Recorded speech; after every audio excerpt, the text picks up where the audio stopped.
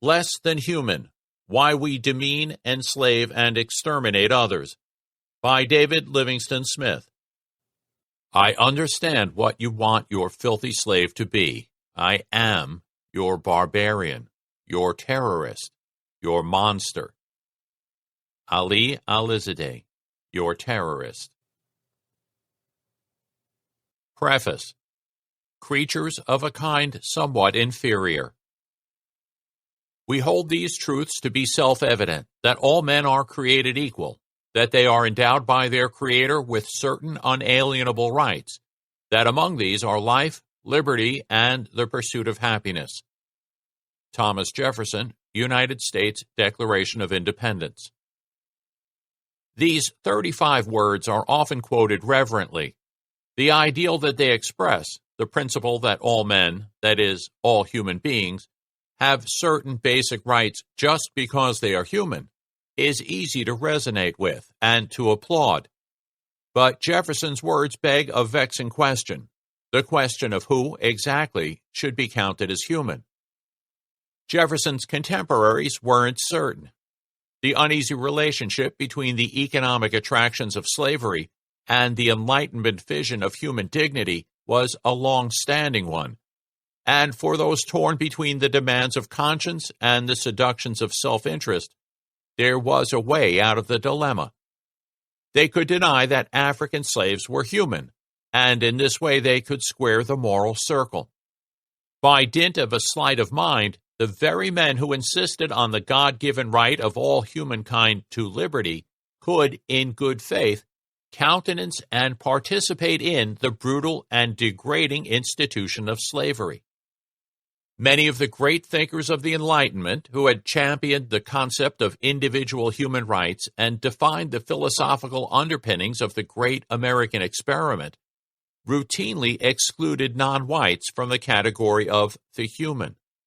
The idea that the towering figures of the 18th century were champions of liberty for all is, in the words of Northwestern University philosopher Charles Mills, profoundly misleading, deeply wrong.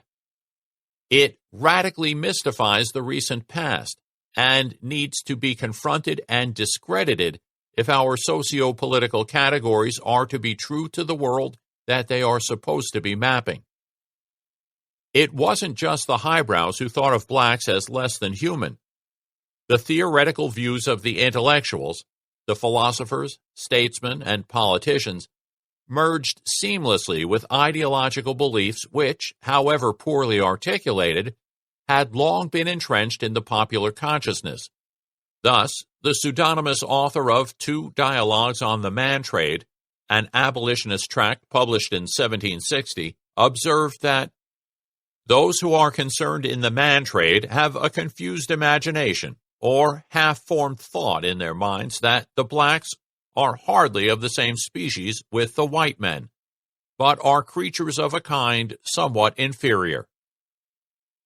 I do not know how to think that any white men could find it in their hearts, the author continued, that the common sentiments of humanity would permit them to treat the black men in that cruel, barbarous manner in which they do treat them, did they think and consider that these have rational, immortal souls.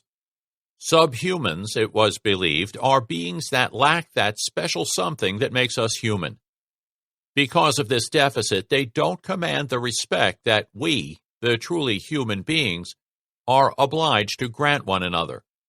They can be enslaved, tortured, or even exterminated, treated in ways in which we could not bring ourselves to treat those whom we regard as members of our own kind. This phenomenon is called dehumanization. It is the subject of this book. Before I began to investigate dehumanization, I assumed that there was substantial research literature devoted to it. The fact that dehumanization is mentioned so frequently, both in popular journalism and in academic writings, led me to believe, wrongly it turned out, that it had already been extensively studied. Then, as I began to hunt for writings on dehumanization, it dawned on me that although scholars from a wide range of disciplines are convinced that dehumanization plays a crucial role in war, genocide, and other forms of brutality, writings on the subject are shockingly thin on the ground. I found that it's usually mentioned only in passing, a page here or a paragraph there. Apart from a few dozen articles by social psychologists, there is scarcely any literature on it at all. If dehumanization really has the significance that scholars claim, then untangling its dynamics ought to be among our most pressing priorities, and its neglect is as perplexing as it is grave. I wrote this book to bring dehumanization out of the shadows and to jumpstart a conversation that is centuries overdue. To do this, I've drawn from a rich palette of sources, including history, psychology, philosophy, biology, and anthropology, to paint a portrait of dehumanization and the forces and mechanisms that sustain it. It's sometimes said that dehumanization is a social construction that's at most a few centuries old. According to this story, dehumanization was, paradoxically, a child of the doctrine of universal human rights. This idea was the moral and political touchstone of the Enlightenment, but it conflicted with the brutal colonialism perpetrated by Europeans. As the example with which I began this chapter suggests, the dissonance between theory and practice was resolved by denying the humanity of the oppressed. This story expresses a truth, but it is a partial truth that obfuscates the real nature, history, and extent of the dehumanizing impulse. Dehumanization is neither uniquely European nor uniquely modern. It is far more widespread, vastly more ancient, and more profoundly intertwined with the human experience than the constructionist view allows. To understand its workings, it's not good enough to examine some contingent facts about a particular historical period. We must look much deeper. Of course, particular manifestations of dehumanization are social constructions, in the sense that they appear in a given culture and historical epoch, which leave their distinctive stamp on it. 18th century Europeans embraced a certain type of dehumanization, but so did the Athenians during the 4th century before Christ, the Germans of the 1930s and 40s, and the Apo tribesmen of Highland New Guinea, who refer to their enemies as dung flies, lizards, and worms. In this book, I will argue that dehumanization is a joint creation of biology, culture, and the architecture of the human mind. Grasping its nature and dynamics requires that we attend to all three elements. Excluding any of them leaves us with a hopelessly distorted picture of what we are trying to comprehend. Dehumanization is too important a topic to be left to the experts, so I've tried to make this book appealing and accessible to a broad general readership, while at the same time addressing the concerns of specialist scholars in several disciplines. In doing this, I've done my best to balance academic rigor with engaging prose, on the principle that anything worth explaining is worth explaining in a clear and interesting way. In general, I've avoided technical jargon as much as possible and have included explanations on the occasions when its use was unavoidable. However, there are a couple of exceptions to this rule. There are two ordinary words that I sometimes use in out-of-the-ordinary ways. The words are person and human. This isn't a self-indulgent plunge into academic obscurity. It's motivated by the need for a vocabulary to capture ideas that are hard to put into ordinary speech. Let me explain. Think of the word dehumanization. It literally means something like removing the humanness.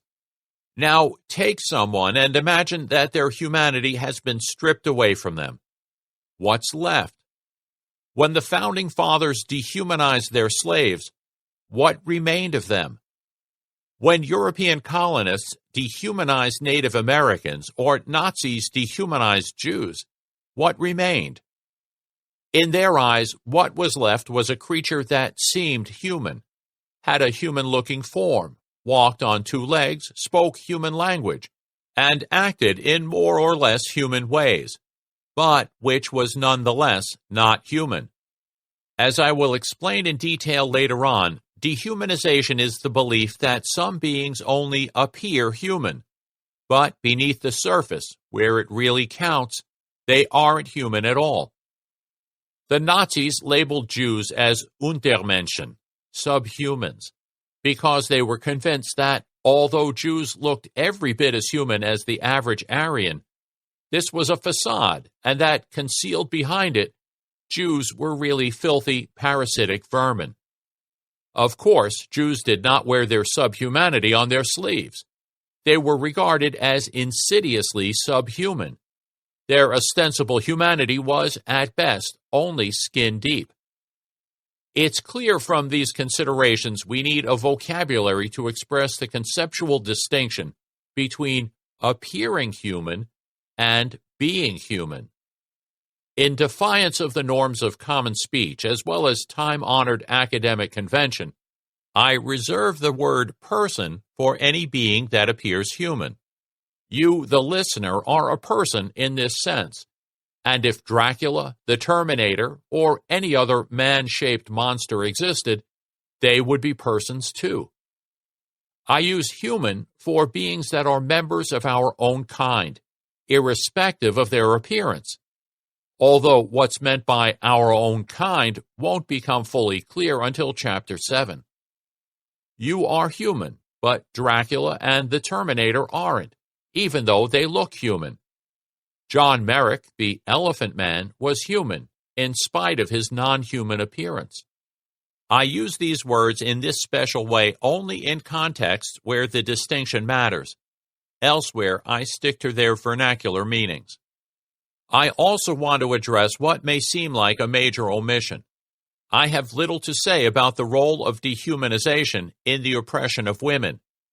This is because the particular form of dehumanization that typically has been directed against women is fundamentally different from the form of dehumanization that I explore in this book. Since the 1980s, a number of feminist scholars, including Andrea Dworkin, Catherine McKinnon, and Linda Lemanchek, have argued that women are dehumanized by being objectified. When men objectify women, they perceive them as things rather than human beings, as desirable lumps of flesh rather than human subjects. In this book, I am concerned with the kind of dehumanization associated with war, genocide, and other forms of mass violence. The objectification of women is produced by a different concatenation of forces, and its analysis demands a somewhat different set of conceptual tools. Apart from some dubious speculations by scholars working within a psychoanalytic framework, the psychological dynamics of objectification have been given short shrift in favor of its socio-political dimension. From time to time, I gesture toward ways that a psychological analysis of dehumanization of women might be approached, but this is a large topic and requires a book of its own to do it justice. Another omission concerns certain groups: sexual minorities, notably gay people, immigrants, mentally and physically handicapped people, and various specific ethnic groups, for example, the Roma, the Italians, and the Irish, all of whom have at one time or another been victims of dehumanization. I say little or nothing about them in this book, not because I minimize their importance, but rather because the sheer pervasiveness of dehumanization made it impossible to discuss all of its manifestations while keeping the book to a readable length. So I've had to deliberately restrict my focus. I've chosen to concentrate largely, but not exclusively, on the dehumanization of Jews, Sub-Saharan Africans, and Native Americans for a couple of reasons. One is their immense historical significance. The human story is filled with pain and tragedy, but among the horrors that we have perpetuated on one another, the persecution and attempted extermination of the Jewish people, the brutal enslavement of Africans, and the destruction of Native American civilizations in many respects are unparalleled. The other reason is that they have been richly documented, which makes them excellent paradigm cases for discerning the core features of the dehumanizing process. What we learn from them can then be applied elsewhere. Having set the stage and cleared up a few potential sources of misunderstanding, here is a preview of how the story will unfold. In Chapter 1, I explained why investigating dehumanization is worthwhile. To do this, I make use of some examples from World War II. Although most educated people are aware that the Nazis dehumanized Jews, Gypsies, and others, it's less commonly known that all the major players in the war, including the Allied forces, dehumanized their enemies. After delving into these historical examples, I talk about the role of dehumanization in the contemporary world, focusing on how it manifests in the mass media, particularly in coverage of the ongoing conflicts in the Middle East and the battle against terrorist organizations. Most discussions of the history of the concept of dehumanization begin with the work of 20th century social psychologists, but these were latecomers. The story actually begins many centuries earlier.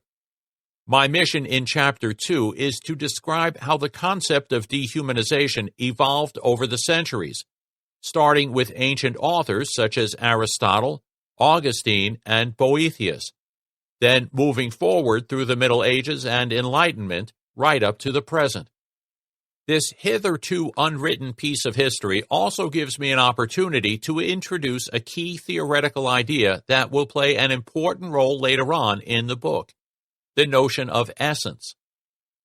In Chapter 3, I tell the story of the colonization of the New World and the dehumanization of its indigenous peoples. The question of whether Native Americans were human had been simmering ever since the Spanish arrived in the Caribbean. It came to a head in 1550, when campaigner for Indian rights, Bartolomé de las Casas, clashed with Spanish humanist Juan Ginés de Sepúlveda, in a debate that has been described as one of the most extraordinary events in Western political history. I use these events as a springboard to discuss and assess ideas about dehumanization that have been advanced by psychologists since the early 1970s. And finally, round off the chapter with a brief discussion of the notions of essence and appearance introduced in Chapter 2. Chapter 4 focuses on the role of dehumanization in slavery.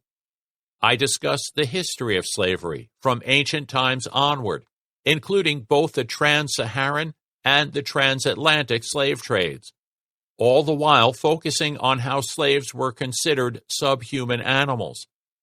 I also touch on race and racism in this chapter, a subject to which I return in Chapter 6.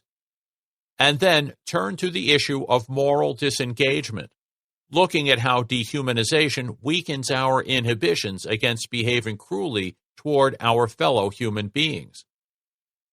Chapter 5 takes up the role of dehumanization in genocide. I survey the part it played in 6 major genocides: the German genocide of the Herero in 1904, the Armenian genocide of 1915 to 16, the Holocaust, the Cambodian genocide, the Rwandan genocide of 1994, and the recent genocide in the Darfur region of Sudan.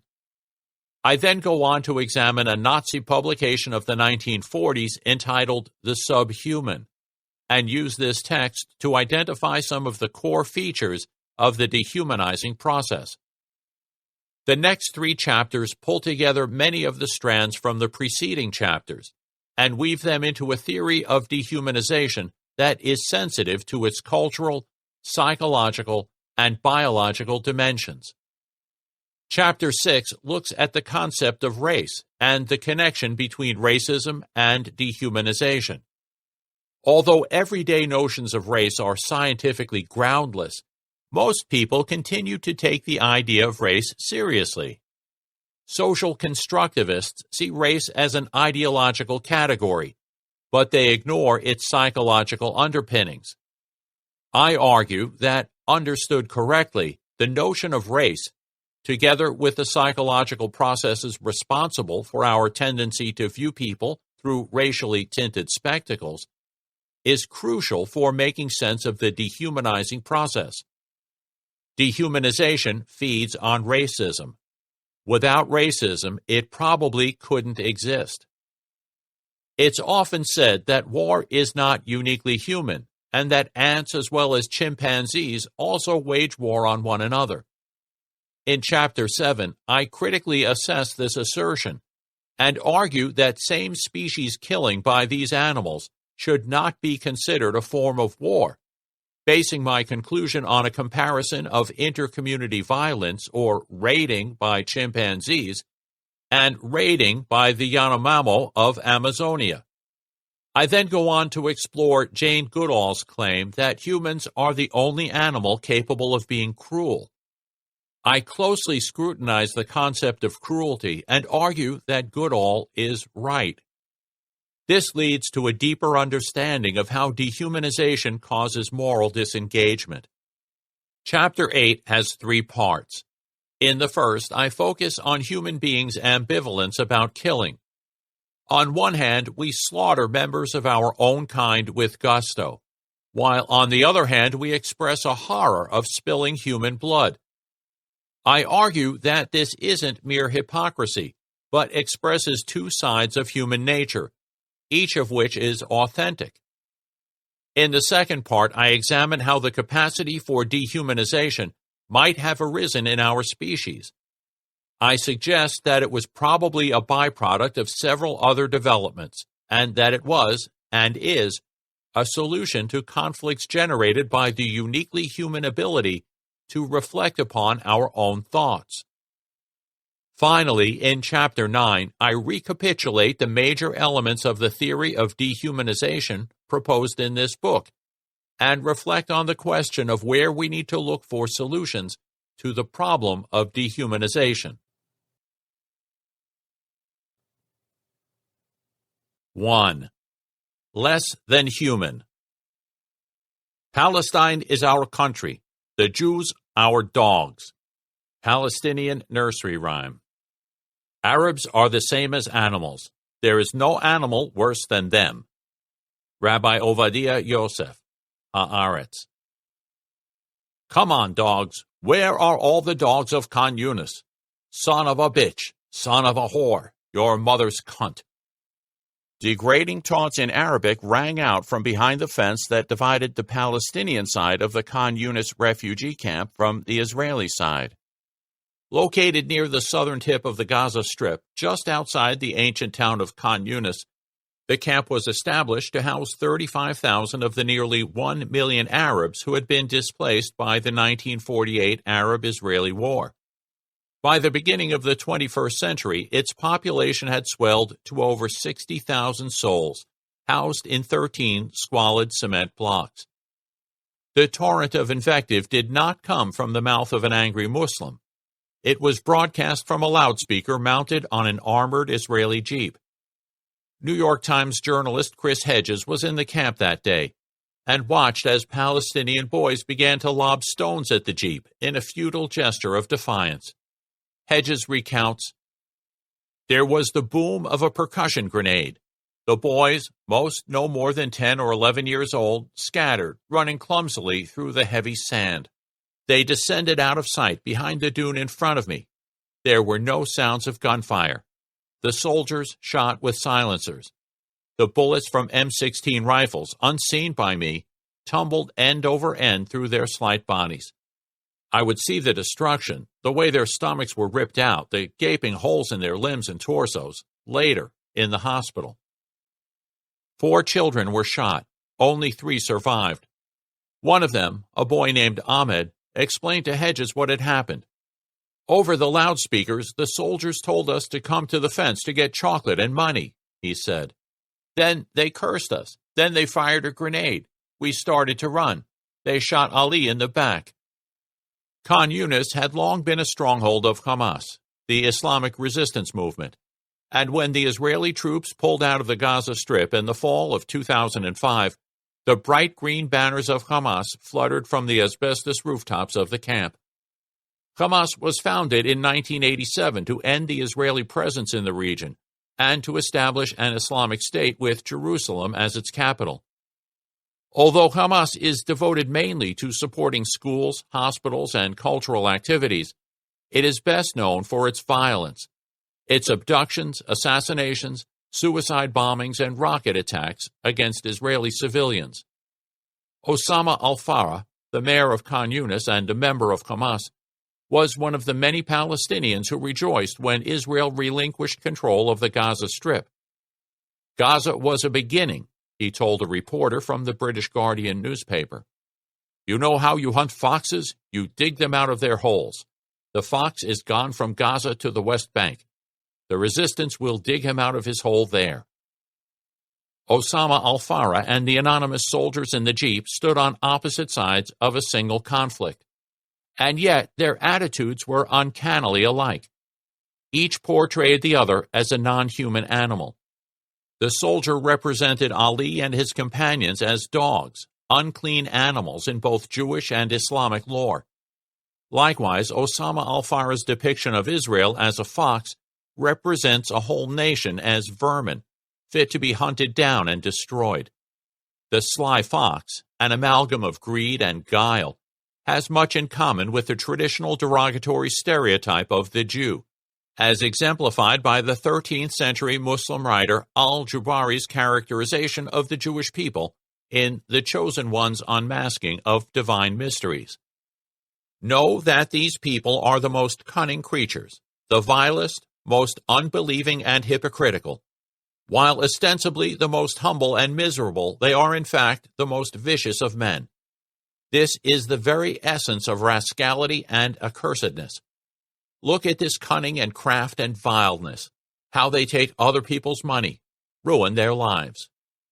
And more recently, the remarks of Imam Yusuf al-Zahar, a member of Hamas, conveyed the same idea. Jews are a people who cannot be trusted, he remarked. They have been traitors to all agreements. Go back to history. Their fate is their vanishing. The soldier in the Israeli military jeep dehumanized his Palestinian targets, and Osama al-Farah and his comrades dehumanized their Israeli enemies. In both examples, and in many, many more that I will describe in this book, a whole group of people is represented as less than human, as a prelude and accompaniment to extreme violence. It's tempting to see reference to the subaltern other as mere talk, as nothing more than degrading metaphor. I will argue that this view is sorely misguided. Dehumanization isn't a way of talking. It's a way of thinking that, sadly, comes all too easily to us. Dehumanization is a scourge and has been so for millennia. It acts as a psychological lubricant, dissolving our inhibitions and inflaming our destructive passions. As such, it empowers us to perform acts that would, under other circumstances, be unthinkable. In the chapters to follow, I will do my best to explain what this form of thinking consists in, how it works, and why we so readily slip into it. Before I get to work explaining how dehumanization works, I want to make a preliminary case for its importance. So, to get the ball rolling, I'll briefly discuss the role that dehumanization played in what is rightfully considered the single most destructive event in human history, the Second World War. More than 70 million people died in the war, most of them civilians. Millions died in combat. Many were burned alive by incendiary bombs and, in the end, nuclear weapons. Millions more were victims of systematic genocide. Dehumanization made much of this carnage possible. Let's begin at the end. The 1946 Nuremberg doctors' trial was the first of 12 military tribunals held in Germany after the defeat of Germany and Japan. 20 doctors and 3 administrators, 22 men and a single woman, stood accused of war crimes and crimes against humanity. They had participated in Hitler's euthanasia program, in which around 200,000 mentally and physically handicapped people deemed unfit to live were gassed to death, and they performed fiendish medical experiments on thousands of Jewish, Russian, Roma, and Polish prisoners. Principal Prosecutor Telford Taylor began his opening statement with these somber words: "The defendants in this case are charged with murders, tortures, and other atrocities committed in the name of medical science. The victims of these crimes are numbered in the hundreds of thousands. A handful only are still alive. A few of the survivors will appear in this courtroom. But most of these miserable victims were slaughtered outright or died in the course of the tortures to which they were subjected. To their murderers, these wretched people were not individuals at all. They came in wholesale lots and were treated worse than animals." He went on to describe the experiments in detail. Some of these human guinea pigs were deprived of oxygen to simulate high-altitude parachute jumps. Others were frozen, infested with malaria, or exposed to mustard gas. Doctors made incisions in their flesh to simulate wounds, inserted pieces of broken glass or wood shavings into them, and then, tying off the blood vessels, introduced bacteria to induce gangrene.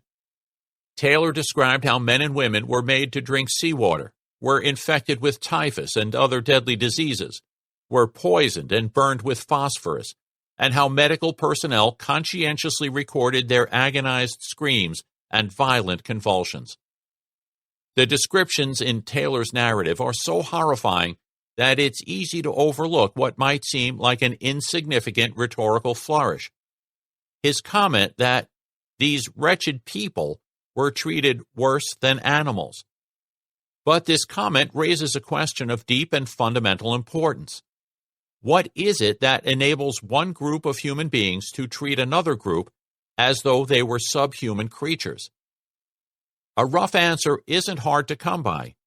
Thinking sets the agenda for action, and thinking of humans as less than human paves the way for atrocity. The Nazis were explicit about the status of their victims. They were Untermenschen, subhumans, and as such were excluded from the system of moral rights and obligations that bind humankind together. It's wrong to kill a person, but permissible to exterminate a rat.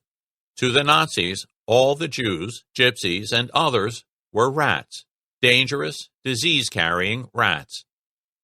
Jews were the main victims of this genocidal project. From the beginning, Adolf Hitler and his followers were convinced that the Jewish people posed a deadly threat to all that was noble in humanity. In the apocalyptic Nazi vision, these putative enemies of civilization were represented as parasitic organisms, as leeches, lice, bacteria, or vectors of contagion. Today, Hitler proclaimed in 1943, international Jewry is the ferment of decomposition of peoples and states, just as it was in antiquity. It will remain that way as long as peoples do not find the strength to get rid of the virus. Both the death camps, the gas chambers of which were modeled on delousing chambers, and the Einsatzgruppen, paramilitary death squads that roamed across Eastern Europe following in the wake of the advancing German army, were responses to what the Nazis perceived to be a lethal pestilence. Sometimes the Nazis thought of their enemies as vicious, bloodthirsty predators rather than parasites. When partisans in occupied regions of the Soviet Union began to wage a guerrilla war against German forces, Walter von Reichenau, the commander-in-chief of the German army, issued an order to inflict a severe but just retribution upon the Jewish subhuman elements. The Nazis considered all of their enemies as part of international Jewry, and were convinced that Jews controlled the national governments of Russia, the United Kingdom, and the United States. Military historian Mary R. Habeck confirms that soldiers and officers thought of the Russians and Jews as animals that had to perish. Dehumanizing the enemy allowed German soldiers and officers to agree with the Nazis' new vision of warfare. and to fight without granting the Soviets any mercy or quarter. The Holocaust is the most thoroughly documented example of the ravages of dehumanization. Its hideousness strains the limits of imagination. And yet, focusing on it can be strangely comforting. It's all too easy to imagine that the Third Reich was a bizarre aberration, a kind of mass insanity instigated by a small group of deranged ideologues who conspired to seize political power and bend a nation to their will. Alternatively, it's tempting to imagine that the Germans were, or are, a uniquely cruel and bloodthirsty people. But these diagnoses are dangerously wrong. What's most disturbing about the Nazi phenomenon is not that the Nazis were madmen or monsters. It's that they were ordinary human beings. When we think of dehumanization during World War II, our minds turn to the Holocaust. But it wasn't only the Germans who dehumanized their enemies. While the architects of the final solution were busy implementing their lethal program of racial hygiene, the Russian Jewish poet and novelist Ilya Ehrenburg was churning out propaganda for distribution to Stalin's Red Army. These pamphlets seethed with dehumanizing rhetoric. They spoke of the smell of Germany's animal breath and described Germans as two-legged animals who have mastered the technique of war, ersatz men who ought to be annihilated. The Germans are not human beings, Ehrenburg wrote. If you kill one German, kill another. There is nothing more amusing for us than a heap of German corpses. Do not count days, do not count miles. Count only the number of Germans you have killed. Kill the German. This is your old mother's prayer. Kill the German. This is what your children beseech you to do. Kill the German. This is the cry of your Russian earth. Do not waver. Do not let up. Kill. This wasn't idle talk. The Wehrmacht had taken the lives of 23 million Soviet citizens, roughly half of them civilians. When the tide of the war finally turned, a torrent of Russian forces poured into Germany from the east, and their inexorable advance became an orgy of rape and murder. They were certainly egged on by Ehrenburg and other Soviet propagandists, writes journalist Giles McDonough. East Prussia was the first German region visited by the Red Army. In the course of a single night, the Red Army killed 72 women and 1 man. Most of the women had been raped, of whom the oldest was 84. Some of the victims had been crucified. A witness who made it to the West talked of a poor village girl who was raped by an entire tank squadron from 8 in the evening to 9 in the morning. 1 man was shot and fed to the pigs.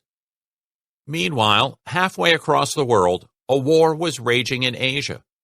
Like their German allies, the Japanese believed that they were the highest form of human life and considered their enemies inferior at best and subhuman at worst.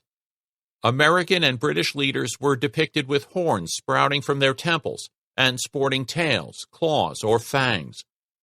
The Japanese labeled their enemies as demons, oni, devils, kichiku, evil spirits, aki and akuma, monsters, kaibutsu, and hairy, twisted-nosed savages.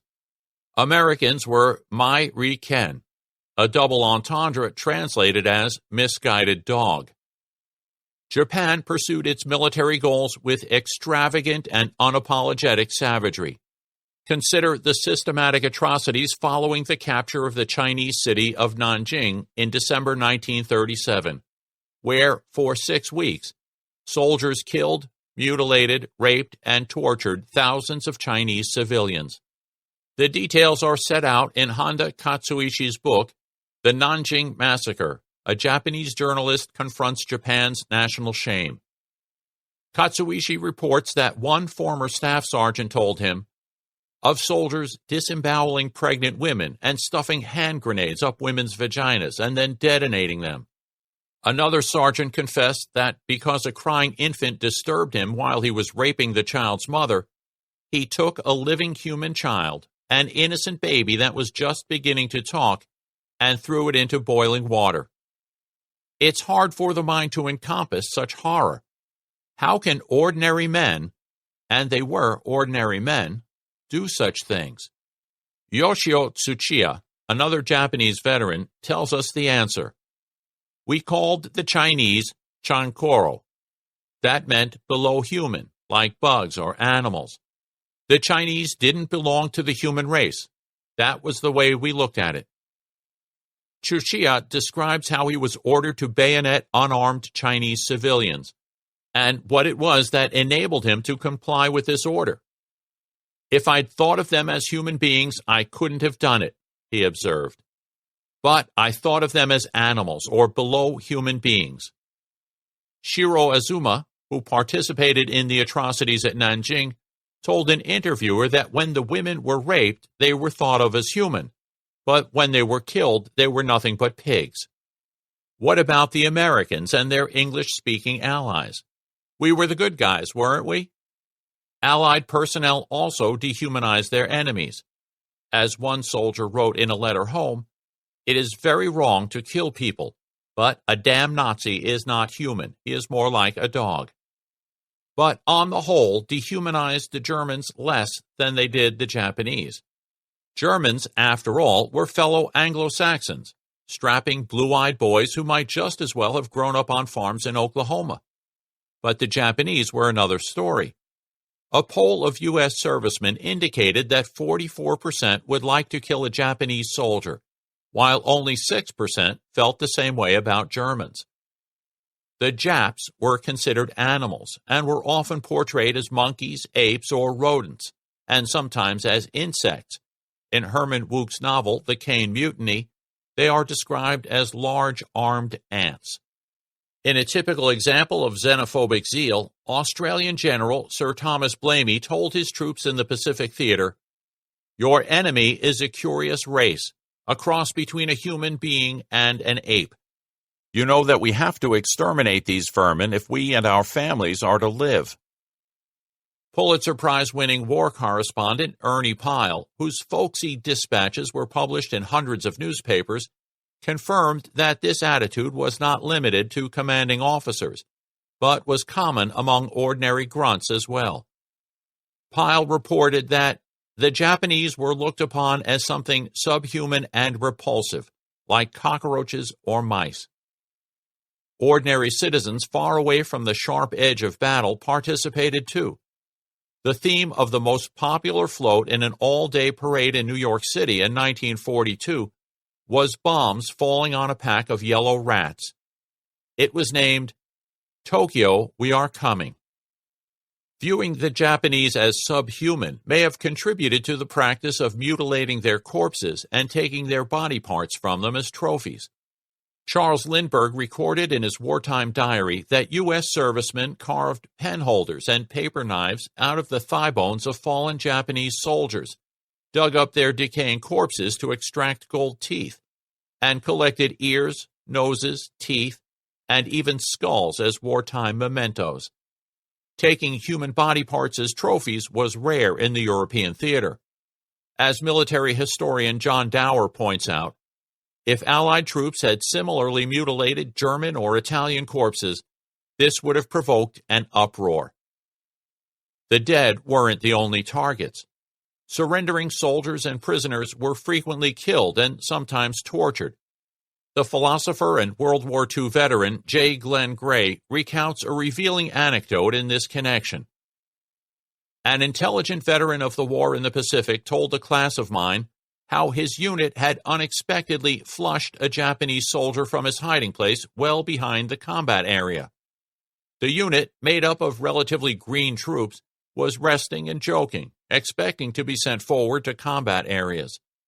The appearance of this single enemy soldier did not frighten them, but they seized their rifles and began using him as a live target, while he dashed frantically around the clearing in search of safety. The soldiers found his movements uproariously funny, and were prevented by their laughter from making an early end of the unfortunate man. Finally, however, they succeeded in killing him, and the incident cheered the whole platoon, giving them something to joke and talk about for days afterwards. To this, Gray adds, In relating this story to the class, the veteran emphasized the similarity of the enemy soldier to an animal. None of the American soldiers apparently even considered that he may have had human feelings of fear and wished to be spared.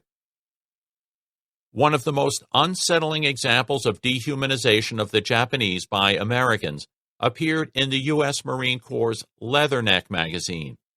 It's a brief piece, apparently intended to be humorous.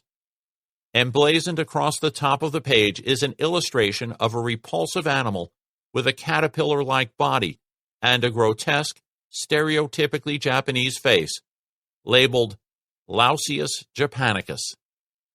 The text below it explains that the giant task of exterminating these creatures will only be complete when the origin of the plague, the breeding grounds around the Tokyo area, are completely annihilated. The article was published in March 1945, the same month that U.S. aircraft rained incendiary bombs on Tokyo, burning up to 100,000 civilians alive. Over the next 5 months, around 500,000 non-combatants, men, women, and children, were, in the words of Major General Curtis LeMay, scorched and boiled and baked to death, as 67 Japanese cities were incinerated by firebombs. And then, in August, nuclear weapons flattened Hiroshima and Nagasaki, with massive civilian casualties. Dehumanization in the media. I saw 2 naked detainees, one masturbating to another kneeling with its mouth open. I thought I should just get out of there. I didn't think it was right. I saw Staff Sergeant Frederick walking toward me, and he said, "Look what these animals do when you leave them alone for 2 seconds." U.S. Army Specialist Matthew Wilson, testimony regarding Abu Ghraib. Dehumanization is aroused, exacerbated, and exploited by propaganda. It's common knowledge that prior to and during the 1994 genocide, government radio broadcasts characterized Rwandan Tutsis as cockroaches, and that Nazi Germany had a propaganda apparatus devoted to painting horrifying pictures of Jews and other supposed enemies of the folk. Russian political art from the 1930s and 40s portrayed German and Italian fascists and their allies as a veritable menagerie, including rats, snakes, pigs, dogs, and apes. And when fascists were depicted in human form, they were endowed with subhuman attributes, like pointed ears, fangs, or a non-human complexion. But apart from notorious examples like these, there is little awareness of the extent to which the mass media are instrumental for propagating dehumanizing stereotypes. Journalists have always had an important role to play in disseminating falsehoods to mold public opinion, and this often involves dehumanizing military and political opponents.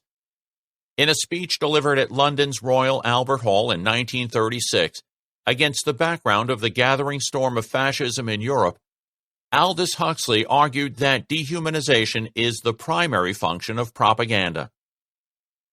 Most people would hesitate to torture or kill a human being like themselves, but when that human being is spoken of as though he were not a human being, but as the representative of some wicked principle, we lose our scruples. All political and nationalist propaganda aims at only one thing: to persuade one set of people that another set of people are not really human, and that it is therefore legitimate to rob, swindle, bully, and even murder them. Collections of 20th century political posters confirm that visual propaganda from the United States, Germany, Britain, France, the Soviet Union, Korea, and elsewhere have often portrayed the enemy as a menacing non-human creature. But you don't need to sift through historical archives to find examples of dehumanization in the popular media. All that you need to do is open a newspaper or turn on the radio. On September 4, 2007, the Columbus Dispatch published a cartoon portraying Iran as a sewer, with a swarm of cockroaches pouring out of it. The subtext wasn't subtle, and readers quickly got the message. I find it extremely troubling that your paper would behave like Rwandan Hutu papers that also published cartoons depicting human beings as cockroaches, one reader wrote, calling for them to be stamped out, leading to genocide. Another wrote, depicting Iranians as cockroaches spewing out of a sewer was a vile slur on the Iranian people. Cartoons like this one only caused the neoconservative drums of war sounding for a disastrous military attack against Iran to beat louder. 3 years earlier, when the Abu Ghraib prison scandal in Iraq became public, Rush Limbaugh, the most popular radio broadcaster in the United States, whose syndicated radio show has, at last count, 13 million listeners, described the prisoners who had been killed, raped, tortured, and humiliated by or at the behest of U.S. military personnel as less than human. They are the ones who are sick, fumed Limbaugh. They are the ones who are perverted. They are the ones who are dangerous. They are the ones who are subhuman. They are the ones who are human debris, not the United States of America, and not our soldiers, and not our prison guards. Limbaugh's view of the detainees was shared by members of the U.S. military establishment, including, presumably, their persecutors. The commander of Abu Ghraib, Brigadier General Janis Karpinski, subsequently disclosed that Major General Jeffrey Miller had told her to make sure that the prisoners were treated like animals. He said they are like dogs, and if you allow them to believe at any point that they are more than a dog, then you have lost control of them, she said. Miller had earlier reformed military interrogation techniques in Iraq, along the lines used at Guantanamo Bay, and became Deputy Commanding General for detainee operations in Iraq after Karpinski's removal. Michael Savage, the pseudonym of Michael Allen Weiner, is another popular radio host whose syndicated radio program is followed by 8 to 10 million listeners. Like Limbaugh, Savage derided the detainees as subhuman and vermin, and suggested that forcible conversion to Christianity is probably the only thing that can turn them into human beings. And in words uncannily reminiscent of Adolf Hitler's diatribes against the Jews, radio broadcaster Neil Bortz characterized Islam as a deadly virus spreading through Europe and the West, adding, "We're going to wait far too long to develop a vaccine to find a way to fight this." Limbaugh, Bortz, and Savage play to the xenophobic gallery, so it's not surprising that they indulge in dehumanizing rhetoric from time to time. But this sort of talk is not confined to the right-wing populists. It is well represented in mainstream media by journalists of all political stripes. Pulitzer Prize-winning New York Times columnist Maureen Dowd wrote in a 2003 editorial that Muslim terrorists are replicating and coming at us like cockroaches. Dehumanization makes strange bedfellows. Newspaper headlines are a prime source of dehumanizing rhetoric. They're designed to catch the eye and to motivate you to read further. Describing human beings as bloodthirsty animals or dangerous parasites gets us to look because it plays on some of our deepest fears. Techniques like these arouse terror and close minds. If international conflicts are explained by the fact that our enemies are evil subhuman creatures, then no further analysis is needed. Propaganda researchers Aaron Studer and Deborah Willis point out, the symbolic lexicon used by news media since 9/11 demonstrates a clear pattern. Suspected terrorists, enemy military and political leaders, and ultimately entire populations are metaphorically linked to animals, particularly to prey. This holds true both nationally and internationally. Headlines of newspapers of many political affiliations across the U.S., Europe, and Australia generate, with remarkable consistency, this journalistic framing of the enemy as hunted animal. Sometimes the wars in Iraq and Afghanistan are presented as a hunting expeditions. As British close in on Basra, Iraqis scurry away. Terror hunt snares 25. And net closes around bin Laden. With enemy bases as animal nests. Pakistanis give up on lair of Osama. terror nest in Fallujah is attacked, from which the prey must be driven out. Why bin Laden is so difficult to smoke out. America's new dilemma, how to smoke bin Laden out from caves. We need to trap the animal. Trap may net Taliban chief. FBI terror sting nets mosque leaders. And lock it in a cage. Even locked in a cage, Saddam poses serious danger. Sometimes the enemy is a ravening predator. Chained beast, shackled Saddam dragged to court. Or a monster, the terrorism monster, of monsters and Muslims. While at other times he is a pesky rodent. Americans cleared out rat's nest in Afghanistan, Hussein's rat hole, a venomous snake. The viper awaits. Former Arab power is poisonous snake. An insect. Iraqi forces find hornet's nest in Fallujah. Operation Desert Pest. Terrorists like rats and cockroaches skulk in the dark. Or even a disease organism. Al-Qaeda mutating like a virus. Only Muslim leaders can remove spreading cancer of Islamic terrorism. In any case, they reproduce at an alarming rate. Iraq breeding suicide killers. Continent a breeding ground for radical Islam. Do you think that I'm making too much of these examples? Perhaps they're only metaphors, just colorful ways of speaking and writing that shouldn't be taken to imply that anyone is regarded as subhuman. You may have noticed that even Studer and Wills explicitly describe them as metaphors. True, sometimes this sort of language is metaphorical, but it's foolish to think of it as just metaphorical.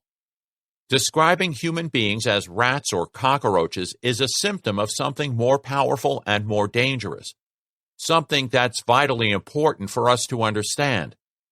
It reflects how one thinks about them, and thinking of a person as subhuman isn't the same as calling them names. Calling people names is an effort to hurt or humiliate them. It's the use of language as a weapon.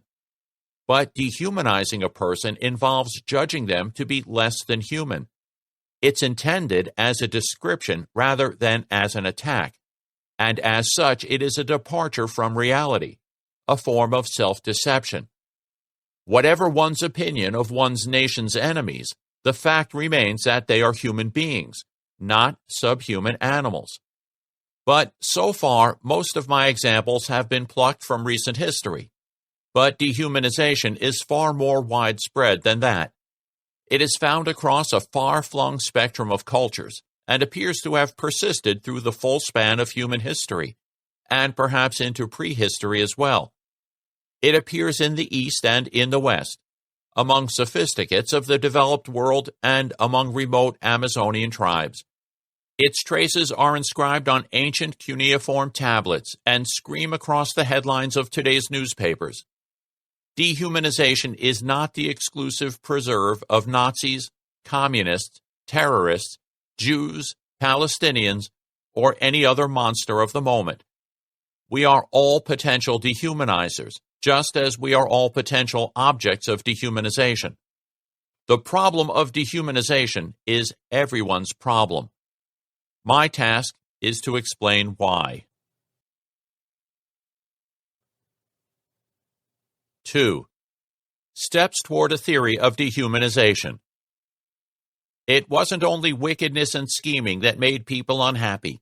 It was confusion and misunderstanding. Above all, it was the failure to grasp that other people are as real as you.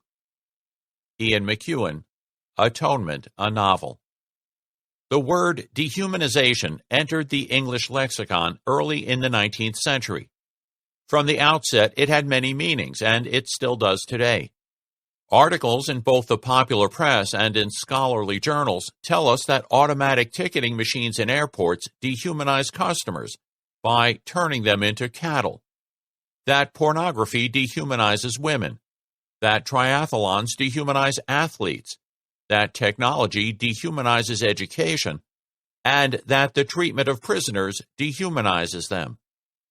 This is just a small selection of the wide variety of ways that the word dehumanization is used. This unruly tangle of meanings poses a problem for anyone wanting to study dehumanization.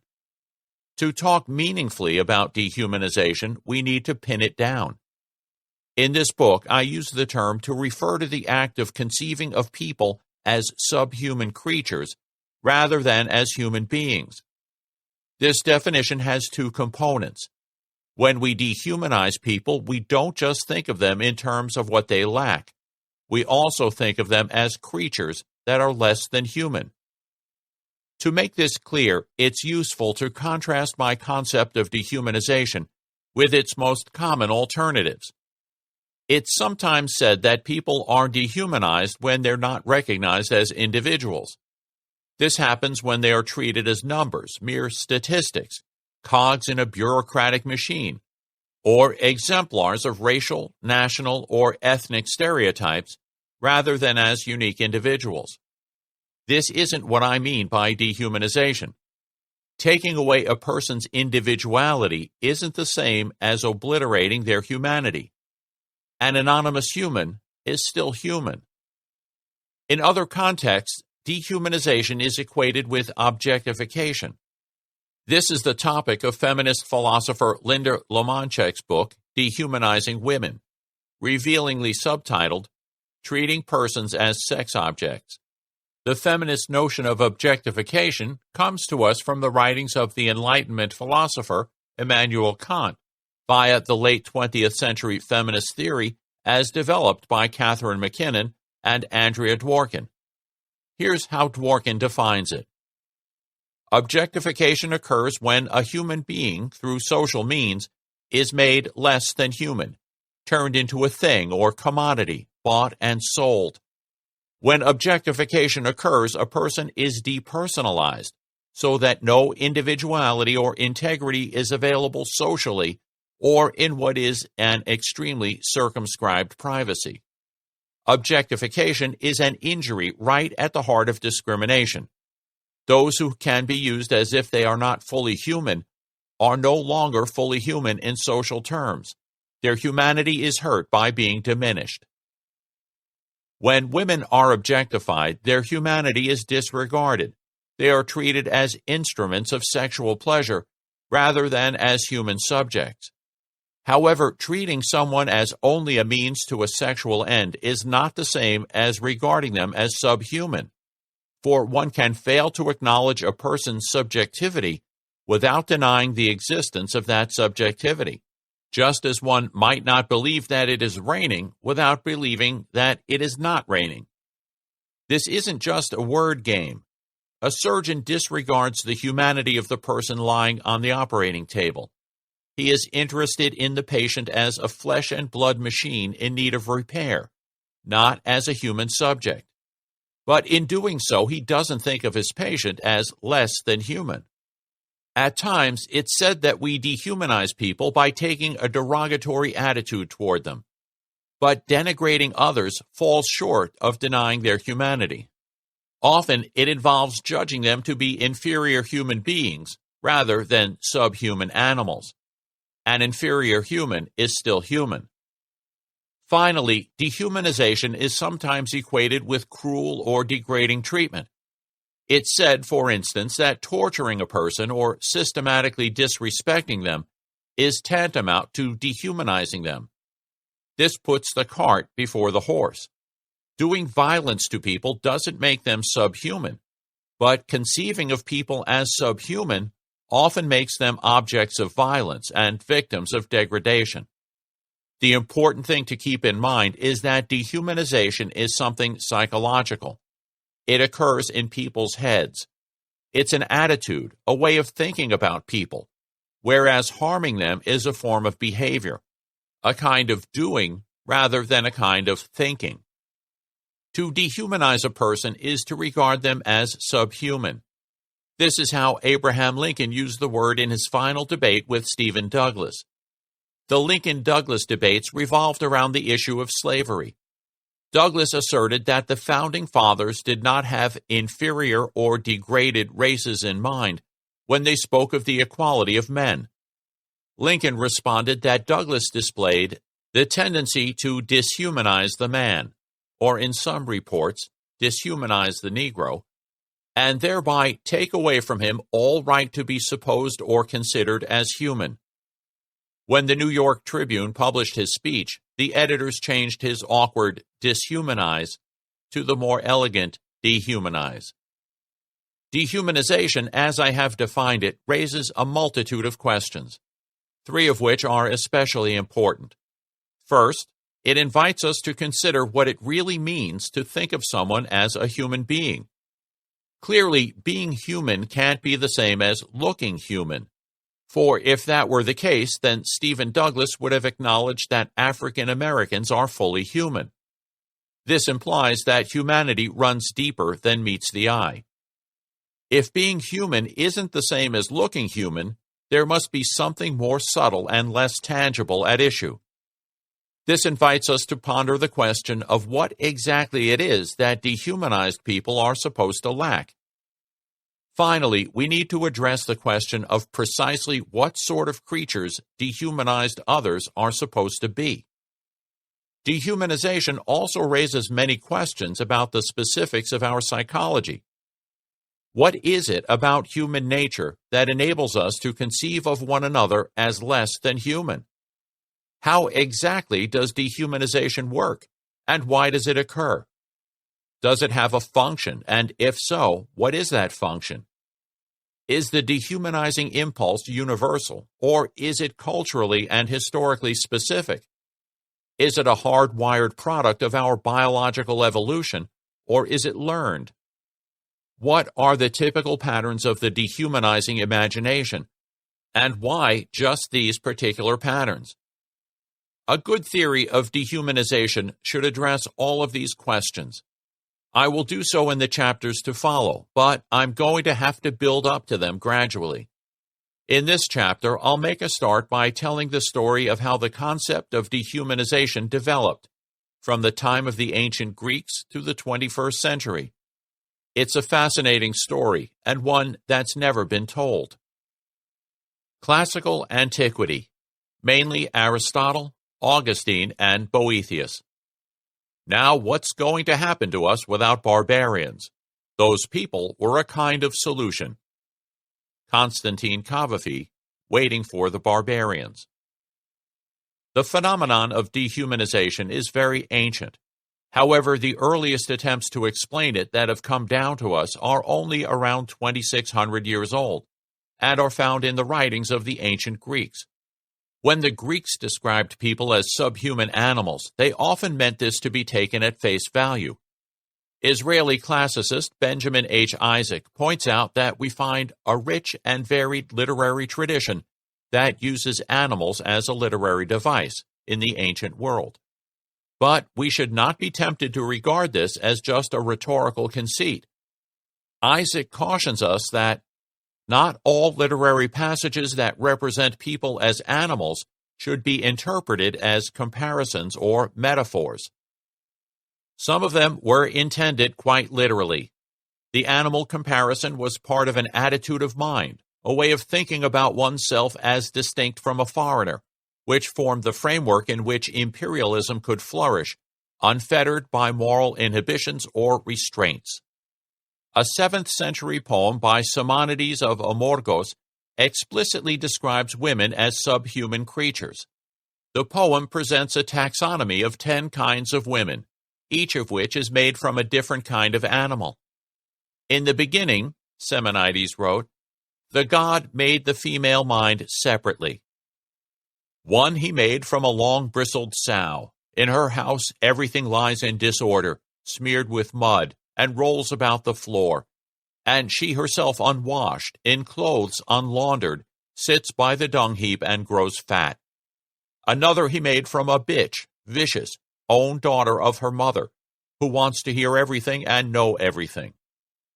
In addition to sows and bitches, he also describes women made from vixens, asses, ferrets, mares, and monkeys. Although this may sound like wordplay to 21st century ears, Simonides probably had something else in mind. Isaac points out that Simonides claims that the specific type of woman is literally made out of an animal. The woman made from a sow is a sow. The poem thus supplies a primitive theory of dehumanization. Some people are subhuman, and their subhumanity comes from the animal substance from which they are made, whereas the highest type of human beings were thought to be autochthonous, to have sprung from the soil of their homeland. A similar theory, this time not restricted to women, was advanced about a century later by Aesop, the Greek slave who authored Aesop's fables. Following Zeus's orders, Prometheus fashioned humans and animals. When Zeus saw that the animals far outnumbered the humans, he ordered Prometheus to reduce the number of animals by turning them into people. Prometheus did what he was told, and as a result, those people who were originally animals have a human body, but the soul of an animal. This may be the earliest written reference to the idea that it is possible to look just like a human being, but have a subhuman soul. As intriguing as these fragments are, the theory of dehumanization only came into its stride with the work of Aristotle during the 4th century BCE. The Greeks of Aristotle's era divided people into two categories: themselves and everybody else. They considered themselves to be paragons of civilization, and labeled all foreigners as barbaroi, or barbarians. Aristotle's remarks on dehumanization lent grassroots xenophobia a veneer of intellectual sophistication. He claimed that barbarians were slaves by nature. Aristotle based his thesis on the idea that it's rationality that makes us human. His argument was premised upon a particular conception of biological purpose. Aristotle recognized that there's something that parts of organisms are for. They have a purpose. We all recognize that eyes are for seeing, hearts are for pumping blood, protective coloring is for evading predators, and wings are for flying.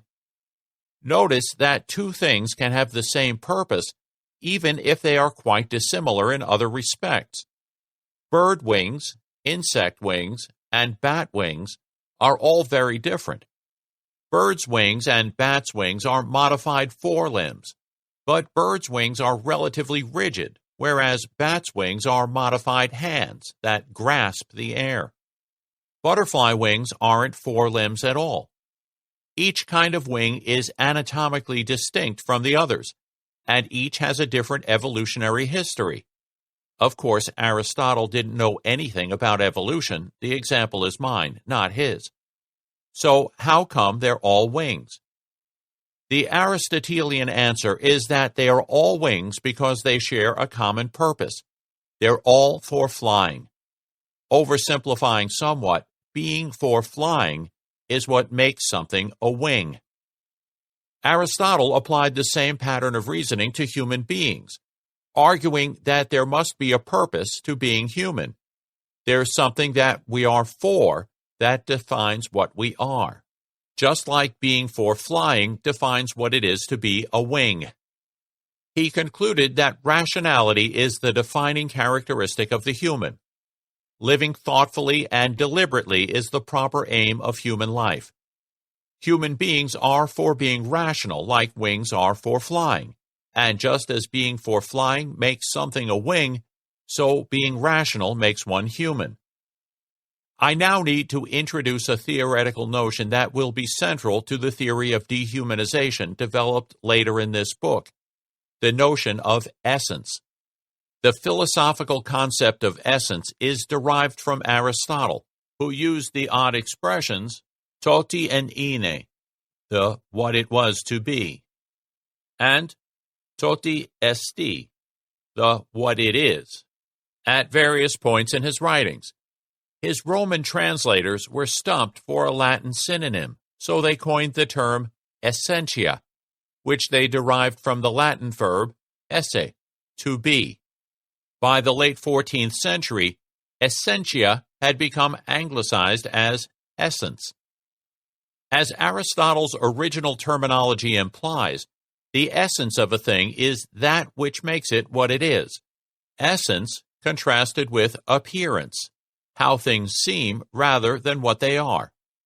Appearances are, so to speak, only skin deep, where essences cut to the core. Philosophers often use the example of water to illustrate the distinction between essence and appearance. What exactly is water? You might be tempted to answer this question by reciting a description of water.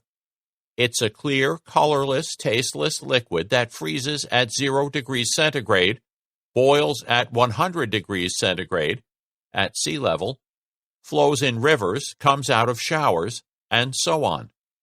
It's perfectly true that anything that is water has all of these characteristics. But do they pin down what water actually is? Chemists don't define water in this way at all. In chemistry, water is defined by what it's made from. Water is H2O. Some stuff might have all of the superficial properties of water, but still not be water. Vodka is a clear, colorless liquid, but it certainly isn't water. But what about the entire set of characteristics that we associate with water? All the characteristics mentioned in the preceding paragraph. Don't they add up to a definition of what water is? Not exactly. As far as we know, everything that fits the description of water is H2O, but there are circumstances in which the two could come apart. There could be a substance that's just like water in all these superficial respects, but which doesn't have the molecular structure of H2O. This is at least conceivable. But it is inconceivable that scientists might discover a substance that's H2O, but isn't water. We owe this insight to Harvard philosopher Hilary Putnam, who explained it by way of a famous thought experiment that's become known as Twin Earth. Putnam invited his readers to imagine that there's a planet just like Earth, except for the fact that the stuff that flows in rivers and comes out of showers isn't H2O, but XYZ, strange elements found in that galactic neighborhood. XYZ looks, tastes, smells, and behaves just like H2O does. In fact, the residents of Twin Earth, who have never encountered H2O, call it water. So Earthlings and twin Earthlings use the very same word for substances that are superficially indistinguishable, but made out of completely different stuff.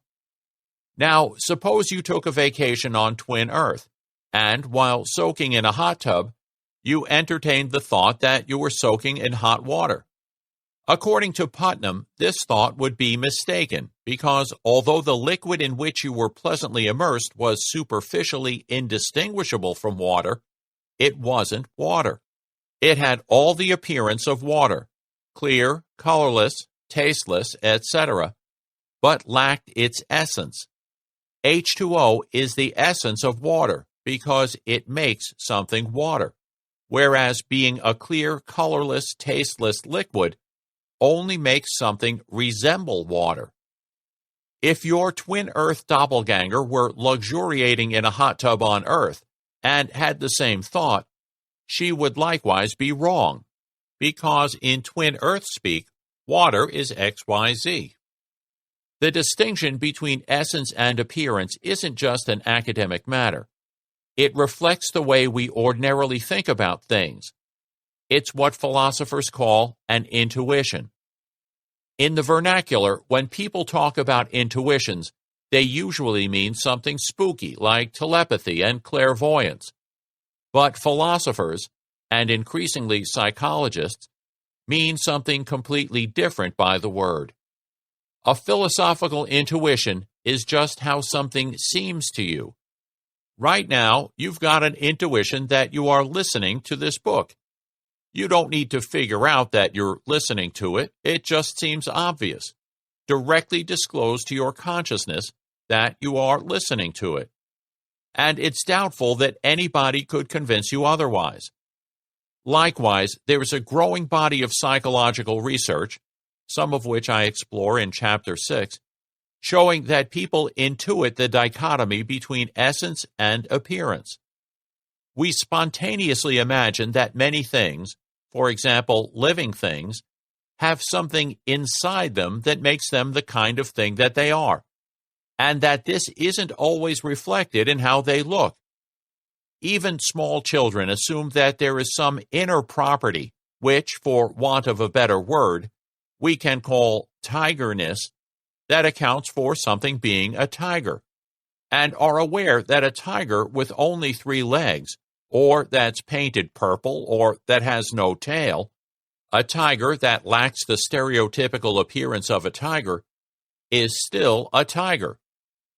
Thanks to our essentialistic proclivities, the idea that every human being is endowed with a human essence, an inner core, a soul, spirit, or distinctive genetic signature, is intuitively compelling. If you share this intuition, as most people seem to, then you will be open to the idea that someone can be human, even though they don't look human. Think of John Merrick, the Elephant Man, whose physical deformities were so extreme that he looked like a creature belonging to a different species, even though he was a human being. On the flip side, you will probably find it credible that a creature could closely resemble a human being without being truly human. This is a popular theme in horror and science fiction, from Bram Stoker's Dracula to Arnold Schwarzenegger in The Terminator. Both Dracula and the Terminator have human forms and behave in more or less human ways, apart from certain idiosyncrasies. But neither of them is human on the inside, where it counts. Now, let's get back to Aristotle. If, as Aristotle claimed, the ability to reason is what makes us human, any being that is unable to reason must be less than human. Aristotle believed that barbarians had only a rudimentary ability to reason, and this assumption underpinned his view that barbarians are natural slaves. Unlike the beasts of the field, the barbaroi could understand and respond to rational discourse, but they lacked the wherewithal to actively pursue it. We may thus conclude that all men who differ from others as much as the body differs from the soul, or an animal from a man, and this is the case with all whose function is bodily service, and who produce their best when they supply such service, all such are by nature slaves. In their case, it is better to be ruled by a master. Someone is a slave by nature if he participates in reason to the extent of apprehending it in another, though destitute of it in himself. Other animals do not apprehend reason, but obey their instincts. Even so, there is little divergence in the way they are used. Both of them, slaves and tame animals, provide bodily assistance in supplying essential needs. It is thus clear that just as some are by nature free, so others are by nature slaves. And for these latter, the condition of slavery is both beneficial and just. Aristotle didn't quite assert that barbarians are subhuman, but he came uncomfortably close. He asserted that they are incomplete humans, rather than non-human animals. However, as is evident from the passage just quoted, he believed that barbarians had something in common with subhuman creatures, and also recommended war as a method for acquiring those natural slaves that stubbornly refuse to enter into the state of subjugation that is their proper destiny.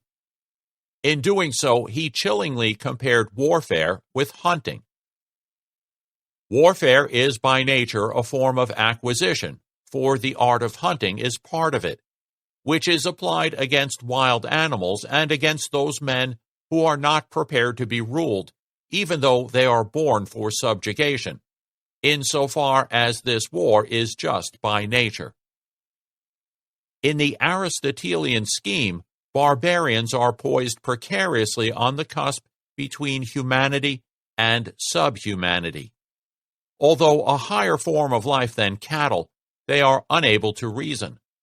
They are thus strangers to the civilized life of the polis, and can achieve human status only vicariously by submission to their fully human masters. The theory of natural slavery had an immense impact on medieval thought, both in the Islamic world and in Christian Europe.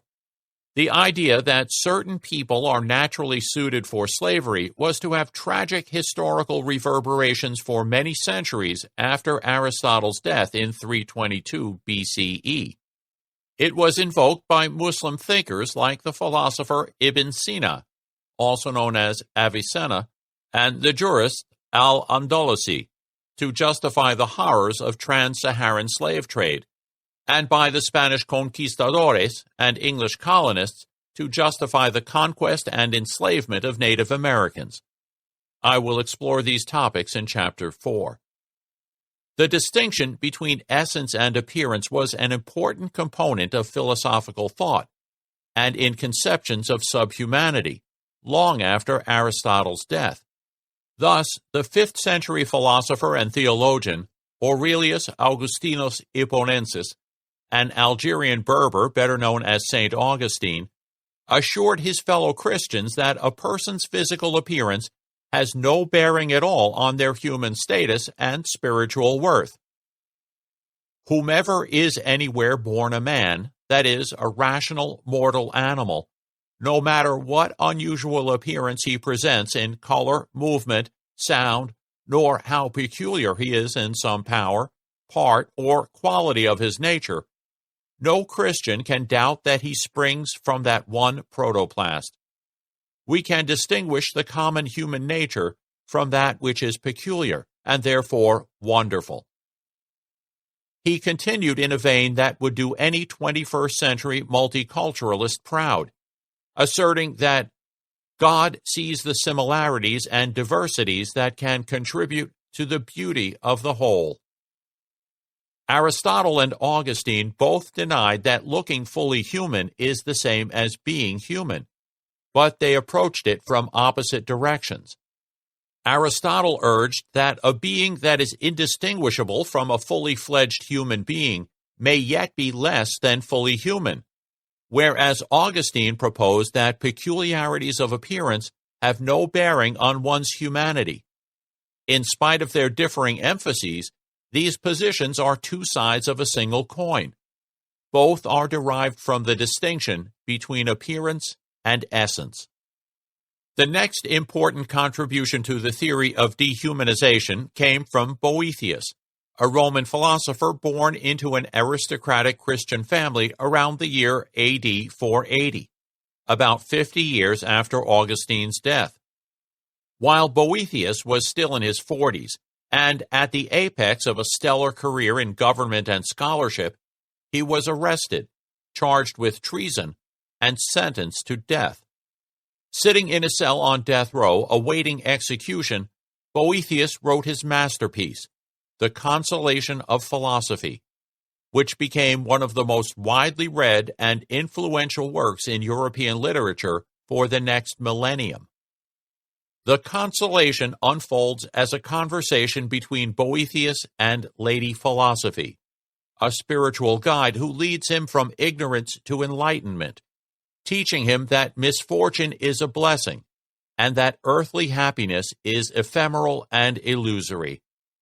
At one point in their dialogue, Lady Philosophy explains to Boethius that wicked people lose their humanity. All that falls away from the good, she assures him, ceases also to exist, wherefore evil men cease to be what they were. She goes on to say that such men have lost their human nature, and that you cannot hold him to be a man who has been transformed by his vices. Even though evil people resemble human beings, they have lost the inner spark that makes one human. But if wicked people aren't really humans, then what sort of beings are they?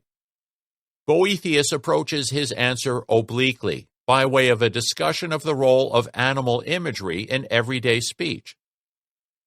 If a violent man and a robber burns with greed of other men's possessions, you say he is like a wolf. Another fierce man is always working his restless tongue at lawsuits, and you will compare him to a hound. Does another delight to spring upon men from ambushes with hidden guile? He is as a fox. Does one man roar and not restrain his rage? He would be reckoned as having the heart of a lion. Does another flee and tremble in terror where there is no cause of fear? He would be held to be as a deer. If another is dull and lazy, does he not live the life of an ass? One whose aims are inconstant and ever changed at his whims is in no wise different from the birds. If another is in a slough of foul and filthy lusts, he is kept down by the lusts of an unclean swine. Thus then a man who loses his goodness ceases to be a man, and turns into a beast. Wicked people repudiate their human essence and acquire the essence of a non-human animal. To appreciate this, it helps to set aside your 21st century ways of thinking and feel your way into Boethius's mindset. If a thing's essence defines what it is, then anything that loses its essence is no longer the thing that it was. In horror films, when people become vampires, they forfeit their humanity. They are transformed into a different sort of creature. Changes in a thing's appearance have no such drastic effects. We are quite accustomed to things changing their appearance. People might become pale, or dye their hair, or lose 10 pounds. But in each case, they remain the person that they were before. But suppose it were possible for them to lose their humanity, to literally cease being human, for instance, by becoming a vampire. If that could happen, it would be correct to say that each person ceased to exist and was seamlessly replaced by something else, someone or something with the very same appearance but quite a different essence. This is perhaps not quite as incredible as it might at first seem. Physics provides us with examples of things of one kind spontaneously morphing into things of another kind. This weird process happens in radioactive decay. Uranium, U-238, is a naturally occurring radioactive metal, which becomes thorium, Th-234, an entirely different element possessing a different chemical essence by spontaneously emitting alpha particles, particles composed of 2 neutrons and 2 protons. When a uranium atom emits an alpha particle, it ceases being uranium. In fact, the decay of uranium into thorium is only the first step of a long decay chain, consisting of 13 more transformations before eventually finally becoming lead. Radioactive decay provides a nice analogy for Boethius' theory of dehumanization. In becoming wicked, a person loses his human essence.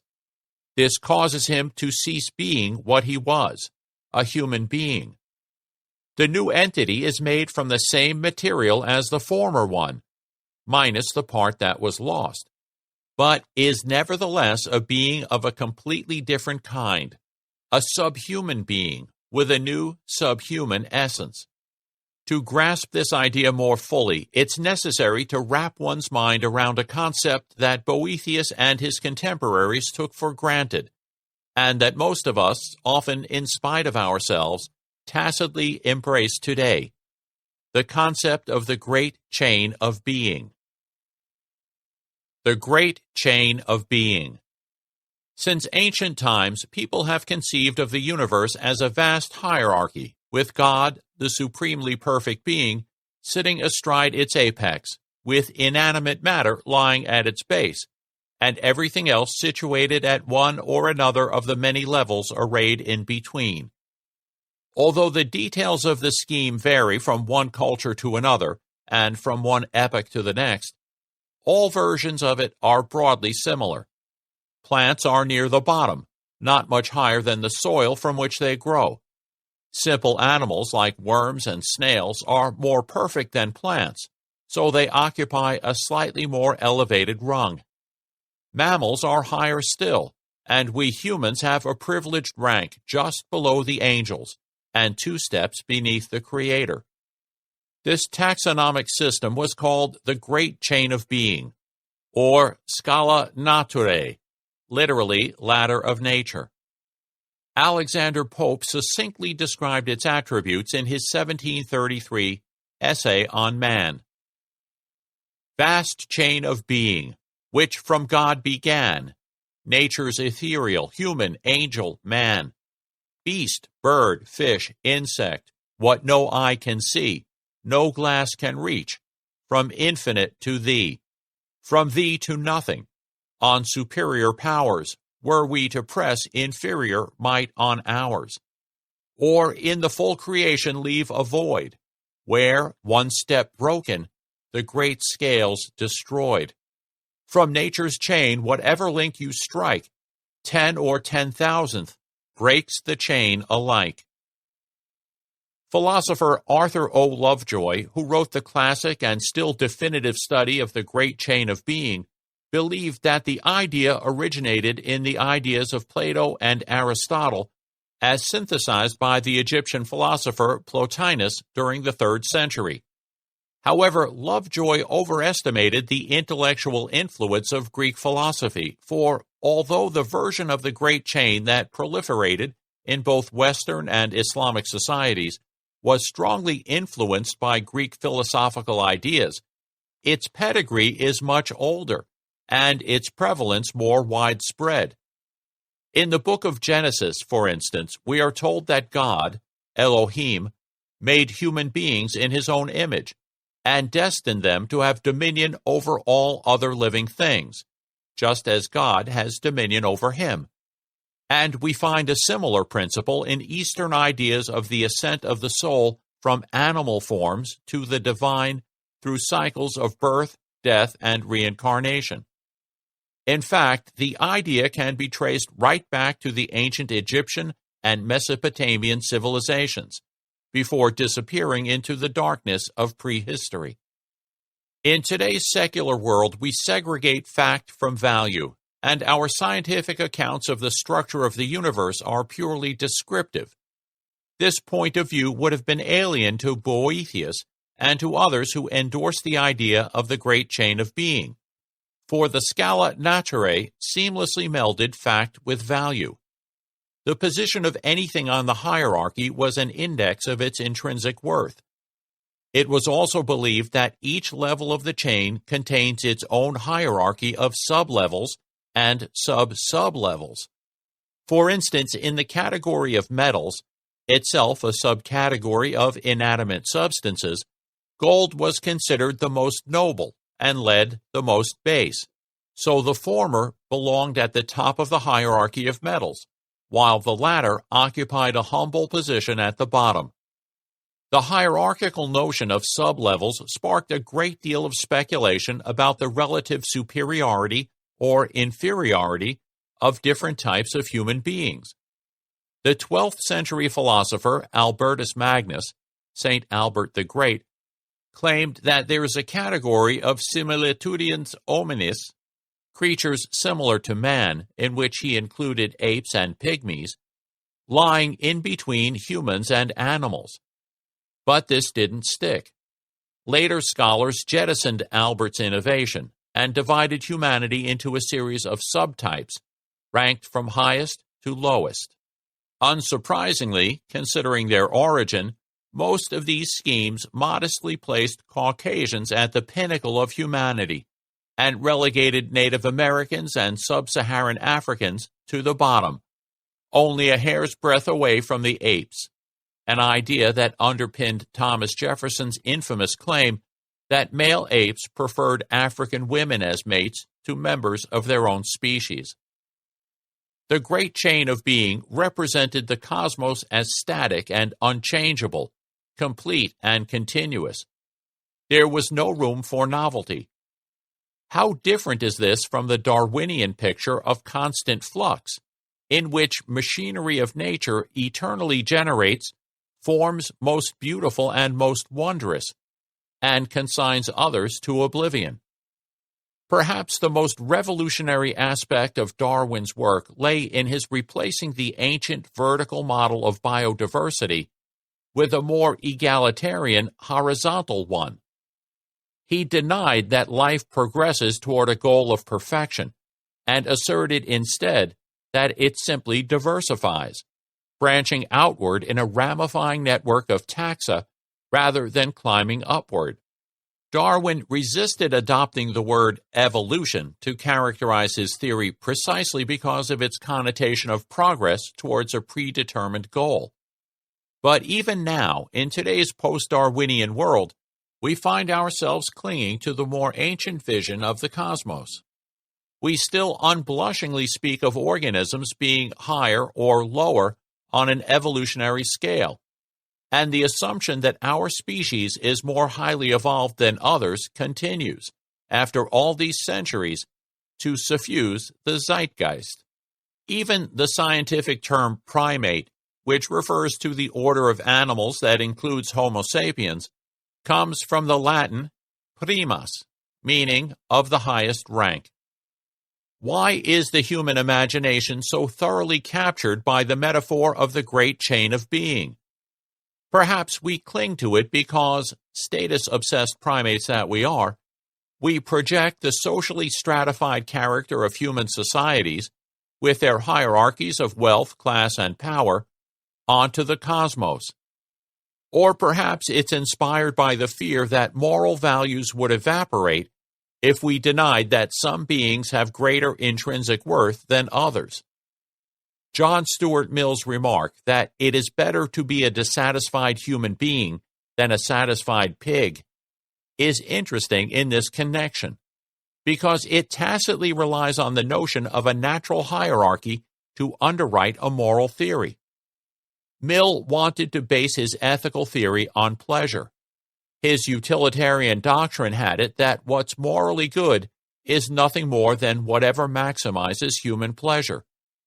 But Mill couldn't bring himself to accept that all pleasures are created equal, so he illicitly invoked the idea of higher and lower pleasures, which undermined the whole idea that moral value could be analyzed in terms of pleasure by sneaking moral rectitude in through the back door.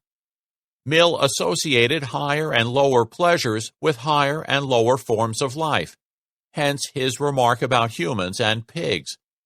But why should a pig's satisfaction be less worthy than a human's dissatisfaction?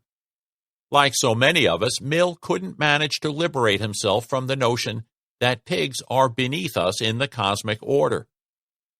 The great chain of being continues to cast a long shadow over our contemporary worldview. It's also a prerequisite for the notion of dehumanization, for the very notion of subhumanity, of being less than human, depends on it. Boethius pictured the world in ways that seem very strange from today's perspective. Later thinkers would not countenance the idea that human beings literally become transformed into subhumans, no matter how depraved they are. Instead, they would look for psychological explanations of why we imagine that others are less than human.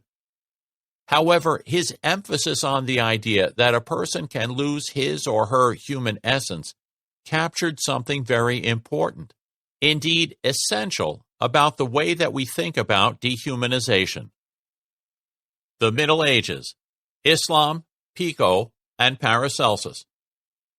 Reputation, reputation, reputation.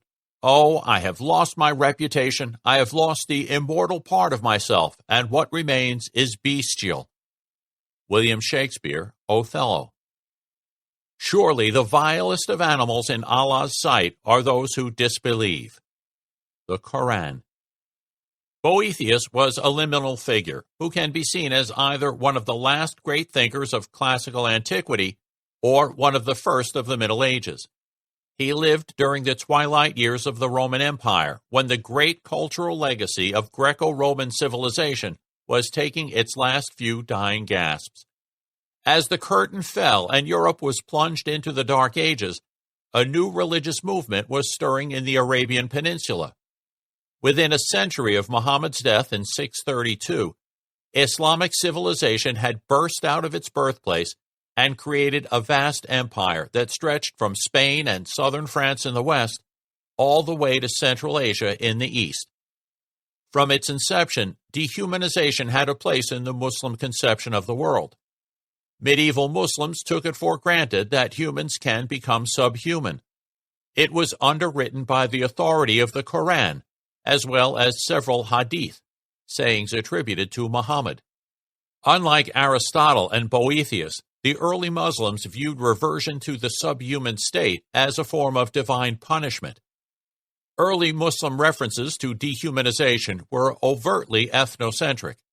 Almost without exception, the people who are transformed into subhuman creatures, specifically pigs, apes, and rats, are Jews. There are 3 verses in the Quran that describe the transformation of Jews into non-human animals as punishment. They are punished not because they are Jews, but rather because they transgressed the injunction in the Torah to refrain from working on the Sabbath. And well ye knew those amongst you who transgressed in the matter of the Sabbath. We said to them, Be ye apes, despised and rejected. Surah 2, verse 66. Say, shall I point out to you something much worse than this, as judged by the treatment it received from Allah? Those who incurred the curse of Allah and His wrath, those of whom some He transformed into apes and swine, those who worshipped evil, these are many times worse in rank and far more astray from the even path. Surah 5, verse 60.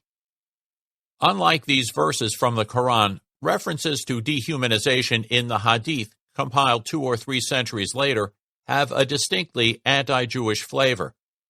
They describe how a group of Israelites were transformed into rats, how unbelievers are turned into monkeys and pigs, and how Abraham's father was transformed into an animal and hurled into the raging fires of hell. Whereas both Boethius and Aristotle entertained the idea that one could be outwardly human but inwardly subhuman, there's no trace of this idea in the Muslim texts dating from this period.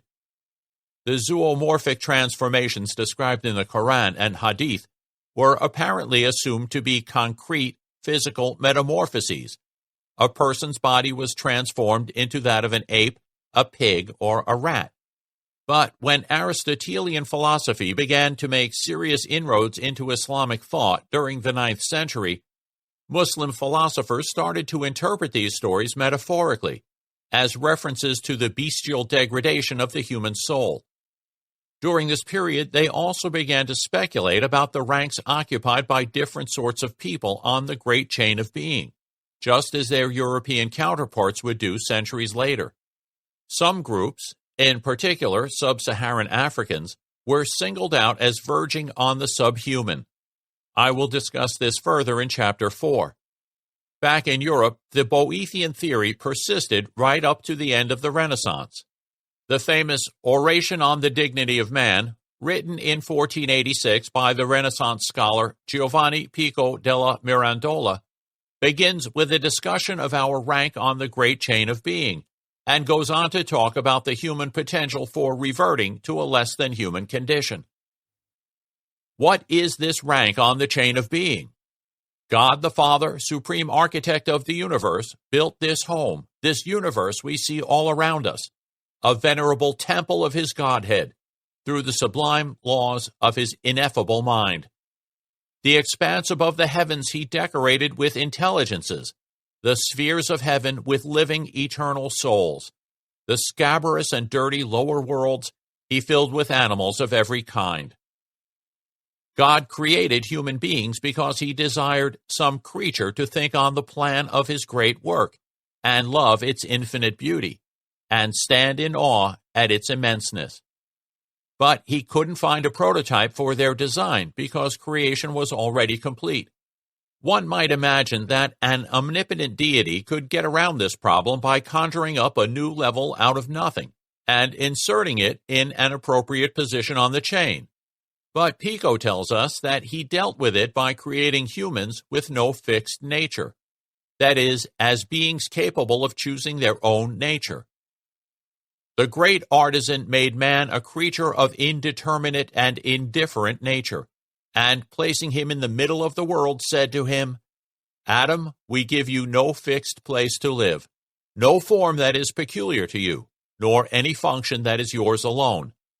According to your desires and judgment, you will have and possess whatever place to live, whatever form, and whatever functions you yourself choose. All other things have a limited and fixed nature prescribed and bounded by our laws. You, with no limit or no bound, may choose for yourself the limits and bounds of your nature. Pico believed that we are free to choose our position on the great chain, and that the ability to determine one's own destiny is a uniquely human attribute. Some people opt to ascend toward God, while others sink to the level of beasts. To you is granted the power of degrading yourself into the lower forms of life, the beasts, wrote Pico, and to you is granted the power, contained in your intellect and judgment, to be reborn into the higher forms, the divine. Pico's near contemporary, the larger-than-life Swiss physician Philippus Aureolus Theophrastus Bombastus von Hohenheim, or Paracelsus as he is conveniently called, also wrote about dehumanization. Whereas Pico believed that human beings freely choose their essence, Paracelsus held that human and subhuman elements strive within our nature. The idea that the animal and divine essences wrestle for dominance in the human soul was fairly standard theological fare during the medieval period. We find it, for instance, in St. Gregory the Great's Homily of the Gospel, as well as in the writings of Irish theologian Johannes Scotus Eriugena, both of whom informed their readers that human beings are composed of every creature. Paracelsus embraced a typically idiosyncratic version of the animal in man doctrine. In the words of historian of science William R. Newman, man has both a spiritual and an animal capacity, and that when one calls a man a wolf or dog, this is not a matter of simile but of identity. When someone acts in a bestial fashion, he therefore actualizes the beast within and literally becomes the animal whose behavior he imitates. This theory had obvious affinities with those expounded by Boethius and Pico, but its emphasis was slightly different. For Paracelsus, we become dehumanized by virtue of actualizing a subhuman potential, something that was in us all along, in a latent or suppressed state. By yielding to the beast within, we forego our humanity. From the medieval perspective, dehumanization was viewed as an actual transformation from a human to a subhuman state, caused by sinful behavior. All this would change with the dawning of the Enlightenment. The Enlightenment, David Hume and Immanuel Kant. Many of the Christians do not esteem, not look at us any otherwise than dogs. We are not beasts as you count and use us, but rational souls. Thomas Tryon, Friendly Advice to the Gentlemen Planters of the East and West Indies. It wasn't until over 1,000 years after Boethius' death that anyone made a start at developing a psychological account of dehumanization. The first person to take up the challenge seems to have been the Scottish philosopher David Hume. Hume was a child of the Enlightenment. Born in 1711, he was expected to follow in his father's footsteps and become an attorney.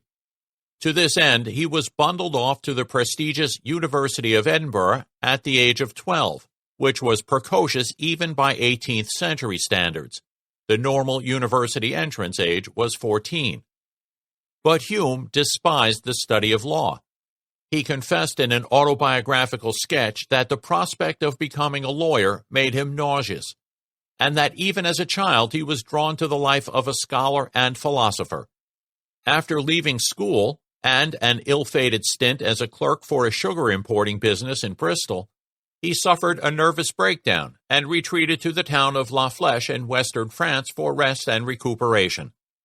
While there, Hume wrote his masterpiece, a book that was poorly received during his lifetime, but now stands as one of the greatest philosophical works in the English language, It was published in 2 installments in 1739 and 1740, under the title A Treatise of Human Nature.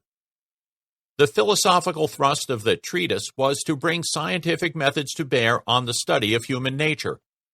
Science had made tremendous strides in the century or so before his birth, and the momentum of discovery was, if anything, accelerating during his lifetime.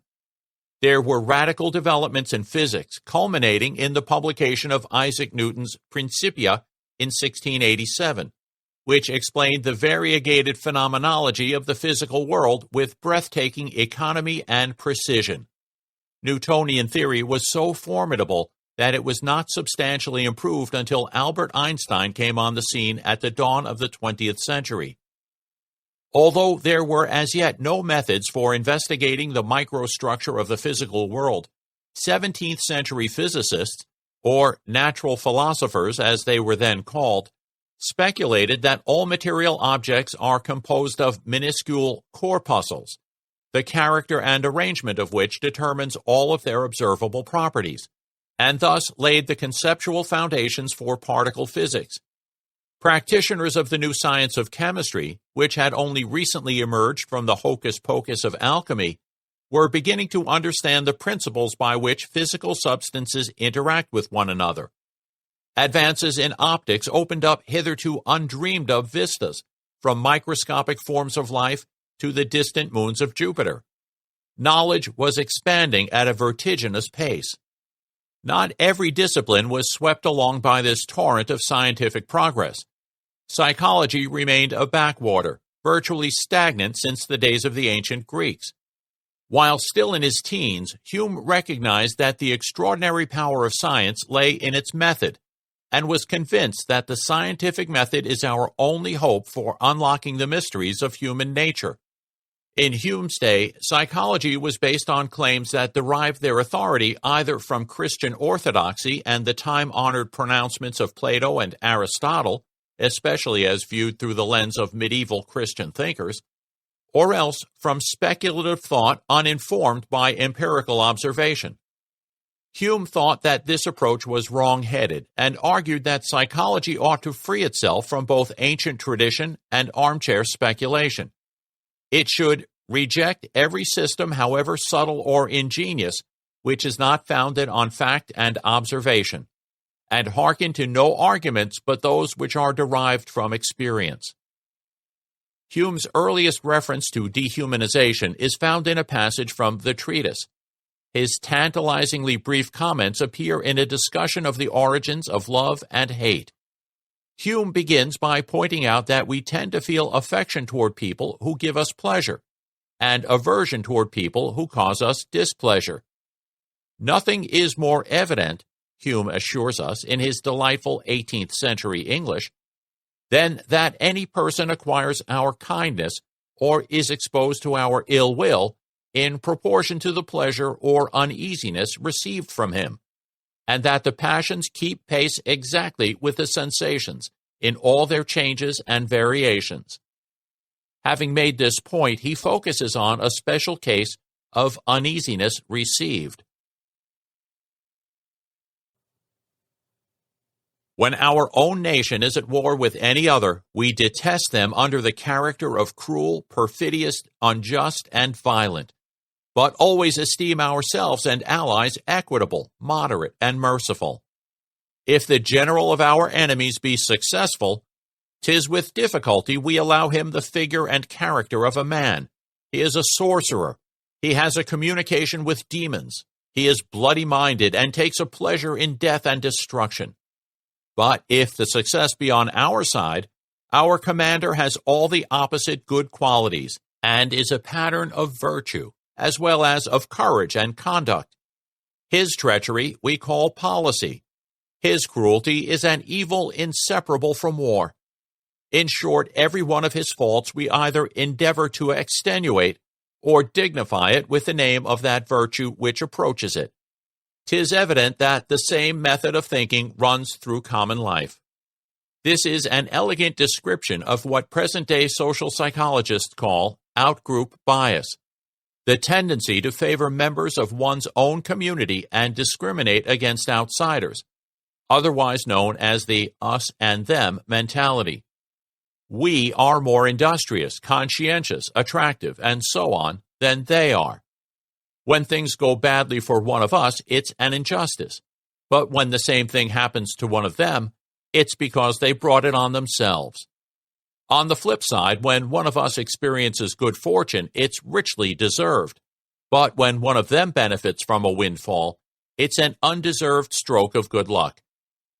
As the quoted passage shows, Hume thought that this principle applies to international relations just as much as it does to everyday life. And he was right. Jerome D. Frank's 1982 essay, Pre-Nuclear Age Leaders and the Nuclear Arms Race, lets the facts speak for themselves. Every so often, Gallup polls ask their respondees to select from a list of adjectives the 10 which best describe members of other nations. Back in 1942, Germany and Japan were our bitter enemies, and Russia was our ally. And in 1942, among the first 5 adjectives chosen to characterize both the Germans and the Japanese were warlike, treacherous, and cruel.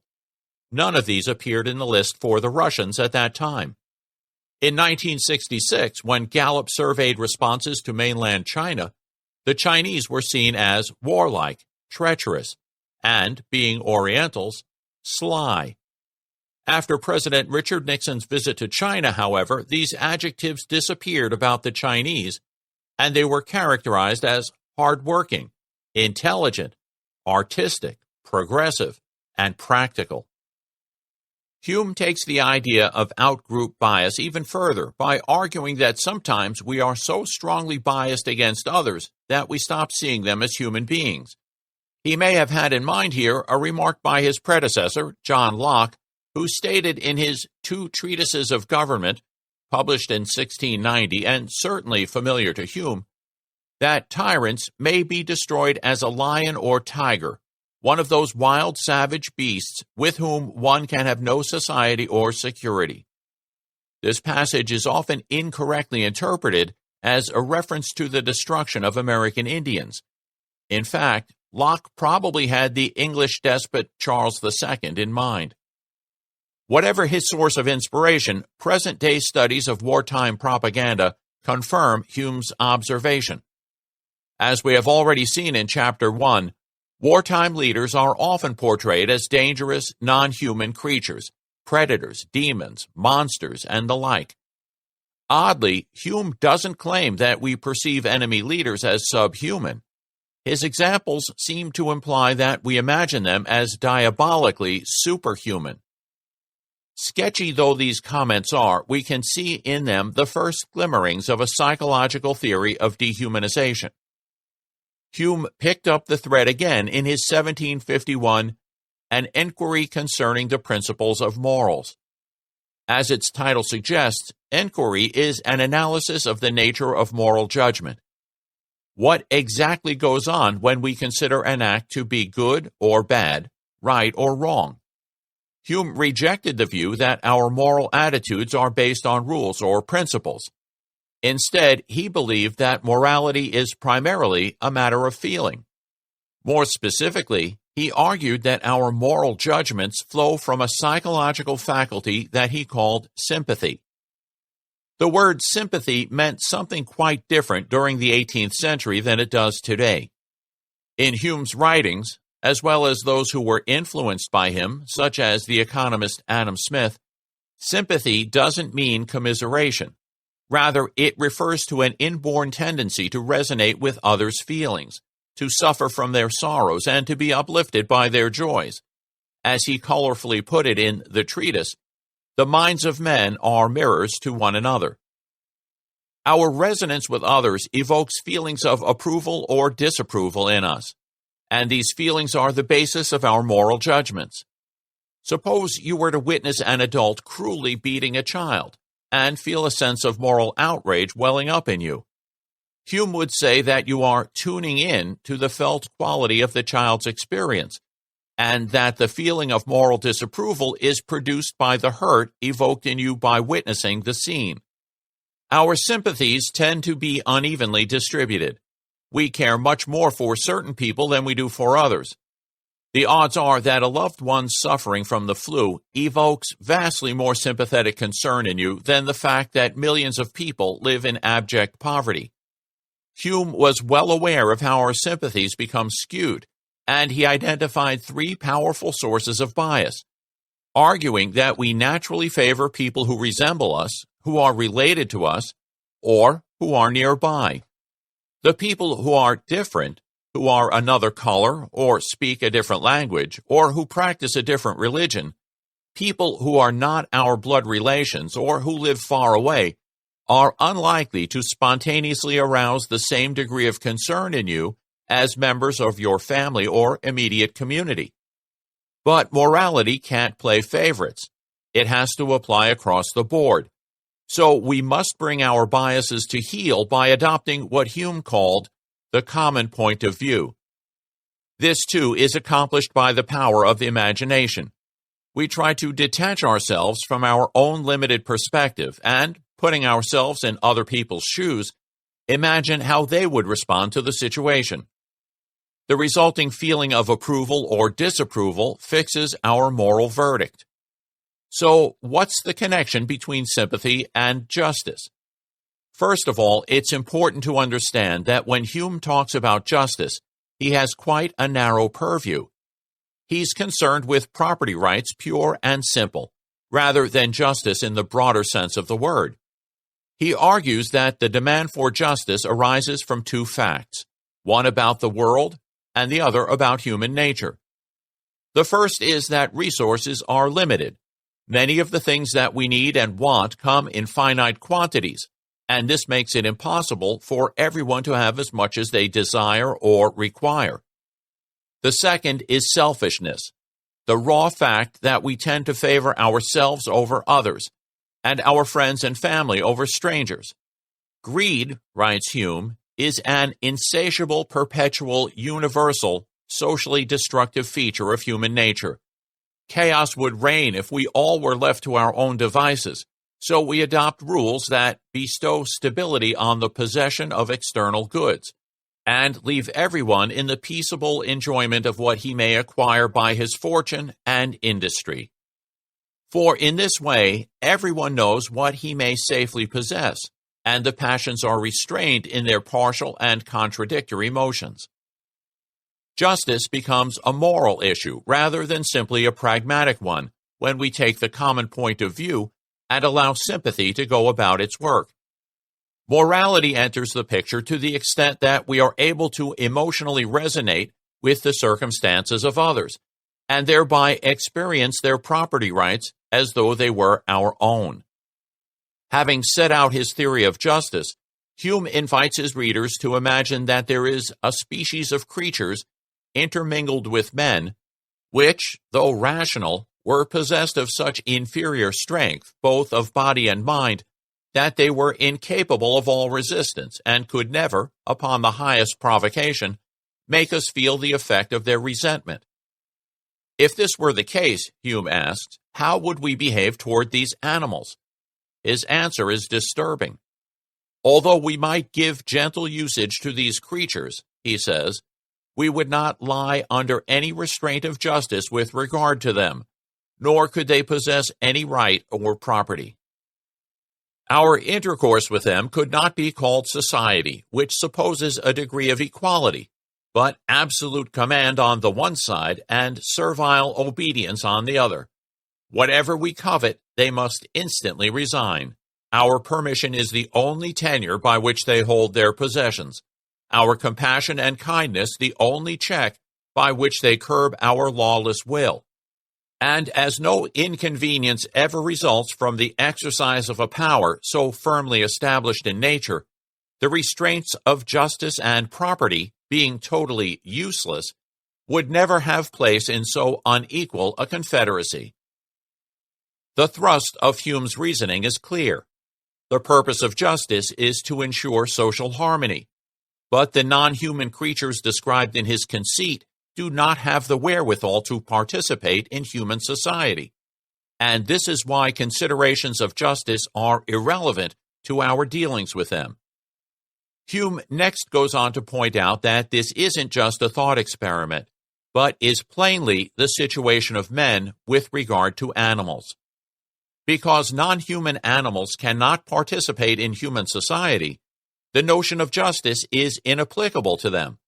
It is at this point that dehumanization enters the picture.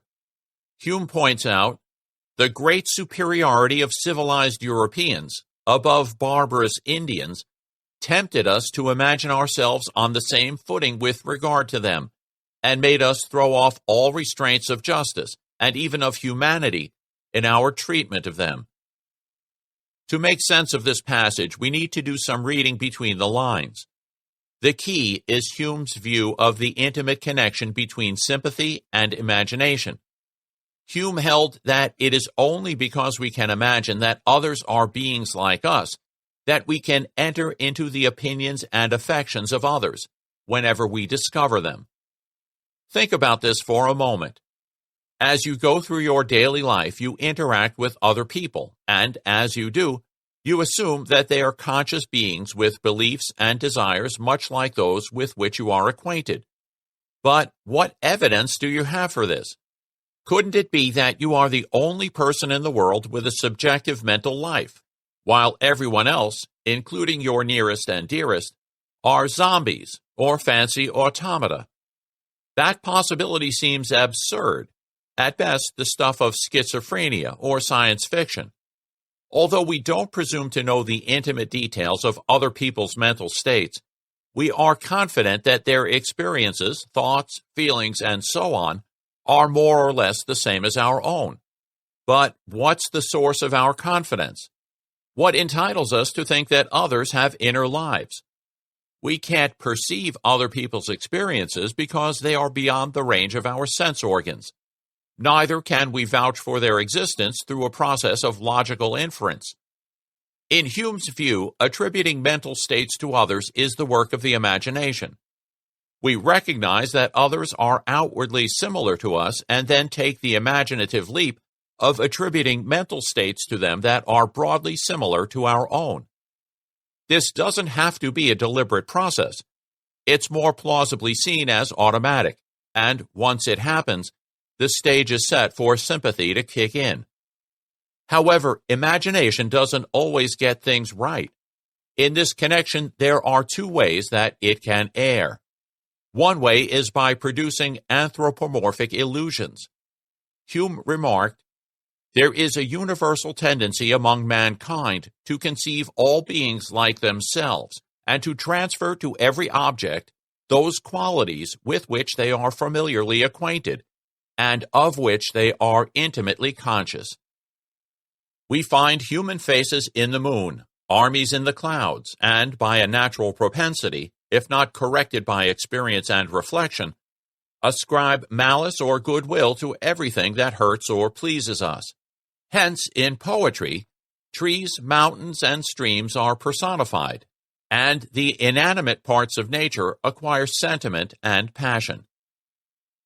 The second source of error is when imagination tricks us into believing that others aren't really human, and thereby prevents us from sympathizing with them.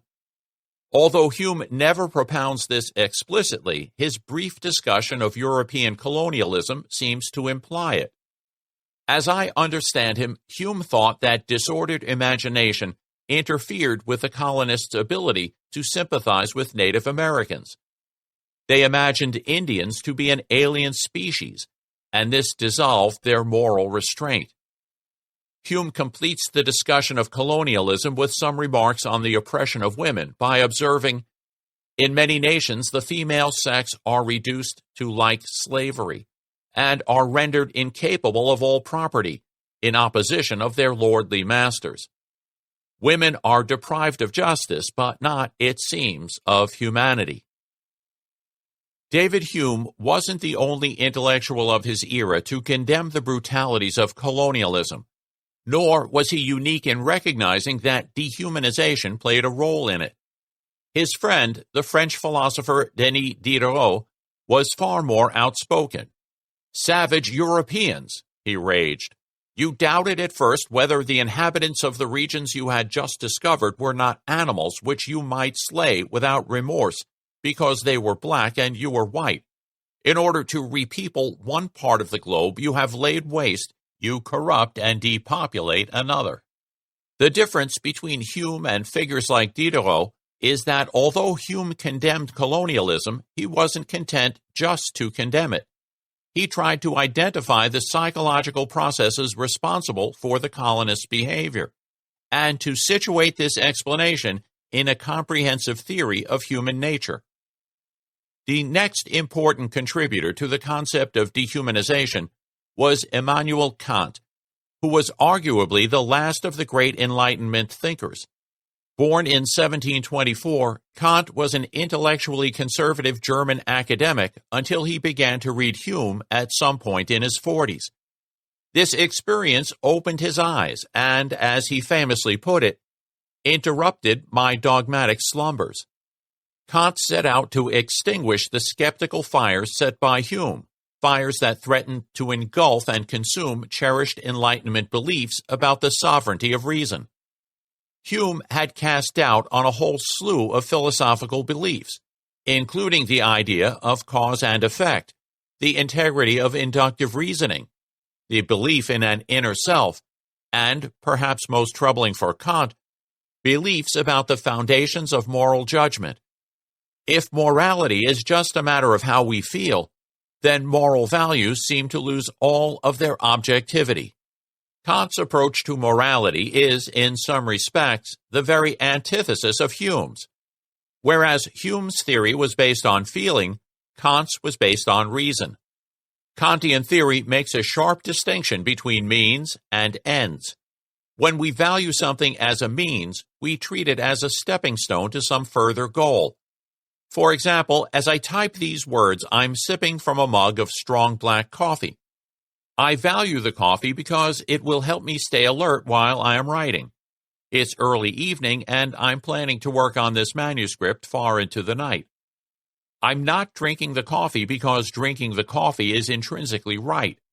I'm drinking it as a stepping stone to achieving something else. Sometimes we use other people as means to ends. My students use me as a means of getting an education, and I use them as a means of earning a living. But we don't relate to one another purely as means. I also value them as human beings, as they, I trust, value me. If we were to treat one another only as a means, our relationship would be mutually exploitative rather than respectful. These sorts of considerations are central to Kant's vision of an ethical life. He argued that we are duty-bound to treat humanity, whether in your own person or in the person of any other, always at the same time as an end, never merely as a means. Kant didn't extend this principle to our relationships with non-human animals. He thought that human beings have absolute worth, that is, value in and of themselves, and that, in this respect, people are altogether different in rank and dignity from things, such as irrational animals, with which one may deal and dispose at one's discretion. Unlike Hume, Kant believed that non-human animals have only a relative worth as means, and are therefore called things, whereas rational beings are called persons because their nature marks them out as an end in itself. Animals have neither property rights nor any moral standing. When he first said to the sheep, "The pelt which you wear was given to you by nature, not for your own use, but for mine," and took it from the sheep to wear it himself, he became aware of a prerogative which, by his nature, he enjoyed over all the animals, and he now no longer regarded them as fellow creatures, but as means and instruments to be used at will for the attainment of whatever ends he pleased. Kant thought that this has an important implication for our relationship with fellow human beings. This implies an awareness of the following distinction: man should not address other human beings in the same way as animals, but should regard them as having an equal share in the gifts of nature. Although he never discussed dehumanization as such, Kant recognized that people are prone to regard one another only as means. When we do this, we place others in the same category as subhuman creatures, and thereby exclude them from the universe of moral obligation. It then becomes morally permissible to deal and dispose of them as we please. The Rise of Anthropology, William Graham Sumner. A lot of guys really supported the whole concept that if they don't speak English and they have darker skin, they're not as human as us, so we can do what we want. Josh Middleton, U.S. Army 82nd Airborne Division. As the European powers consolidated their grip on Africa, Australia, and North America during the 18th and 19th centuries, settlers, missionaries, and explorers increasingly encountered cultures that were very different from their own. The relatively narrow domain of European scholarship was challenged and enriched by exposure to alien ways of life. And by the middle of the 19th century, the new discipline of social anthropology had emerged from the mix. The early anthropologists collected the strange and occasionally hair-raising stories brought back from overseas by missionaries, explorers, and soldiers of fortune, and used them to craft theories about human nature and the evolution of culture. Of course, no science deserving of the name can be based on anecdotes, and anthropologists began to realize around the turn of the 20th century that they needed more rigorous methods for gathering data. When they eventually got up from their plush Victorian armchairs and started observing cultures firsthand, they noticed that people everywhere tended to think of their own culture as superior to everyone else's. In 1907, Yale University sociologist William Graham Sumner gave this tribal tendency a name. He called it ethnocentrism. As Sumner described it, ethnocentrism is the belief that one's own group is the center of everything, and all others are scaled and rated with reference to it. Each group nourishes its own pride and vanity, boasts itself superior, exalts its own divinities, and looks with contempt on outsiders. As ethnographic research grew more extensive, Sumner's claims were amply confirmed. The most extravagant expression of ethnocentrism is the belief that the members of one's own culture are the only true human beings, and it's at this point that ethnocentrism begins to shade into dehumanization. Sumner illustrates the point with a number of examples. When the Caribs were asked whence they came, they answered, "We alone are people." The meaning of the name Kiowa is real or principal people. The Lapps called themselves men, or human beings. The Tunguzes call themselves men. As a rule, it is found that native peoples call themselves men. Others are something else, perhaps not defined, but not real men. In myths, the origin of their own tribe is that of the real human race. They do not account for the others. Over 3 decades later, Franz Boas, who is credited as the founder of modern cultural anthropology, observed that, among many primitive people, the only individuals dignified by the term human beings are members of the tribe. It even happens in some cases that language will designate only tribal members as he or she, while all foreigners are it, like animals. A quick survey of Native American tribal names drives the point home. Many Native American tribes, including the Inuit, Tanina, Chippewan, Navajo, Kutchin, Innu, Klamath, Apache, Mandan, Comanche, Ute, Hurok, and Cheyenne, refer to themselves as the human beings, as do contemporary Germans. The word Deutsch comes from an Indo-European root meaning human beings. Nowadays, the word ethnocentrism is used to express moral disapproval. Accusations of ethnocentrism are almost always used to disparage blinkered Western views of indigenous cultures. But Sumner used it in a descriptive way rather than as an evaluation. Of course, it's true that Westerners often display ethnocentric biases toward Aboriginal people. But, as we've seen, It's equally true that Aboriginal communities often think of Westerners and members of other Aboriginal groups as less than human. Napoleon Chagnon, an anthropologist best known for his studies of the Yanomamo of Brazil and Venezuela, and who will return in Chapter 7, gives an engaging account of his experience at the receiving end of tribal ethnocentrism. When he first made contact with the Yanomamo, they were pushy. They regarded me as subhuman or inhuman. They treated me very badly. But eventually, more and more of them began to regard me as less of a foreigner or a subhuman person, and I became more and more like a real person to them, part of their society. Eventually, they began telling me, almost as though it were an admission on their part, "You are almost a human being. You are almost a Yanomamo."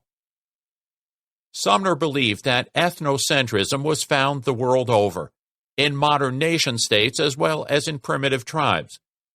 Each state now regards itself as the leader of civilization, he wrote, the best, the freest, and the wisest, and all others as inferior.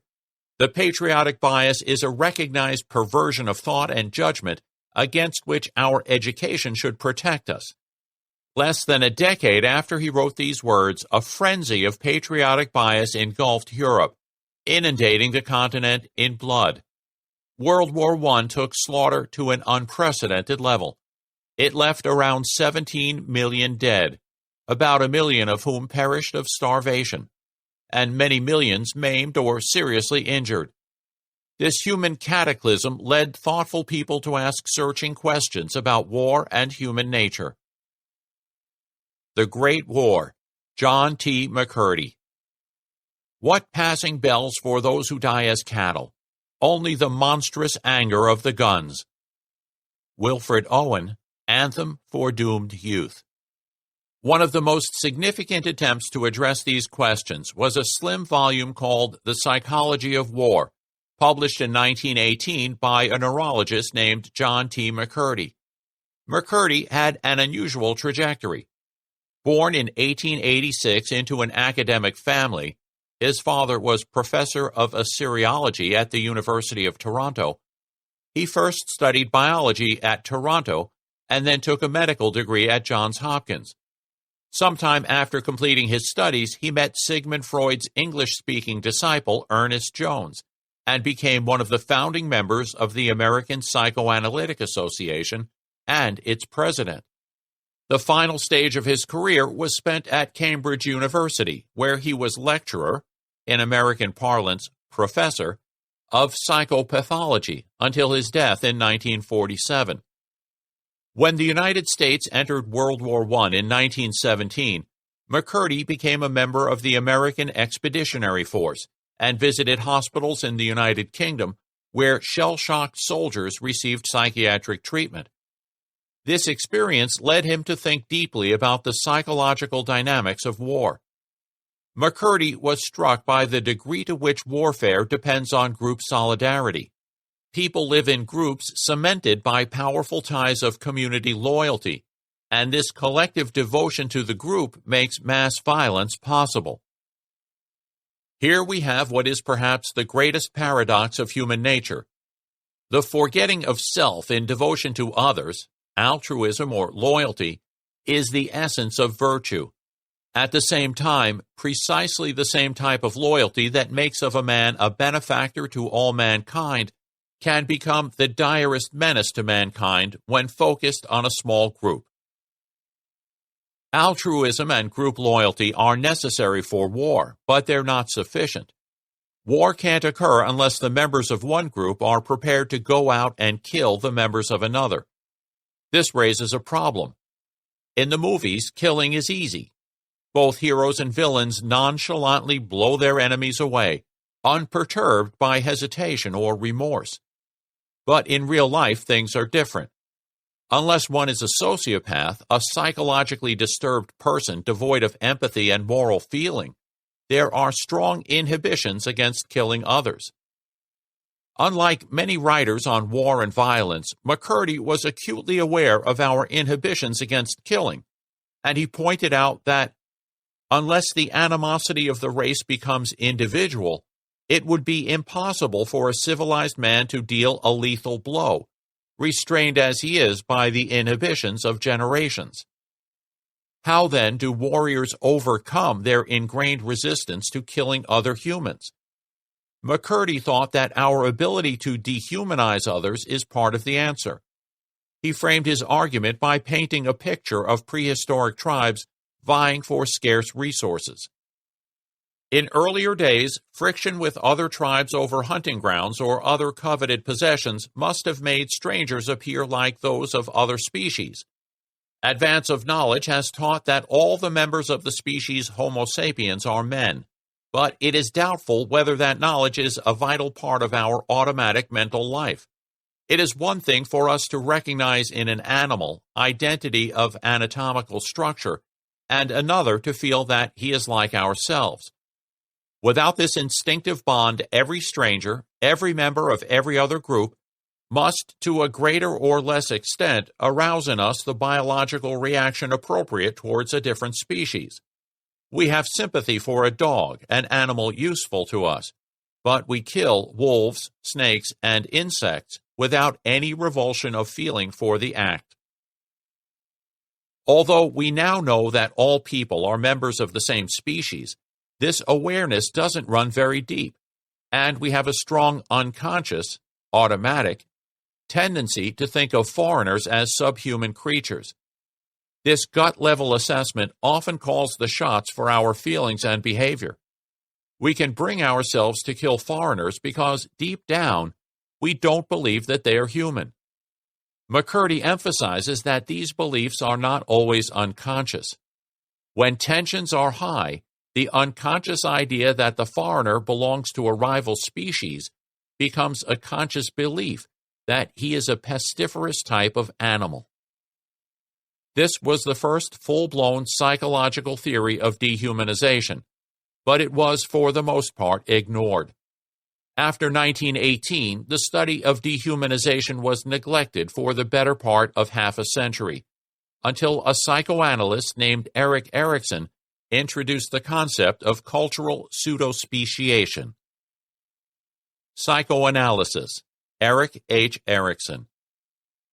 And mercy on our uniform, man of peace or man of war, the peacock spreads his fan. Leonard Cohen, The Story of Isaac. Erich Homburger Erikson led an unlikely life. Born in Germany in 1902, the child of his Danish mother's extramarital affair, Erikson's formal education ended with high school. After that, he took to the road, hitchhiking across Europe and eking out a living as an itinerant artist. At the age of 25, he drifted into Vienna and found a summer job as an elementary school teacher. The Hitzig school, where the young Erikson found himself, was not an ordinary one. It was a liberal experimental school founded by Sigmund Freud's daughter Anna and her longtime companion, Dorothy Tiffany Burlingham. Erikson flourished in the vaguely bohemian ambience of both the school and Viennese psychoanalytic scene, and with Anna's encouragement and support, he remained in Vienna and became a psychoanalyst. 5 years later, Hitler was sworn in as Chancellor of Germany, and many members of the predominantly Jewish psychoanalytic movement saw the writing on the wall. They fled Austria and Germany, initially to France, Belgium, and Scandinavia, and later, as the Nazi shadow lengthened, to Latin America, Great Britain, and the United States. Erikson was part of this diaspora. He arrived in New York City in 1933 and became an American citizen in 1938, the same year that Austrians lined the streets welcoming German troops into Vienna with shouts of Heil Hitler, and the elderly Sigmund Freud fled to London to die, as he put it, in freedom. Erikson's move to America marked the start of his meteoric rise to intellectual celebrity. After a series of influential publications, and still with only a high school diploma behind him, he was offered a special professorship at Harvard University, where he remained until his retirement at the age of 68. The question of how culture shapes identity was the axis around which Erikson's work revolved. He was fascinated by the fact that although all human beings are all members of the same species, we tend to treat the members of different cultures as different kinds of beings. This invites a comparison with biological taxonomy. Just as biological lineages bifurcate to form separate species, human populations coalesce into separate cultures. Human cultures are artificial species, or more accurately, pseudospecies. Erikson introduced the term pseudospecies in 1966 at a meeting of the Royal Society of London. The famous Austrian biologist Konrad Lorenz was in the audience and suggested that he use the term cultural pseudospeciation to describe the process of cultural differentiation. Erikson adopted Lorenz's advice. The term caught on and proliferated rapidly through the social science literature. Erikson wrote surprisingly little on pseudospeciation. It's mentioned in passing in several of his writings, but he only wrote one short paper specifically devoted to it, and that paper is less than 4 pages long. Here's how Erikson defined it. The term denotes that while man is obviously one species, he appears and continues on the scene split up into groups, from tribes to nations, from castes to classes, from religions to ideologies, and, I might add, professional associations, which provide their members with a firm sense of unique and superior human identity, and some sense of immortality. Ritualistic paraphernalia such as pelts, feathers, and paints, and eventually costumes and uniforms, as well as tools and weapons, roles and rules, legends, myths, and rituals, confirm and reinforce these cultural identities. But pseudospeciation is not all sweetness and light. It's also the basis for mass violence and oppression. What has rendered this process a potential malignancy of universal dimensions, however, is that in times of threatening technological and political change and sudden upheaval, the idea of being the preordained foremost species tends to be reinforced by a fanatic fear and anxious hate of other pseudospecies. It then becomes a periodic and often reciprocal obsession of man that these others must be annihilated, or kept in their places by periodic warfare. It's important to be clear about what Erikson was and wasn't saying. There are 2 points to be made in this connection.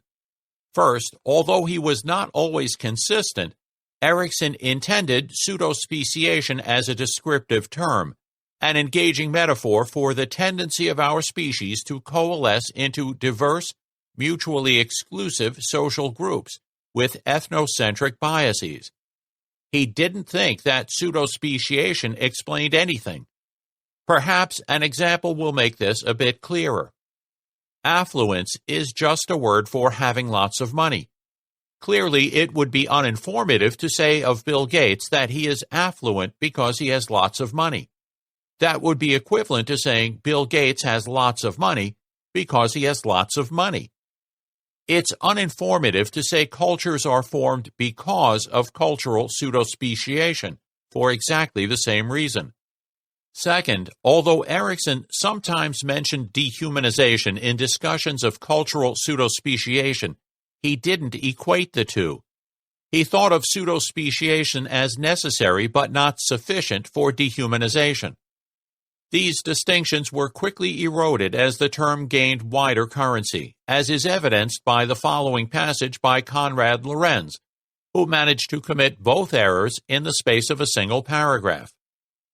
The dark side of pseudospeciation is that it makes us consider the members of pseudospecies other than our own as not human, as many primitive tribes are demonstrably doing, in whose language the word for their own particular tribe is synonymous with man. From their viewpoint, it is not strictly speaking cannibalism if they eat fallen warriors of an enemy tribe.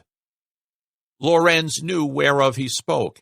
During the 1930s, he had been an active member of the Nazi Party and endorsed their racial policies. For example, he wrote in 1940 in the German periodical der Biologe that there is a certain similarity between the measures which need to be taken when we draw a broad biological analogy between bodies and malignant tumors on the one hand, and a nation and individuals within it who have become asocial because of their defective constitution on the other hand. Fortunately, the elimination of such elements is easier for the public health physician and less dangerous for the supra-individual organism than such an operation by a surgeon would be for the individual organism. Erickson never even gestured toward an explanation of why cultural pseudospeciation occurs. Explaining it as a byproduct of culture would put the cart before the horse. Cultural diversity is supposed to be the outcome of pseudospeciation, so it can't also be its cause. Clearly, if we want to discover why cultures form, we must look in the pre-cultural domain for an explanation. To do this, we need to turn to biology and consider the evolutionary forces that shaped the human animal. Biological roots: Lorenz, Eibel Ebersfeld, and Goodall. On the outer door of a mall in my town is a sign, "No animals allowed." Look inside, however, and one sees dozens of human animals, browsing through clothing racks or standing behind cash registers. On what do people base their certainty that the term animals does not apply to them? Marion Schultmeyer, What is Human? When Erickson introduced the concept of pseudospeciation in 1966, there were a number of prominent biologists present, including Konrad Lorenz, who took up the concept and included a short discussion of it in his 1966 book, On Aggression. But Lorenz was not the only biologist who found the concept of pseudospeciation useful. During the late 1960s and early 1970s, there was a growing interest in biological explanations of human behavior. In Austria, the new field of human ethology was being pioneered by Lorenz's colleague, Irenaeus Eibel Ebersfeld, who used principles derived from the study of animal behavior to explain the behavior of Homo sapiens. At the same time, a small group of Harvard biologists, spearheaded by E.O. Wilson, was developing the new discipline of sociobiology, the biological study of social behavior, including human social behavior. Scientists from both of these groups adopted the concept of cultural pseudospeciation. Perhaps the best way to explain why biologists were attracted to the notion of pseudospeciation is to start with some reflections on culture. Many people, both inside and outside the academy, assume that culture is what sets human beings off from the rest of the animal kingdom. It is common, especially in the humanities, to dichotomize biology and culture, and to assume that this binary opposition defines an unbridgeable gulf between human beings and other animals. But nature dislikes yawning dichotomies. It is continuous rather than discrete, preferring subtle gradations to abrupt discontinuities. Perhaps then behavior of non-human animals can disclose the driving forces behind human culture. Many animals spend their lives in close-knit communities.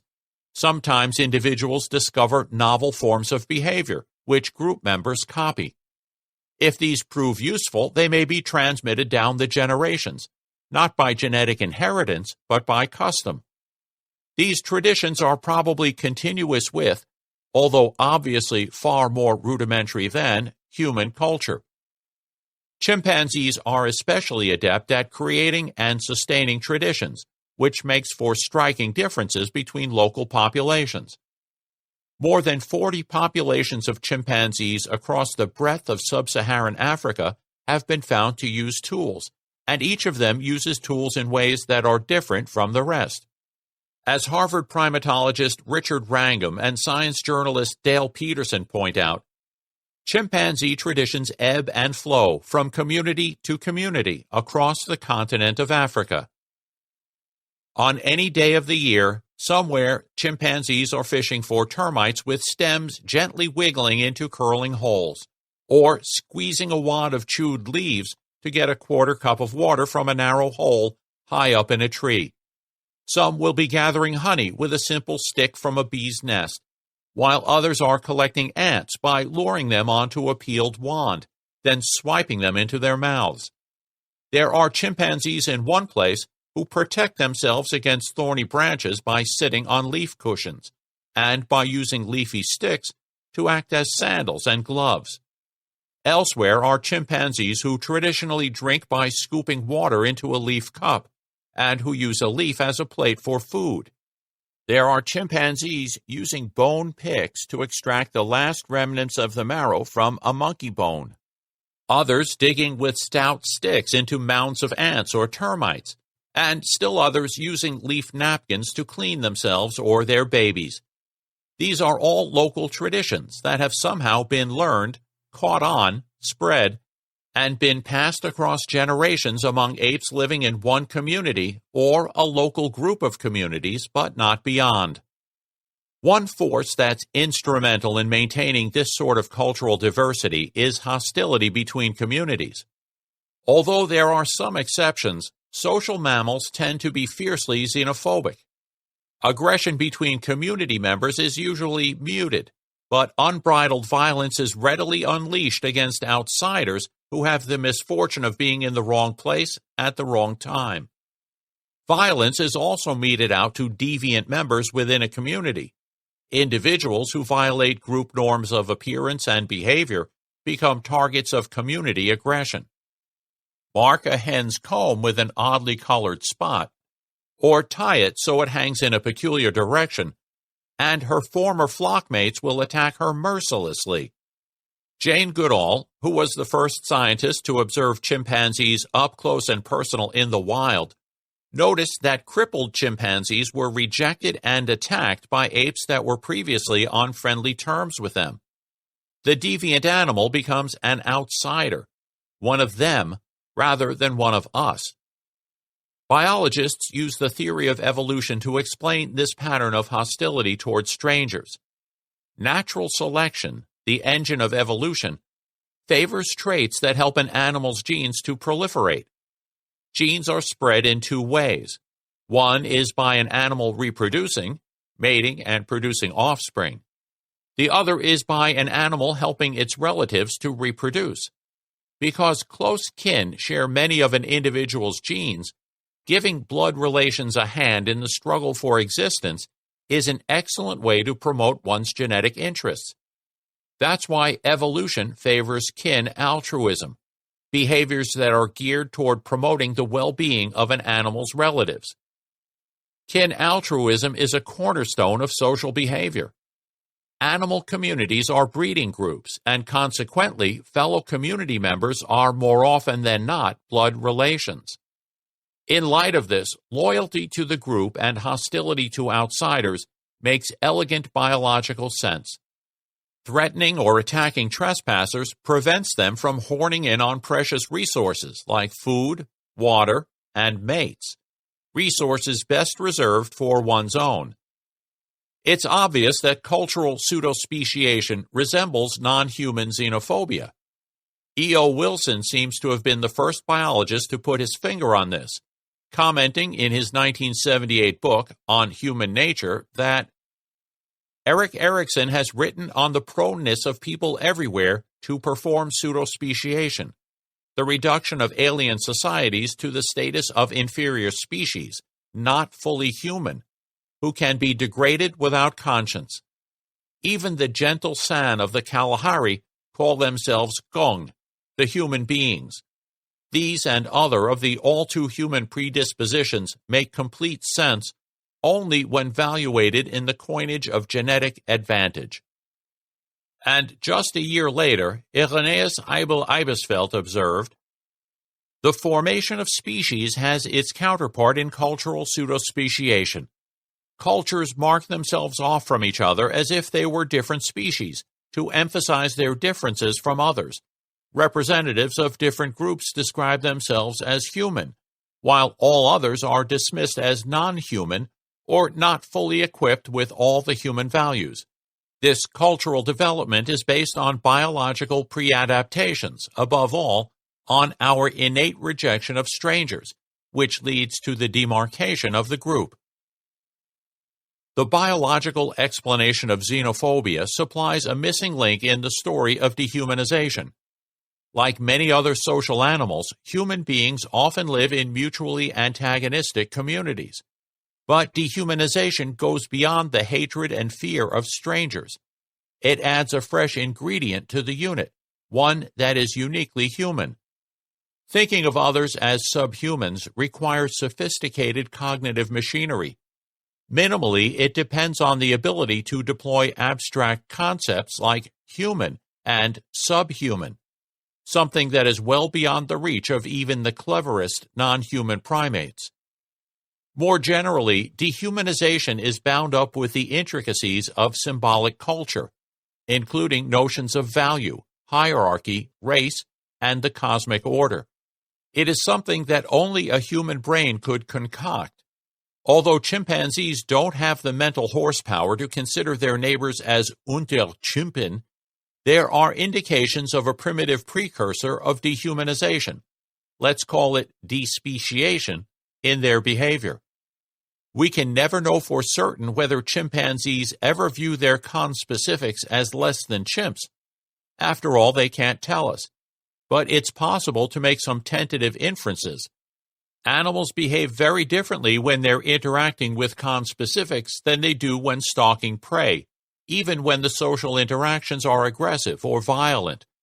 Same-species aggression typically involves a lot of posturing.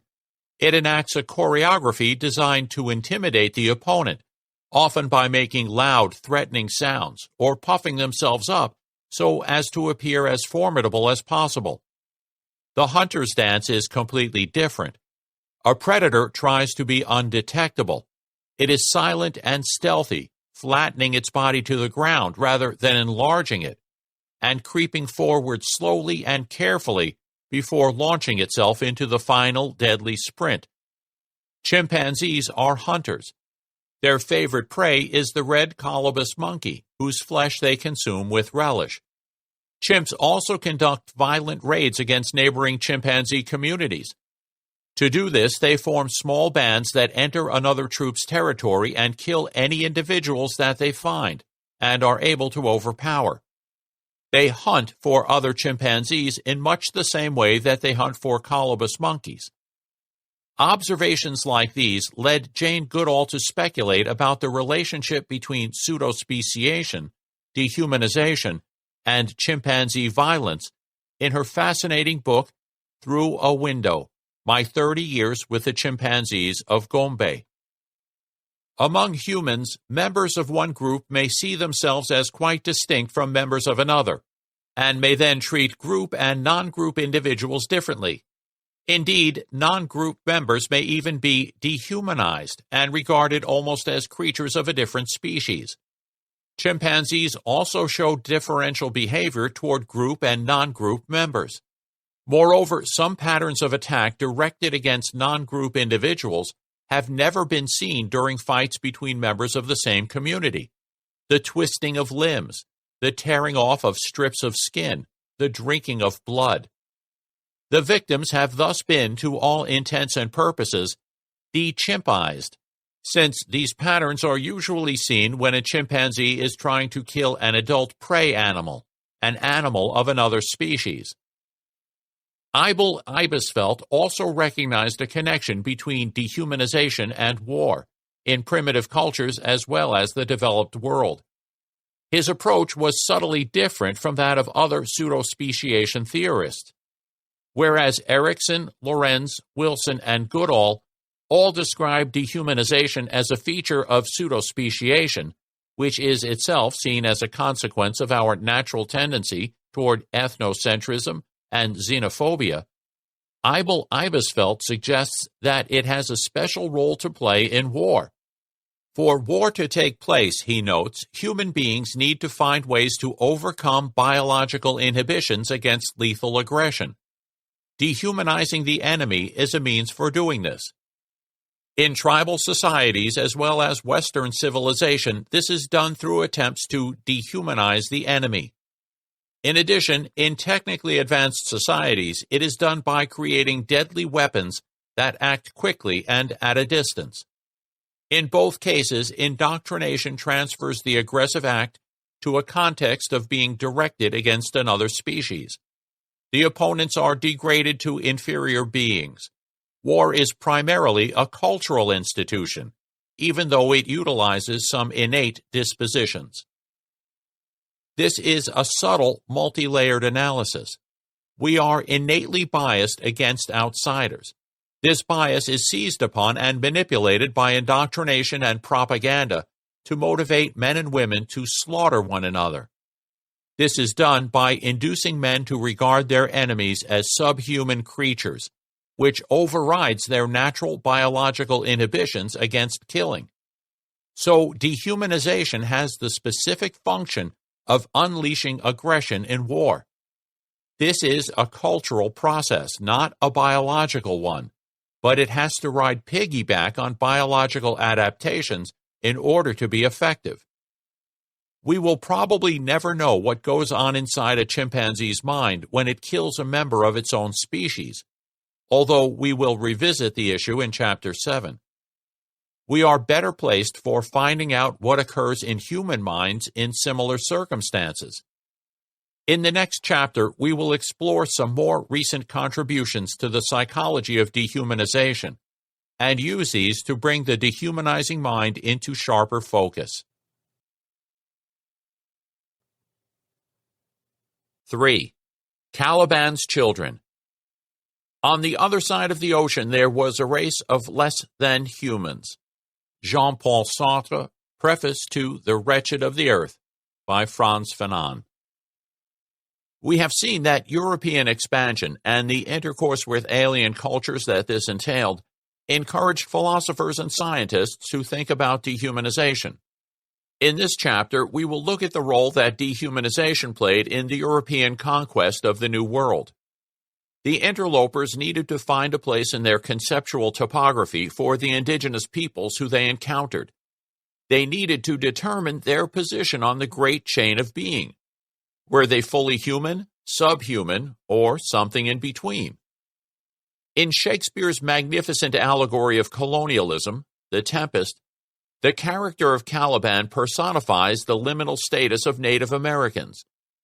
A ship's crew is marooned on an island somewhere in what Shakespeare calls the Brave New World, where they find and enslave Caliban, an entity who is presented as barely human, a howling monster, abominable monster, man-monster, a thing most brutish, filth, a thing of darkness, not honored with human shape. Subhumanity is intrinsic to Caliban, for he is a devil, a pure devil, on whose nurture can never stick. But there are also strains of humanity in Caliban, who suffers from his mistreatment, is aware that he is exploited, and who recognizes that he has been robbed of birthright. After 4 centuries, Caliban remains an iconic representation of the colonized. Our symbol, declares Cuban poet Fernández Retamar on behalf of present-day mestizos, is Caliban. I know of no other metaphor more expressive of our cultural situation, of our reality. What is our history? What is our culture, if not the history and culture of Caliban? After discussing the conquest and colonization of North and South America, I will use this as a springboard for extending the analysis of dehumanization. By the end, I will have uncovered an essential feature of dehumanization, one that I will build upon in the chapters to follow. Death in a Brave New World. Malignant lividities and putrid ulcers often grow in the human soul, that no beast becomes at the end more wicked and cruel than man. Polybius, The Histories. The story of the American Holocaust begins, like so many stories in the history of Europe, with the Jews. After having expelled the Jews from your realms and dominions, wrote Christopher Columbus at the beginning of his first voyage, Your Highness ordered me to proceed with a sufficient fleet to the said regions of India. Columbus addressed these words to King Ferdinand and Queen Isabella of Spain, who had, just over a month earlier, confronted the Jews of Spain with a gut-wrenching dilemma, ordering them to convert to Christianity or leave the country. Those who chose to leave rather than betray their faith would have all of their valuables confiscated, and anyone who remained but did not comply with the edict would be put to death. Most decided to leave. They knew that as nominal Christians, they would continue to live in terror. Constantly under suspicion of practicing their religion clandestinely, many conversos had already been tortured and executed. The Christians despised them and called them marranos, pigs. Jews were not the only targets. Christian armies had only recently won back southern Spain from the Moors, and, like the marranos, the moriscos, Muslims who ostensibly converted to Christianity, were enshrouded in an aura of distrust and contempt. Referred to as wolves, ravens, dogs, and evil weeds, a little over a century later, they too would become victims of wholesale ethnic cleansing. When Columbus set sail from Palos de la Frontera in southwestern Spain, the harbor was glutted with Jewish refugees trying to escape before the final curtain fell. It was pitiful to see their suffering, wrote one eyewitness. Many were consumed by hunger. Half-dead mothers held dying children in their arms. Columbus turned his back to the human catastrophe unfolding in Europe and headed west.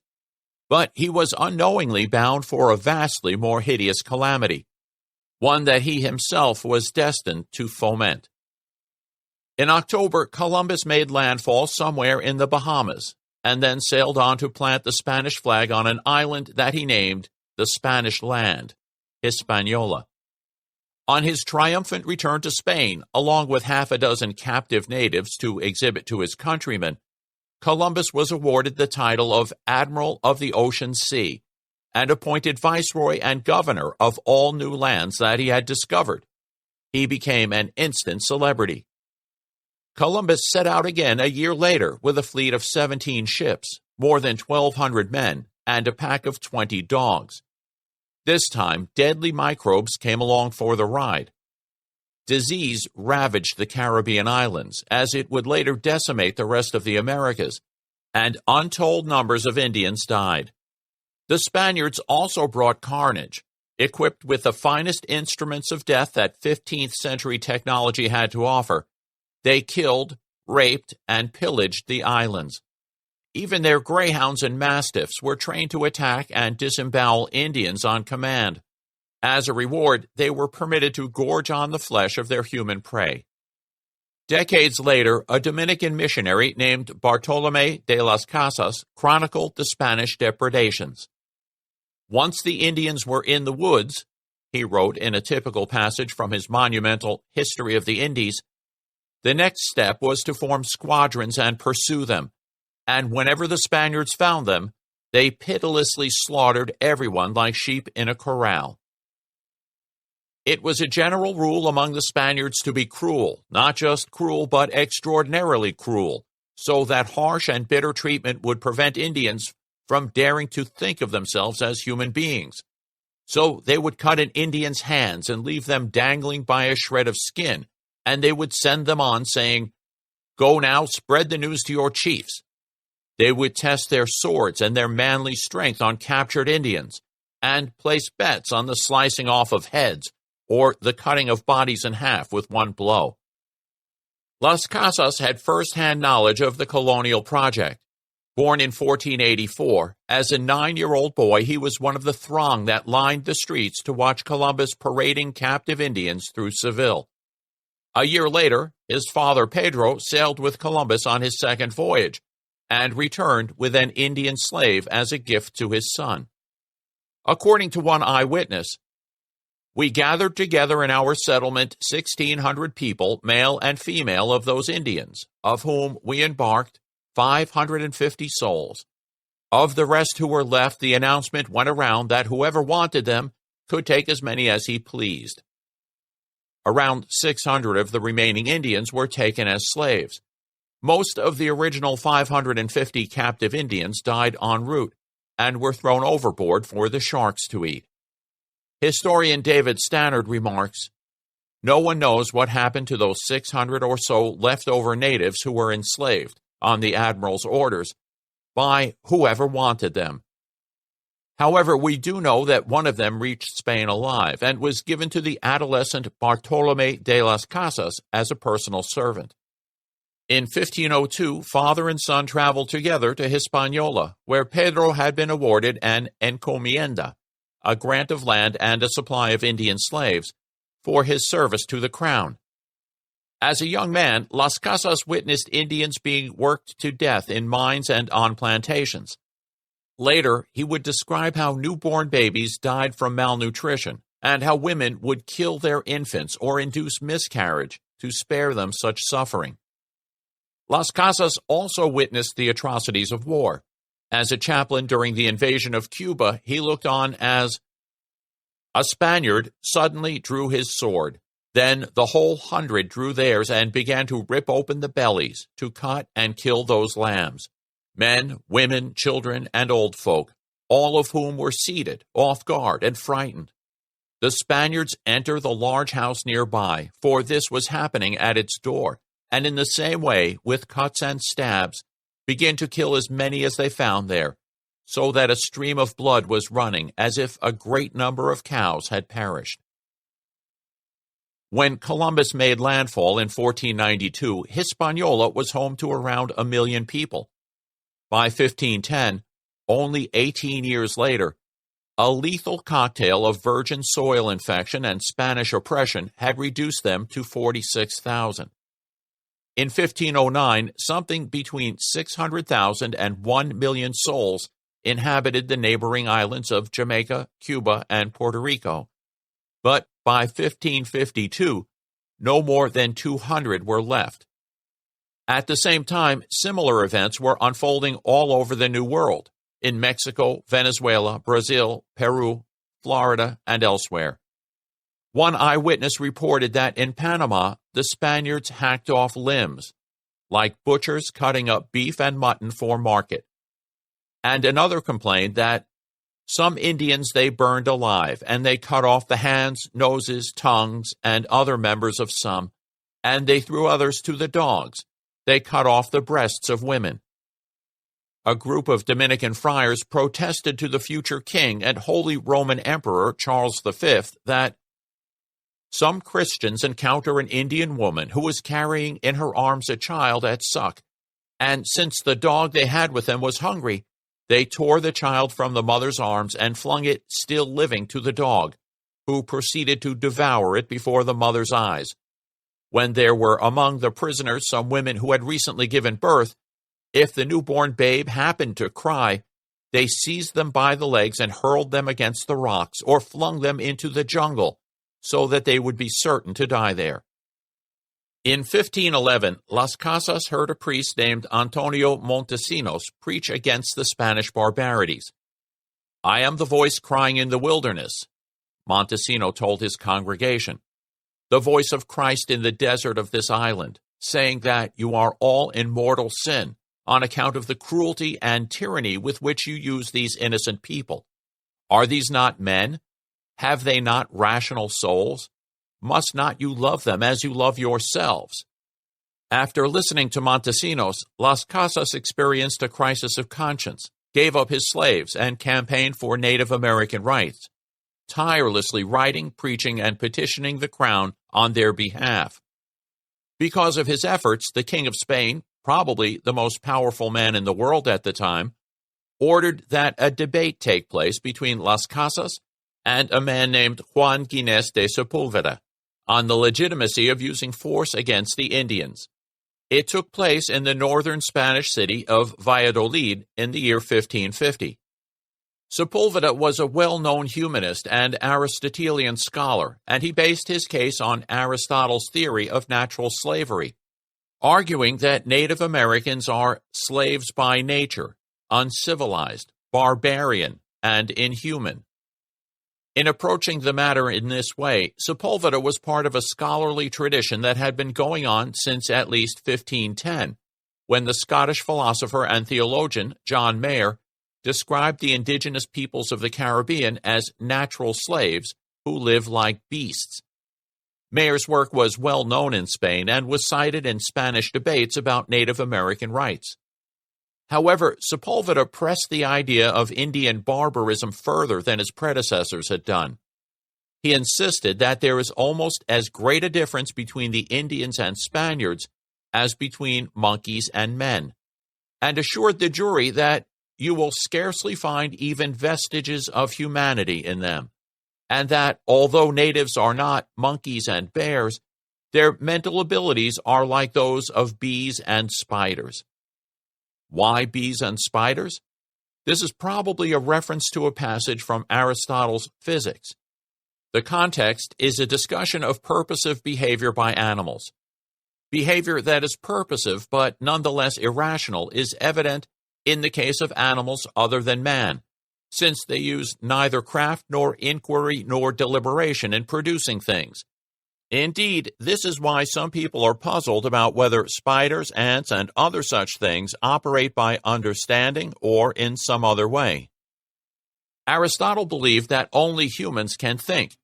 So, in comparing the behavior of Indians to that of spiders and ants, Sepulveda implicitly denied that they are rational, and therefore human, beings.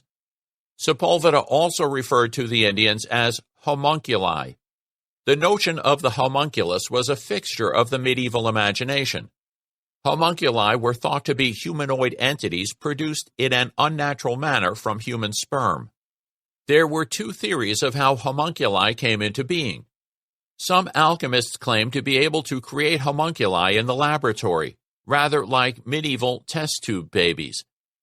A writer known as Pseudo-Thomas, thus named because he tried to pass his writings off as authored by Thomas Aquinas, described an experiment in which one takes the semen of a man and places it in a clean vessel under the heat of dung for 30 days, after which a man having all the members of a man is generated there. Pseudo-Thomas claimed that although this creature would outwardly resemble a human being, it would not possess a human soul. Pseudo-Thomas lifted this story from the writings of the 9th century Arab alchemist Abu Bakr Muhammad ibn Zakaria al-Razi.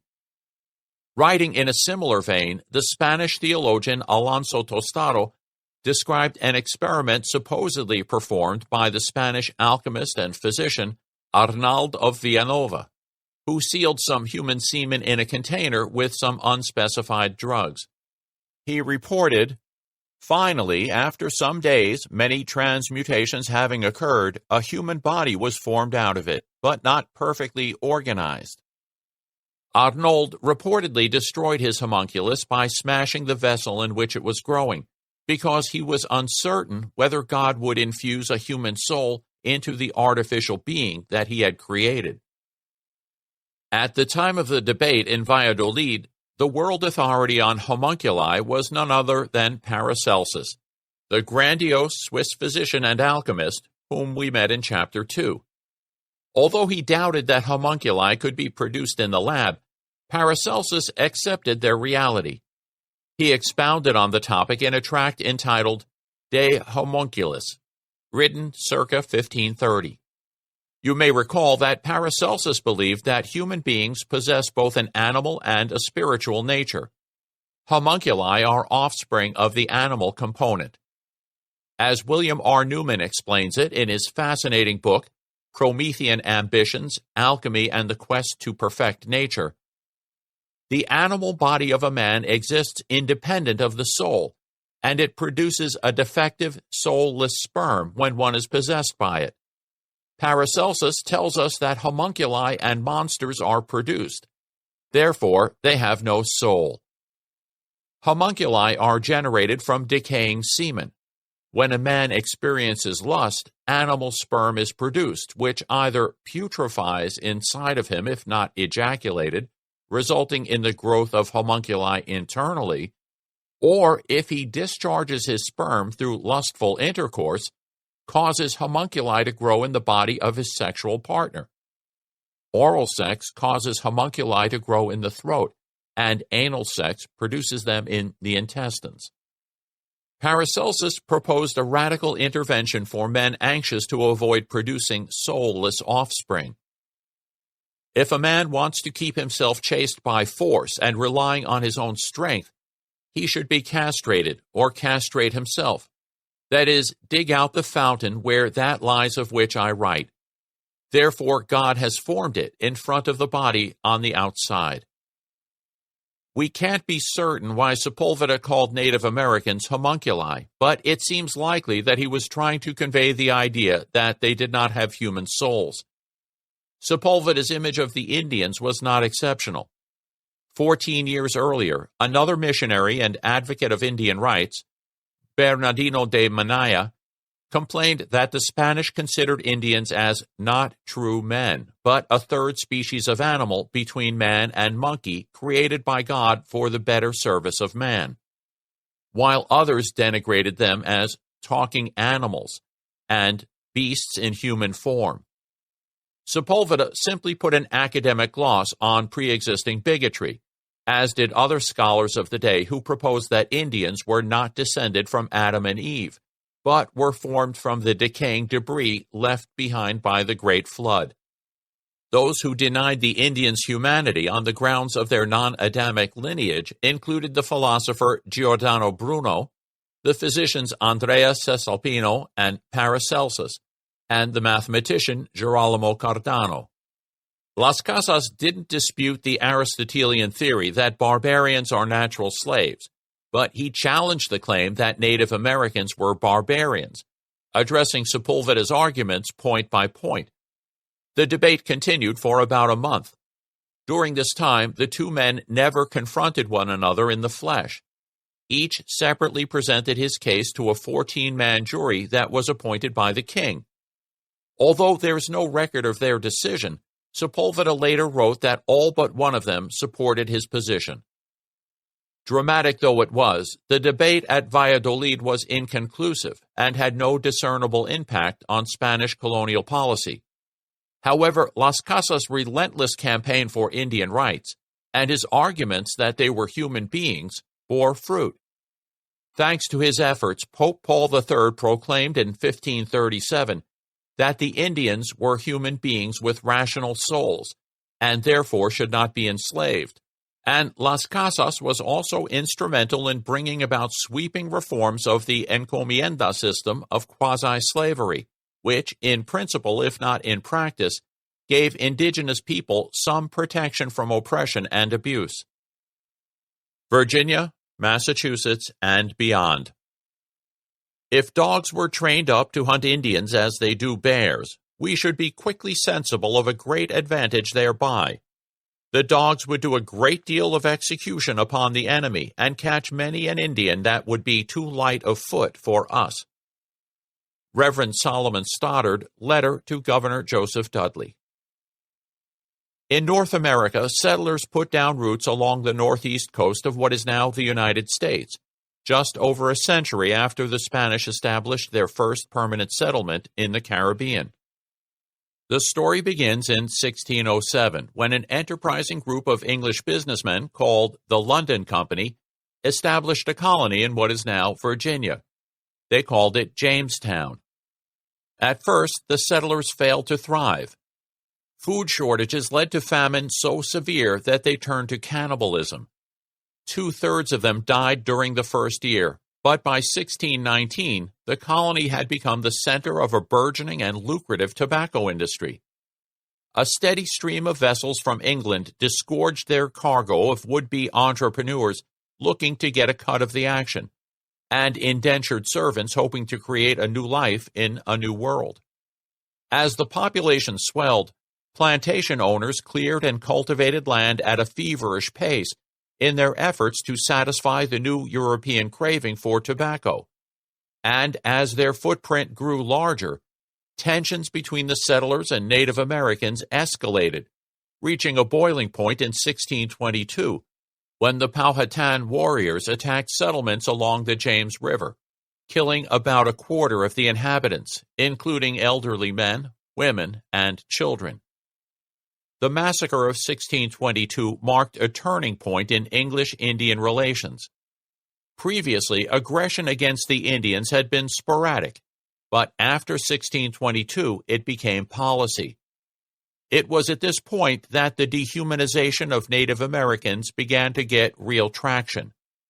Captain John Smith set the tone in his description of the Indians as cruel beasts, with a more unnatural brutishness than beasts. While back in England, Samuel Purchas, a well-known compiler of travel books, informed his readers that Indians are organisms having little of humanity but shape, more brutish than the beasts they hunt, more wild and unmanly than the unmanned wild country, which they range rather than inhabit. The poet Christopher Brooke was even more explicit, describing the Indians of Virginia as creatures, and adding by way of explanation, "I cannot call them men." He made a point of casting them as of inhuman birth, dregs, and garbage, and asserted that they were not of the lineage of Adam and Eve, but had sprung up like vermin of an earthly slime. The colonists also enlisted Aristotle in their campaign, calling Indians barbarous and natural-born slaves. Meanwhile, English Puritans were busy carving out a new life in Massachusetts. Brimming with religious enthusiasm, they initially targeted the Indians as heathens ripe for conversion to Christianity. But as the white population increased and competition for resources intensified, missionary zeal gave way to genocidal hostility. The first all-out war between American colonists and Native Americans, King Philip's War, erupted when settlers began moving into Pequot Indian Territory in Connecticut. In its culminating episode, Englishmen joined Narragansett and Mohican Indians, surrounding a Pequot village near Mystic, Connecticut, and setting it on fire. All of the inhabitants, some 800 to 900 men, women, and children, were killed, many of them burned alive. Not long after the English victory, when most of the remaining Pequot had been mopped up and either executed or sold into slavery in the Caribbean, Plymouth Governor William Bradford wrote exultantly that the burning bodies and streams of blood seemed a sweet sacrifice, and they gave the praise thereof to God, who had wrought so wonderfully for them, thus to enclose their enemies in their hands, and give them so speedy a victory over so proud and insulting an enemy. Once again, the dehumanizing process took its deadly course. Waite Winthrop openly expressed the new sensibility in a 1675 poem celebrating the hoped-for extermination of Native Americans. Still reeling from the defeat of colonial troops by Narragansett Indians in the Battle of Great Swamp, Winthrop encouraged his readers to look forward to the happy day when the Indians, who were variously described as flies, rats, mice, and swarms of lice, would be driven to extinction. Winthrop's aspirations were widely shared for centuries to come. Around the time of the American Revolution, the Indians, who sided with the British, were castigated as copper-colored vermin, fit to be massacred to such a degree that there mayn't be a pair of them left to continue the breed upon the earth.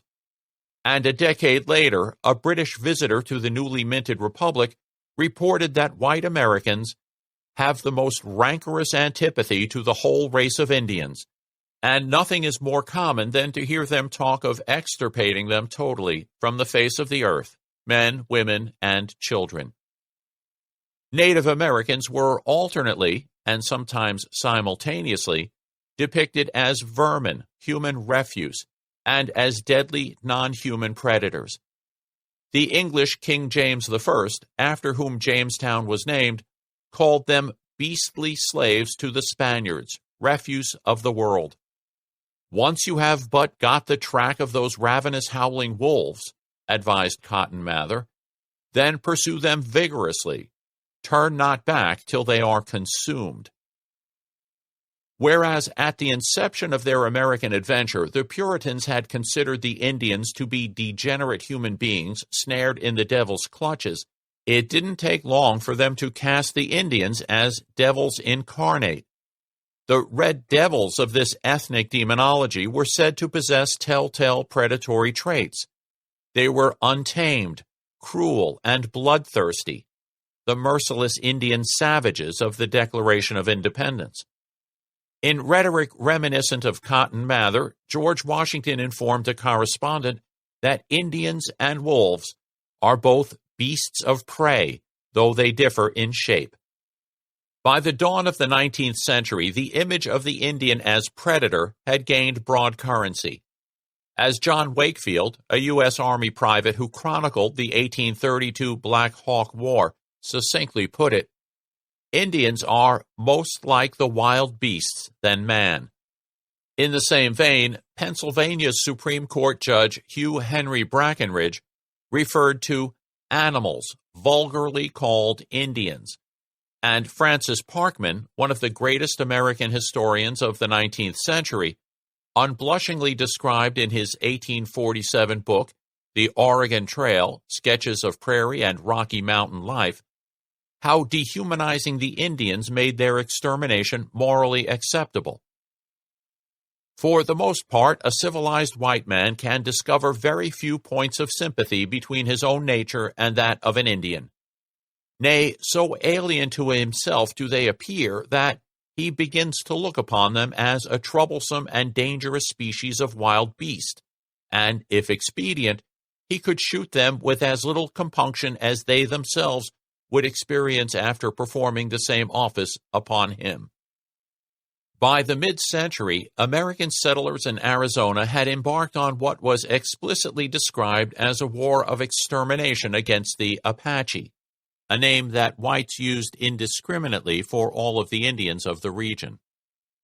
Settlers did not merely regard these people as animals. They were characterized as superlatively dangerous predators, the most savage wild beast, and were avidly hunted. Persons were constantly coming in, observed Judge Joseph Pratt Allen, who wished to join the party, one and all believing and talking of nothing but killing Indians. In accord with their subhuman status, the corpses of dead Indians were treated like game. On one hunting expedition, one participant recorded that the brains of 5 dead Apache were used to treat a deer hide to make buckskin. The best buckskin I ever seed was tanned with Injun brains, he remarked. Both civilian Indian hunters and U.S. military personnel most often characterized the Apache as wolves, just as George Washington and others had done a century before. Expeditions became, in many military dispatches, hunts. The Apache inevitably wolves.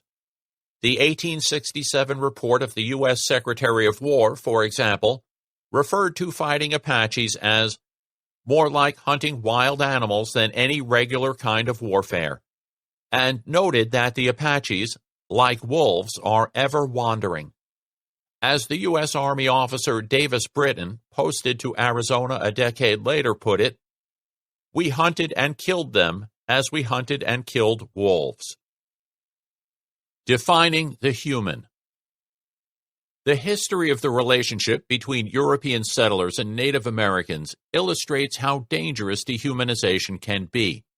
The acts of violence perpetrated by settlers, as well as their tendency to turn a blind eye to the suffering that they caused, were intertwined with their conception of Indians as less than human.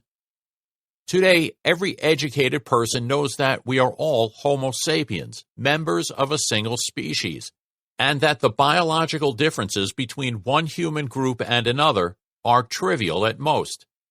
But the dehumanizing impulse operates at the gut level and easily overrides mere intellectual convictions. To understand why it has this power, we've got to answer a fundamental question. What exactly goes on when we dehumanize others? The obvious place to look for an answer is in the writings of psychologists. If anybody understands the psychology of dehumanization, it should be them. However, as Australian psychologist Nick Haslam has recently pointed out, researchers have, for the most part, neglected the most fundamental question. Any understanding of dehumanization, he observes, must proceed from a clear sense of what is being denied to the other, namely humanness. However, writers on dehumanization have rarely offered one. Can't we turn to science for an explanation of humanness? Surely, one might think, biologists can tell us exactly what it means to be human. Actually, they can't, for a reason that is often overlooked. Human doesn't have any fixed meaning in biology. Some scientists equate human with both modern human beings and Neanderthals, while others speak about the split between Neanderthals and humans, in which case humans are equated with Homo sapiens sapiens. Others describe all members of the genus Homo as human, while still others reserve the term human for all species in our lineage after our common ancestor with the chimpanzee. In short, biologists' use of human is all over the map. The reason for this is a simple one. Human belongs to a completely different taxonomy, a pre-Darwinian folk taxonomy that owes more to the great chain of being than it does to modern biological systematics. The two frameworks are incommensurable. To appreciate the depth of the problem, let's do a little thought experiment. Suppose that on a planet that is very much like Earth, call it Schmirth, orbiting a distant star, creatures evolved that were anatomically, physiologically, and behaviorally indistinguishable from Homo sapiens. In fact, we can imagine that each Earthling alive today has a Schmirthling counterpart. However, Earthlings have a completely different evolutionary history from the Schmirthlings. Life emerged independently on the two planets, but once it emerged, evolution took the same course, stumbling on the same anatomical structures and physiological mechanisms, what philosopher Daniel C. Dennett calls good tricks. As a result, if you were teleported to Schmirth, a la Star Trek, it would seem just like Earth. In this scenario, no Earthling would have an ancestor in common with any Schmirthling. Earthlings and Schmirthlings would be completely unrelated to one another, even though there would be no way to tell them apart. What exactly is the relationship between Earthlings and Schmirthlings? If Earthlings are human and Schmirthlings are indistinguishable from Earthlings, then it seems like we ought to say that Schmirthlings are human. It would seem churlish to deny humanity to someone exactly like you just because of where they happen to be born. Are Schmirthlings Homo sapiens? No, they're not. Any biologist will tell you that every member of the same species must be part of the same biological lineage, descended from the same ancestor. So it seems reasonable to say that if Schmirthlings existed, they would be humans, but not Homo sapiens. And if this is right, then it's not true to say that all humans are Homo sapiens. Harvard psychologist Herbert C. Kellman was one of the first, if not the first psychologist, to use the term dehumanization in a scientific context. He pointed out in a landmark article in 1973 that to understand dehumanization, we need to know what it is to perceive another person as human. Kellman wisely refrained from speculating about what it is to be human. Instead, he wanted to illuminate the folk concept of the human. I would propose, he wrote, that to perceive another as human, we must accord him identity and community. To accord a person identity is to perceive him as an individual, independent and distinguishable from others, capable of making choices, and entitled to live his own life according to his own goals. To accord a person community is to perceive him, along with oneself, as part of an interconnected network of individuals who care for each other, who recognize each other's individuality, and who respect each other's rights. These two features together constitute the basis for individual worth. Kellman went on to explain some of the implications of his analysis, writing that To perceive others as fully human means to be saddened by the death of every single person, regardless of the population, group, or part of the world from which he comes, and regardless of our own personal acquaintance with him. If we accord him identity, then we must individualize his death. And if we accord him community, then we must experience his death as a personal loss.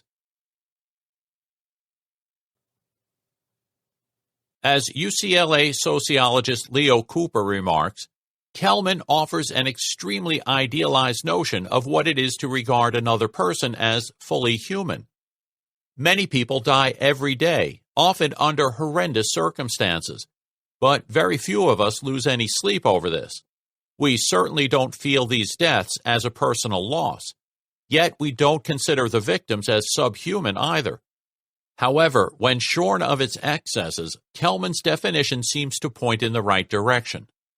Consider his notion of community. It's true that dehumanized others are socially marginalized. The dehumanized person is not one of us, whoever us happens to be. Characteristics that set them apart from the majority are emphasized, a task that is most easily accomplished if obvious differences, like skin color, come into play. As I mentioned in Chapter 1, predominantly white Allied troops treated Japanese people as subhuman much more extensively than their German counterparts. Likewise, Native Americans, African Americans, and Chinese immigrants were all easy targets because their physical characteristics made them stand out from the white majority. Sometimes the differences aren't quite so obvious. In these cases, social practices are implemented to isolate the dehumanized group. The historical relationship between Muslims and Jews in North Africa and the Middle East provides an interesting case. Thriving Jewish communities existed in Muslim lands for many centuries. Both Jews and Muslims were of more or less identical stock. They were Semites. So social rituals and symbols were needed to differentiate Jews from their Muslim overlords. Jews were accorded the status of dhimmi, people permitted to dwell in the house of Islam in a condition of subservience.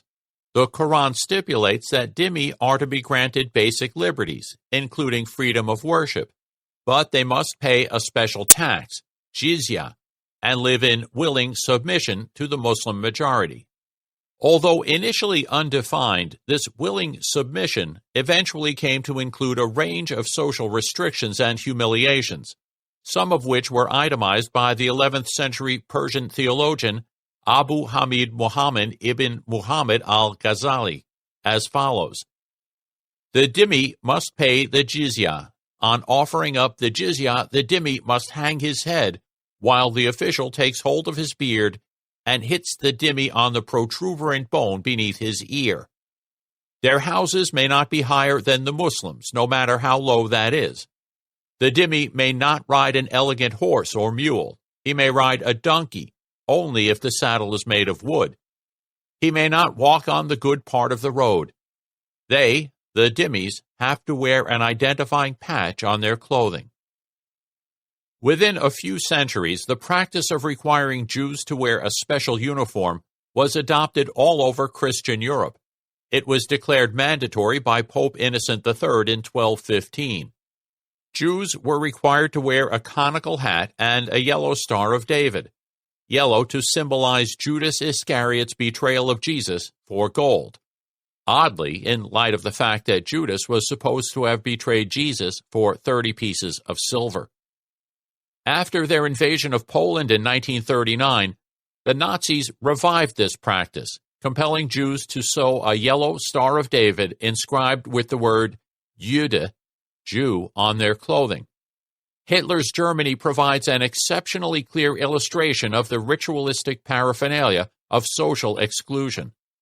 As Duke University historian Claudia Kuntz points out in her book, The Nazi Conscience, Nazism offered all ethnic Germans a comprehensive system of meaning that was transmitted through powerful symbols and renewed in communal celebrations. It told them how to differentiate between friend and enemy, true believer and heretic, Jew and non-Jew. In offering the faithful a sanctified life in the folk, it resembled a religion. Its condemnation of egoism and celebration of self-denial had much in common with ethical postulates elsewhere. But in contrast to the optimistic language of international covenants guaranteeing universal rights to all people, Nazi public culture was constructed on the mantra, "Not every being with a human face is human." Kelman's point that dehumanized people are shorn of their individuality also rings true. They are typically thought of as fungible, as parts of an undifferentiated mass. Propagandists often exploit this frightening image. Perhaps the most notorious example is a scene from the notorious German film, The Eternal Jew, portraying Jews as a seething swarm of rats. Similar conceits were used in propaganda cranked out by other nations, including the United States.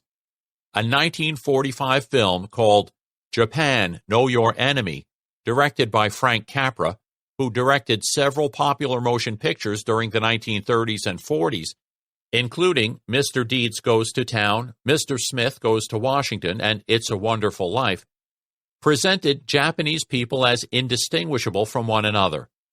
Photographic reprints off the same negative. George Orwell expressed the position even more explicitly. When in Marrakesh, he wrote, "It is always difficult to believe that you are walking among human beings. Are they really the same flesh as yourself? Do they even have names? Or are they merely a kind of undifferentiated brown stuff, about as individual as bees or coral insects?" The disconcertingly fecal image of Moroccans as undifferentiated brown stuff has a counterpart in imagery used more recently in the discussions of illegal immigration from Latin America to the United States, a country alleged to be awash under a brown tide of Mexican immigrants. As almost a century earlier, the American anti-immigrationist Lothrop Stoddard had warned that white America was soon to be swamped by a rising tide of color. The significance of the expression brown tide may not be obvious to all readers. The term refers to an algae infestation specific to the Gulf of Mexico that turns seawater brown. More recently still, Norberto Cerosole, an advisor to Venezuelan President Hugo Chavez, expressed the principle with chilling frankness. Cerosole recounts his epiphany that Jews masterminded the 1994 bombing of the Argentine Jewish Mutual Aid Association in Buenos Aires, which killed 85 people and injured 300. The Jews were, he said, not as I had known them until then, that is, as individuals distinct from one another, but rather as elements for whom individuation is impossible. At the time of writing, there have been no convictions for this crime, although Hezbollah operatives are suspected. Research findings support anecdotal examples like the ones I have just described. Social psychologists confirm that we are likely to perceive people outside our own community as more alike than those within it. We perceive members of our own group as individuals, but see other groups as more or less homogeneous. Psychologists call this the outgroup homogeneity bias. When the outgroup homogeneity bias merges with the outgroup bias described in Chapter 2, the result is a dangerous mix. Outsiders are both denigrated and stereotyped. We are a richly diverse community of praiseworthy individuals, but they are all dishonest, violent, filthy, stupid, or fanatical. Kelman's analysis of the concept of the human has a lot in its favor, but it also has some major shortcomings.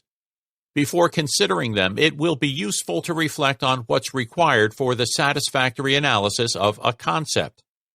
When developing an analysis of a concept, the analysis should be such that it includes everything that ought to come under the concept, while excluding everything that is external to it. Philosophers explain this by citing what they call its necessary and sufficient conditions. Necessary conditions set out what has to be true of a thing for it to come under the concept. Suppose that you wanted to analyze the concept porcupine. You might begin by making a statement of the form, All porcupines are so-and-sos. For instance, all porcupines are animals. This wouldn't be incorrect, but it wouldn't be very informative either, because it includes too much. Sure, porcupines are animals, but so are blue whales, beagles, and butterflies. A satisfactory analysis has got to rule out these other creatures. This is where sufficient conditions come in. Sufficient conditions set out what characteristics of a thing are enough for it to come under the concept.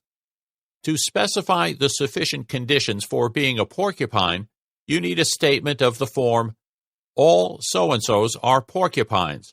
For instance, all spiny mammals native to North America are porcupines.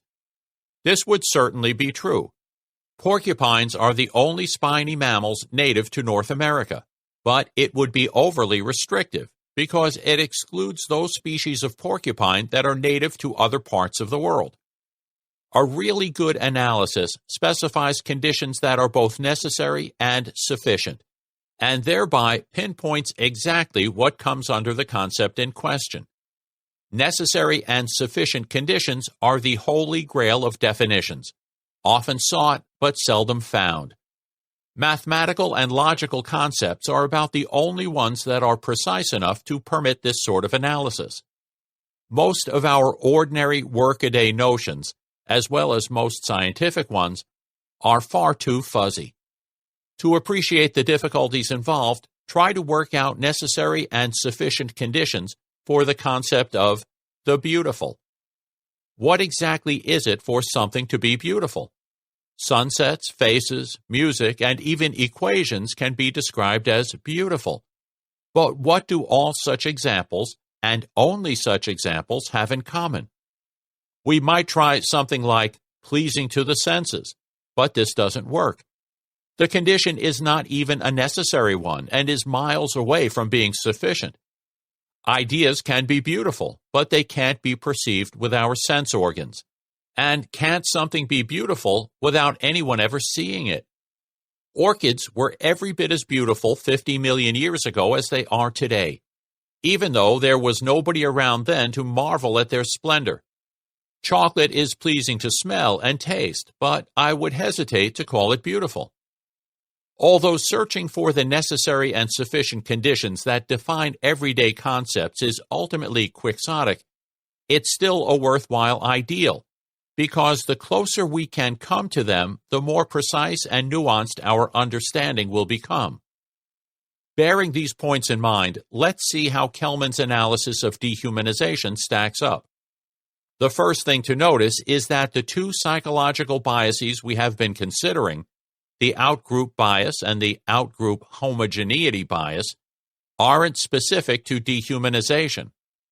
Although they play a role in the dehumanizing process, they play a role in other derogatory attitudes as well. A person might believe that the members of some ethnic group share certain undesirable characteristics. For instance, that all Arabs are violent religious fanatics. Such attitudes are regrettable, to be sure, but they fall short of dehumanizing Arabs. People often disparage others without denying their humanity. So the outgroup bias and the outgroup homogeneity bias may be necessary for dehumanization, but they're not sufficient for it. The second thing to notice is that there are plenty of examples of dehumanization that don't involve denying that others are rational agents, as Kelman claims. Consider, the Holocaust is the most thoroughly documented episode of dehumanization in history.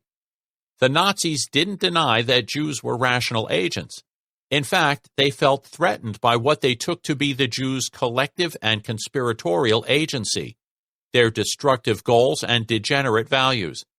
Hitler's policy of extermination was based on his belief that the world was in the grip of a vastly powerful Jewish conspiracy that was implacably hostile to the spiritual and material flourishing of the Aryan race, and single-mindedly devoted to its destruction.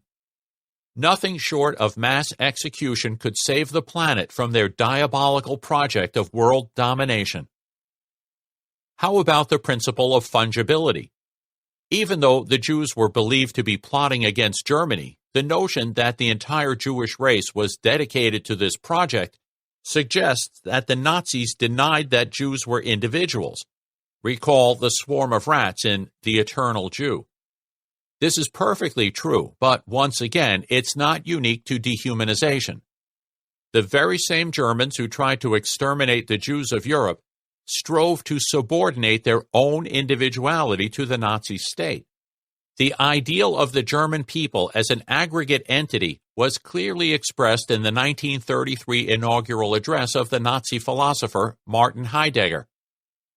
"The Führer has awakened this will in the whole nation," Heidegger trumpeted, "and has fused it into one single will, Heil Hitler." The Nazis had a special term for this process of homogenization. They called it Gleichschaltung, which is roughly translated as bringing into line. As one German citizen revealingly explained, Gleichschaltung means that the same stream will flow through the ethnic body politic, literally body of the people.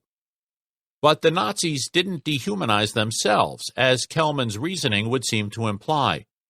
Instead, they considered themselves to be the purest and most exalted form of humanity. Nick Haslam, the University of Melbourne psychologist whom I mentioned earlier, takes a somewhat different approach toward the question of what it is that dehumanized people are supposed to lack. Haslam proposes that we operate with two distinct concepts of humanness.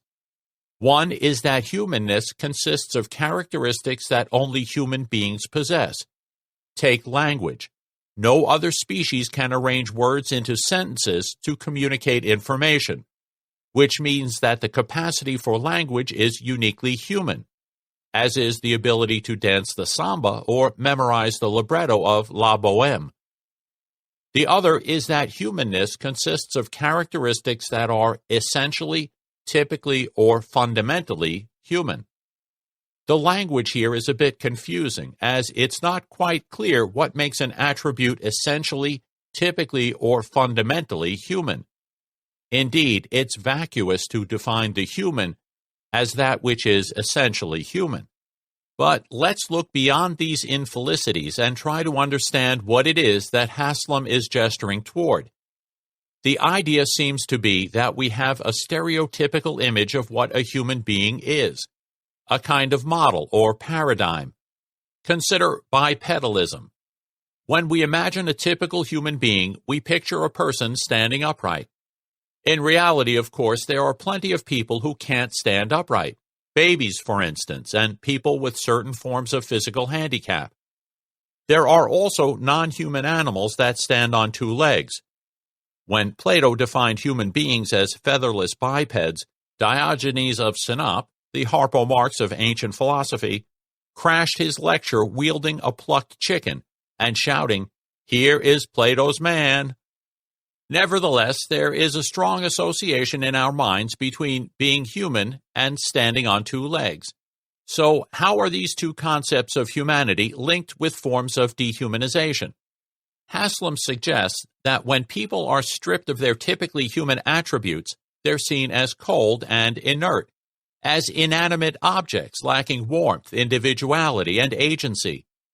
In contrast, people denuded of their uniquely human characteristics are perceived as subhuman creatures without language, incapable of reflection and refined emotions, devoid of imagination and intelligence, without culture, industriousness, or self-control. It's certainly true that people sometimes treat others as though they were inanimate objects, as equivalent to robots, inflatable dolls, or mere statistics. But this sort of dehumanization isn't pertinent to this book. There are a couple of reasons for this.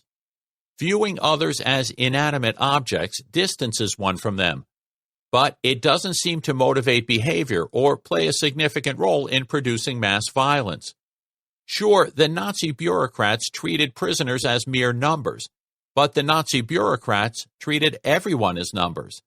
That's part of the bureaucratic mindset. The men, and occasionally women, who actually committed atrocities, as well as the leaders that commanded them to do so, emphatically did not conceive of Jews as numbers. You don't kill numbers. Israeli anthropologist Eyal Ben-Ari distinguishes objectification from dehumanization, which correspond to Haslam's two forms of dehumanization. Ben-Ari points out that, at least in the military context, both us and them are objectified, whereas dehumanization exaggerates the difference between us and them.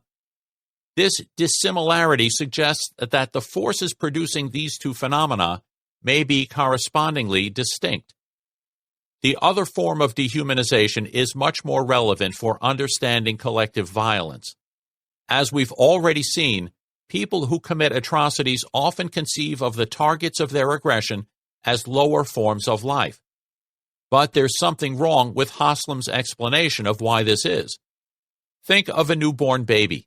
We all accept that babies are human beings.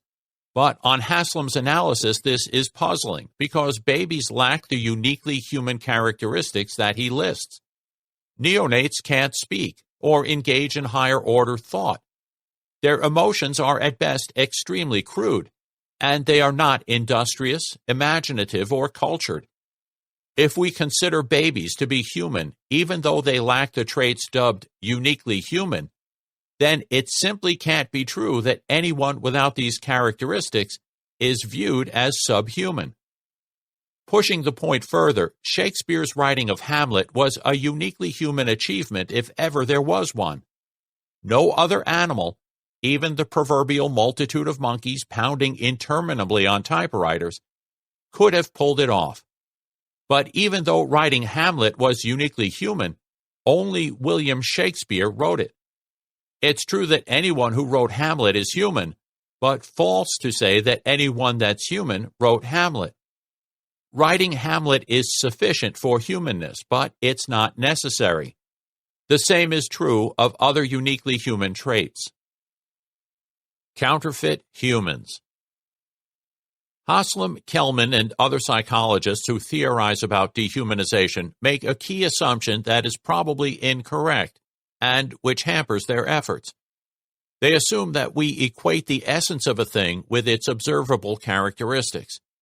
Haslam, for example, lists various attributes, higher-order thought, language, refined emotions, and so on, and supposes that people conceive humanness in terms of them.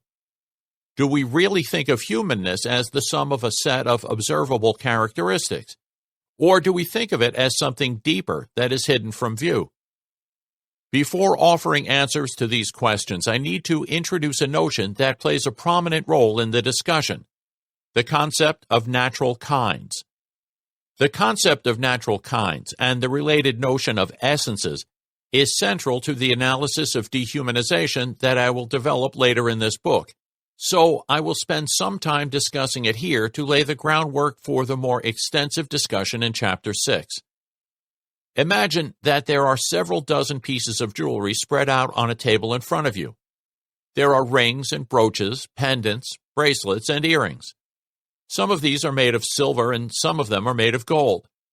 Further, imagine that you are asked to arrange these items into groups based on the kinds of things they are. There are lots of ways that you might perform this task. One way would be to put the earrings in one pile, all the bracelets in another, all the brooches in a third, and so on, making 5 piles in all. Another method would be to make just 2 piles, one for all the gold jewelry and the other for the silver jewelry. Obviously, the choice of one method or another depends on the sort classification scheme that you find most appealing. It's not that one is right and the others are wrong. The choice of a classification scheme is just a matter of how you want to cut the pie. Suppose you use the first method. You'd be dividing the jewelry into categories based on what they're used for. Philosophers call these artificial kinds because they're based on human preferences and practices rather than on real divisions out there in nature. They are classifications of convenience. But if you performed the task in the second way, putting all the gold jewelry into one pile and all the silver jewelry into another pile, you would be classifying them as natural kinds, as categories that exist objectively in nature, independent of human artifice. Now, let's dig a little deeper. Suppose that one of the earrings was made from white gold, and because the earring looked like silver, you placed it in the silver pile. If you had done that, you would have made a mistake, because something's being gold or silver isn't fixed by how it looks. Objects belong in the gold category only if they are made from atoms with atomic number 79, and those that fall into the silver category must have atomic number 47, that is, atoms with 79 and 43 protons respectively. Atomic numbers determine what gold and silver are. This has the startling implication that centuries ago, before the advent of modern chemistry, nobody knew what gold and silver were. Of course, our forebears could distinguish between gold objects and silver objects, and they got it right most of the time. But they didn't know precisely what it was about these things that made them gold or silver. However, they had some inkling. Even in those far-off days, people suspected that there was a hidden something that determined whether an object was gold, silver, or some other substance. The medieval alchemists, the intellectual ancestors of today's chemists, spoke of the souls of metals. The soul or essence of a metal was supposed to be something distinct from its appearance or body, something that makes it the kind of metal that it is. Interestingly, the alchemists saw this as analogous to the soul or essence of a human being. The Polish alchemist Michael Sendivogius, for one, made this point quite explicitly in a tract entitled The New Chemical Light. The bodily nature of things is a concealing outward vesture. If you dressed a boy and a girl of 12 years of age in exactly the same way, you would be puzzled to tell which was the boy and which was the girl. But when the clothes are removed, they may easily be distinguished. In the same way, our understanding makes a shadow to the shadow of nature. For our human nature is concealed by the body in the same way as the body by the clothes. The notion of the soul of gold or any other natural kind functioned as a placeholder for a mysterious unknown. Although Sendivogius' text dates from the early modern period, just a year after settlers founded the Jamestown colony, it expresses a view that originated in antiquity, and if anything gained impetus from the intellectual revolution of the 17th and 18th centuries. Later in the 17th century, the English philosopher John Locke wrote one of the most influential discussions of natural kinds and their essences. For the sake of accuracy, Locke didn't use the term natural kind, which was introduced by John Stuart Mill over a century later. Locke speculated in his monumental An Essay on Human Understanding that members of natural kinds have an observable real essence that accounts for their observable properties. He illustrated the point with a gold ring. The particular parcel of matter, Locke wrote in his characteristically tortuous literary style, which makes the ring I have on my finger, is, by most men, supposed to have a real essence, whereby it is gold. For ordinary purposes, we say that something is gold because of its peculiar color, weight, hardness, fusibility, fixedness, and change of color upon a slight touch of mercury, etc. Locke calls this a complex idea because it consists of a number of components, all joined together in a description. However, the real essence of gold must be something that underpins these characteristics. Locke conjectured that this must lie in the microscopic structure of gold. This essence, from which all these properties flow, when I inquire into it and search after it, I plainly perceive that I cannot discover. The furthest I can go is only to presume that it being nothing but body, its real essence, or internal constitution, on which these qualities depend, can be nothing but the figure, size, and connection of its solid parts, of neither of which, having any distinct perception at all, can I have any idea of its essence. Today, we can marvel at Locke's prescience. Although he couldn't have known that the stuff his ring was made from had atomic number 79, he knew that there must be something about its microscopic structure that made it gold. Like the alchemists before him, Locke applied the same pattern of reasoning to human beings. To demonstrate this, he asks us to consider a child who has framed the idea of a man. Locke suggests that it is probable that his idea is just like the picture which the painter makes of the visible appearances joined together. That is, the child forms a complex idea of what a man is on the basis of the characteristics of the people whom he or she has observed. Locke then asks us to suppose that the child is English and is exposed only to people who are white or flesh color. It follows that the child can demonstrate to you that a Negro is not a man, because white color was one of the constant simple ideas of the complex idea he calls a man, and therefore he can demonstrate that a Negro is not a man. Locke continues, "And to this child, or anyone who hath such an idea, can you never demonstrate that a man hath a soul, because his idea of man includes no such notion or idea in it." The child's way of thinking misses the mark because it fails to zero in on the real essence of the human. Locke thought that even though real essences are impossible to observe, we suppose that they exist. First, it is unusual for men to make the names of substances stand for things, as supposed to have certain real essences, whereby they are of this or of that species. Who is there almost who would not take it amiss if it should be doubted whether he called himself a man, with any other meaning, than of having the real essence of a man? And yet, if you demand what those real essences are, it is plain men are ignorant and know them not. And yet, though we know nothing of these real essences, there is nothing more ordinary than that men should attribute the sorts of things to such essences. This sort of essentialistic thinking can lead us astray. Although it works nicely for chemical elements like gold and silver, it doesn't apply to biological species. Biological species do not have essences, at least not in the traditional sense. There is no hidden essence unique to North American porcupines, nor is there for Homo sapiens. But Locke was right to suspect that essentialism comes naturally to us. Locke's theory of real essence was dramatically extended by Princeton University philosopher Saul Kripke.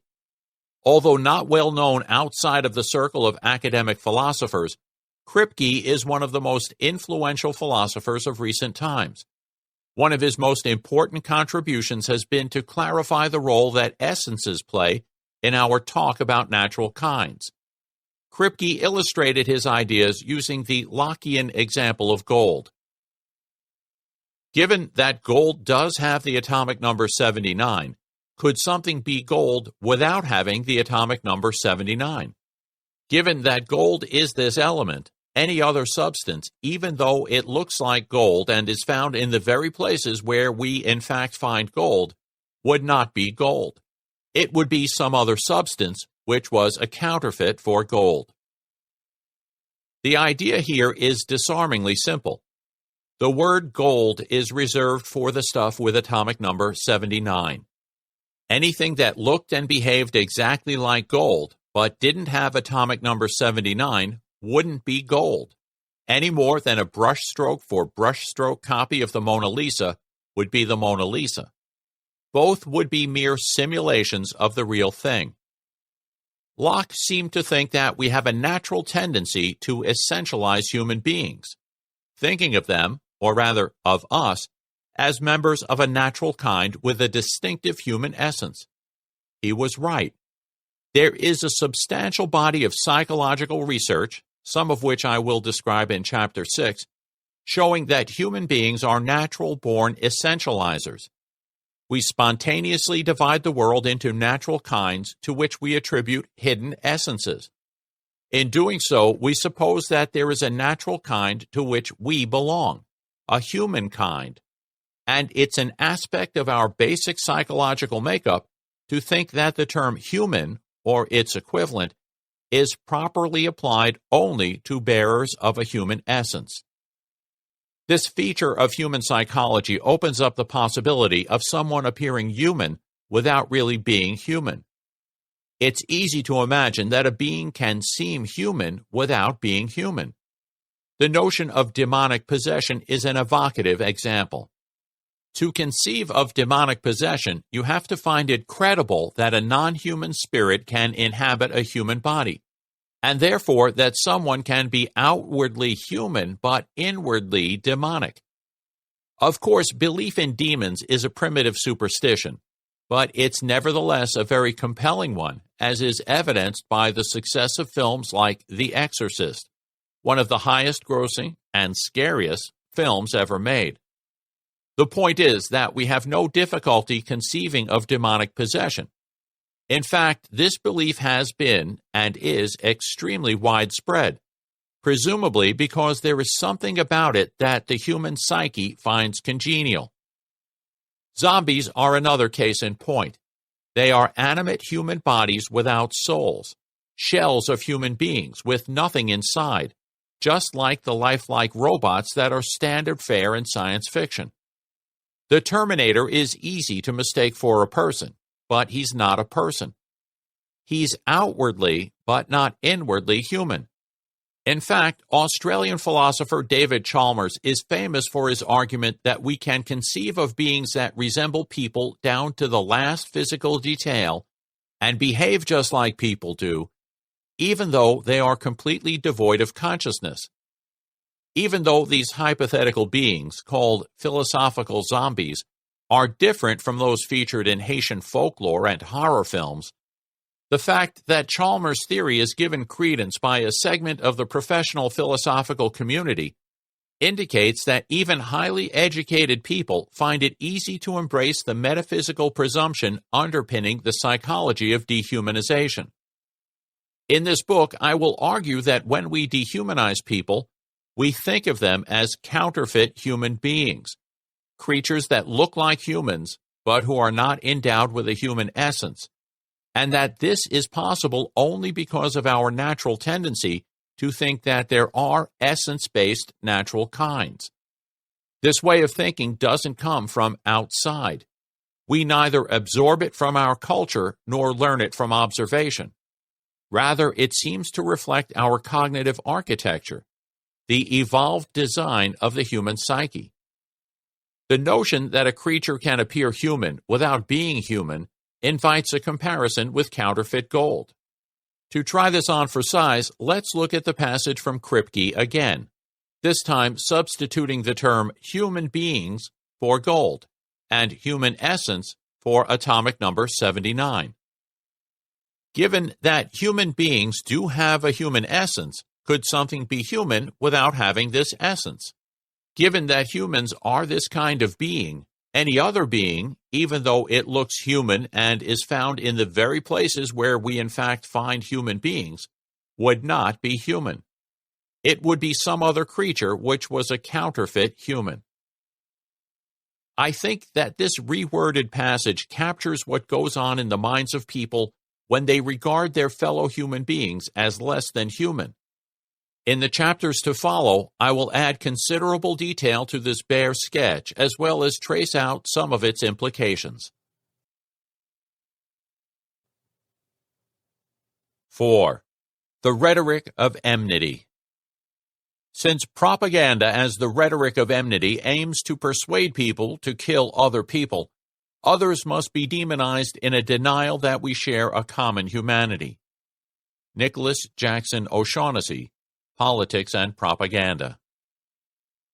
We are myth-makers who weave stories to explain who we are, our origin, and our destiny. Narratives about quasi-human monsters and demons with uncanny powers grip us like no other. These stories may be elegantly wrapped in the jargon of science or religion, culture or philosophy, but in the final analysis they are offspring of the human imagination, against which rationality offers us only meager protection. The Jewish-German philosopher Ernst Cassirer understood this very well. Writing in the aftermath of World War II and desperately trying to comprehend the roots of the madness that had apparently seized his countrymen, Cassirer warned that In all critical moments of man's social life, the rational forces that resist the rise of the old mythical conceptions are no longer sure of themselves. In these moments, the time for myth has come again. For myth has not been really vanquished and subjugated. It's always there, lurking in the dark and waiting for its hour and opportunity. The hour comes as soon as the other binding forces of man's social life, for one reason or another, lose their strength and are no longer able to combat the demonic mythical powers. Cassirer's characterization of the Nazi phenomenon was far closer to the truth than Hannah Arendt's undeservedly reiterated comment about the banality of evil. Arendt used this phrase to describe Adolf Eichmann, the man in charge of the logistics of the final solution, whom she held up as the prototypical Nazi bureaucrat. However, this slogan was singularly inapplicable to Eichmann, a deeply committed anti-Semite who once remarked, "I shall laugh when I jump into the grave because of the feeling that I killed 5 million Jews. That gives me a lot of satisfaction and pleasure." Eichmann and his colleagues weren't moved by pale abstractions. Contrary to popular myth, genocide is never inspired by the thought that human beings are numbers, abstractions, or products on an assembly line. There was nothing banal about the narrative images at the heart of the Nazi project. They were dramatic, vivid, and apocalyptic. They were stories of salvation and destruction, of blood-sucking Jews defiling Aryan purity with their filth and corruption. More concretely still, they were stories of rats and lice, of blood-borne infection, disease, and decay. These are images that strike a deep chord in the human psyche, for reasons that we will shortly be in a position to explain. Shackled to the great chain of being. What we often call the beginnings of human history are also the beginnings of bondage. Kevin Bales, Disposable People, New Slavery in the Global Economy. In 1862, Frederick Law Olmsted, the designer of New York's Central Park as well as many other American landmarks, published a book entitled The Cotton Kingdom, A Traveler's Observations on Cotton and Slavery in the American Slave States, which described his travels through the southern states in the decade just before the Civil War. At one point in the book, Olmsted recounts an exchange with a plantation overseer, a man whose job it was to force slaves to work. Olmsted inquired of the man if he found it disagreeable to whip the slaves. "I think nothing of it," he drawled in response. "Why, sir, I wouldn't mind killing a nigger more than I would a dog." Shortly afterward, while riding together across the plantation, the overseer spotted a black teenage girl hiding in the underbrush. After a few questions, he concluded that she was trying to avoid work.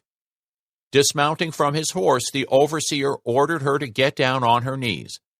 As Olmsted looked on, the girl knelt on the ground. He got off his horse and, holding him with his left hand, struck her 30 or 40 blows across the shoulders with his tough, flexible, rawhide whip. At every stroke, the girl winced and exclaimed, "Yes, sir," or "Ah, sir," or "Please, sir," not groaning or screaming. He paused for a moment and ordered the young woman to tell him the truth. "You have not got enough yet," said he. "Pull up your clothes, lie down." The girl drew closely all her garments under her shoulders and lay down upon the ground with her face toward the overseer, who continued to flog her with the rawhide across her naked loins and thighs, with as much strength as before. She now shrunk away from him, not rising, but writhing, groveling, and screaming. "Oh, don't, sir! Oh, please stop, master! Please, sir! Please, sir! Oh, that's enough, master! Oh, Lord! Oh, master, master! Oh, God, master, do stop! Oh, God, master! Oh, God, master!" Olmsted rode on alone.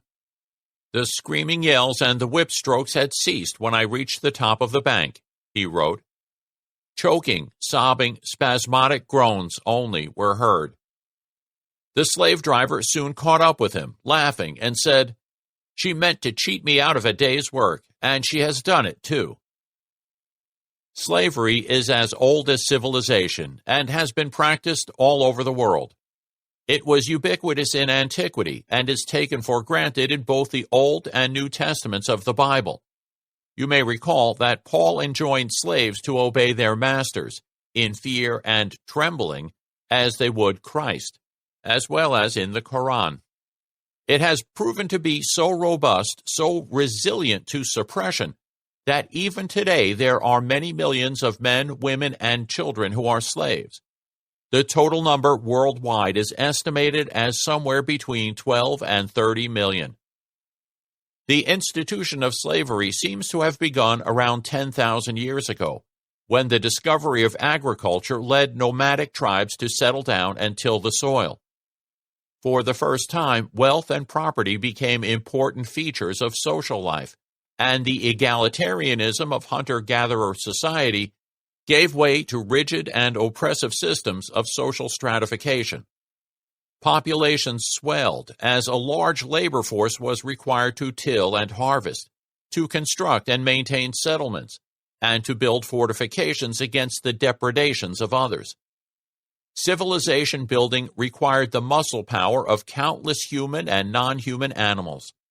Roughly 2,000 years prior to the invention of agriculture, nomadic tribes had begun to domesticate animals, starting with the dogs that helped them hunt game, and moving on to animals like sheep and goats, which, in a world without refrigeration, served as walking larders.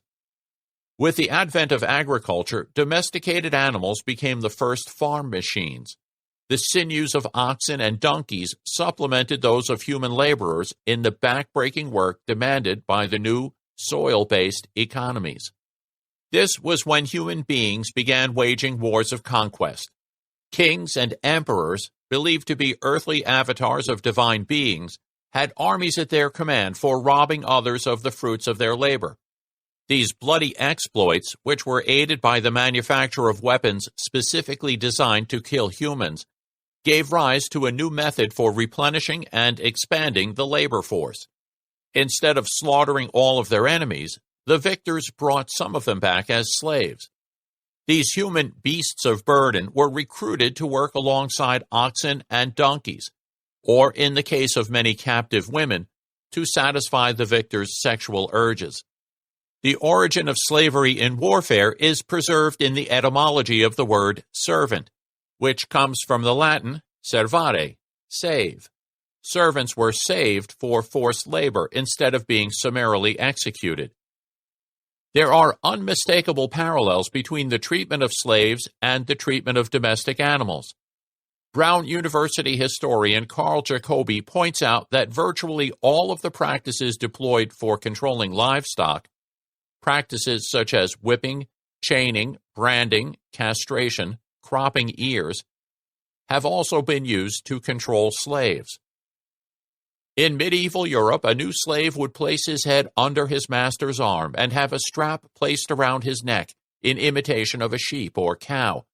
And in 18th century Britain, goldsmiths advertised silver padlocks for blacks or dogs. But slavery confronted slave owners with a moral problem. How could the obvious humanity of slaves be reconciled with their status as livestock? Slavery was an institution that treated humans like domestic animals, writes Jacobi. Yet clearly humans and livestock were not the same, or were they? The easiest solution was to invent a lesser category of humans that supposedly differed little from brute beasts. In light of this, it's not surprising to learn that in ancient times, slaves, and equivalently prisoners of war, were often sacrificed as offerings to the gods, along with sheep, cattle, and other kinds of livestock. Because slaves were spoils of war, they usually spoke a different language than that of their masters. Jacobi argues that this contributed to their dehumanization. As the ability to communicate through speech is one of the most commonly made distinctions between humans and animals, he remarks. The captives' lack of intelligible speech most likely made them appear less than fully human. Jacobi's conjecture has an ancient pedigree. I mentioned in Chapter 2 that the ancient Greeks divided people into two categories, themselves and barbarians.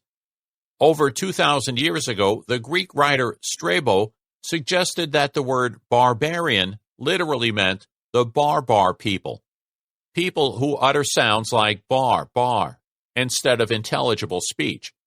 A contemporary American might say the blah blah people. On this basis, classical scholar John Heath argues, the barbarian other is primarily language deficient. The close connection between speech and reason made it easy to assume that the barbaroi, like slaves and animals I would add, lacked both. With the loss of speech and reason, foreigners were in danger of losing all of their humanity. As intriguing as this theory is, it's just not credible. The ancient world was a sea of linguistic diversity, so it's ridiculous to think that a maritime trading people like the Greeks believed that those who spoke a foreign tongue had no language at all. Given their ethnocentric bias, it's far more likely that the Greeks simply looked down upon and ridiculed the languages spoken by foreigners. The problem wasn't that barbarians had no language, it was that their languages were inferior. Sneering references to the speech of a despised group is an effect rather than a cause of their dehumanization, and not just for the ancient Greeks. It is common for xenophobes to claim that the lower races are by their very nature incapable of mastering the higher languages. For example, German nationalists alleged that Jews were unable to master the German language, and thus resorted to the mongrel jargon of Yiddish. In one far-right tract published in the United States during the 1940s, Jews are described as uttering animal sounds, wailing yelps and weird wails, and making screech noises, rather than communicating in a human fashion. There is ample evidence for rampant xenophobia in the ancient world. The ancient Egyptians referred to themselves, in grand ethnocentric style, as the human beings, Remtu, implying that all others are non-human, a point which is made painfully explicit in texts like the Instruction of Ani, written around 1200 BCE, where the arduous task of teaching foreigners to speak Egyptian is compared to the practice of training non-human animals. The savage lion abandons his wrath and comes to resemble the timid donkey. The horse slips into his harness, obedient it goes outdoors. The dog obeys the word and walks behind its master. One teaches the Nubian to speak Egyptian, the Syrian and other foreigners too. In a typically grandiose description of the military exploits of Pharaoh Amenemhet I, who ruled Egypt from 1985 to 1956 BCE, the enemies of Egypt are represented as non-human predators. I subdued lions, I captured crocodiles, he boasted. I repressed those of Wawat, I captured the Magi. I made the Asiatics do the dog walk. The Mesopotamians also denied the humanity of their neighbors. A 3,000-year-old Babylonian text entitled The Curse of Agade presents the Gudians as not classed among people with human instinct, but canine intelligence and monkeys' features, and elsewhere describe them as serpents of the mountains and dogs. The Amorites were said to have instincts like dogs or wolves, and other groups were said to have partridge bodies and raven faces. Archaeologists believe that the images of warriors subduing wild animals that adorn cylinder seals from the 4th millennium BCE may depict Mesopotamian troops subduing their neighbors. Further east, the Chinese distinguished themselves from border and tribal people by assigning them labels with dehumanizing implications. The barbarian tribes living to the east were called Et, a name containing the Chinese character Chuan, which means dog, and the barbarian tribes to the north were Iman, which includes the character Chung, meaning insect. The Rongdi were called wolves. In the Shanghai Jin, or Classic of Mountains and Seas, an account of the geography of ancient China dating from the 4th century BCE, only the Chinese are referred to as human beings, Ren. The distinguished sinologist E. G. Pullyblank points out that prior to the middle of the 8th century BCE, these barbarian groups were looked on as not quite human. These facts point to the likelihood that foreigners were dehumanized before being enslaved, and that slavery merely reinforced their subhuman status. To understand this more deeply, it's essential to consider exactly what slavery is. We tend to think of slaves as people who are owned and who can be bought and sold. But consider the fact that in today's world, professional athletes are regularly bought and sold, and yet they are not slaves. While the terms of the transaction differ, remarks Harvard sociologist Orlando Patterson in his classic Slavery and Social Death, there is no substantive difference in the sale of a football idol by his proprietors and the sale of a slave by one proprietor to another. Not convinced? What about the reserve clause in professional sports, which made it possible for owners to buy and sell athletes against their will? Patterson reminds us, many sports writers directly compare the reserve clause to slavery. Alex Ben Block's comment on the issue being typical.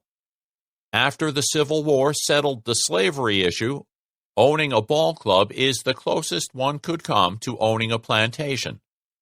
The retain and transfer system in British soccer was similarly compared with slavery. Patterson argues that the defining characteristic of slavery is not ownership, but social death. The slave is a non-person. For example, among the Cherokee, the slave acquired the same cultural significance as the bear, a four-footed animal which nonetheless had the human habit of standing on its hind legs and grasping with its two front paws. Similarly, the Atsi-Natsai, or slaves, were utterly anomalous. They had the shape of human beings, but no human essence whatever. The Greeks and Romans thought of their slaves as livestock. According to Notre Dame classicist Keith Bradley, the ease of association between slave and animal was a staple aspect of ancient mentality, and one that stretched back to a very early period. The common Greek term for slave, andrapodan, man-footed creature, was built on the foundation of a common term for cattle, namely tetrapodan, four-footed creature. The principle of equating slaves with domestic animals was upheld by the Romans, who enshrined it in law. The Lex Aquilia statute of the 3rd century BCE stated, "If anyone shall have unlawfully killed a male or female slave belonging to another, or a four-footed animal, whatever may be the highest value of that in that year, so much money is he to be condemned to give to the owner." Centuries later, the jurist Gaius commented that under Lex Aquilia, slaves were legally equivalent to domesticated animals, and Varro wrote in the late 30s BCE that some divide the means by which the land is tilled into two parts, namely, men and those aids to men without which they cannot cultivate. Included in the latter category are the class of instruments which is articulate, the inarticulate, and the mute. The articulate comprising the slaves, the inarticulate comprising the cattle, and the mute comprising the vehicles. Later, in the early centuries of the Islamic Empire, slaves were collectively referred to as heads, rus rakik, as in heads of cattle, and slave traders were called cattle dealers, nachas. 1,000 years afterward, little had changed, as is evidenced by Frederick Douglass's account of how, as an 11-year-old boy, he and other slaves were treated as livestock in the estate of their diseased master. I was immediately sent for to be valued with the other property. Here again my feelings rose up in detestation of slavery.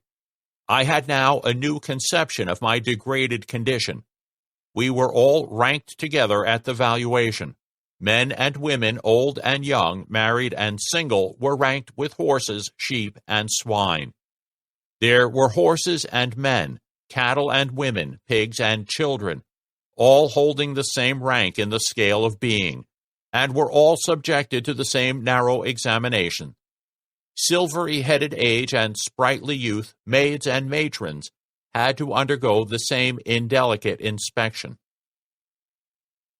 Dehumanization in black and white. This man born in degradation, the stranger brought by slavery into our midst, is hardly recognized as sharing the common features of humanity. His face appears to us hideous, his intelligence limited, and his tastes low. We almost take him for some being intermediate between man and beast. Alexis de Tocqueville, Democracy in America. It is sometimes claimed that racism is a modern European invention, no more than a few centuries old, and that it played no role in pre-modern and non-Western forms of slavery. Neither of these views is correct. Although pre-modern and non-Western people did not deploy the same racial constructs as those that continue to haunt us today, the essence of racism, the notion that whole populations possess an irredeemably defective character, has been part of human culture for a very long time. It is exemplified by the Greek attitude toward barbarians and the attitude of the ancient Chinese toward the frontier tribes surrounding them. The ancient Egyptians explicitly distinguished between four races: the Libyans, Nubians, Egyptians, and Semitic inhabitants of Palestine and Syria. The latter were especially despised and frequently disparaged as wretched Asiatics. And they distinguished between these groups in part by the color of their skin. The famous Roman physician Galen specifically claimed that black people have defective brains, which makes them unintelligent, a claim that was repeated by the famous 10th century Muslim writer al-Masudi.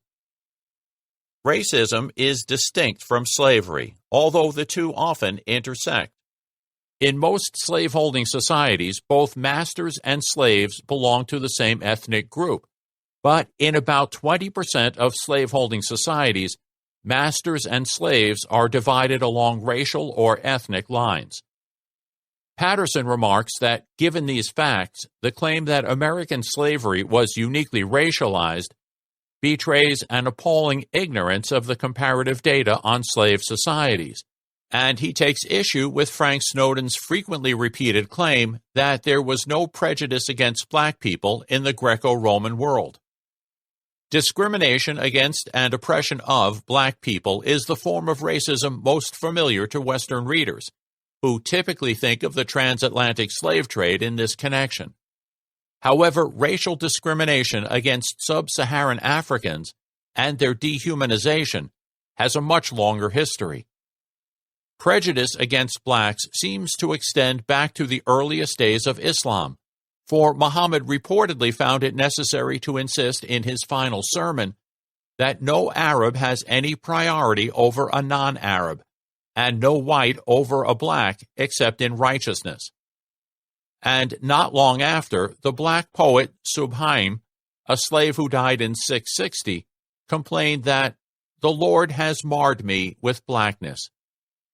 There is clear evidence that by the Middle Ages, if not before, derogatory attitudes had tipped over into dehumanization. The well-known 11th century Arab writer Sa'adi al-Andalusi, a judge in Islamic Spain, held that the rabble of Buja, the savages of Ghana, and the scum of Zanj, all of whom were sub-Saharan African peoples, diverged from the human order. And 3 centuries later, the great Tunisian scholar Ibn Khaldun informed his readers, "The Negro nations have attributes that are quite similar to those of dumb animals." Although the Arabs kept white as well as black slaves, the word slave comes from Slav, because many Arab slaves were Slavic people, the derogatory stereotypes associated with black people centuries later in the United States were already prevalent in medieval Islamic culture. Sub-Saharan Africans were seen as stupid, oversexed, lazy, dishonorable, coarse, and dirty. Ibn Butlan, an 11th century Christian physician from Syria who specialized in detecting concealed physical defects of slaves on behalf of potential purchasers, expressed the then current stereotype in his handbook for slave buyers when he described Zanj, East African women, in the following terms: "The blacker they are, the uglier their faces. There is no pleasure to be got from them because of the smell of their armpits and the coarseness of their bodies." It is important to note that the contempt in which Arabs held many of their southern neighbors was not always attributed specifically to their color. Abyssinian and Nubian slave girls were highly prized by wealthy Arabs. The prevalence of these attitudes should come as no surprise. Although the form of slavery practiced by the Arabs was, on the whole, less cruel and degrading than its later American counterpart, it was nevertheless brutal and demeaning, as is evidenced by the fact that caravans that transported captive men and women across the Sahara to the Muslim kingdoms to the north were even more lethal than the densely packed ships that carried Africans across the Middle Passage to the Americas. Patterson notes that the mortality rate en route was between 3 and 7 percentage points greater than that of the transatlantic trade. It is difficult to treat humans so inhumanely while continuing to acknowledge their humanity. Now, let's consider the American experience. The transatlantic slave trade was pioneered in the 15th century by the Portuguese and Spanish, and gradually adopted by the British and others to supply labor for their burgeoning colonies. The ethnic prejudices that made the trade possible found support in scholarly speculations about Africans' rank on the great chain of being. Men of letters, such as the physician Sir Richard Blackmore, deployed the full weight of academic authority to support the claim that black Africans supplied the missing link between human beings and chimpanzees. As man who approaches nearest to the lowest class of celestial spirits, so the ape or monkey, which bears the greatest similitude to man, is the next order of animals below him. Nor is the disagreement between the basest individuals of our species and the ape or monkey so great, but that the latter were endowed with the faculty of speech, they might perhaps as justly claim the rank and dignity of the human race as the savage Hottentot or stupid native of Nova Zembla. Although Blackmore stopped just short of describing Africans as non-human creatures, others were less restrained. Slave owners and merchants had a vested interest in the subhuman status of Africans, for if Africans were lower animals, then it was right and proper to treat them as such. Much of what we know about the dehumanization of slaves in the North American colonies comes from the writings of a missionary named Morgan Godwin. Born in England in 1640, he followed in his father's footsteps and became an Anglican minister. In 1666, he made his way to Virginia, and then to Barbados to act as a clergyman to all white parishioners. At the time, planters in both British Caribbean and North American colonies didn't allow slaves to be baptized or receive religious instruction. On Barbados, only a few Quakers took an interest in the slave's spiritual well-being. Although Godwin was strongly opposed to Quakerism, he was deeply influenced by the Quakers' commitment to social justice, and this determined the future course of his religious and literary career. Godwin was determined to bring the gospel to the oppressed peoples of the New World. After years of conflict with plantation owners on Barbados, he returned briefly to England and then embarked on a ship bound for Virginia, where he launched a relentless literary campaign.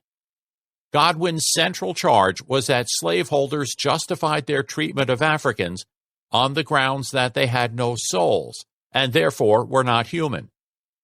The colonists, he averred, held a disingenuous position that the Negroes, though in their figure they carry some resemblances of manhood, yet are indeed no men, and advocated hellish principles that Negroes are creatures destitute of souls, to be ranked among brute beasts and treated accordingly.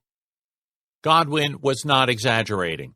In 1727, 10,000 copies of an address by the Bishop of London, a huge number for that era, were distributed to colonists, in which he beseeched colonists to consider Africans not merely as slaves and on the same level with neighboring beasts, but as men slaves and women slaves, who have the same frame and faculties with yourselves, and souls capable of being made happy, and reason and understanding to receive instructions to it. The Irish philosopher and clergyman George Berkeley, who visited Rhode Island in 1730 en route to an ill-fated attempt to establish a university for colonists and Native Americans on Bermuda, complained to members of a New England missionary society that our first planters had an irrational contempt of the blacks as creatures of another species who had no right to be admitted to the sacraments.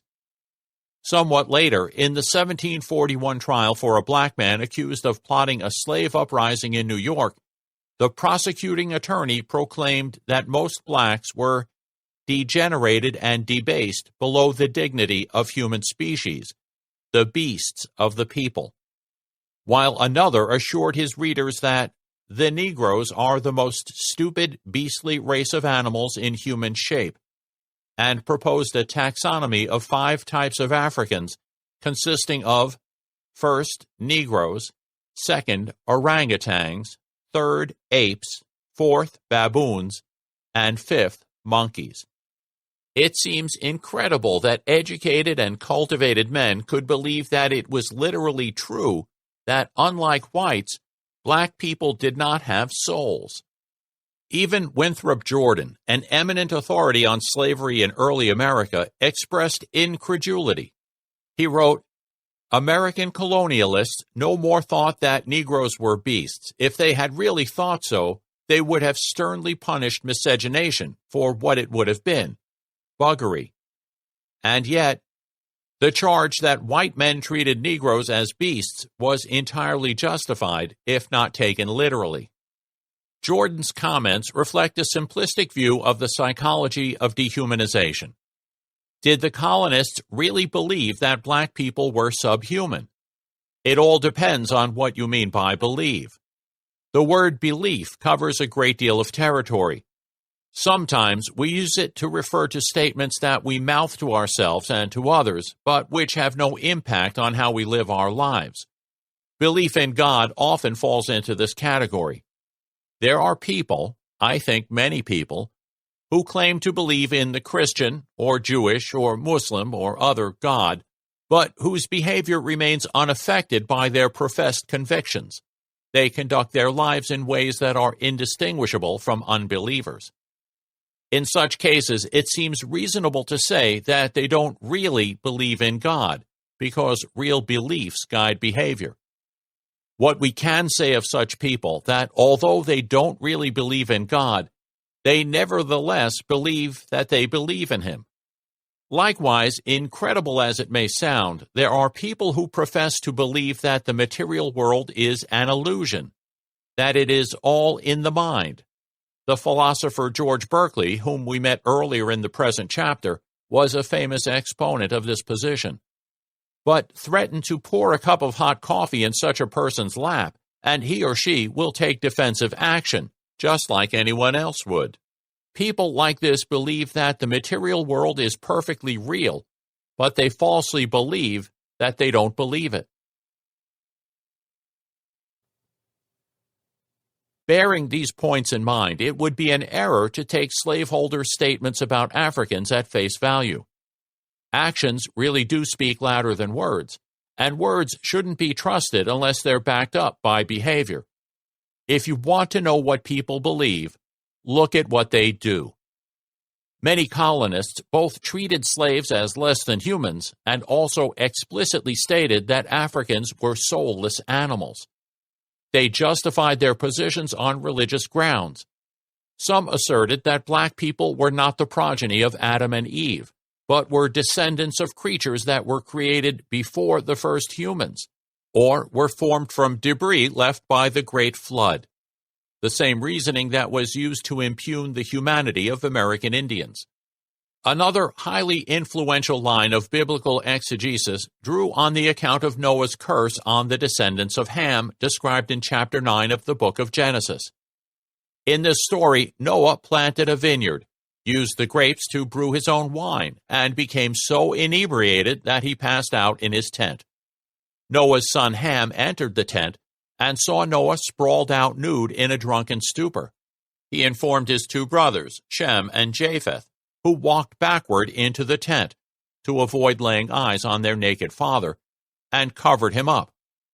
The scripture records that when Noah came to, he knew what his younger son had done unto him, and cursed Ham's son Canaan, saying, "A servant of servants shall he be unto his brethren." If the punishment seems rather stiff for such a minor offense, notice the curious turn of phrase. Noah knew what his younger son had done to him. What exactly had Ham done? According to some rabbinical commentators, the reference to Ham's seeing his father was a euphemism for raping or castrating him, which would explain why Noah was so miffed.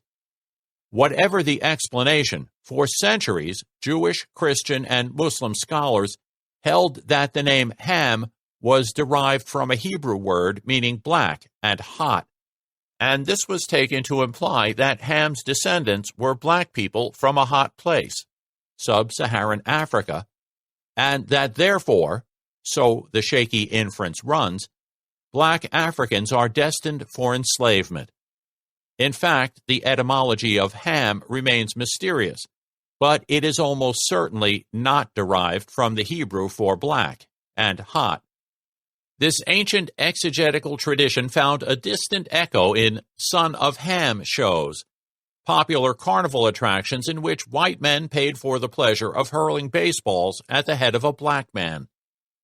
American colonists added a new wrinkle to the Son of Ham theory. They argued that Noah's curse condemned Ham's descendants to subhumanity.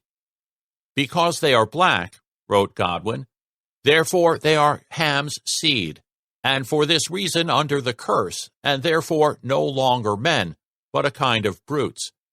Godwin dismissed these biblical justifications as absurd and insisted that there is no reason to think of Africans as anything less than fully human. Godwin's proofs were largely commonsensical, writes Columbia University historian Alden T. Vaughn. Africans, he pointed out, obviously have human shape and appearance, and although they are of a darker complexion than English and most other Europeans, so are 5/6 of the world's people. Even if one were to grant, as he did not, that blackness was a deformity, Godwin insisted that it was no more a sign of bestiality than was any mental or physical abnormality. People with dark pigmentation can reproduce themselves. In fact, they often reproduce with whites, a sure sign of their humanity. Godwin's position on color preferences was also refreshingly even-handed for a 17th century Englishman. There is no universal standard of beauty, Godwin reminded his readers. Blacks favor their own color just as whites do. And if a subjective objection to skin colors were allowed to consign some people to the category of brutes, fair-skinned Europeans might someday find themselves so labeled. Moreover, after a few generations in hot climates, Godwin argued, even the English become quite black, at least very dusky and brown. Are they to be considered brutes rather than men? Godwin drove his point home by arguing that the slaveholders' own practices tacitly acknowledged the human stature of black people. He noted that some slaves were placed in positions of considerable responsibility, for instance, as overseers of other slaves. But it would certainly be a pretty kind of comical frenzy to employ cattle about business, and to constitute them lieutenants, overseers, and governors. and also noted that the fact that white men used slave women for their own sexual gratification would make them guilty of bestiality if slaves were really just livestock. This dehumanization of African Americans did not end with the creation of the new nation in 1776, or with the abolition of slavery in 1865. Books and pamphlets published during the latter part of the 19th and early 20th centuries continued to assert that they were beasts. During the 19th century, the new discipline of anthropology gave this racist ideology a veneer of scientific credibility.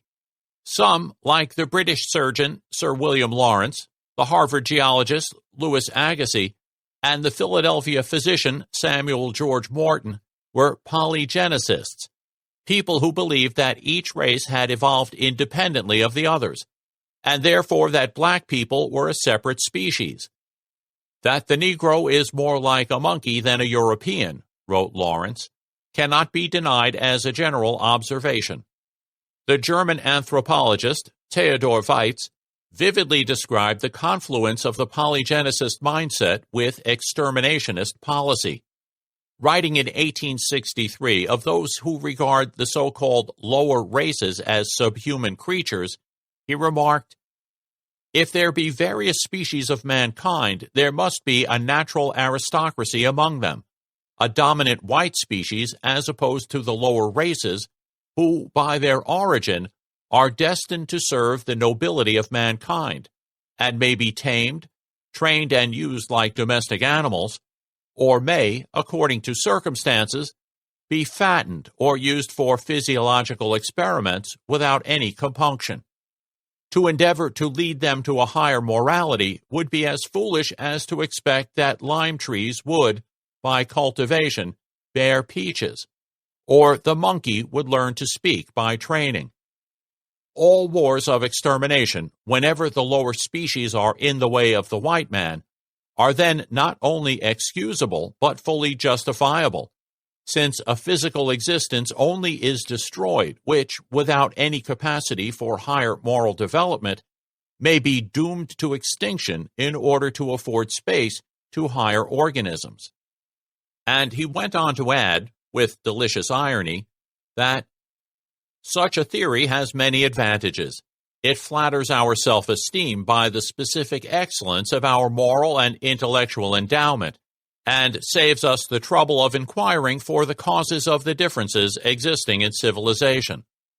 The theory has thus obtained many adherents, whilst there are some who consider this one of the reasons which render the assumption of a specifically higher mental endowment of the white race improbable. Polygenicism was sometimes dubbed the American school because of its popularity in the United States, especially among apologists for slavery. Many Americans fused the Bible with biology to underwrite their racial beliefs in an even more outlandish manner than their 17th and 18th century predecessors had done.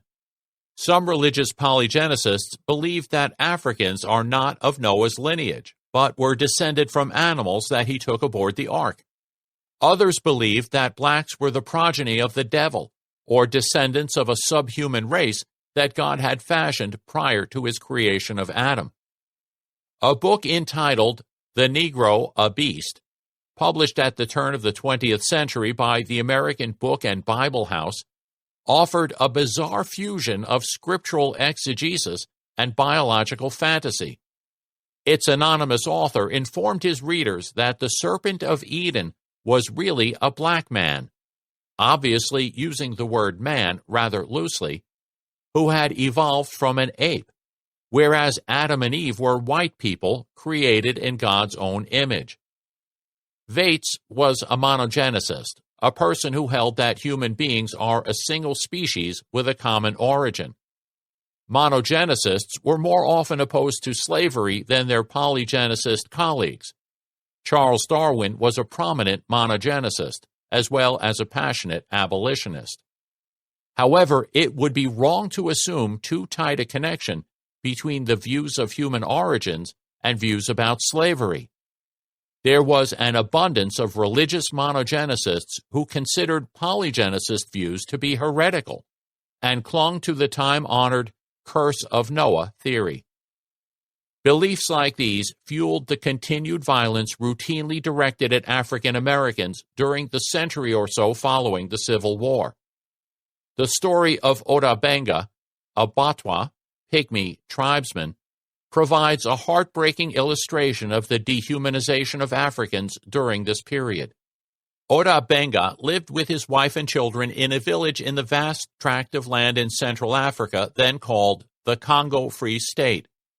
King Leopold II of Belgium founded the Congo Free State, ostensibly to provide aid to the people living there. However, the Congo Free State was anything but free.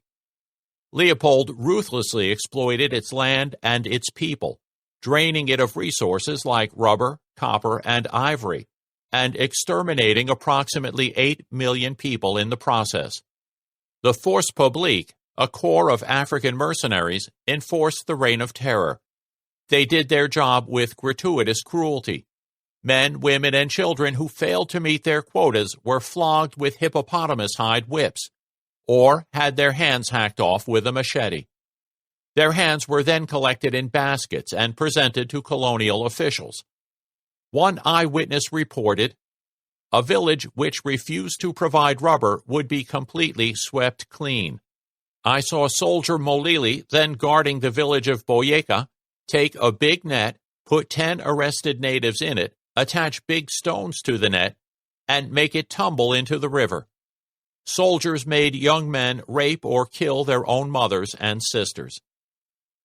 Odabenga's village was one of those swept clean by the Force Publique, who murdered his wife and children and sold him to an African slave trader. It was at this point that Samuel Phillips Verner entered the picture.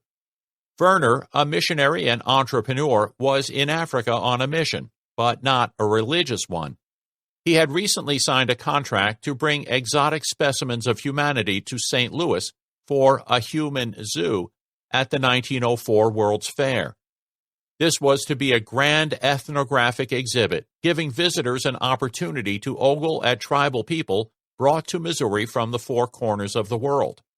Even the old Apache warrior, Goyathle, better known by his Mexican nickname, Geronimo, was going to be on display. Verner was shopping for pygmies. When he discovered Otabenga, he paid off the slave merchant and took the young man to the United States, along with 7 other Batwa who agreed to join them. When the fair was over, Verner returned them all to their homeland and remained in Africa for a year and a half, collecting artifacts and animal specimens. During this time, he and Odabenga became friends. Benga accompanied Verner on his collecting adventures and eventually asked to return with him to the United States. Verner consented.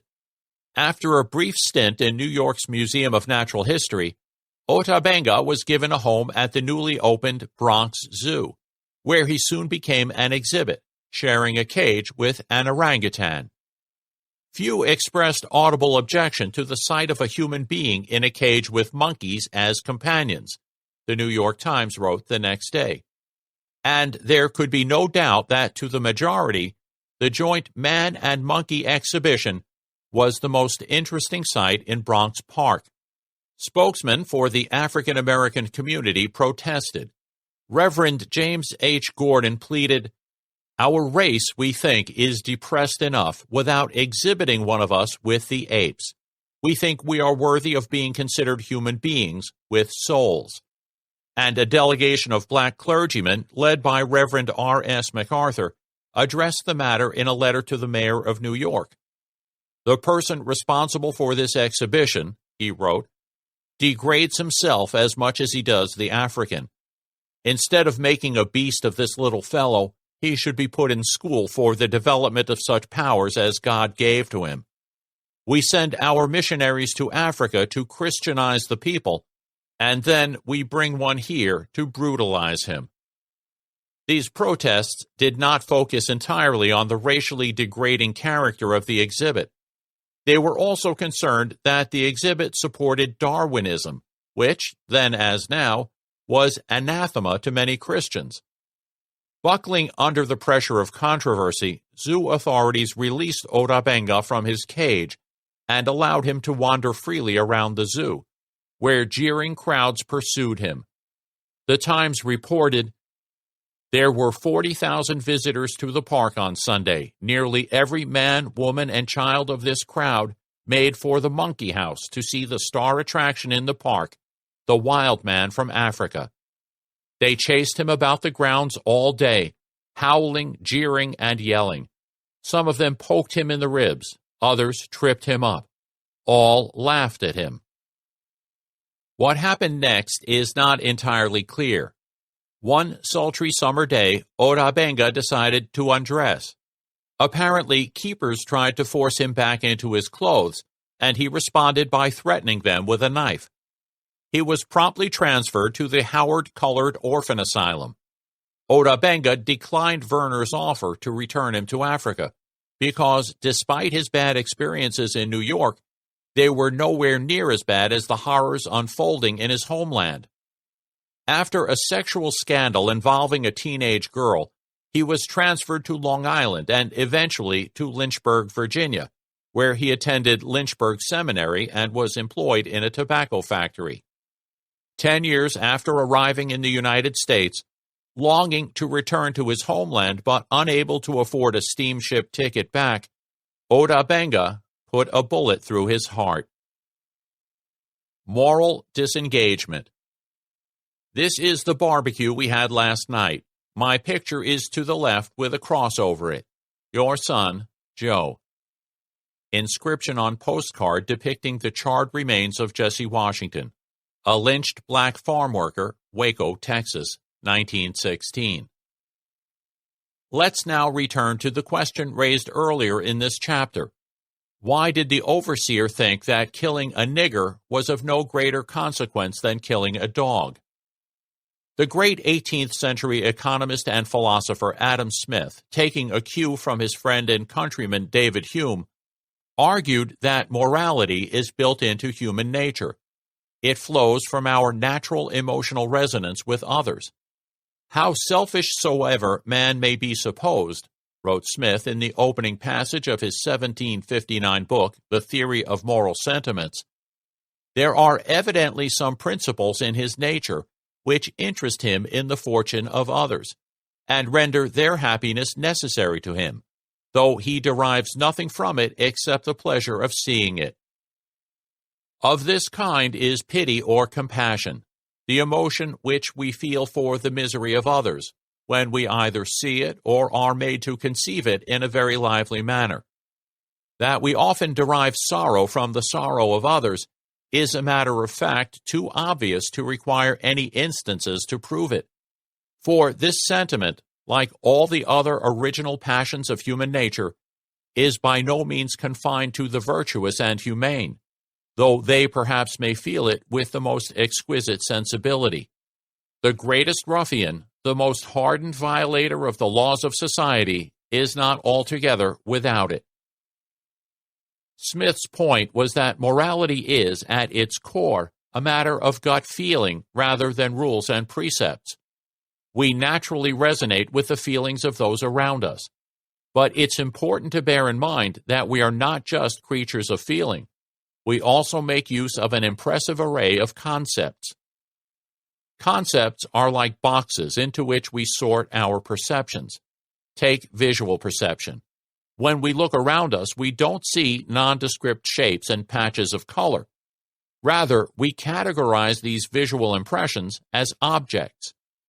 Right now, as I gaze to my right, I detect a vivid red shape in my visual field. I see this not as an oddly shaped configuration of color, but as a glass of Merlot perched on the corner of my desk. To have this perception, my experience had to be diffracted through a conceptual prism.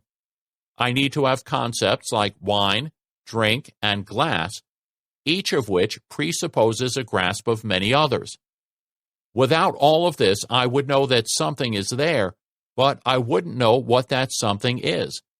Our concepts endow our experiences with form and meaning. The same principle holds true in the social world. To recognize someone as a person, a fellow human being, you need to have the concept of a human being. And once you categorize someone as human, this has an impact on how you respond to him. Of course, other animals can identify members of their own species too. Otherwise, they wouldn't be able to find mates. But there's no reason to think that the vast majority of non-human animals have notions of us and them. They react to organisms as other without conceiving of them as such. Chimpanzees appear to be an exception, as I will explain in Chapter 7. The capacity for conceptual thought has given our species great behavioral flexibility. We aren't locked into rigid instinctual patterns the way other creatures are, because we're able to sculpt our lives by designing and redesigning the frameworks that we use to make sense of the world. We are, to a very significant degree, architects of our own destiny. This isn't to say that human malleability is limitless. Far from it. Like any other, evolution equipped our species with certain inclinations, preferences, and cognitive capacities. We naturally enjoy certain tastes, but not others, are startled by loud noises, form groups with dominance hierarchies, and feel joy, anger, and disgust, and so on as the situation demands. But the powerful intellect with which natural selection endowed us enabled our ancestors to make the momentous discovery that they could engineer their own behavior.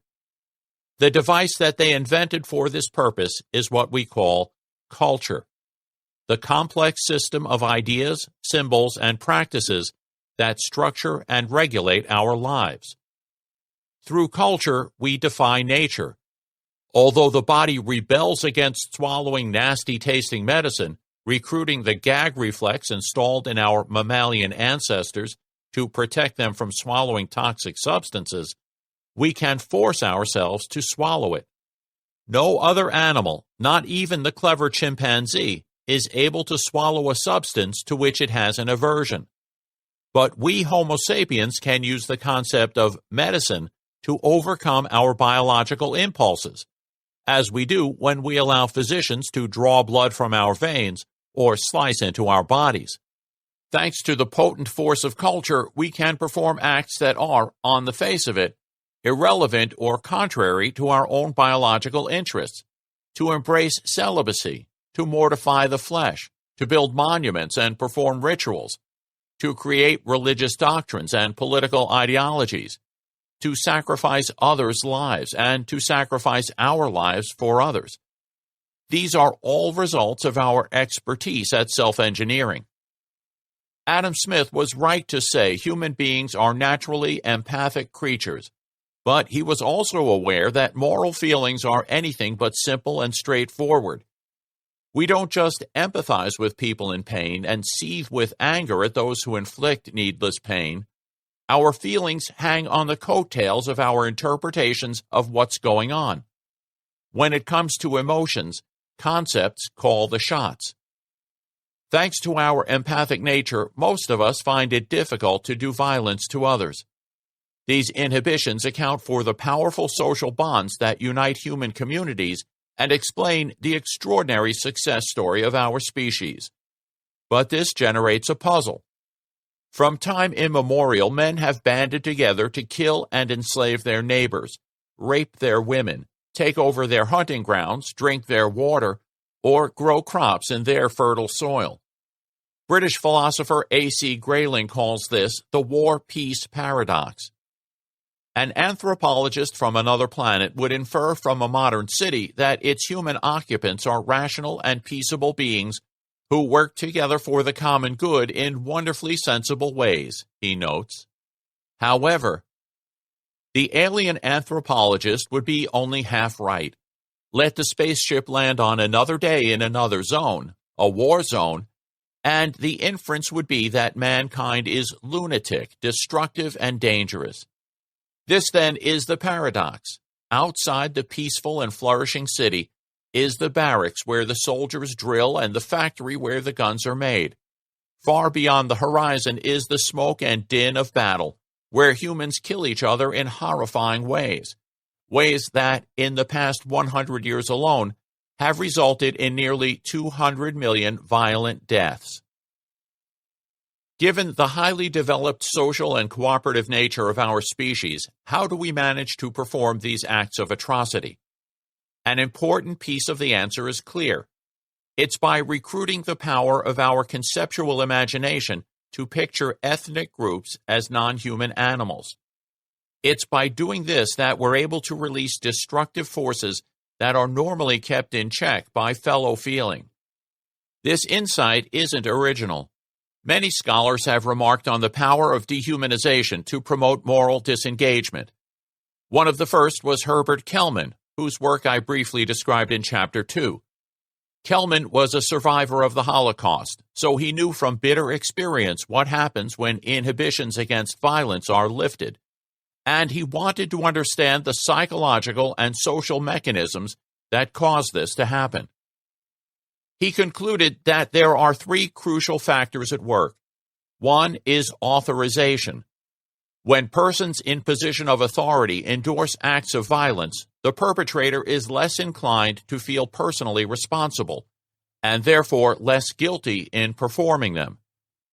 Kellman's hypothesis was dramatically supported by the famous obedience experiments conducted by Stanley Milgram in 1961. Milgram, who was also a Jew, was impressed by reports on the trial of Adolf Eichmann, the man who was responsible for the transport of millions of Jews to death camps. Eichmann evaded capture after the war and, with the help of a network of Catholic priests, escaped to Argentina in 1950 by way of Italy. He was captured by Israeli security agents in 1960 and was taken to Jerusalem to stand trial. During the trial, Eichmann repeatedly justified his actions by saying that he had only been following orders, just as his colleagues in the Nuremberg trial had done 15 years before. Milgram was intrigued. How far could obedience go? To answer this question, he designed and implemented a series of experiments in which a subject was instructed to administer what he or she believed to be increasingly powerful electric shocks to a person in an adjoining room, who was a confederate of the experimenter. As the voltage was increased, the victim would pound the walls and scream in pain, and if the subject showed reluctance to continue, they were first told, "Please continue." And then, if they were still hesitant, the experiment requires that you continue. It is absolutely essential that you continue. And finally, you have no other choice, you must go on. Milgram found that 65% of his subjects could be induced to deliver the maximum voltage to an innocent, suffering subject. He concluded that ordinary people, simply doing their jobs and without any particular hostility on their part, can become agents in a terrible destructive process. Moreover, even when the destructive effects of their work become patently clear, and they are asked to carry out actions incompatible with fundamental standards of morality, relatively few people have the resources needed to resist authority. 8 years later, U.S. headlines were ablaze with the news of the My Lai massacre. Men from the U.S. Army's Charlie Company had mowed down more than 500 Vietnamese civilians, mostly elderly men, women, and children, in the village of Son My. Time magazine reported that Sergeant Charles Hutto, one of the perpetrators of the carnage, told an Army investigator, "It was murder. I wasn't happy about shooting all the people anyway. I didn't agree with all the killing, but we were doing it because we had been told." These events inspired Kellman to conduct a survey of ordinary Americans, asking them what they would do if they were ordered to shoot all of the inhabitants of a village, including old men, women, and children. Would they comply with the order or refuse to obey? A shocking 51% of his respondents replied that they would follow the order, and only 33% said that they wouldn't. Unquestioning obedience paves the way for routinization. Killing and torture become a workaday activity, just a job. This helps overcome moral inhibitions in two ways. First, following a rigid routine eliminates any need for making decisions, and thus entertaining awkward moral questions. Second, focusing on programmatic minutiae of his job makes it easier for the perpetrator to hide from the meaning of his actions. As important as authorization and routinization are, Kelman thought that they are not sufficient for overcoming moral resistance to cold-blooded violence. For this, dehumanization is required. To the extent that the victims are dehumanized, he wrote, principles of morality no longer apply to them, and moral restraints are more readily overcome. If others are not really human, we can treat them as we like, or as we are instructed, without moral reservations getting in the way. The idea that dehumanization causes moral disengagement comes up again a few years later in a study by Stanford University psychologist Albert Bandura, who put Kelman's hypothesis to an empirical test. Bandura and his co-workers recruited college students to participate in the experiment. The experimental setting consisted of 3 cubicles, into which students were escorted 3 at a time. Each of the cubicles was equipped with an aggression device, a contraption that supposedly delivered an electric shock at 10 levels of intensity.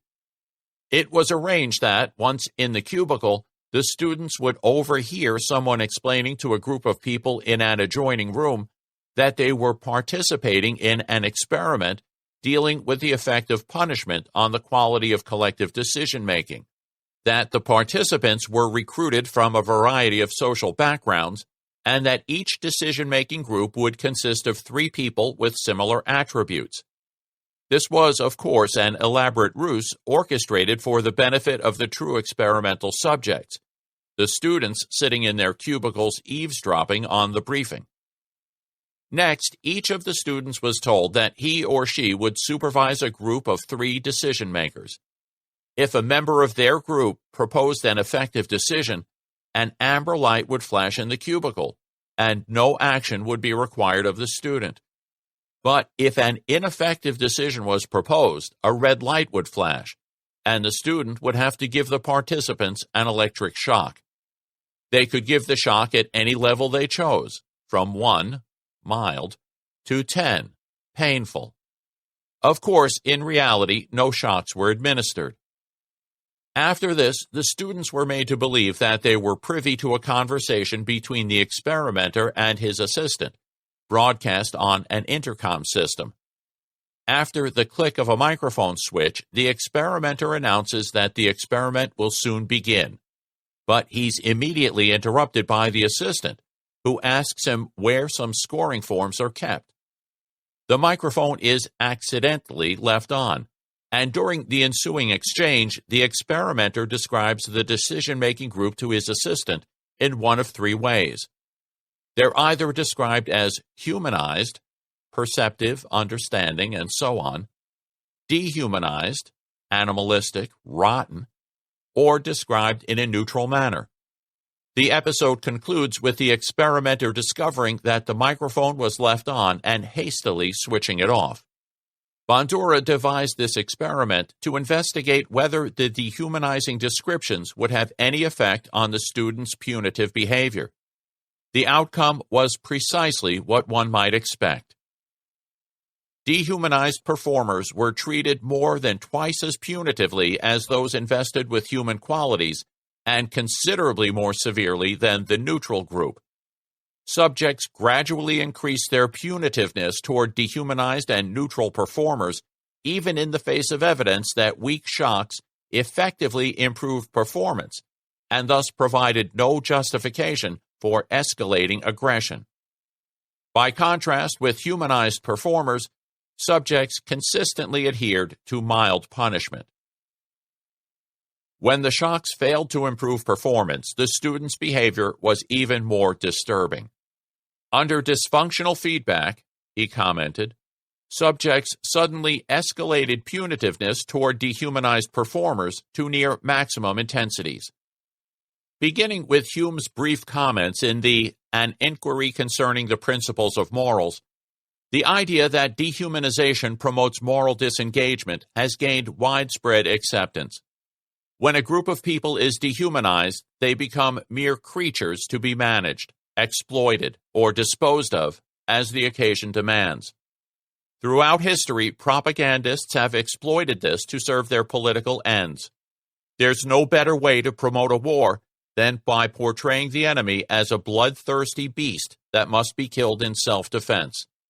And there is no better way to whip up enthusiasm for genocide than by representing the intended victims as vermin, parasites, or disease organisms that must be exterminated for the purpose of hygiene. The architecture of our minds makes us vulnerable to these forms of persuasion.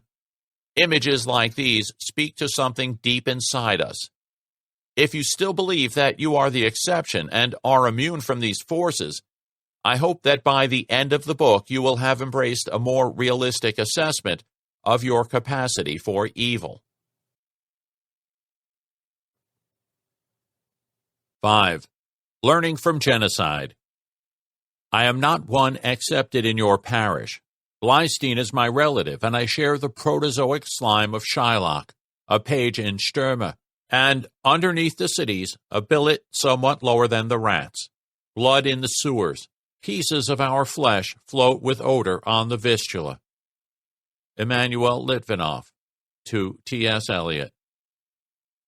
Have you ever wondered what it would be like to participate in genocide? Have you imagined yourself as a guard at Auschwitz, herding new arrivals from the train to the gas chamber? Or as a Rwandan Hutu, hacking men, women, and children to death with a machete? Try to do it, graphically and realistically. Was it difficult? Now try again, this time with the help of political scientist Daniel Goldhagen. You cut him, then cut him again, then cut him again and again. Think of listening to the person you are about to murder begging, crying for mercy, for her life. Think of hearing your victim's screams as you hack at or cut her, and then cut her again and again and again. Or the screams of a boy as you hack at his 8-year-old body. Your imagination probably recoils from this exercise. Picturing it makes you feel sick. But this reassuringly natural response presents a conundrum, for genocide does occur. As Goldhagen goes on to remark, the perpetrators of genocide do it and hear it, and they do it with zeal, alacrity, and self-satisfaction, even enjoyment. Neither monsters nor madmen. What kinds of people willingly perform acts that most of us have difficulty even imagining? The knee-jerk answer is that they are monsters. Wasn't Hitler a monster? How about Stalin, Mao, or Saddam Hussein? Surely they were all monsters. But what are monsters? Monsters have always haunted the dark places of human imagination. The eerie images on cave walls in Spain and southern France, painted by anonymous Stone Age artists, include monstrous portraits. Interspersed with lifelike images of Pleistocene fauna, we find strange figures that are neither clearly human nor unequivocally non-human. Some of them have human bodies with animal heads. Another displays a distorted human face with a strange animalistic snout. And yet another human-looking figure has a snake-like appendage for a head. The most famous prehistoric monster portrait of all is at the Trois Frères cave in southwestern France, which shows some kind of half-man, half-beast creature with staring, glowering eyes, powerful-looking humanoid legs, and a weird head bearing horns or antlers. Archaeologists have dubbed the Trois Frères portrait the Sorcerer, on the assumption that it depicts a shaman dressed in animal skin performing a rite of hunting magic. Monsters embody everything that we find dangerous and terrifying, and which we want to keep at arm's length. It is in this capacity that they play a prominent role in the religious mythology of the high civilizations of the ancient Middle East. In Egypt, the paradigmatic monster was Apep, an immense serpent that perpetually threatened to drag the ordered world into a seething abyss of chaos and mayhem. while Mesopotamian texts described a similarly awesome creature named Tiamat, whose coils covered 30 acres, the prototype for the biblical monster Leviathan. While gigantic creatures like these represented the wild, uncontrollable, destructive forces of nature, smaller, anthropomorphic monsters embodied the predatory danger posed by other animals, especially the human ones. Like most monsters worth the name before or since, writes anthropologist David Gilmore, these smaller beasties were wont to tear people apart and eat them. People believed themselves to be continuously stalked by ferocious specters. Vampire-like legions of succubi ripped open people's throats, drank their blood, and devoured their flesh. They dripped deadly poisons from their jagged maws. Their razor-sharp claws were polluted and lethal. Interest in matters monstrous continued throughout classical antiquity. Greco-Roman monsters typically combined human and animal traits in shocking or terrifying ways. The Roman author Pliny the Elder included detailed information about monsters in his encyclopedic Natural History. Creatures like cynocephali, creatures with human bodies and dogs' heads said to dwell in the remote mountains of India, and the amazing manticore, a creature with a triple row of teeth like a comb, the face and ears of a man, gray eyes, a blood-red collar, a lion's body, and inflicts stings with its tail like a scorpion. Pliny's lurid account of the monstrous races is what prompted Augustine to emphasize that what makes someone human is something internal, the possession of a rational soul, rather than their outer bodily shell. Concerns about monsters continued through the Middle Ages. During this period, the most important source of information about monsters was a book entitled Liber Monstrorum de Diversis Generibus, the Book of Monsters of Various Kinds, which was written sometime between the 9th and 11th centuries. It sets out a taxonomy consisting of human beings, lower animals, and monsters. Liber Monstrorum describes the monstrous as a category sandwiched between man and beast, less than human but more than animal. It's this combination of human and animal traits that gives them their uncanny quality. Some are born of monster parents, while others began life as humans, but degenerate into monsters in consequence of their wickedness. But whatever their genealogy, monsters are invariably evil, harboring malice toward humans and hatred toward the divine order. Their eyes glow continuously. Their teeth, angled in their mouth, are lethal weapons, underscoring their predatory, non-human character. Made as they were, the text concludes, the order of creation must keep them on the outside. Hitler, Stalin, and others who performed wicked acts were not monsters. Monsters don't exist. Like it or not, these men were human beings, as were all mass killers throughout history. So why do we call them monsters? Croatian journalist and novelist Slovenka Drakulic offers an answer.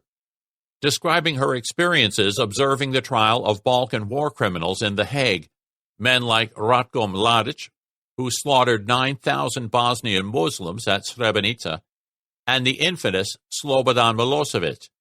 Drakulic remarks, "You sit in a courtroom watching a defendant day after day, and at first you wonder, as Primo Levi did, if this is a man. No, this is not a man. It is all too easy to answer. But as the days pass, you find the criminals become increasingly human. You watch their faces, ugly or pleasant, the way they yawn, take notes, scratch their heads or clean their nails. And you have to ask yourself, what if this is a man? The more you know them, the more you realize that war criminals might be ordinary people, the more afraid you become. Why? This is because the consequences are more serious than if they were monsters. If ordinary people committed war crimes, it means that any of us could commit them. Now you understand why it is so easy and comfortable to accept that war criminals are monsters. Calling these people monsters merely dehumanizes the dehumanizers, and thus becomes a symptom of the disease for which it purports to be the diagnosis. Calling people monsters is a way of whistling past the graveyard, a way of reassuring ourselves that they are so very different from us. It's not the order of creation that keeps them on the outside, it's you and me. Another distancing tactic is to call these people sick, that is, mentally ill. Surely one might think anyone who performs such terrible, brutal acts, or orders them to be done, has got to be severely psychologically disturbed. How many times have you heard Hitler, Stalin, Pol Pot, Saddam, and even Osama bin Laden described as madmen, psychotics, or psychopaths? It's true that mental illness can explain bizarre and sometimes violent human behavior. However, these excursions into do-it-yourself psychiatry are usually ill-conceived, because the sort of sickness ascribed to genocidal killers has nothing to do with malfunctions of the central nervous system. It's a secular euphemism for evil, a moral diagnosis dressed up as a medical one. The senior officials in Hitler's regime are often touted as paradigmatic examples of genocidal madmen. But what's the evidence for this? If anyone was in a position to know, it was Leon Goldenson, the American psychiatrist assigned to care for the Nazi war criminals at Nuremberg in 1946. But Goldenson didn't confirm the popular prejudice. Instead, he found that, with the exception of Rudolf Hess and in the later stages of the trials, possibly Hans Frank, the defendants at Nuremberg were anything but mentally ill. Alas, most of them were all too normal. The desire to exterminate the Jews wasn't the Nazis' problem, psychological or otherwise. It was their solution. The same is true of the contemporary poster children for moral insanity, Muslim terrorists. Psychiatrist Mark Sageman interviewed almost 200 jihadists and reports finding no obvious mental health problems. There is no evidence that the people who plan and implement mass killing are more prone to psychopathology than any person, picked at random, walking down Main Street, USA. This brings us back to our original question. What is it that enables some people to engage in genocidal killing? To answer it, we need to get a foothold in the genocidal mindset. We need to get a sense of what sort of concerns lead otherwise ordinary people, people like you and me, to commit acts of barely imaginable atrocity. Goebbels in Lodz. One morning, as Gregor Samsa was waking up from anxious dreams, he discovered that in his bed he had been changed into a monstrous, verminous bug. Franz Kafka, The Metamorphosis. In the fall of 1939, just after the German conquest of Poland, a film crew arrived in the Polish city of Lodz. Charged with the mission of shooting documentary footage for a film entitled The Eternal Jew, the crew worked under the personal supervision of Hitler's propaganda minister, Joseph Goebbels. Goebbels was a committed anti-Semite who was responsible for the Kristallnacht pogrom, during which German synagogues were burned, Jewish businesses were destroyed, and tens of thousands of men, women, and children were deported to concentration camps. Now he was in Lodz, shooting what he called his Jew film, a film which, according to historian and Holocaust scholar Stig Hornschrosch-Mohle, may have been responsible for convincing Hitler of the need to annihilate the Jewish people.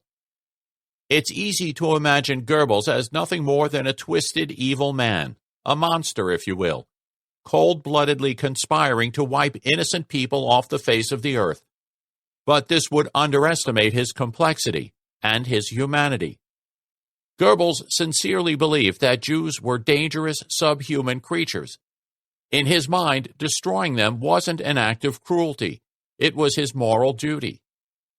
Prior to flying from Berlin to Lodz to supervise the filming, Goebbels ordered the director, Fritz Hippler, to shoot some preliminary footage capturing everything of Jewish ghetto life, including the practice of kosher ritual slaughter, Shrita. Hitler showed the film to Goebbels on October 16th. According to Hitler, Goebbels wanted to show me how somebody with a proper attitude toward the Jewish question would react. Almost every close-up was accompanied by shouts of disgust and loathing. At the ritual slaughter scenes, he held his hands over his face. These weren't just histrionics. Goebbels recorded in his diary on October 17th that the scenes that Hitler showed him were so dreadful and brutal in their details that one's blood freezes. One pulls back in horror at so much brutality. This Jewry must be exterminated. The theme continues in diary entries written after he joined the film crew in Lodz on November 2nd and accompanied the cinematographers into the heart of darkness. These are no longer human beings, he wrote, but animals. It is therefore also no humanitarian task, but a task for the surgeon. One has got to cut here, and that most radically, or Europe will vanish one day due to the Jewish disease. The next day he spoke with Hitler about it and noted in his diary that the Jew is garbage, rather a clinical than a social matter. Oddly, the Nazis had quite a different attitude toward real, non-human animals. The long, gruesome scene in The Eternal Jew, depicting ritual slaughter of livestock, was bound to have been upsetting to Hitler, who was an ardent vegetarian, anti-vivisectionist, and exponent of animal welfare. Other Germans made excursions to the ghetto as well. The state-sponsored leisure service, Kraft durch Freude, Strength Through Joy, organized bus excursions so that soldiers could observe the subhumans at close range. A report produced by the Polish government in exile describes these grotesque urban safaris. Every day, large coaches came to the ghetto. They take the soldiers through as if it was a zoo. It is the thing to do to provoke the wild animals. Often, soldiers strike out at passers-by with long whips as they drive through. They go to the cemetery where they take pictures. They compel the families of the dead and the rabbis to interrupt the funeral and to pose in front of their lenses. They set up genre pictures. Old Jew above the corpse of a young girl. At the time of Goebbels' visit, the future was bleak for the Jews of Lodz. They had been harassed and abused, their businesses closed, their property confiscated, and the 4 great synagogues of the city had been burned to the ground. Before long, most would perish in extermination camps or die of starvation. But all that Goebbels could see were vermin, carriers of the Jewish disease, a disease that would engulf the world unless it was obliterated. In the film's most notorious scenes, a swarm of rats appear on the screen, followed by scenes of rats emerging from sewers and infesting bags of grain, and then by shots of street life in Lodz while the narrator explains. Wherever rats appear, they bring ruin by destroying mankind's goods and foodstuffs. In this way, they spread disease, plague, leprosy, typhoid fever, cholera, dysentery, and so on. They are cunning, cowardly, and cruel, and are found mostly in large packs. Among the animals, they represent the rudiment of an insidious and underground destruction, just like the Jews among human beings. The Eternal Jew emphasizes the connection between Jews and filth, decay, and disease in every sector of cultural life. For instance, the narrator gravely states that this race of parasites has no feeling for the purity and cleanliness of the German idea of art. A smell of foulness and disease pervades Jewish art, which is unnatural, grotesque, perverted, or pathological. However, the historic National Socialist movement was determined to extirpate the pestilence. There were around 230,000 Jewish residents of Lodz when German troops marched into the city in September 1939.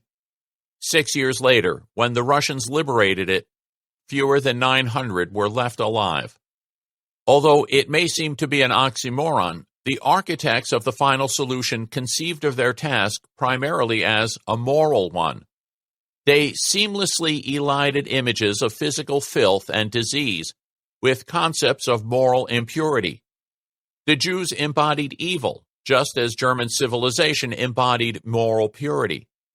The Nazis' worldview combined elements of both physical and moral danger in a package not unlike contemporary Americans' image of the Islamic fundamentalist Taliban. Hitler often remarked that Jews are very radical and have terroristic inclinations. This apocalyptic vision is well summarized by J. Gonen in his book on The Roots of Nazi Psychology. Gonen writes that the Nazis believe that we live in a polarized and most dangerous world in which nothing is safe. A pervasive danger floated over the polarized world. Everything now seemed exposed to an insidious and corrupting agent of sickness. Life is dominated by the need to protect against the killing disease. Hitler's perception was clear and ominous. An ill-understood evil is on the verge of triumph in this world. Nevertheless, it can still be successfully fought. Total education could produce understanding of the disease, while only total fanaticism could sustain the all-out combat necessary to stem its course, and even to eradicate it once and for all. The stakes couldn't be higher. The fate of the world rested on the shoulders of those men and women with the sagacity to appreciate the Führer's message, and the courage to embrace their duty to humanity. There is no more revealing example of this peculiar moral sensibility than Nazi security chief Heinrich Himmler's speech to the SS officers in the Polish town of Poznan on October 4, 1943.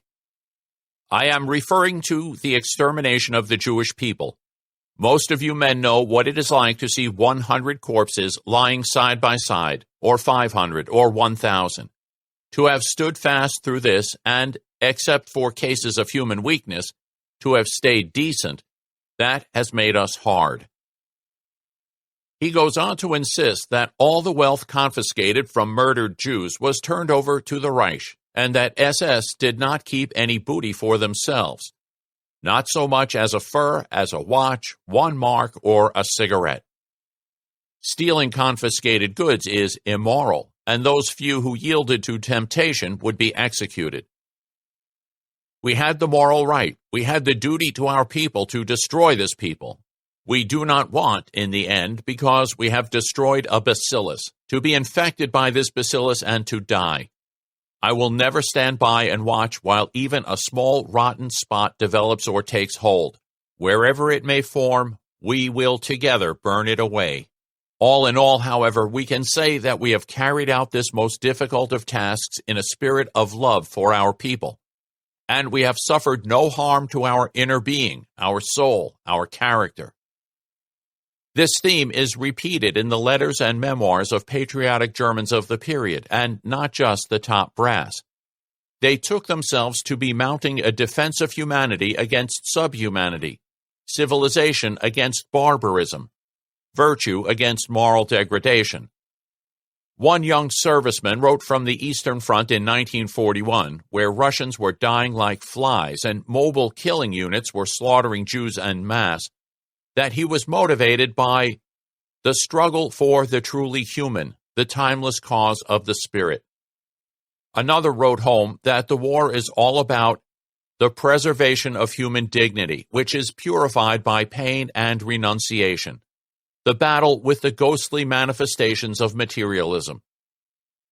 A company commander told his men that they were fighting to revive the ancient virtues buried under layers of filth. Propaganda leaflets handed out to the troops assured them that we would insult the animals if we described these mostly Jewish men as beasts. They are the embodiment of the satanic and insane hatred against the whole of noble humanity, the rebellion of the subhumans against noble blood. It may seem barely comprehensible that intelligent men and women could view the world in such a hideously distorted way, and, turning their Manichaean vision into policy, wage a genocidal war against a harmless people. It requires little effort to condemn the Nazis. Moral outrage comes cheaply. It is more difficult and surely more valuable to address those features of the human condition that precipitated the tragedy. Genocide. Paragon of art that kills all forms of life and feeling, save what is pure and will survive. Roy Campbell, Autumn. Many, perhaps most, researchers into genocide agree that efforts to destroy an entire people are almost always accompanied by the idea that those being annihilated aren't really people. As Daniel Goldhagen notes, the term dehumanization is rightly a commonplace of discussions of mass murder. It is used as a master category that describes the attitudes of killers, would-be killers, and larger groups toward actual and intended victims. Gregory H. Stanton, founder and president of the human rights organization Genocide Watch, describes dehumanization as a regular feature of genocides. One group, he writes, denies the humanity of the other group. Members of it are equated with animals, vermin, insects, or diseases. Dehumanization overcomes the normal human revulsion against murder. At this stage, hate propaganda is used to vilify the victim group. Likewise, University of Nebraska psychologist David Moshman notes that members of the victimized group are construed as elements of a subhuman, non-human, or anti-human collective. Psychologist Clark Macaulay and sociologist Daniel Shiro make a similar observation. In most genocidal events, the perpetrators devalue the humanity of their victims, often by referring to the victims as animals, diseased, or exceptionally filthy, notably pigs, rats, maggots, cockroaches, and other vermin, or with monstrous creatures. With these observations in mind, let's briefly survey the role that dehumanization has played in some of the worst episodes of genocidal slaughter of the last 100 years. When, during the late 19th and early 20th centuries, the European powers were carving up the dark continent of Africa, they treated the indigenous people as beasts of burden, and sometimes as dangerous animals. The blacks give an immense amount of trouble, complained explorer Henry Morton Stanley, an agent of the Belgian king Leopold II. When mud and wet sapped the physical energy of the lazily inclined, a dog whip became their backs, restoring them to a sound, sometimes to an extravagant activity. While the Belgians were helping themselves to the rich natural resources of the Congo, German colonists were busy plundering what is now the nation of Namibia, where they committed the first full-blown genocide of the 20th century. The German and Dutch colonists regarded the indigenous Nama and Herero people with contempt, an attitude that they made no effort to conceal. A petition sent to the colonial department in Berlin by white farmers in the region stated, with alarming explicitness, that it is impossible to regard them as human beings. A contemporary missionary report confirmed that the average German looks upon and treats the natives as creatures being approximately on the same level as baboons, their favorite word to describe the natives. Consequently, the whites value their horses and oxen more highly than they do the natives. Such a mentality breeds harshness, deceit, exploitation, injustice, rape, and, not infrequently, murder as well. The abuses ignited a rebellion which was brutally suppressed by General Lothar von Trotha with the help of 14,000 troops imported for this purpose from the fatherland. Von Trotha tailored his military strategy to the perceived status of the rebels. Against non-humans, he wrote, one cannot conduct war humanely. Many were shot outright. Others were driven into the Kalahari Desert, where soldiers had poisoned the water holes. Like a wounded beast, the enemy was tracked down from one water hole to the next, states an official military report, until finally he became the victim of his own environment.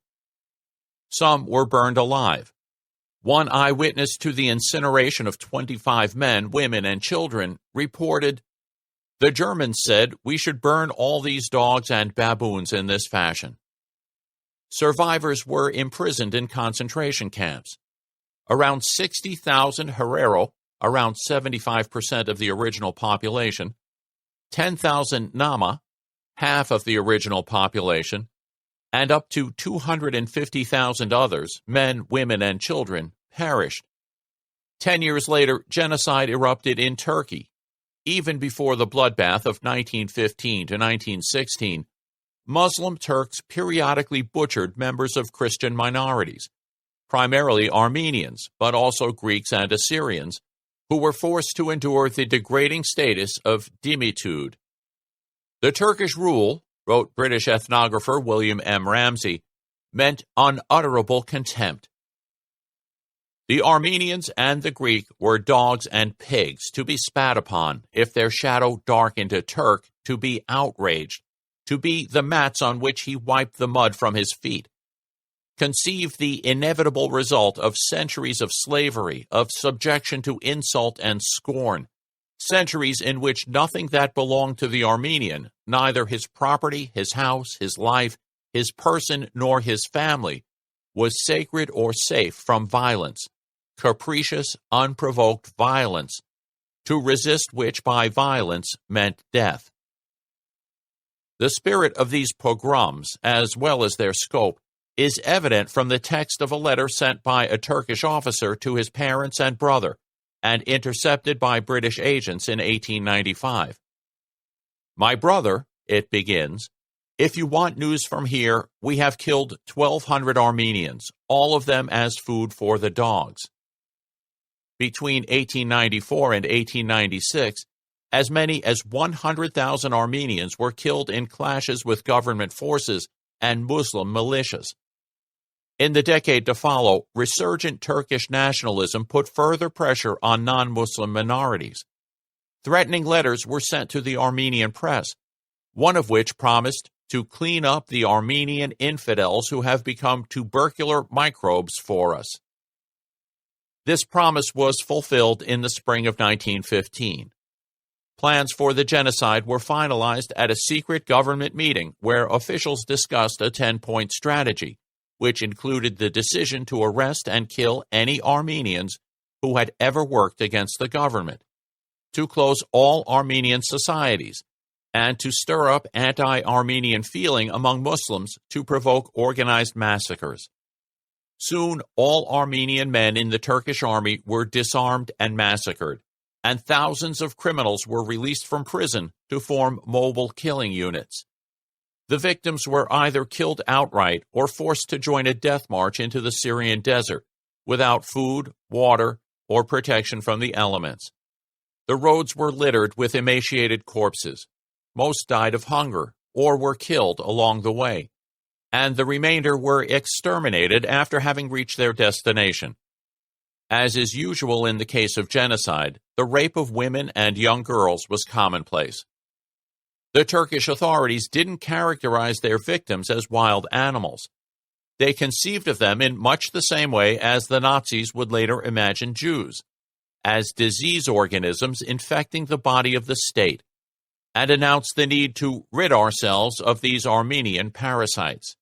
Mehmed Resid, a professor of legal medicine at Istanbul Medical School and a major player in the genocide, described Armenians as dangerous microbes, and asked, with grim rhetorical force, "Isn't it the duty of a doctor to destroy these microbes?"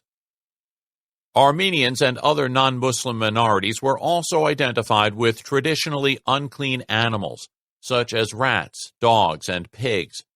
As many as 1.5 million men, women, and children were wiped out, usually by starvation, stabbing, clubbing, or asphyxiation, and also by burning and drowning. They were rarely shot, as bullets were deemed to be too valuable to waste on subhuman creatures. For most listeners of this book, the word genocide is probably synonymous with Auschwitz. The Holocaust was the paradigmatic 20th century genocide, and is also the most thoroughly documented one. There is an immense literature describing how Germans of the Third Reich thought of Jews, as well as Slavs and Gypsies, as less than human, portraying them as apes, pigs, rats, worms, bacilli, and other non-human creatures. And it is abundantly clear from this evidence that the Nazis did not intend the term subhuman to be taken metaphorically. One does not hunt rats with a revolver, quipped one SS expert in a chilling allusion to the mass exterminations, but with poison and gas.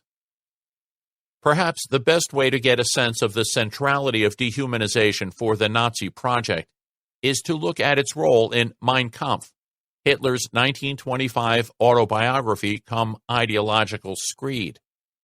After closely examining the patterns of figurative language in Mein Kampf, German scholar Andreas Musalf has concluded, the source imagery of Hitler's political worldview consisted in the conceptualization of the German, but in principle every nation, as a human body that had to be shielded from disease, or in case of an outbreak, cured. Jewish people who were conceptually condensed into the supercategory of the Jew and viewed as an illness-spreading parasite represented the danger of disease. Deliverance from this threat to the nation's life would come from Hitler and his party as the only competent healers who were willing to fight the illness. Hitler repeatedly calls the Jew a germ carrier or agent of disease, a decomposing agent, fungus, or maggot. In their capacity as germ carriers, Jews are equated with vermin, or more specifically rats, and the source of an epidemic or pestilence comparable to syphilis.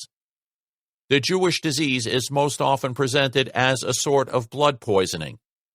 In the most basic version, Musalf observes, Hitler likens the Jews to a viper or adder, whose bite directly introduces venom into the bloodstream of the victim.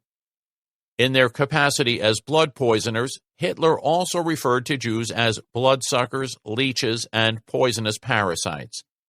Hitler and Goebbels also characterized Jewry as a ferment of decomposition, which is a misappropriation of a phrase from the work of Nobel laureate Theodor Mommsen, who used it to refer to the positive contributions that Jews made to European civilization. Just like the 19th century polygenicists, the National Socialists clung to the idea that human races are distinct species. Hitler introduces this theme in Mein Kampf with a juvenile homily about the birds and the bees. Every animal mates only with a representative of the same species, he remarks.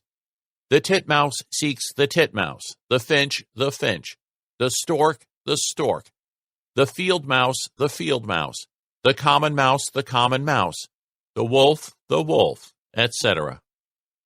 Have you got wind of where this is heading? Hitler continues. The consequence of this purity of race, generally valid in nature, is not only the sharp delimitation of the races from others, but also their uniform character in themselves. A fox is always a fox, a goose, a tiger, etc.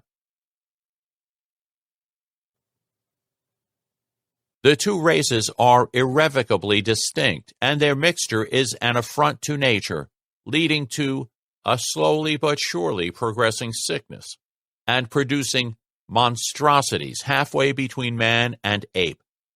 From a scientific perspective, this is gibberish.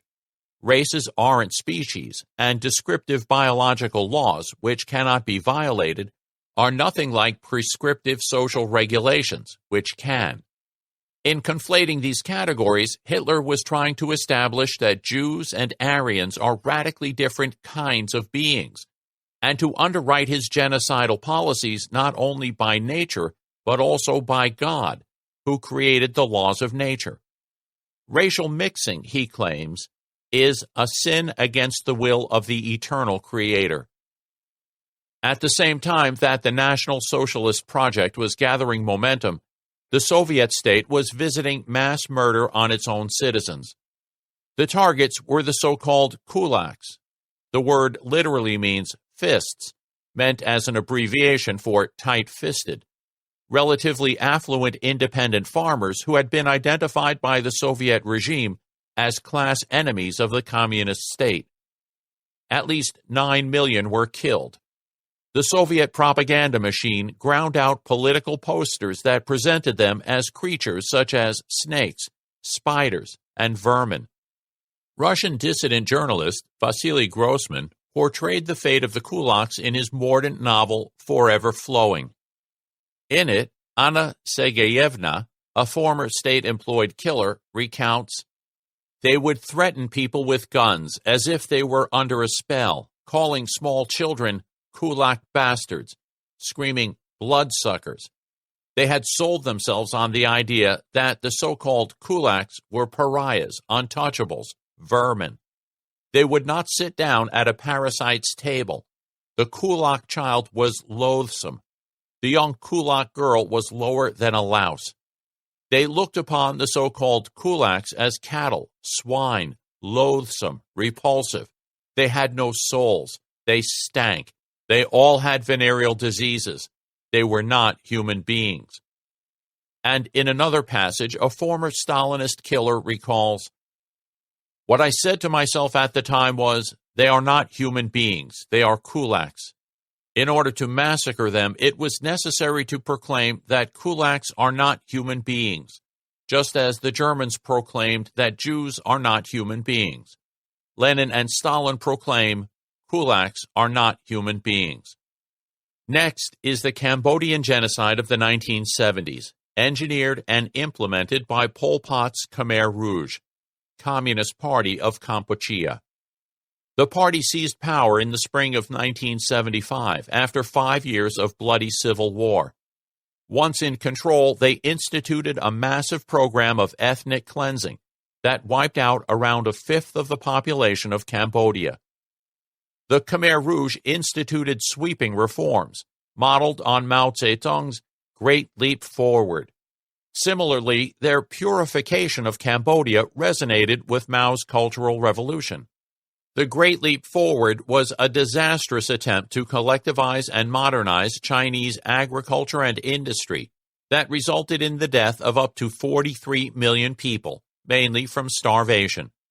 Its failure led to Mao's resignation as chairman of the People's Republic of China and a swing to the right in the Chinese Communist Party.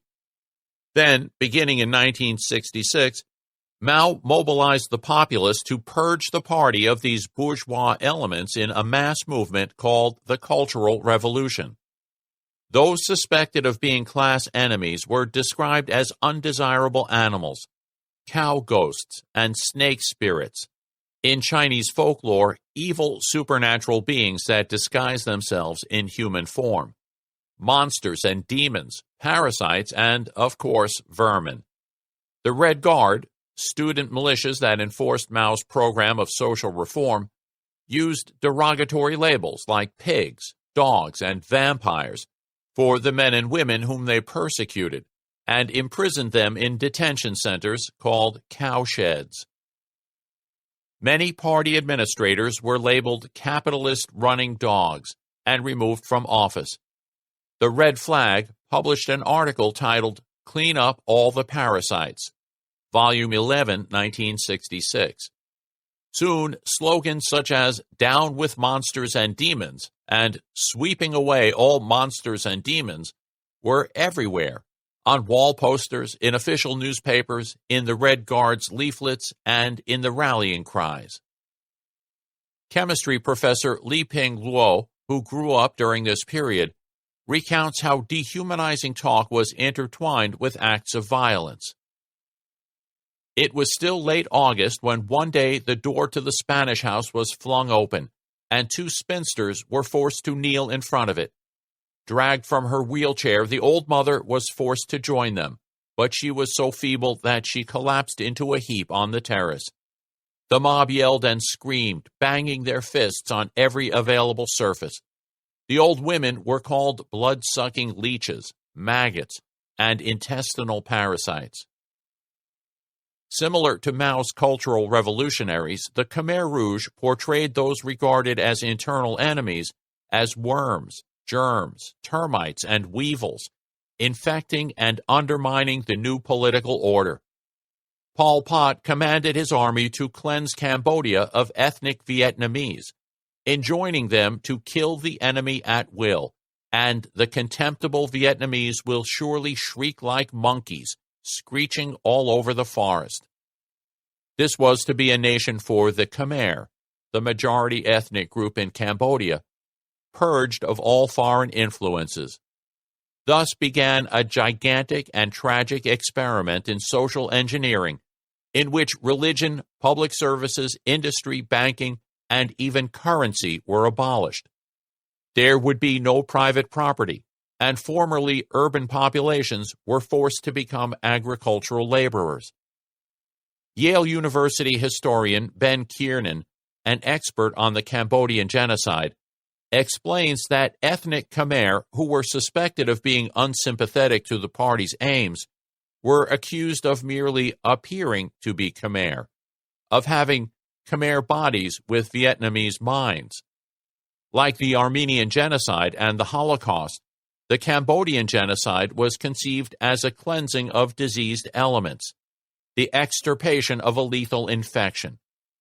What is infected must be cut out was a popular party slogan, and the elimination of carriers of germs. As Pol Pot put it, there is a sickness in the party. If we wait any longer, the microbes can do real damage. Men and women were executed because the pro-Vietnamese virus infected them. Kiernan adds that, while making no claims of genetic racism or scientific precision, the CPK leadership employed biological metaphors that suggested the threat of contamination. It referred to enemies as diseased elements, microbes, pests buried within, and traitors boring in, just as the Nazis had talked of Jews as vermin and lice. Pol Pot considered the CPK's revolution the only clean one in history, just as the Nazis had cleaned areas of Jews. And his regime, equally obsessed with purity, launched its most extensive massacres with a call to purify the masses of the people. And after a bloodbath in the eastern provinces, in which as many as 250,000 Khmer were wiped out, Pol Pot announced, "The party is clean. The soldiers are clean. Cleanliness is the foundation." Those who were not killed were harshly treated. "We were being treated worse than cattle," reported one survivor. "The victims of methodical, institutionalized contempt, no longer human beings." Another reported being told that his mother, who had recently died, was less valuable than a cow. "Cows help us a lot and do not eat rice. They are much better than you pigs," he was told.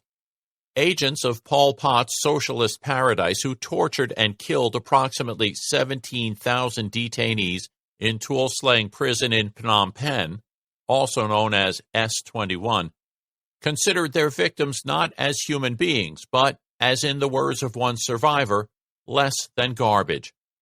As another ex-prisoner put it, "We weren't quite people. We were lower forms of life. Killing us was like swatting flies, a way to get rid of the undesirables."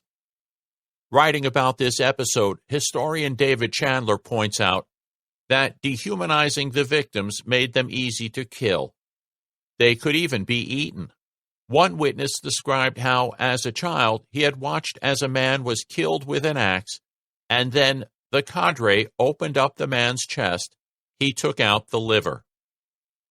One man exclaimed, "One man's liver is another man's food."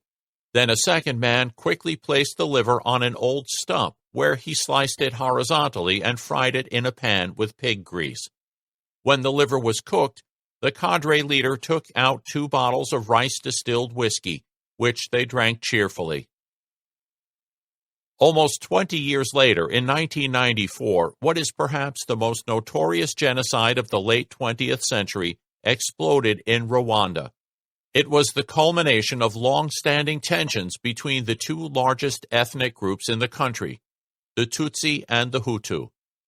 Traditionally, the Tutsi, who were a pastoral people, constituted the ruling class, while the agriculturally based Hutu had a lower position on the social hierarchy.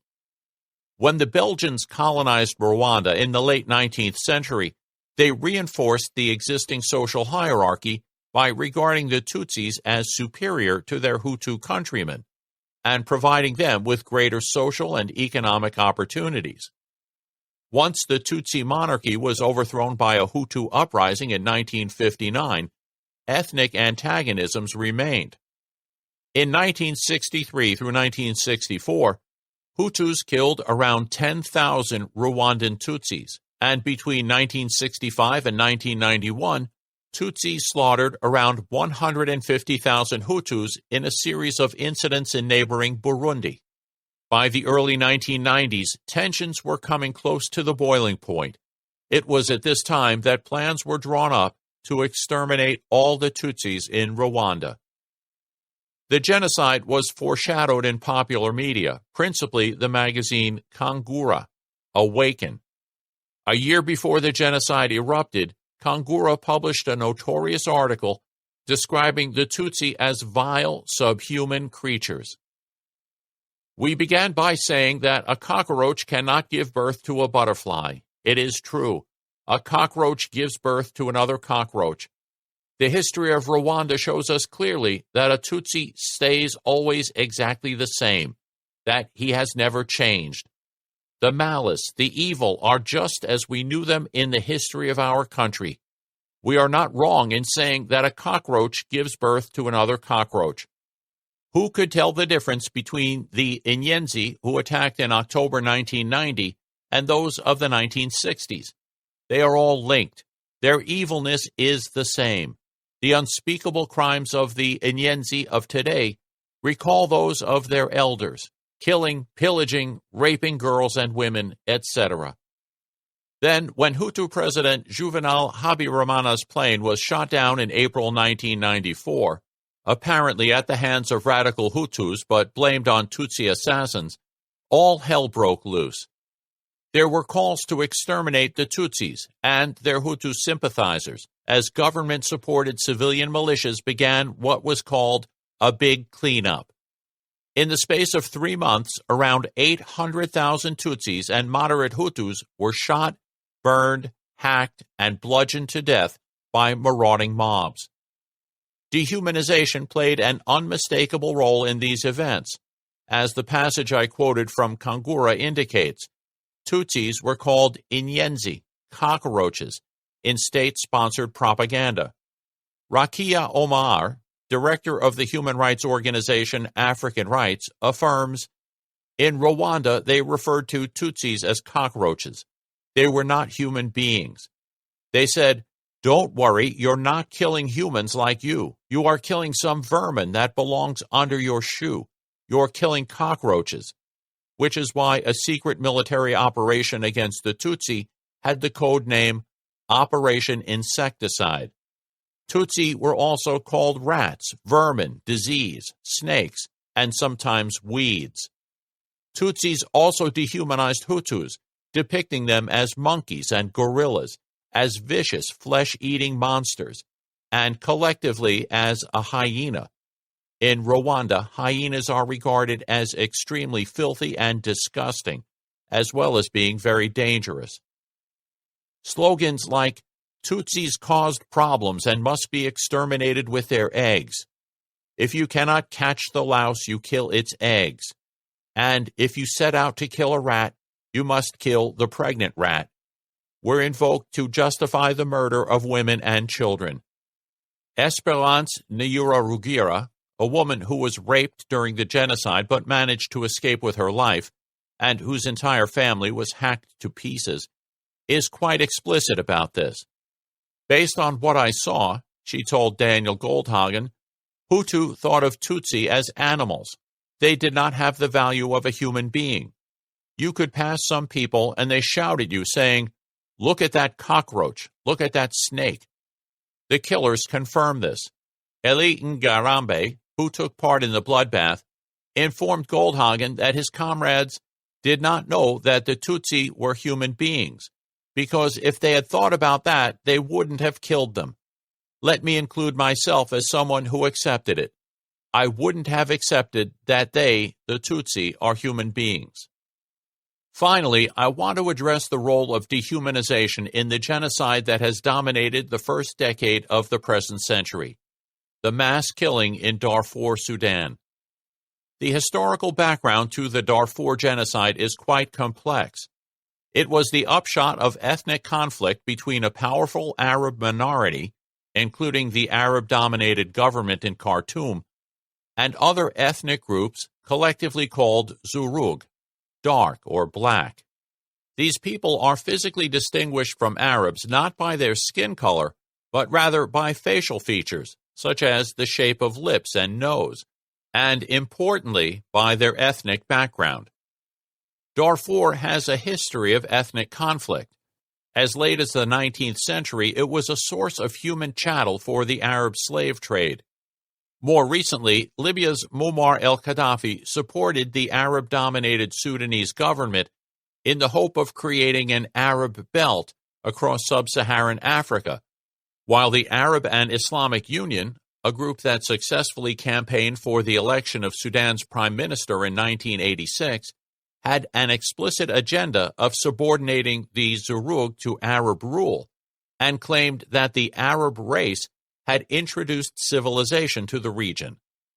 The rising tide of Arab supremacism led to a Darfurian rebellion in 2003, which the Sudanese government tried to put down with the help of Janjaweed militias. The militias brutally and indiscriminately killed, maimed, and raped civilians, which brought about the death of as many as 400,000 people and the displacement of millions more. The mayhem in Darfur hasn't been accompanied by written or visual propaganda. There are no films like The Eternal Jew or magazines like Kangura. But the influence of dehumanization is evidenced by victims' accounts of what the Janjaweed say to them during the attacks. Dog, son of dogs, and we came to kill you and your kids. Kill the black donkeys, kill the black dogs. Kill the black monkeys. You blacks are not human. We can do anything we want to you. We kill our cows when they have black calves. We will kill you too. You make this area dirty. We are here to clean the area. You blacks are like monkeys. You are not human. And so it goes on. As I write these words, there is a fragile peace in Darfur, a peace that might at any point give way to renewed violence. But even if the peace turns out to be lasting, you can be certain that the first major genocide of the 21st century will not be its last. The subhuman. Art thou a man? Thy form cries out thou art. Thy wild acts denote the unreasonable fury of a beast. William Shakespeare, Romeo and Juliet. So far in this book, I have kept theory to a minimum. My aim has been to convince you that dehumanization is a real and significant phenomenon, and that it is worthwhile taking it seriously. Hopefully, I have succeeded in this task, and it's now time to shift gears. I'll continue to describe examples of dehumanization in the rest of the book, but my descriptions will be more closely tied to an examination of the underlying processes. There will be a little less narrative and a lot more analysis. I want to start by considering an exceptionally explicit example. In 1942, a lavishly illustrated magazine hit the German newsstands, entitled The Subhuman, edited by Himmler, and published under the imprimatur of the SS.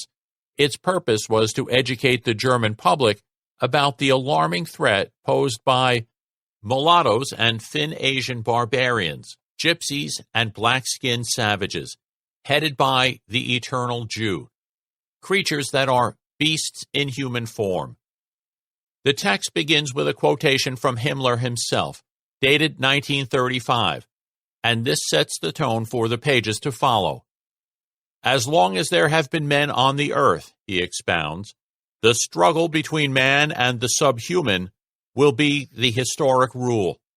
The Jewish-led struggle against mankind, as far back as we can look, is part of the natural course of life on our planet. One can be convinced with full certainty that this struggle for life and death is just as much a law of nature as is the struggle of an infection to corrupt a healthy body. The text goes on to proclaim, "Just as the night rises against the day, the light and dark are in eternal conflict.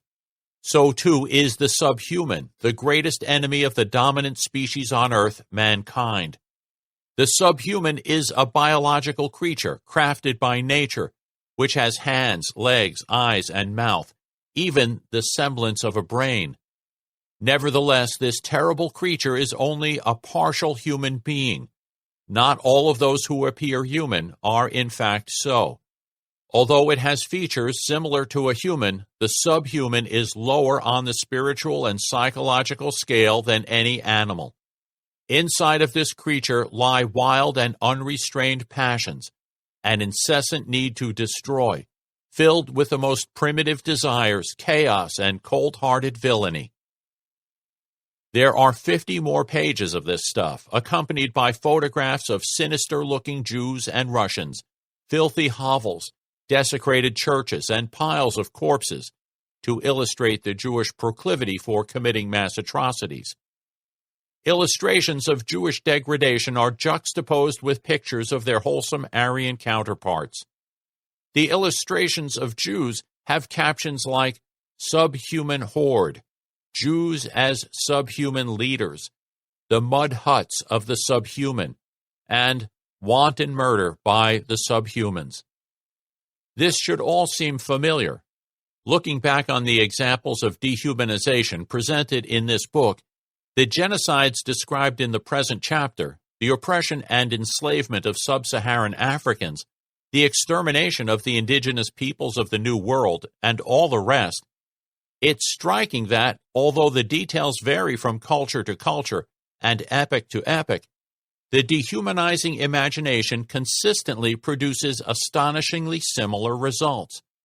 Not only do the images of the dehumanized people resemble one another to a remarkable degree, but the general form of dehumanization, the broad assumptions that inform it, are also strikingly similar. This unity in diversity suggests that there is something that all of these examples have in common, something that undercuts their cultural and historical variety. That something, I will argue, has to do with the machinery of the human mind and the psychological legacy of the evolutionary trajectory of our species. In the next few chapters, I will be examining these matters in detail. For the moment, I will summarize the fundamental characteristics that all the examples of dehumanization share, illustrating each of them with examples from the Nazi era, and particularly the subhuman, as well as occasionally from other socio-historical contexts. Quasi-human kinds. Dehumanization applies to whole groups rather than particular individuals. All barbarians, all Native Americans, all Armenians, all blacks, all Tutsi. In the subhuman, these groups are listed as mulattoes, Finn Asians, or Slavs, gypsies, blacks, and above all, Jews. The collective character of dehumanization is exemplified by some of Himmler's remarks in the Poznan speech. Himmler ridiculed those party members who wanted to make exceptions to the policy that all Jews were to be exterminated. This is one of the things that is easily said. The Jewish people are going to be exterminated. That's what every party member says. Sure, it's in our program, elimination of the Jews, extermination, it'll be done. And then they all come along, the 80 million worthy Germans, and each one has his one decent Jew. Of course, the others are swine, but this one, he is a first-rate Jew. In a recording of the speech, you can hear laughter in the audience after the last sentence. For Himmler, as for other committed Nazis, anyone holding up an example of a first-rate Jew was missing the point of the Nazi race theory. The Jews were to be eliminated because they were Jews. The characteristics of individual Jews, however agreeable, were strictly irrelevant to the exterminationist project. The Jews were a kind of being, but not a human kind of being. Like all dehumanized populations, they were pictured as a quasi-human kind, a sort of non-human creature possessing superficially human-like attributes, a monstrous mixture of outwardly human and inwardly non-human elements. Appearance and reality. The very idea that there can be entities with superficially human characteristics, but which are inwardly subhuman, depends on a prior distinction between appearance and reality. Dehumanization would be impossible if we could not make the distinction between how things seem and how they really are. The discourse of dehumanization typically involves the idea that members of a certain population are not what they appear to be. This is usually implicit, but sometimes it is quite overt. In the subhuman, Jews are portrayed as beasts in human form, even though they have features similar to a human. They may look like humans and act like them, but inside, where it matters, they are not at all like humans. When one group of people dehumanizes another, they imagine that, although the latter may look human, in the idiom of the subhuman, they have hands, legs, eyes, and mouth, even the semblance of a brain, they lack that inner spark or soul that only humans possess. Not all of those who appear human are in fact so, the subhuman warns, and woe to him who forgets it. If subhumans are not really human, then what are they? This brings us to the sub in subhuman, which indicates that they exist at a lower rung of the great chain of being. They are lesser biological entities, typically dangerous predators, poisonous animals, carriers of disease or disease organisms, parasites, traditionally filthy animals, or bodily products, especially feces. In the subhuman, Jews are first described as a vector of infection. The Nazi diatribe goes on to describe Jews as nocturnal animals living in fetid environments. The subhuman is united with his peers, like beasts among beasts, never knowing peace or calm. The subhuman thrives in chaos and darkness. He is frightened by the light. These subhuman creatures dwell in the cesspools and swamps, preferring a hell on earth to the light of the sun. But in these swamps and cesspools, the subhuman has found its leader, the eternal Jew. The text also hints at their predatory characteristics by gesturing toward their wild and unrestrained passions and incessant need to destroy. Dehumanization does not always conform to the patterns that I have just described, although they are the most common. Sometimes dehumanized people are thought of as domestic animals, as when the Janjaweed referred to black Darfurians as donkeys, or as monkeys, baboons, or apes, as the German and Dutch colonists treated the Herero and the Nama. More rarely, dehumanized populations are imagined as prey, animals to be hunted for pleasure. We will encounter examples of this when we look at the role of dehumanization in war. Very occasionally, they are portrayed as invasive or undesirable plants. For example, when Hutus referred to Tutsis as weeds. Demoting a population to subhuman status excludes them from the universe of moral obligation. Whatever responsibilities we have toward non-human animals, they are not the same as those we have toward members of our own species. So, if human-looking creatures are not really people, then we don't have to treat them as people. They can be used instrumentally, with complete disregard for their human worth. They can be killed, tortured, raped, experimented upon, and even eaten. The myth of blood, immutability, and heredity. The children are not the enemy. The enemy is the blood in them. SS officer Oskar Gröning, upon being asked why Jewish children were killed at Auschwitz. Subhumanity is typically thought to be a permanent condition. Subhumans can't become humans any more than frogs can become princes. As the text of The Subhuman puts it, the subhuman will always be a subhuman. There is an important exception to this principle, though. Some religions, notably Christianity, claim to be able to transmute subhumans into human beings, just as in the Roman Catholic Mass, wafers and wine are miraculously transmuted into the body and blood of Christ. But in these cases, there is often a tension between the religious notion of redemption through divine grace and the more basic conviction that subhumanity is immutable. When Jews living in Spain during the 15th and 16th centuries were forced to convert to Christianity on pain of expulsion or execution, even those who chose to embrace Christianity, at least nominally, were not granted full equality. The so-called New Christians were constrained by discriminatory laws called limpieza de sangre, purity of blood, statutes. Jews who converted to Christianity, and even Christians with Jewish ancestors, remained marranos, swine. Belief in the unchangeability of the subhuman condition is linked to another assumption.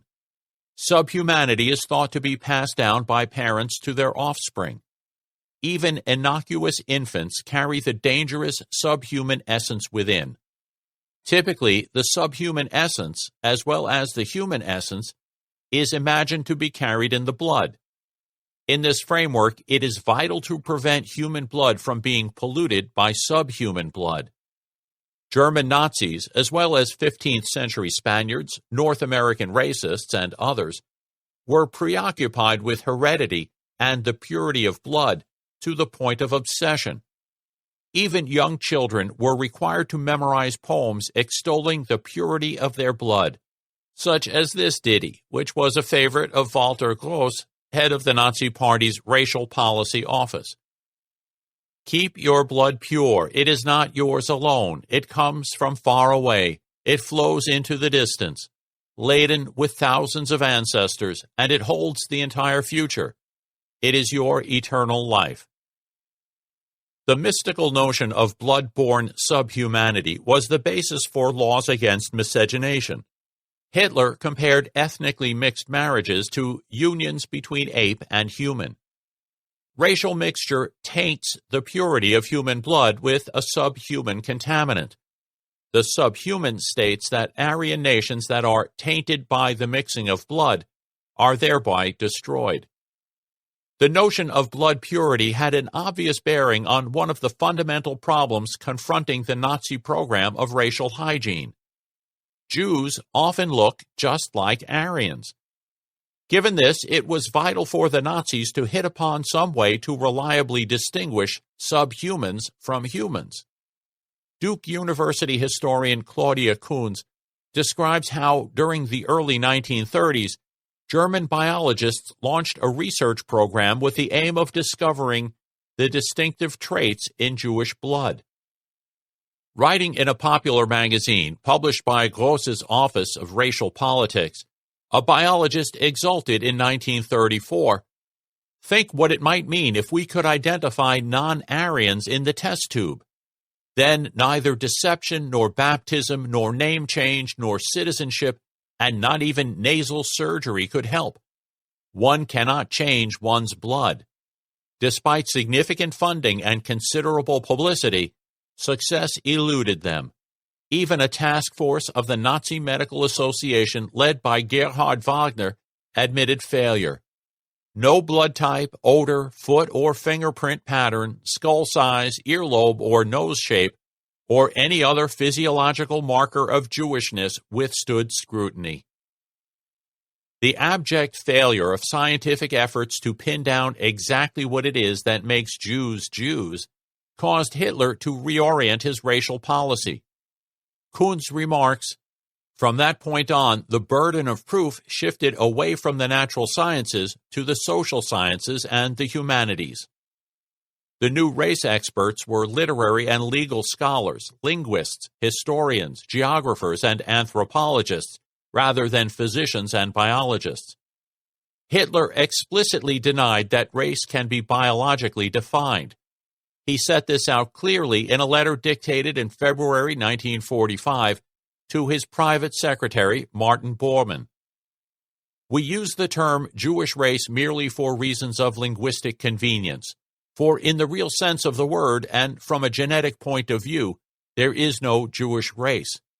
Present circumstances force upon us this characterization of the group of common race and intellect to which all the Jews of the world profess their loyalty, regardless of the nationality identified in the passport of each individual. This group of persons we designate as the Jewish race. The Jewish race is above all a community of the spirit.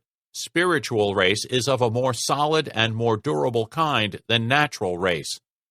Wherever he goes, the Jew remains a Jew, presenting sad proof of the superiority of the spirit over the flesh. Having given up on biology, Hitler embraced a vague, non-biological notion of heredity. However, a moment's reflection shows that this strategy doesn't solve the problem at all. Instead, it creates what philosophers call an infinite regress. Suppose that a Jew is anyone with Jewish parents. Then you're stuck with the problem of how to determine if that person's parents are Jewish. To do this, you need to figure out if their parents were Jewish, and so on ad infinitum. To make matters worse, many Germans had Jewish ancestors. So the Nazis needed to quantify just how much of a Jewish lineage makes one a Jew. Having concurred that no satisfying biological solution to this problem exists, Hitler decided to define as Jewish anyone with 3 or 4 Jewish grandparents. This was a pragmatic and obviously arbitrary solution. Right now, we're not discussing utopias, he remarked, but we're looking at the day-to-day reality and the political situation in the eye. Having identified some of the main features of dehumanization, we are finally in a position to explore why it has such a powerful grip on the human psyche. In the next chapter, I will show that this terrifying, destructive, and tragic dimension of human existence stems from perfectly ordinary psychological processes and inclinations. Ironically, capacity to dehumanize members of our own species turns out to be rooted in our distinctively human psychology. 6. Race. Listening, a slow horror would drain the blood from my throat, and I would think, he is saying these things not caring what they hear, as though they were not human. And then would come the tearing dialogue. Well, are they? Are they? Of course they are. They're just like me. But are you sure? Of course. Then why are they not in our church? Why are they not in our school? Why can't we keep playing together? What is wrong? What is wrong? Lillian Smith, Killers of the Dream. With these words, civil rights activist Lillian Smith described her memory of standing in a crowd in a small Georgia town at the dawn of the 20th century, listening to a segregationist politician harangue his audience, telling us lies about skin color, lies made of their own fantasies, of their secret deviations, forcing decayed pieces of theirs and the region's obscenities into the minds of the young and leaving them there to fester. Smith's account highlights the way that dehumanization is sometimes overtly intertwined with racism.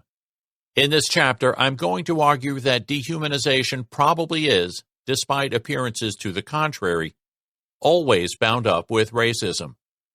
In fact, the concept of race is the place where psychological, cultural, and ultimately biological dimensions of dehumanization all converge. Attending to it not only gives us a clearer conception of what dehumanization is all about, it also throws new light on notions of race and racism. The puzzle of race. To most of us, the reality of race seems to be so self-evident as to be unquestionable. In fact, the idea of race is reinforced day in and day out. Census forms ask us to check the box corresponding to our race. Sadly, there is no box available for those to check who identify themselves as members of the human race. Universities offer courses in black studies, and increasingly in whiteness studies. Anti-discrimination laws forbid employers from excluding job candidates on the basis of their race. We are surrounded by practices, attitudes, and institutions that presuppose the reality of race. To most people, questioning the concept of race is likely to sound as crazy as questioning the claim that the earth revolves around the sun. It seems self-evidently true that there are races. Just look around. However, science presents us with quite a different picture of the mosaic of human variation.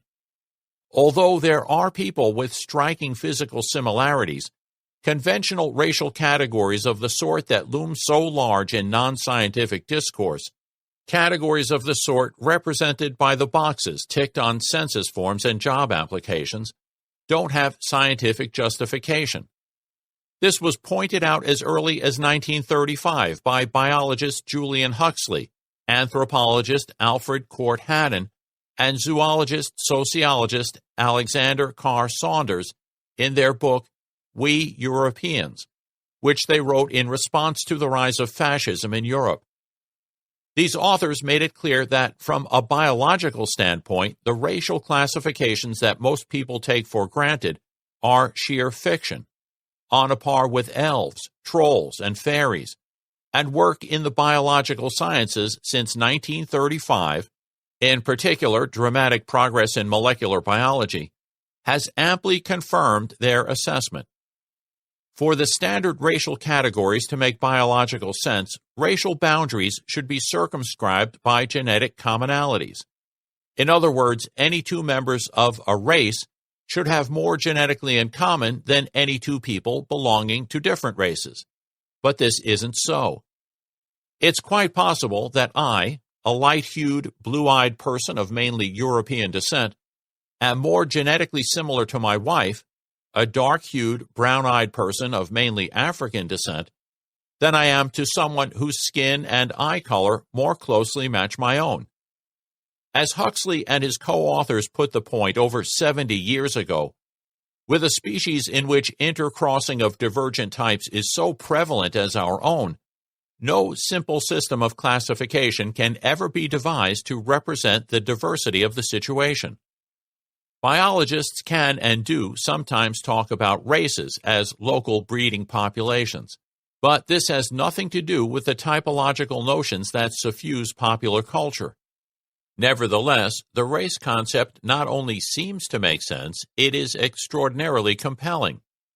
After all, people are physically different from one another in a number of obvious ways, and these differences allow us to group them into categories based on similarity.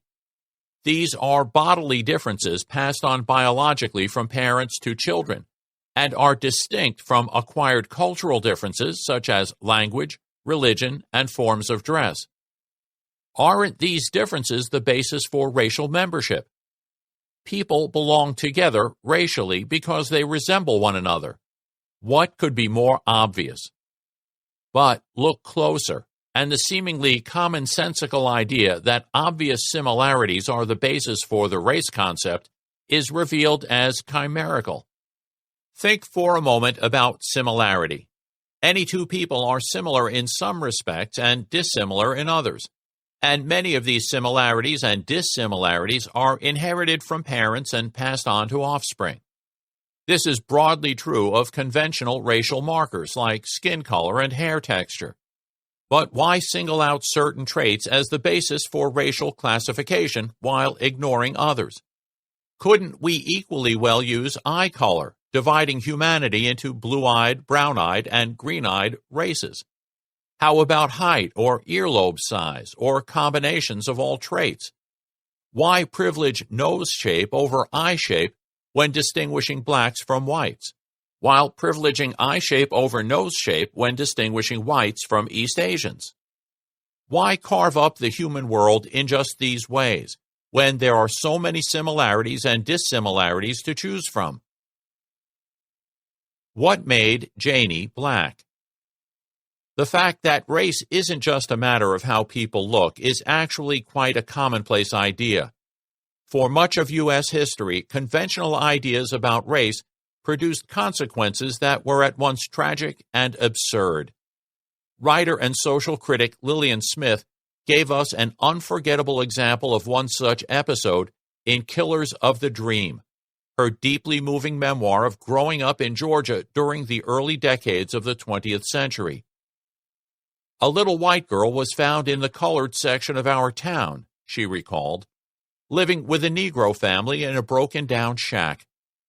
Members of a white women's club concluded that the child, who is described as very white indeed, that is, visually white, must have been kidnapped and persuaded the local marshal to take her into custody. The little girl, named Janie, came to live with the Smiths, where she and Lillian quickly became close friends, until a surprising phone call from an African-American orphanage revealed that Janie was, in fact, black. This discovery changed everything. In an instant, Janie was transformed into a black child who had to be extruded from the family circle. In a little while, my mother called my sister and me into her bedroom and told us that in the morning, Janie would return to Colored Town. And then I found it possible to say, why is she leaving? She likes us. She hardly knows them. She told me she had been with them only a month. Because, Mother said gently, Janie is a little colored girl. But she's white. We were mistaken. She is colored. But she is colored. Please don't argue. What does it mean? I whispered. It means, Mother said slowly, that she has to live in Colored Town with colored people. In befriending Janie, Lillian transgressed an ironclad social taboo, the incoherence of which made it no less absolute, and she was consequently racked with guilt.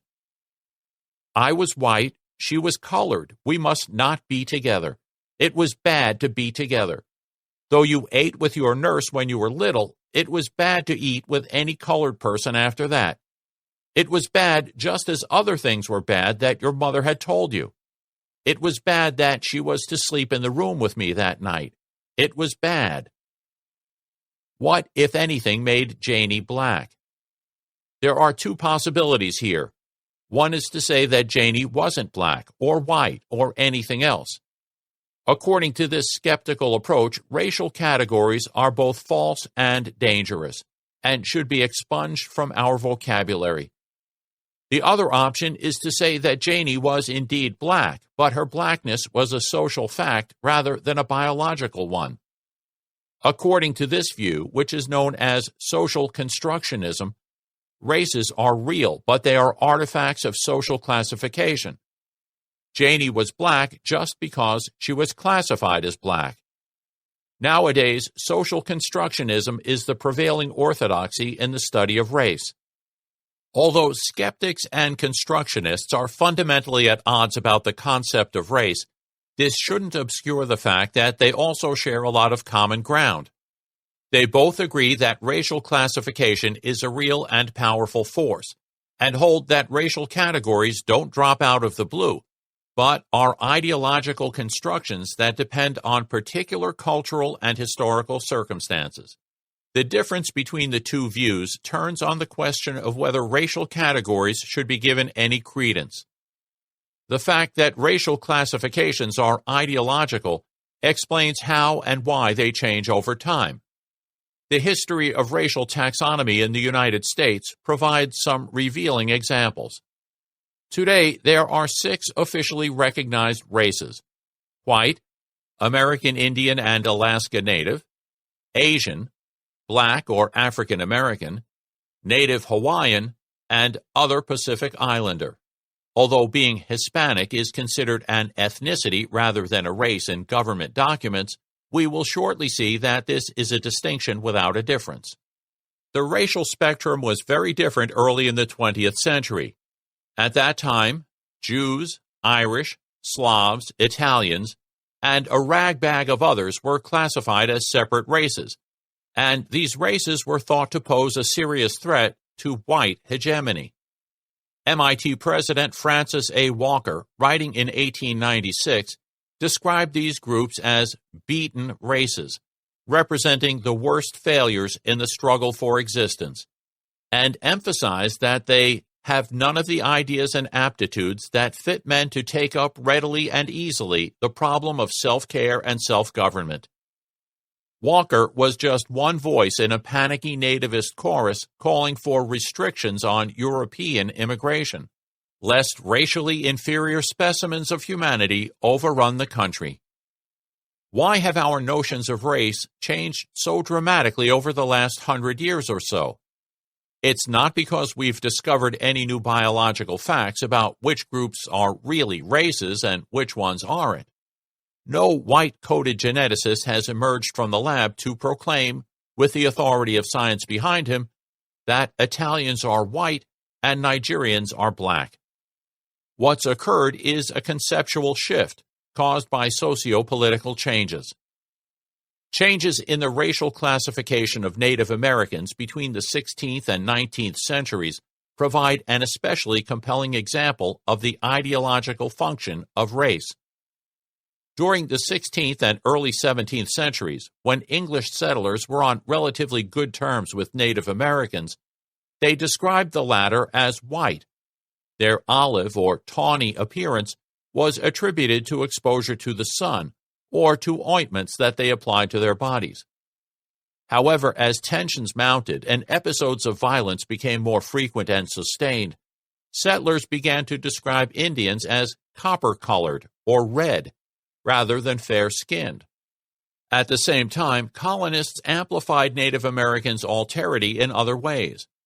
New legislation placed Indians in the same category as blacks and mulattoes, that is, as racially other, and forbade intermarriage of settlers and Native Americans, defining it as a form of miscegenation. By the early 18th century, Indians had undergone an astonishing metamorphosis. They were no longer white, but red. According to historian A.T. Vaughn, by the beginning of the 19th century, the stereotypical color carried a host of unfavorable connotations that prevented the Indians' full assimilation into the Anglo-American community, and simultaneously precluded their acceptance as a separate and equal people. Although a few dissenters resisted the prevailing color taxonomy and its correlative racial policies, the surviving literature, both factual and fictional, shows that the Indian was no longer considered a member of the same race. He remained forever distinct in color and character. Even relatively sympathetic spokesmen now believe the Indians to be permanently different. Beyond ideology. I suppose it is a truth too well attested to you to need a proof here that we are a race of beings who have long been considered rather as brutish than human, and scarcely capable of mental endowments.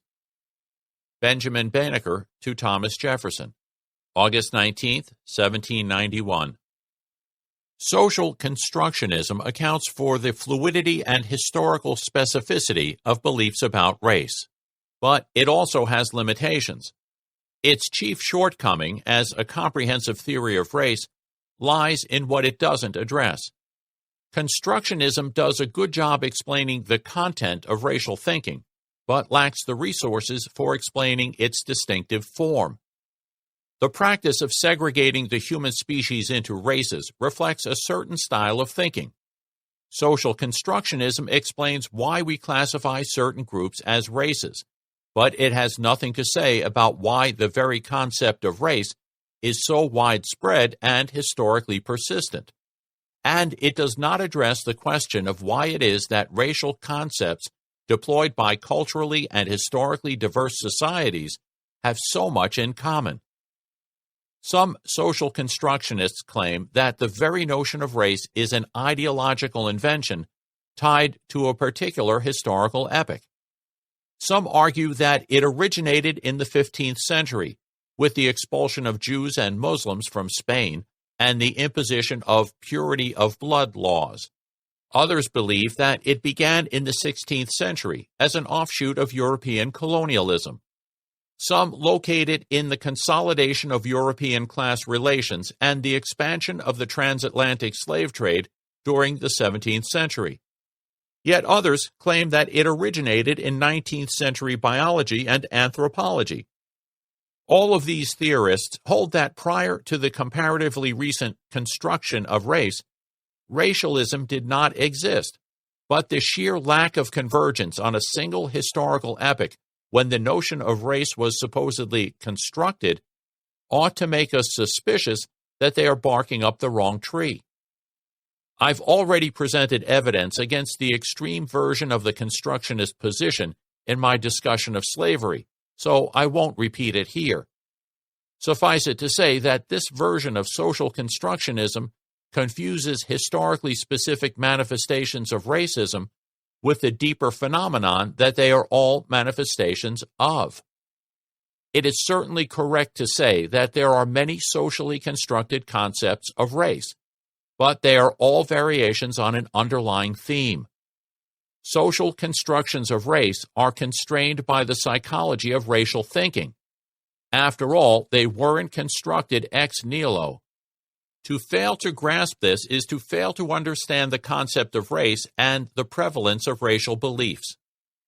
Over the past 20 years or so, a new cognitive evolutionary approach to the study of race has emerged.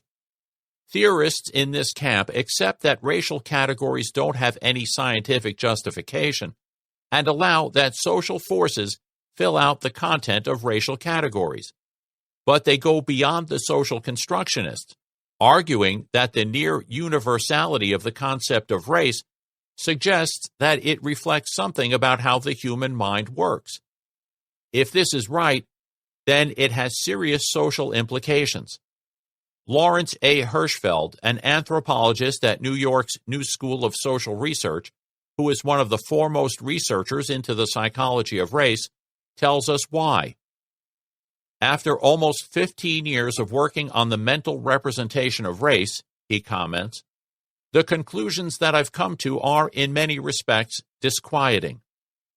Race is not simply a bad idea. It is a deeply rooted bad idea. This is not an appealing thought.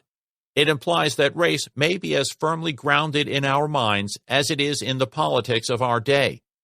Many prefer to believe that race is an accident of how we happen to categorize the world. I suppose that this preference alone accounts for why so many people continue to believe that race is not only a bad idea, but a superficial one that could be set straight by simply correcting the misinformation that we receive as children, by extolling the virtues of our diverse world. But this is not the case. In fact, Hirschfeld's work, which focuses on children's concepts of race, demonstrates that children are more than aware of diversity. They are driven by an endogenous curiosity to uncover it. Children do not believe race to be a superficial quality of the world.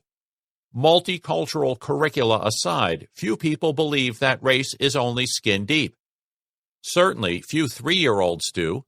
They believe that race is an intrinsic, immutable, and essential aspect of a person's identity. Moreover, they seem to come to this conclusion on their own.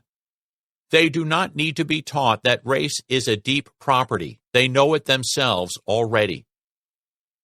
This doesn't mean that the idea of race is innate or inevitable. We are not condemned to be racialists. However, as Hirschfeld aptly points out, it does imply that we're all susceptible to it. The analogy to disease is quite a telling one.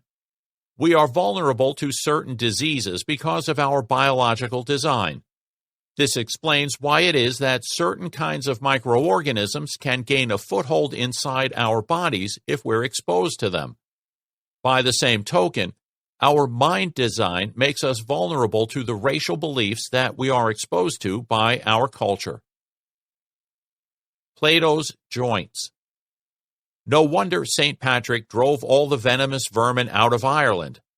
Its biped mammals supply that island its full average share of creatures that crawl and eat dirt and poison every community that they infest. George Templeton Strong, in George Templeton Strong's Diary of the Civil War, 1860 to 1865. Although racial beliefs can be very diverse, there are features that they all have in common. Think of these as components of a template that determines the form of our beliefs about race. The first component is so obvious that it is easy to take for granted. Races are conceived as human kinds, or when they are dehumanized, quasi-human kinds. But they are special sorts of human kinds, for not every human kind is thought of as a race. Firemen are a human kind. So are people who root for the Red Sox, or who have more than 2 children. But nobody thinks of these groups as races. So being a humankind is necessary, but not sufficient for being a race. We think of races as natural human kinds. I've already visited the notion of natural kinds in Chapter 3. There is a sprawling and often highly technical philosophical literature on this subject. Much of this literature is concerned with the question of how scientists and philosophers ought to think of natural kinds. In this book, I am not concerned with this sort of question. Instead, my project is a descriptive one. I want to focus on the role that natural kinds actually play in our everyday, pre-theoretical thinking. To understand dehumanization, we need to focus on thinking in terms of natural kinds as a psychological phenomenon, rather than as a scientific or philosophical practice. With this in mind, let's revisit the concept of natural kinds. We think of the world as divided into types of things, and we give these types names. Some of these conceptual divisions are thought to correspond to the structure of the world, carving nature at its joints, as Plato famously put it, while others are products of human artifice, gerrymandered to suit our needs. The former are natural kinds, and the latter are artificial kinds. You probably take it for granted that apple trees are a natural kind, but things that cost 79 cents a pound aren't. Why? Well, one striking difference between the two categories has to do with what philosophers call their inferential potentials. Knowing that something is an apple tree gives you a lot of information about it. If you know that something is an apple tree, you can infer that it has alternately arranged oval leaves, produces pinkish-white blossoms in the spring, bears fruit with a certain appearance and taste that ripen in the fall, grows from seeds, and is unlikely to grow more than 40 feet tall, and so on. In contrast, knowing that something costs 79 cents a pound tells you nothing about it apart from its price. It's an inferentially anemic category. Similarly, identifying an animal as a porcupine provides a wealth of information about its anatomy, physiology, mating behavior, life cycle, and diet.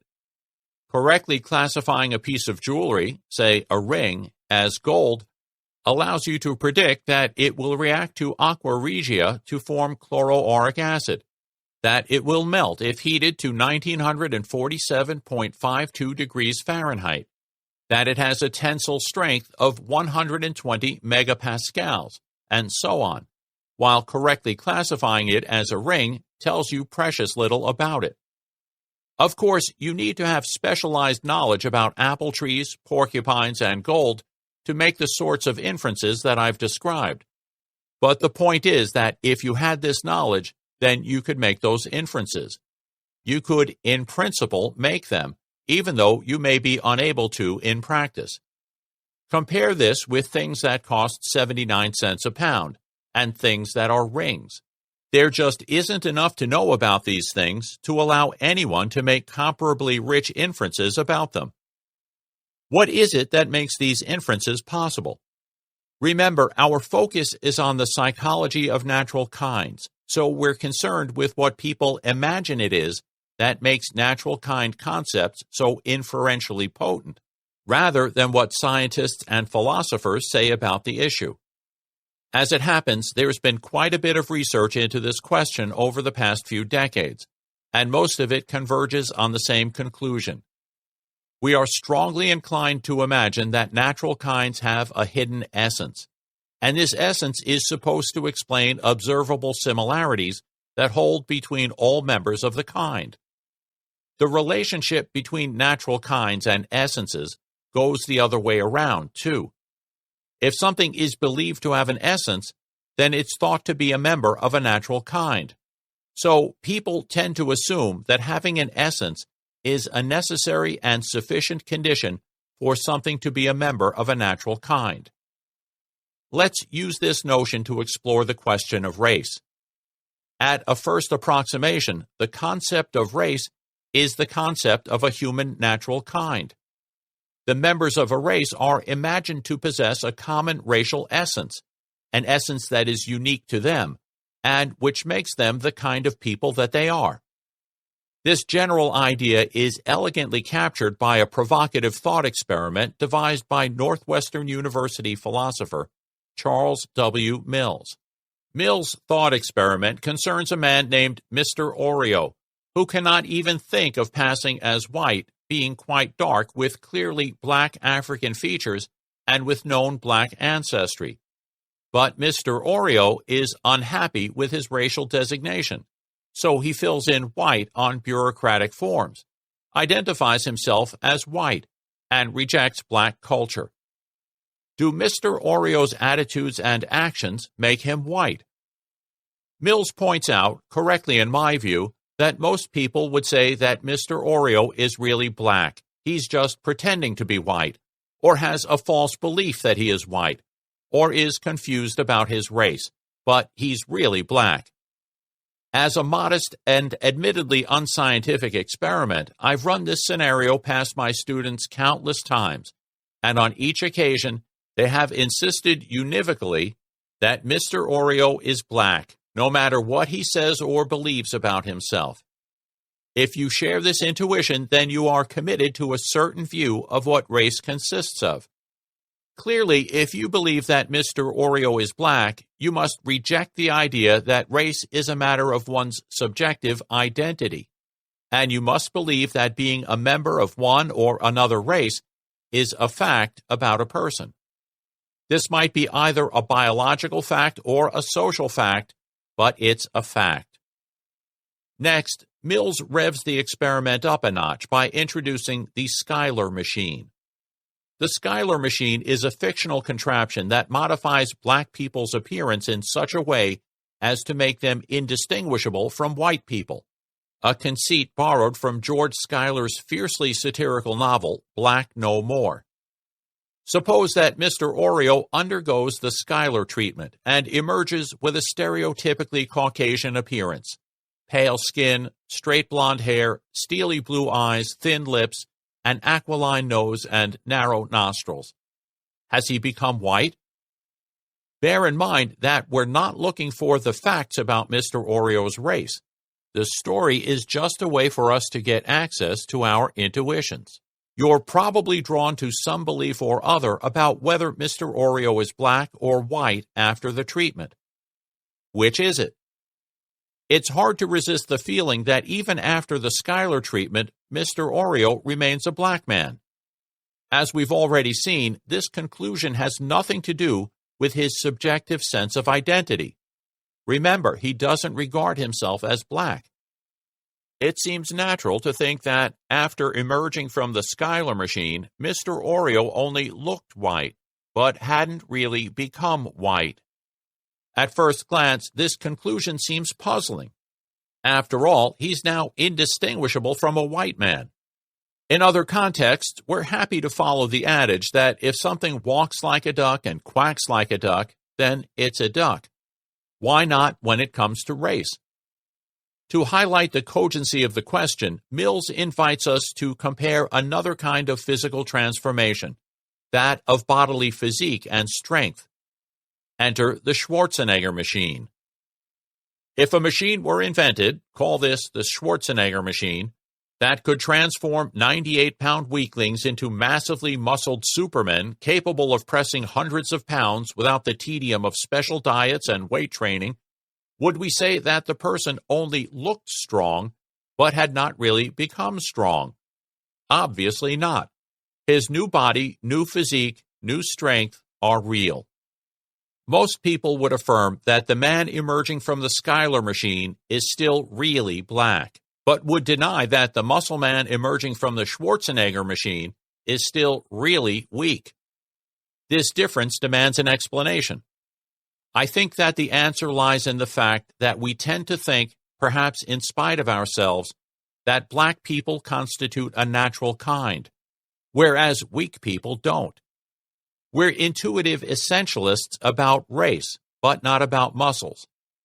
This dichotomy is suggested by the way that we customarily talk about these characteristics.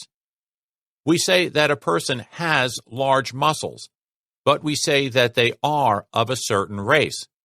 As the economist and race theorist William Z. Ripley put it in 1899, race denotes what a man is. All other things denote what he does. A person can gain or lose muscle while remaining the same person. But we tend to think that if they were to change their race, it would amount to their becoming an entirely different person. Essential differences. Mill's thought experiment suggests that we tend to intuitively conceive of a person's race as necessary to their identity, whereas body build is thought to be contingent, merely a matter of appearance.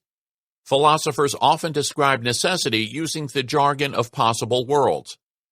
Possible world talk can sound a bit odd at first, but once you get the hang of it, it becomes a very useful tool for capturing what are called modal intuitions, ideas about what is possible, impossible, necessary, or contingent. Here's how it works. Imagine that there is a world corresponding to every way that the actual world could be. In other words, instead of saying so-and-so is possible, we say there is a world at which so-and-so. For example, porcupines might have been pink instead of their standard grayish hue.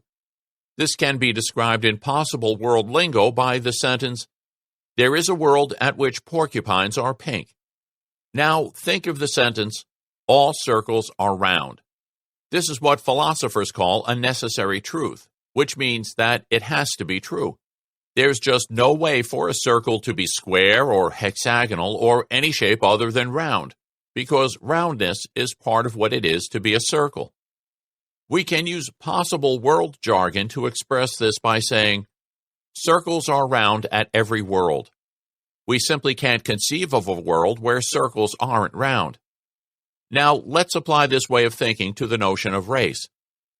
If a person's race is part of their essence, if they couldn't be a different race while remaining the same person, we can express this by saying that a person's race remains the same at every world where that person exists. Mills comes close to this formulation, stating, for racial realists, people characterizable by their phenotype in our world, with its peculiar history, as belonging to a particular race, will continue to have the same racial, intellectual, and characterological traits in another world with a radically different history. However, Mill's formulation contains a serious flaw. We've seen from the fictional case of Mr. Oreo, as well as the real-life case of Janie, the phenotypic traits, a biological term for observable physical traits, are only contingently associated with race. It's possible to be black without having dark skin, because skin color isn't an essential feature of blackness. In possible world talk, there's at least one world where black people have pale skin. Although a person's race remains the same at every world where they exist, their skin color and other phenotypic traits don't. There are numerous cases of black people passing as white, and even people being classified as black at birth, but white at death. Lawrence Hirschfeld explains that historical and experimental research has revealed that visual differences in appearance do not map well onto racial categories. The same individual's race would be quite different depending on whether he or she were born in Brazil, the United States, or South Africa, or whether he or she were born in the United States in 2001 or 1901. Within a single system of classification, race is permeable. The historian Linda Gordon documented an intriguing account of the racial transformation of a group of children in the early 20th century, who were not white when they left New York, but who were white when they arrived in Arizona 1 week later. Hahn, Moulinier, and Teutsch examined race identification of all infants who died before their first birthday in St. Louis between 1983 and 1985. Despite the fact that these were the same infants, they found that significantly more were black when they were born than when they died. How is this possible? The likely answer turns on the contrast between presumed essence and actual appearance. Hahn et al. Attributed the inconsistency to differences in the way that race is determined at birth and death. At birth, race is identified by parents, at death by a physician. Self-identification is based on genealogy, whereas other identification is based on appearance. We've already seen that natural kind categories are supposed to provide inferential leverage. Just knowing that something is a member of a certain natural kind is supposed to provide a key to inferring various other facts about it. This is certainly true of ordinary beliefs about race. People tend to assume that knowing that someone belongs to a certain race opens the door to lots more information about them. This assumption lies at the root of racial profiling. Here's an example of the sorts of inferences that racial categorization licenses. During the late Middle Ages, many European Christians believed that Jewish men menstruated. For example, the 13th century writer Jacques de Vitry wrote in his History of Jerusalem that Jews have become unwarlike and weak even as women, and it is said that they have a flux of blood every month, because God has smitten them in their hinder parts and put them in perpetual opprobrium, as punishment for the murder of Christ. The unfortunate condition of these men's hinder parts was completed by excruciating menstrual cramps that could only be relieved by drinking the blood of butchered Christian children. So the myth of Jewish male menstruation was bound up with another widespread Christian belief, the blood libel, that Jews first torture and then kill Christian children, and use their blood to make matzahs for the Passover meal. This theme of male menstruation appears in Bernard Malamud's 1966 novel, The Fixer, which is based on the arrest and trial of a Ukrainian Jew named Menachem Mendel Bailis on charges of ritual murder in 1913. The protagonist, a Jewish handyman named Yaakov Bach, is arrested on the charge of having ritually slaughtered a Christian child. Bach's persecutors expect him to menstruate while imprisoned and awaiting trial. We can use this fictional account to explore the belief that knowing a person's race gives us additional information about them. Malamud writes, "The days were passing, and the Russian officials were waiting impatiently for his menstrual period to begin. Grubashov and the army general often consulted the calendar. If it didn't start soon, they threatened to pump blood out of his penis with a machine they had for that purpose. The machine was a pump made of iron with a red indicator to show how much blood was being drained out. The danger of it was that it didn't always work right, and sometimes sucked every drop of blood out of the body. It was used exclusively on Jews. Only their penises fitted it. Suppose that the authorities had administered the pump and caused Bach's penis to hemorrhage. If they had done this, they wouldn't have been confronted with any evidence to contradict their peculiar supposition about Jewish men. But suppose they didn't use the pump and had carefully observed Bach and seen that he didn't menstruate. Would this have caused them to abandon their belief that Jewish men menstruate? I doubt it very much. Let me explain why. Essences aren't observable, and their unobservability is a logical consequence of their explanatory role. They're supposed to lie behind observable attributes.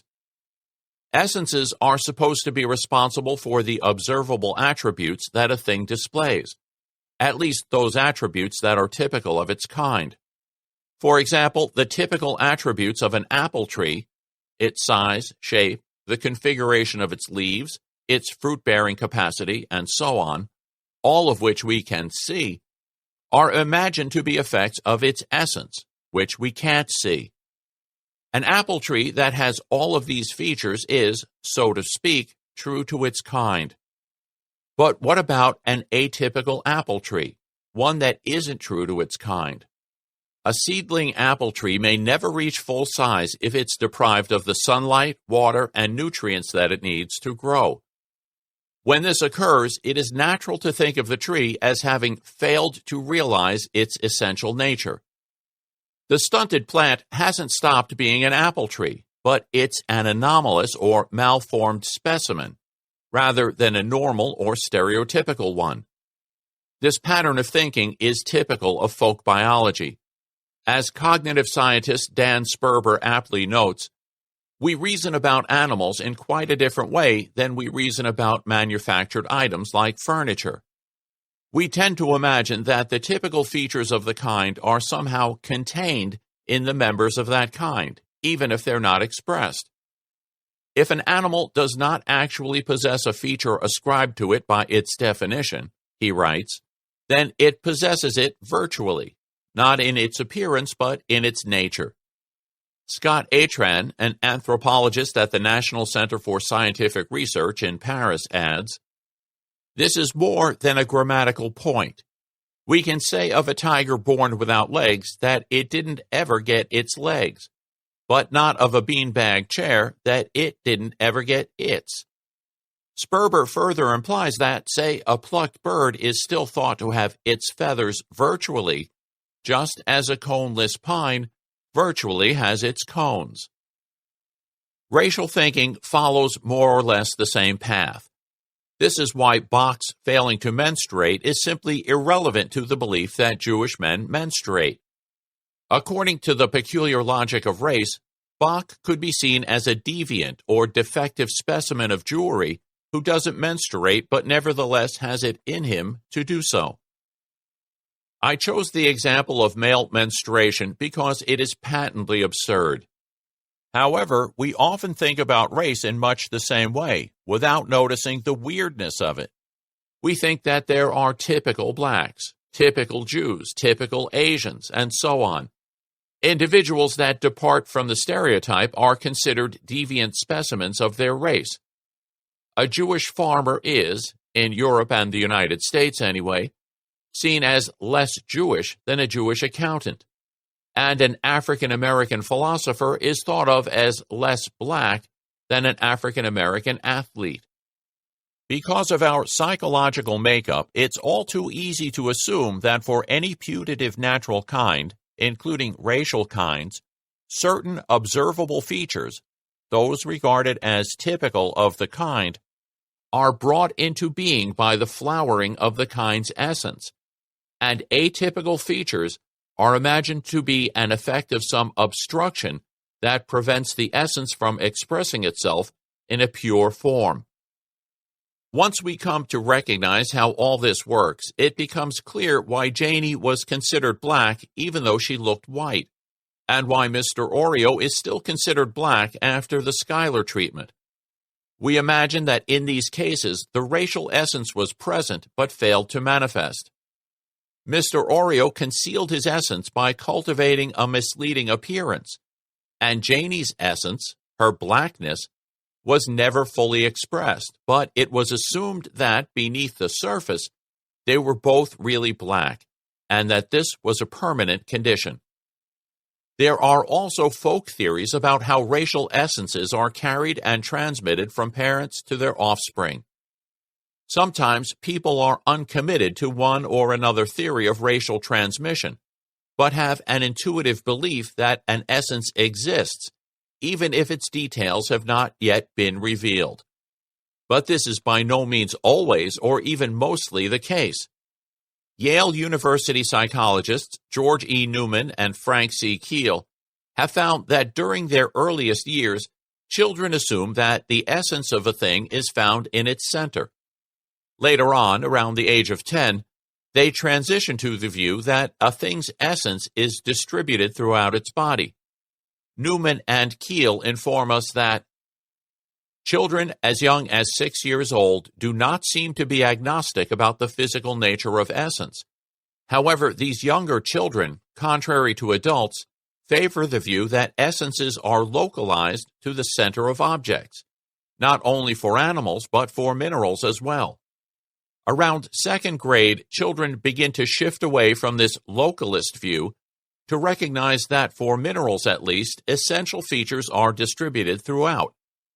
By fourth grade, children, like adults, recognize that for both minerals and animals, essential features are distributed, a view which they apply to natural kinds but not to artifacts.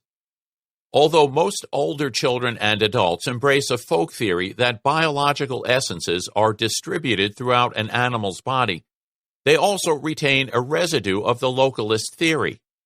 The individual essence of a thing, that which makes you the individual person that you are, rather than a member of the human kind, is typically pictured as a soul located in the body, usually in the head just behind the eyes, or in the heart. The idea that essences are distributed throughout the body flows naturally into the near universal view that racial essences are carried by bodily fluids. The most popular belief of this sort, which I discussed briefly in Chapter 5, is that they are carried in a person's blood and transmitted down their bloodline. This theory that a person's racial essence is contained in their blood was invoked by the purity of blood laws in 15th century Spain and the Germans of the Third Reich, and it's also a feature of numerous traditional belief systems. For example, the Jivaro of the Andes foothills of Ecuador believe that a living person's true soul is located in their blood, and that bleeding is therefore a loss of soul. Even today, in the developed world, it's not unusual for educated people to assert that they have African blood or Native American blood, that they are a full-blooded member of some race or ethnic group, or that certain characteristics are in their blood. The notion that race is somehow in the blood has sometimes led to anxieties about the consequences of mixing blood, and not just in the context of anti-miscegenation laws. When blood transfusion first became available during World War II, efforts were made to ensure that black blood was not given to white servicemen. At first, the Red Cross announced in November 1941 a policy of excluding black donors, but after the outcry that ensued, it compromised by agreeing to accept blood from black people on the condition that it be kept segregated from the blood of whites. Scientists knew conclusively that this was not necessary, but the Surgeons General of the Army and Navy and officials of the Red Cross believed that the program would not work otherwise. Too many white soldiers believed that skin color and racial traits could be transmitted through the blood. And according to Bertrand Russell, Nazi soldiers were terrified of the possibility of receiving transfusions of blood that had been taken from Jews, writing that careful steps were taken to prevent this from occurring. Another variant on the theory is the idea that racial essences are distributed in breast milk. In many cultures, breast milk is believed to be formed from a woman's blood, so drinking it amounts to sharing her blood and establishing kinship in a horizontal fashion.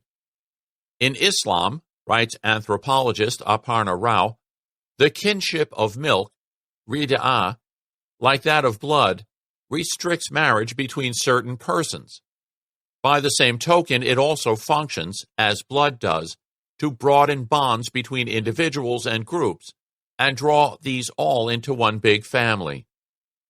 Rutgers University medical historian Janet Lynn Golden points out that in 19th century America, Some believe that children literally drank up their wet nurse's moral and physical imperfections. Mary Terhune narrated the story of a girl said to be remarkably dissimilar from other members of her family, with rough skin, corpulent frame, harsh voice, and loud laugh, and vulgar traits such as a liking for tobacco and spirits, and a relish for broad wit and low company. Her relatives and acquaintances whispered that as an infant, she had been put to nurse by a fat Irish woman. In a similar vein, physician Joseph Edsel Winters explained the secretive disposition of one youngster with a reference to an Italian wet nurse. He also reported that a medical student had told him that one of his brothers had been nursed by an Irish woman and exhibited very decided Irish traits, which are so marked that they are noticed by all friends of the family. A more scientific-sounding version of the same idea is that essences are located in one's DNA, a notion helped along, no doubt, by the folk theory that racial essences are transmitted in seminal fluid. Although it has a veneer of scientific respectability, this DNA theory is only marginally less baseless than the theories about blood and milk, for as we have seen, conventional racial categories are folk categories rather than scientific ones, and don't have any genetic justification. Finally, there are more mystical explanations of the racial essence, framed in terms of the spirit or soul of a people, a non-physical substance that somehow permeates them. I mentioned in Chapter 5 that Hitler believed that races are spiritual rather than biological groups. However, irrespective of whether imagined as carried by blood, by genes, or by some spooky spiritual stuff, race is supposedly passed down from parents to their children. Recall the problem that confronted the Nazis, who were unable to find a surefire way to distinguish between Jews and Aryans. It was impossible to tell Jews from Germans just by looking at them, or by measuring their facial features, or by analyzing their blood chemistry. So the guardians of racial purity decided to determine race by descent. A similar, albeit more extreme criterion was used by whites in the southern United States to determine who was black. According to the one-drop rule, a fair-skinned, blue-eyed blonde could be considered black if they had even a single drop of black blood coursing through their veins, as determined by their ancestry. In Brazil, the one-drop rule applies in reverse. A person can have dark skin, but if they have European ancestors, they may be considered white.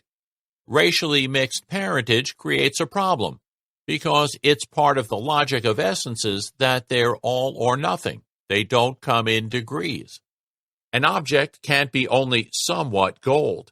It must be either gold, not gold, or gold combined with something else. By the same token, within a racially essentialist framework, the offspring of mixed-race parents are often conceived as a mixture, but not a compound, of the parental races. In this respect, the fact that we use the term mixed race rather than, say, blended race is quite revealing. This was the rationale for the one-drop rule that black trumps white. Even today in the United States, a person with one dark-skinned parent is often described as black. Alternatively, the two essences may be imagined to vie with one another in a single person, producing a tragically divided or degenerate being. It appears that a race is any group of people conceived as a natural human kind in virtue of sharing a heritable essence. This explains why skin color, hair texture, and other phenotypic traits are neither necessary nor sufficient for individuating races, and why ethnic groups like Italians and the Irish were once considered races, and in the contemporary United States, Hispanics are a de facto race. If I am right, the notion of race, as it actually functions in human cognition and discourse, is sometimes indistinguishable from notions of ethnicity, nationality, or even religious or political affiliation. Populations are often conceived as races even though they aren't labeled as such, because race isn't primarily about what people are called. It's about what they are thought to be, including, of course, what they think themselves to be. To avoid confusion, I will for the most part call these ethno-races. Psychologists Maris Rautzep and Wolfgang Wagner provide an interesting example of ethno-racial thinking operating outside the bounds of conventional racial territory that also shows the connection between race and dehumanization. The small Baltic state of Estonia was part of the Soviet Union from 1918 until the latter disintegrated in 1991. Since achieving independence, Estonian nationalists have made efforts to denigrate ethnic Russians living there. The nationalists have articulated a vision of an Estonian essence that Russians, as inferior and alien beings, do not share. Rautzep and Wagner have found that both native Estonians and Russian Estonians raise the issue of outgroup characteristics that are supposedly incompatible with the in-group's essential attributes.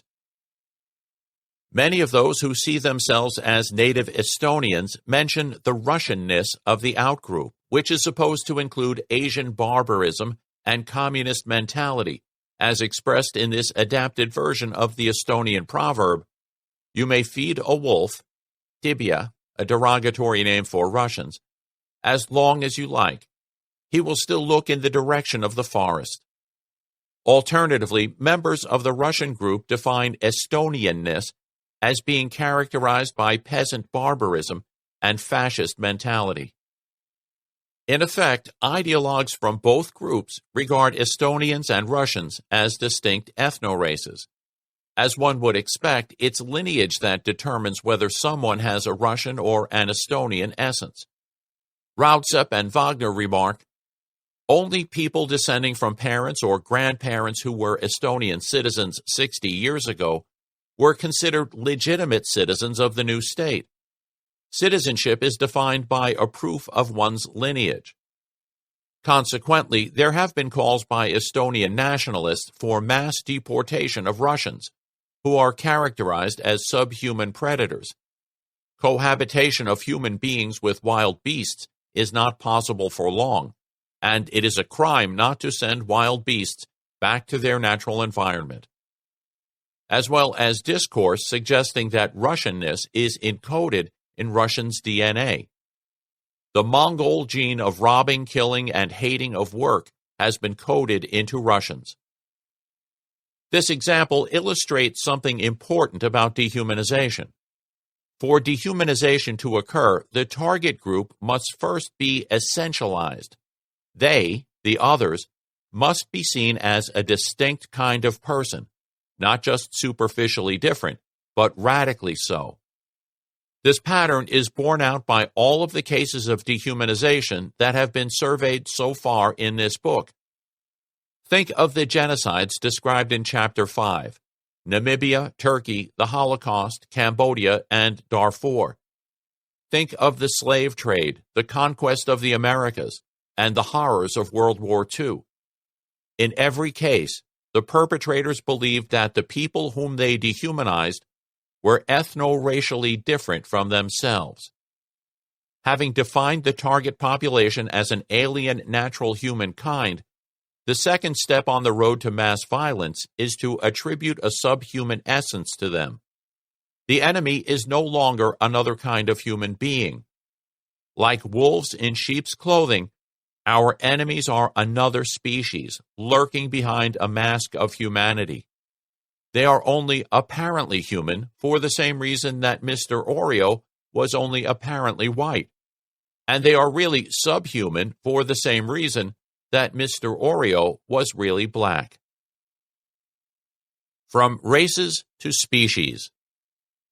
The psychological transition that I've just sketched raises a further question. How, why, and under what circumstances does believing that a group has an ethno-racial essence get transformed into believing that it has a subhuman essence? To explain this shift, we need to look more closely into the psychological mechanisms that lie behind ethno-racial beliefs. A lot of the research into the psychology of natural kinds comes from the study of folk biological concepts, everyday intuitions about plants and animals. Anthropologists and psychologists have found that in every culture studied, living things are classified in much the same way. According to Scott Atran, in every human society, people think about plants and animals in the same special ways. This claim is less impressive than it sounds, as the folk biological beliefs of relatively few cultures have been studied in depth. Atran points out that people in all cultures classify plants and animals into species-like groups that biologists generally recognize as populations of interbreeding individuals adapted to an ecological niche. These groups are called generic species. In all of the cultures that have been studied, generic species are seen as part of a broader taxonomic scheme, a nested hierarchy of categories that is strikingly similar to the Linnaean system used by modern biologists. And the generic species level is regarded as especially important. Atran remarks that there is a common sense assumption that each generic species has an underlying causal nature, or essence, that is uniquely responsible for the typical appearance, behavior, and ecological preferences of the kind. People in diverse cultures consider this essence responsible for the organism's identity as a complex, self-preserving entity governed by dynamic internal processes that are lawful even when hidden. This hidden essence maintains the organism's integrity even as it causes the organism to grow, change form, and reproduce. For example, a tadpole and frog are in a crucial sense the same animal, although they look and behave very differently and live in different places. Finally, species classifications are used to draw conclusions about the natural world. Folk taxonomies provide an inductive framework for thinking about living things. For example, if one porcupine is observed eating pine tree bark, we suppose that all porcupines eat pine tree bark. And if we observe that one rattlesnake is poisonous, we suppose that all rattlesnakes are poisonous. These common sense assumptions are remarkably similar to the sorts of inductive inferences that biologists make all the time, probably because the impressive edifice of scientific biology was built on a deeply entrenched folk biological foundation. Even though biological essentialism is at the center of this way of thinking about the world, biological essentialism doesn't make scientific sense. There simply aren't any defining features, even at the genetic level, that all and only members of a species must share. So it can't be that our tendency to essentialize the natural world is based on observation. We can observe overt similarities between organisms, but we can't observe the essences assumed to account for these similarities. Folk essentialism is a theoretical construction, an explanatory grid that we impose on the world rather than extract from it. Of course, it's not a formal theory, a theory of the sort that we derive from textbooks or other forms of didactic instruction. Rather, it's a folk theory that arises in large measure from the cognitive architecture of the human mind. Atran and others believe that folk biological thinking is a domain-specific ability rather than a domain-general one. Domain-general abilities are patterns of thinking that apply across the board. We can bring them to bear on whatever subject matter we please. The capacity for abstract reasoning is a good example. A person who understands the basic principles of logic can use them to reason about whatever she chooses. They are as applicable to thinking about ships and snails and sealing wax as they are to cabbages and kings. Mathematical thinking is another. When we perform calculations, the kinds of things that we are calculating over don't matter. 2 tigers plus 3 tigers equals 5 tigers, just as surely as 2 volcanoes plus 3 volcanoes equals 5 volcanoes.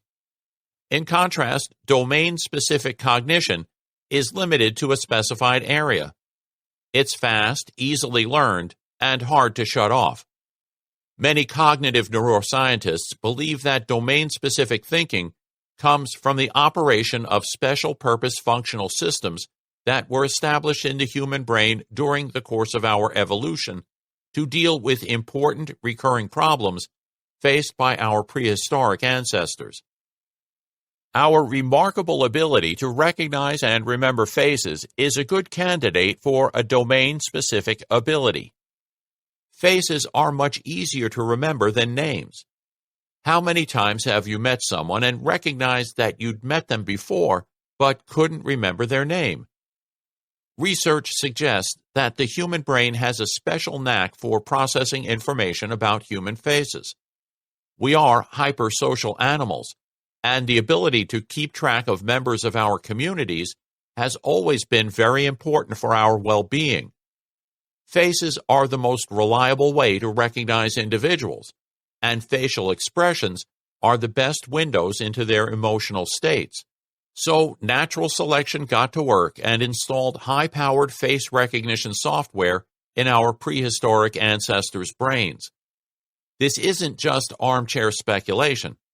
There's plenty of evidence suggesting that the human brain contains a neural system specialized for face recognition.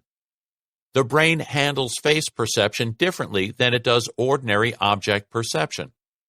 When we look at faces, our brains attend to the total configuration of a face more than on its individual parts, which is why when faces are turned upside down, they're much harder to recognize. On the developmental side, newborn babies prefer gazing at faces, or face-like objects, to looking at other things, and they learn to recognize individual faces from very early on. Most intriguingly, people suffering from a neurological disorder called prosopagnosia, or face blindness, can recognize ordinary objects perfectly well, but can't recognize faces. This suggests that the brain system used to process information about faces is distinct from the one that processes other sorts of visual information. Likewise, there is evidence pointing to the existence of a folk biology module, a domain-specific cognitive system specifically concerned with thinking about organisms. As we've seen, species essentialism is found across diverse cultures and emerges early in childhood. There is even a folk biological equivalent to prosopagnosia. Damage to the left temporal lobe of the brain can knock out a person's capacity to recognize biological kinds, but has no effect on their ability to recognize artifacts, suggesting that there is a cognitive module for folk biological thinking. Studies of the psychological development of children also support the hypothesis that there are special-purpose cognitive systems specialized for folk biological thinking. Yale University psychologist Frank Keel asked children a series of questions to explore their beliefs about natural kinds. For example, he asked them to imagine a scientist bleaching a tiger so that its stripes disappeared, and then surgically attaching a mane to its head so that it looked just like a lion. He then asked the kids whether the animal was a tiger or a lion. Kids who were younger than 7 said that the animal was a lion, and justified their diagnosis by appealing to its appearance. A tiger doesn't have hair on its neck. But older children asserted that, in spite of its appearance, the animal was a tiger, because it was made out of a tiger. The same pattern of responses followed a story about a raccoon that was painted to resemble a skunk. The younger children considered it a skunk, and the older ones thought it was a raccoon that looked like a skunk. It would be hasty to conclude from these responses that young children don't essentialize species. Lions and tigers are quite similar, as are raccoons and skunks. So it may simply be that young children don't differentiate natural kinds in as fine-grained a manner as older kids do. This idea was supported by the results of another experiment. This time, the youngsters were told a story about a porcupine that was modified so as to be indistinguishable from a cactus, in what Keel calls a cross-ontological category shift. Even the youngest children were sure that it was still a porcupine, despite its cactus-like appearance, as is illustrated by the following dialogue between experimenter and child. Child: It's still a porcupine. Experimenter: What would happen when it wakes up? Will it be a cactus plant or will it be a porcupine? Child: A porcupine. Experimenter: Why would you think that it would be a porcupine? Child: It will look like a cactus, but it won't be one. Experimenter: Why not? Child: It'll be living more. Experimenter: Are cactus living? Child: Yes, but it may be walking around. The young children may not reliably distinguish species as natural kinds, but they appear to attribute different essences to plants and animals. Is this form of thinking specifically biological? Might it reflect their views about kinds in general? To investigate this question, Keel showed children pictures of a coffee pot and a bird feeder with a similar shape, and read them the following story. There are things that look just like this, shows picture of coffee pot, and they are made in a big factory in Buffalo for people to make coffee in. They put the coffee grounds in here, and then they add water and heat it all up on the stove, and then they have coffee. A while ago, some scientists looked at these things carefully and found out they aren't like most coffee pots at all, because when they looked at them under a microscope, they found that they were not made out of the same stuff as most coffee pots. Instead, they came from bird feeders like this. Points to a picture of a bird feeder, which had been melted down and then made into these. Points to picture of coffee pot. And when people were all done making coffee with these, points to picture of coffee pot, they melted them down again and made bird feeders out of them. What are they? Bird feeders or coffee pots? Both young and older children unequivocally claimed that the devices were coffee pots. When asked why, they responded like this. Child: A coffee pot. Experimenter: Why? Child: Because it doesn't look like a bird feeder. I wouldn't put bird seed in it. I would put coffee in the coffee pot. Experimenter: So even though this special object was made from bird feeders that looked just like this, and when they were done with them, they melt them down and make bird feeders again, you think the best name for it is what, a bird feeder or a coffee pot? Child: Coffee pot. Experimenter: And your reason? Child: Because it doesn't look like a bird feeder, and I wouldn't put bird seed in it. Essence trumps appearance when it comes to biological kinds, but appearance calls the shots when distinguishing artificial kinds. It should be clear by now that we tend to think about races along the same lines as we think about species. Both races and species are presumed to be natural kinds defined by hidden essences and passed down the bloodline from parents to their offspring. Both are scientifically vacuous but intuitively compelling.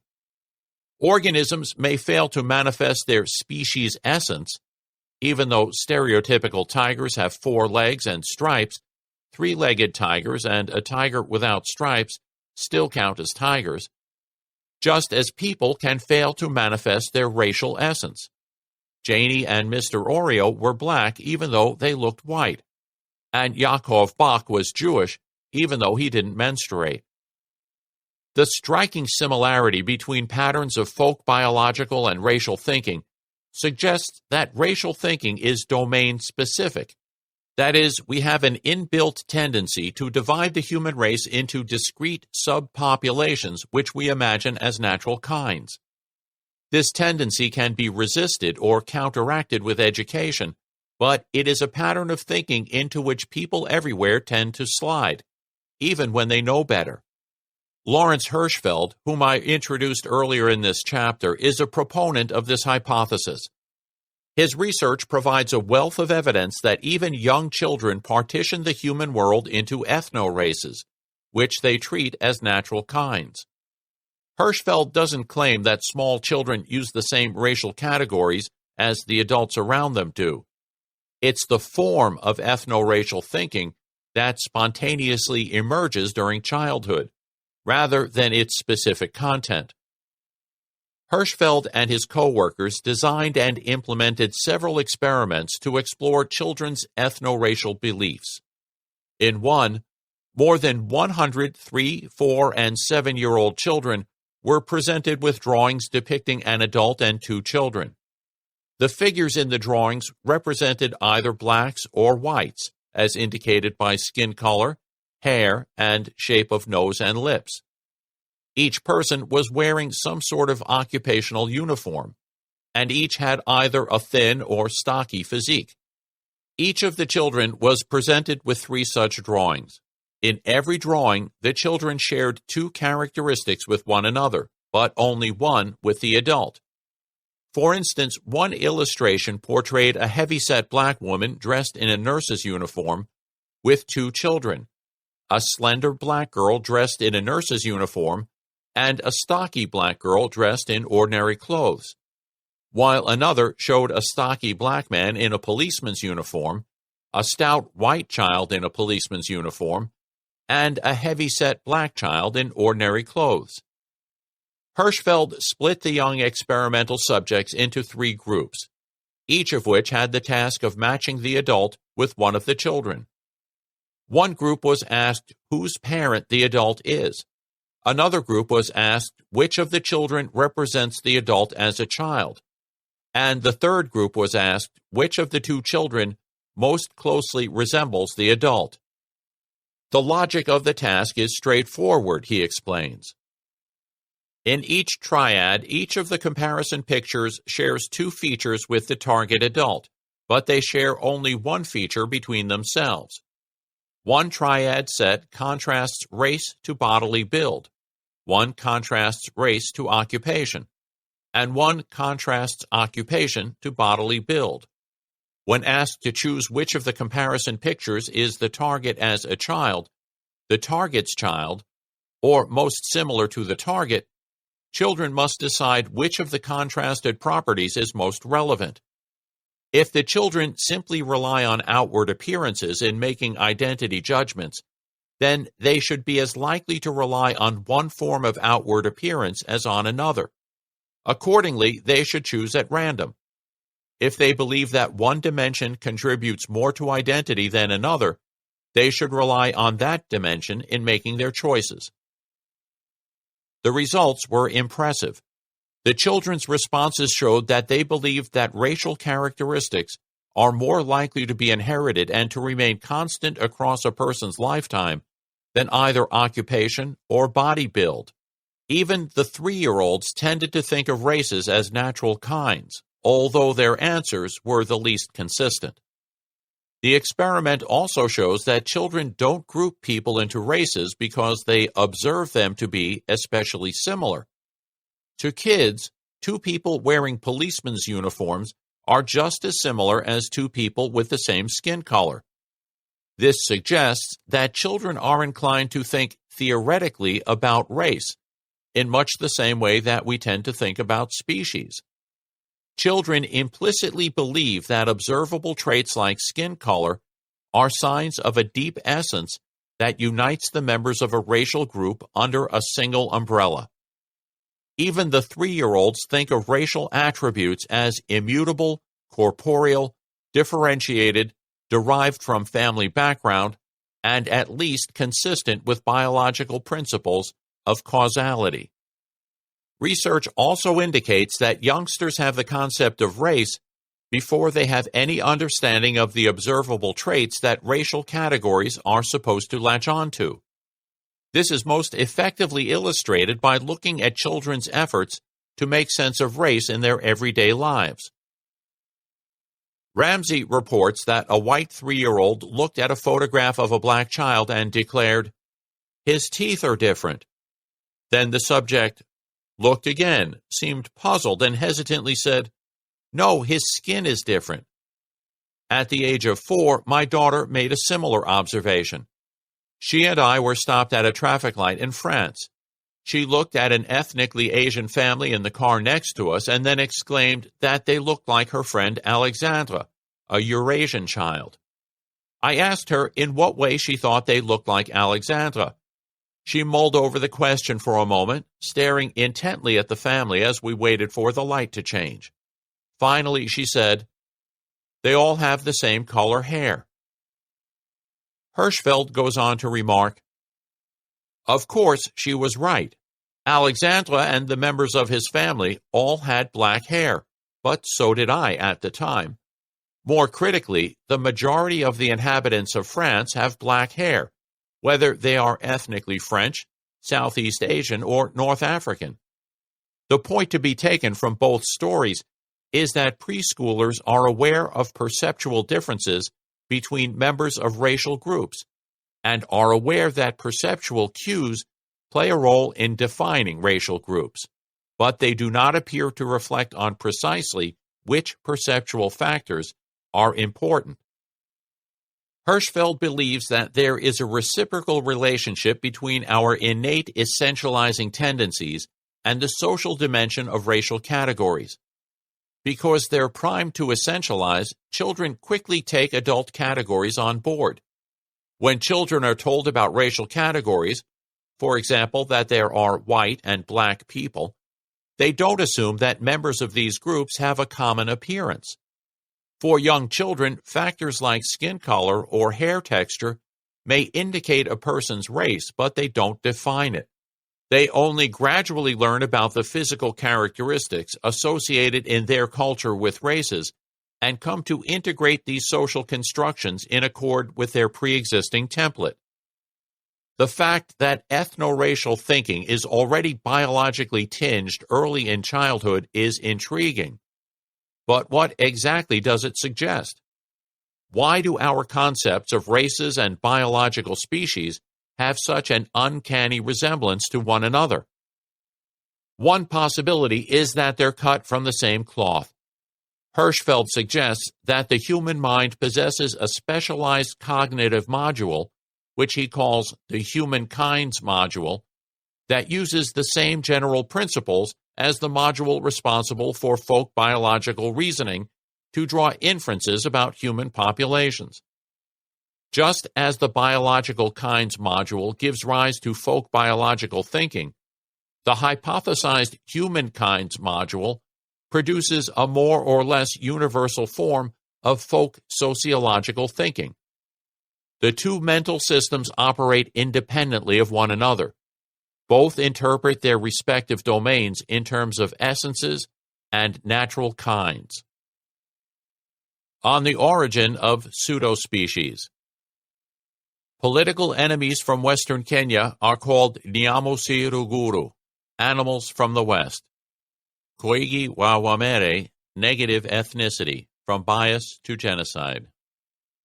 The close psychological relationship between biological and social essentialism might suggest that we unconsciously use the cognitive machinery originally evolved to make sense of the biological world to make sense of the social world. That is, when confronted with human groups, we tend automatically to think of them along the same lines as we think of biological species. This idea is set out in an article entitled, "Are Ethnic Groups Biological Species to the Human Brain?" by an anthropologist named Francisco Gil White. To get your mind around Gil White's hypothesis, begin by considering the social world in which our prehistoric ancestors lived. Of course, it isn't possible to know for certain what the conditions of life were like, but there is more than enough evidence to allow us to make some well-informed conjectures. As far as we know, early humans lived in small, homogeneous communities, and rarely, if ever, encountered others who were physically unlike themselves. The overwhelming majority would never have met people with dramatically contrasting skin color, hair texture, or other phenotypic traits that we nowadays subsume under race. However, they almost certainly interacted with diverse cultural groups.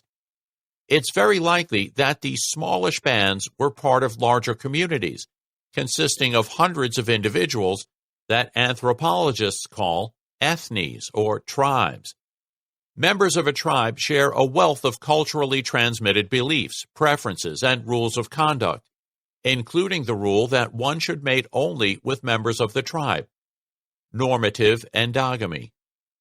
Archaeological evidence suggests that our Stone Age ancestors were organized into ethnies at least 50,000 years ago, and possibly much earlier. All things being equal, it is much easier to deal with members of one's own tribe, people with a shared understanding of a common way of life who speak the same language and adhere to the same norms and values, than it is to engage in social exchange with outsiders. Social interaction across tribal boundaries is a minefield, rife with opportunities for misunderstanding, conflict, and, at the extreme, danger. Given this, it was advantageous for tribal groups to adopt conspicuous symbolic paraphernalia, such as dress and body paint, scarification and jewelry, as well as forms of speech and ritualistic behaviors, such as greeting rituals, eating rituals, dances, and religious practices, to demarcate themselves from all others. Ethnic markers worked like cultural traffic lights to regulate the flow of social exchange and keep it as much as possible within the group. The mortal significance of ethnic markers is beautifully illustrated by a story in the biblical book of Judges, which highlights how something as seemingly trivial as the pronunciation of a word can be used to demarcate friend from foe. The story, which is set in the 11th century BC, concerns a war between the tribes of Ephraim and Gilead. Defeated, the surviving Ephraimites try to retreat across the river Jordan to return to their homeland. But the men of Gilead have anticipated this move and turned the fords into checkpoints. Trapped, the Ephraimites try to deceive the sentries by disguising themselves as men of Gilead, but their attempt is foiled by a simple test. Whenever a survivor of Ephraim said, "Let me cross over," the men of Gilead asked him, "Are you an Ephraimite?" If he replied no, they said, "All right, say Shibboleth." He said Sibboleth because he could not pronounce the word correctly. They seized him and killed him at the fords of the Jordan. 42,000 Ephraimites were killed at that time. Gil White speculates that the growing insularity of ethnic communities and the proliferation of ethnic markers setting them off from one another created the illusion that ethnic identity is biologically inherited. You may recall that Erik Erikson captured this idea in his notion of cultural pseudo-speciation. At its most benign, pseudo means only that something happens to appear to be what it is not. And indeed, in the name of pseudo-species, man could endow himself with pelts, feathers, and paints, and eventually costumes and uniforms, and his universe with tools and weapons, roles and rules, with legends, myths, and rituals, which serve to bind his group together and endow its unique identity with that super-individual significance which inspires loyalty, heroism, and poetry. Erikson's remarks on pseudo-speciation were very sketchy. Gil White fills the story out with a plausible account detailing how pseudo-speciation may have occurred. His idea is that once ethnic groups became consolidated, prehistoric humans began to respond to members of alien groups as though they were separate species. This happened because ethnic communities started to look like biological species to the human brain. Think about it. Ethnic communities adopted forms of display, such as clothing and body paint, that made them appear very different from one another. They also adopted different forms of behavior, especially speech and cultural rituals. Finally, and perhaps most significantly, they restricted marriage to other members of the tribe, which led to the consequence that ethnic membership was determined by descent. Members of each tribe possessed what amounted to a cultural phenotype, that was handed down from parents to their offspring, which echoed the reproductively transmitted biological phenotypes found in nature. The stage was now set for ethnic groups to trigger the cognitive module for intuitive biology, and thus cause the brain to process information about ethnic groups as though they were distinct biological species. Over time, Gil White suggests, the brain evolved to improve the fit and make ethnies part of the proper domain of the living kind module, completing the exaptation. Exaptation is a biological term for features of organisms that take on functions that evolution didn't originally adapt them for. Penguins' wings are a nice example. Ancestors of modern-day penguins used their wings for flying, but their descendants embraced a semi-aquatic lifestyle, causing the ancestral wings to change their function. The full story is a lot longer. Birds' wings were originally exapted from forelimbs, and their feathers were apparently exapted from reptile scales. The wings were modified to become flippers. There isn't a sharp line to be drawn between adaptation and exaptation. In fact, exaptation might just as well be called readaptation. Gil White's hypothesis, then, is that once distinctive human cultures emerged, the biological kinds module took on an entirely new function. Its domain of operation expanded to include human kinds, and intuitive folk biology gave birth to intuitive folk sociology.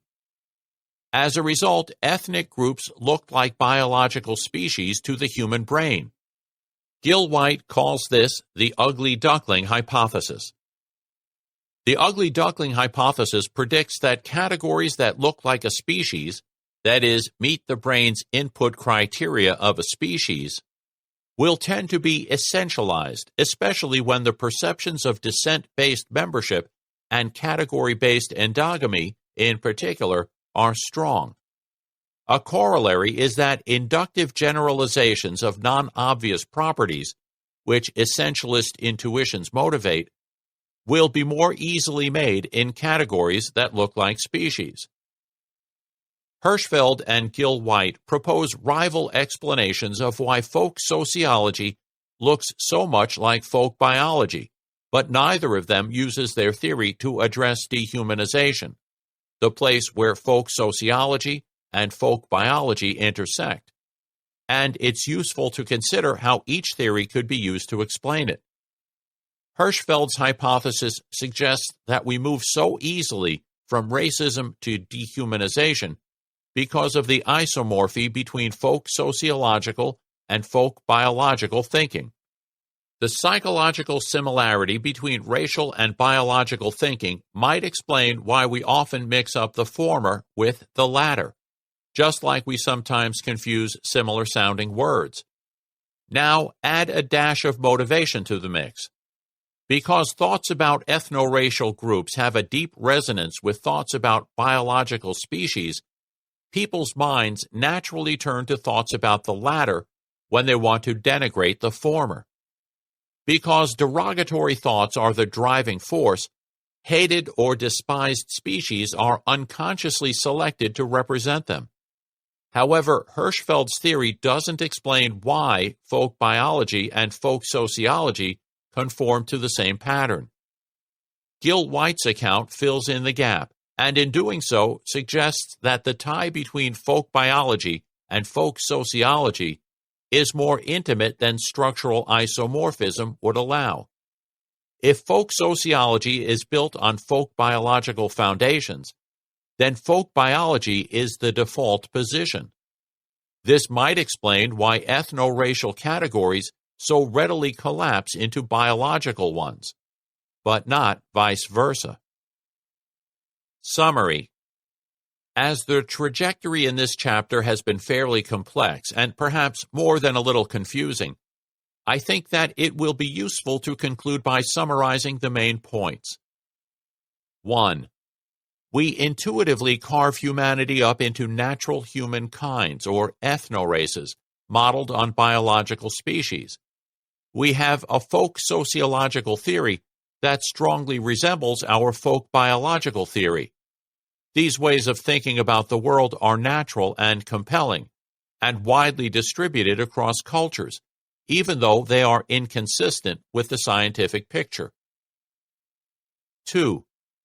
The form of ethno-racial thinking is innate, while its content is determined by cultural beliefs and ideologies. 3. Ethno-races are believed to share an essence that defines the kind. There is a mysterious something that makes one African American, or Jewish, or Tutsi, or Irish. This essence is imagined as being somehow inside a person, but distributed throughout them rather than localized in a particular part. It is thought to be carried by bodily fluids, especially blood. 4. Knowing a person's ethno-race is supposed to allow one to make inferences about his or her non-obvious properties. 5. A person's ethno-race is considered to be a necessary and therefore unalterable characteristic. It remains constant at every possible world where they exist. 6. Ethno-racial essence is taken to be responsible for stereotypical characteristics of natural human kinds. These attributes may or may not be expressed. If they are unexpressed, an individual who is a member of the kind may appear not to be a member of the kind. 7. Folk sociological thinking may be the product of a domain-specific cognitive module, either a distinct human kinds module, Hirschfeld, or an extension of a living kinds module, Gill-White. 8. Ethno-races are the objects of dehumanization. First, a population is imagined as a natural human kind with a common essence, and second, their common essence is imagined to be a subhuman essence. Having gotten this far, we are now positioned to put in place the last few pieces of the puzzle of dehumanization. Neither Hirschfeld nor Gill-White set out to analyze dehumanization, but their observations about the similarity between folk biological and folk sociological thinking is crucial for accomplishing this. 7. The cruel animal. Ever since Darwin, the dominant tendency in comparative cognitive psychology has been to emphasize the continuity between human and non-human minds as one of degree and not of kind. Derek Penn, Keith Holyoake, and Daniel Pavanelli, Darwin's Mistake. I'll teach you the differences. William Shakespeare, King Lear. For centuries, philosophers and theologians have pondered what it is that sets us apart from the rest of the animal kingdom. Aristotle thought it was rationality. To others, it was the possession of an immortal soul or having been fashioned in the image of God. Mark Twain, who loved to deflate human arrogance, had his own suggestion. In an 1896 essay entitled Man's Place in the Animal World, he argued that man belongs at the bottom of the great chain of being, rather than near the top. Twain, an ardent Darwinian, suggested acerbically that his observations of human nature obliged him to renounce my allegiance to the Darwinian theory of the ascent of man from the lower animals, in favor of a new and truer one, the descent of man from the higher animals. Our descent is simultaneously biological and moral. We are, Twain believed, the only species capable of immorality. Man is the cruel animal. He is alone in that distinction. Man is the only animal that deals in that atrocity of atrocities, war. He is the only one that gathers his brethren about him and goes forth in cold blood and calm pulse to exterminate his kind. He is the only animal that for sordid wages will march out and help to slaughter strangers of his own species who have done him no harm and with whom he has no quarrel.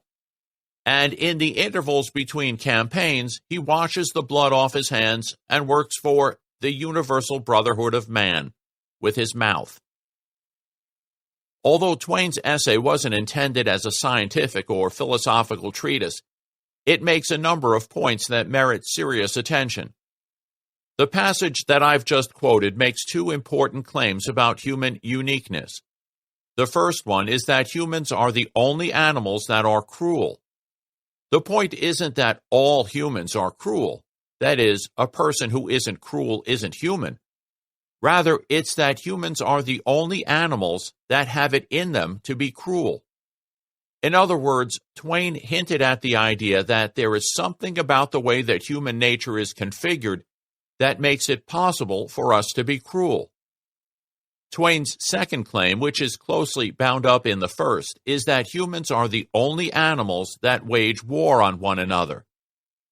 Notice that Twain didn't propose humans are the only animals that kill members of their own species, or kill them en masse, but he implies mass killing is war only if certain conditions are fulfilled.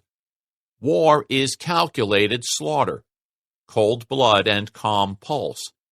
That's not motivated by a personal desire for retribution. Slaughter strangers who have done him no harm and with whom he has no quarrel. And is undertaken for personal gain at the behest of a third party, for sordid wages. This comes pretty close to how many present-day anthropologists define war. In this chapter, I'm going to defend the proposition that Homo sapiens are the only animals capable of cruelty and war. I'm going to explore where this leads and use it to develop a more detailed explanation of why dehumanization causes moral disengagement. Is war uniquely human? There are plenty of intelligent, scientifically literate people who reject the idea that humans are the only animals that go to war. Their response to Twain's essay might be to claim that, although Mark Twain was a brilliant man and a great writer, he was inevitably a prisoner of his time and couldn't have anticipated the major discoveries about animal behavior that would be made over the next century or so, discoveries that prove him wrong. What discoveries? Our interlocutor would cite two, involving ants and chimpanzees. Let's begin with ants. Ant colonies sometimes attack other colonies of the same species. These attacks are sometimes described as wars. That's why Edward O. Wilson and Bert Holdobler have a chapter entitled War and Foreign Policy in their book Journey to the Ants. Here's how the chapter begins. The spectacle of the weaver ants, their colonies locked in chronic border skirmishes like so many Italian city-states, exemplifies a condition found throughout the social insects. Ants in particular are the most aggressive and warlike of all animals. They far exceed human beings in organized nastiness. Our species is by comparison gentle and sweet-tempered.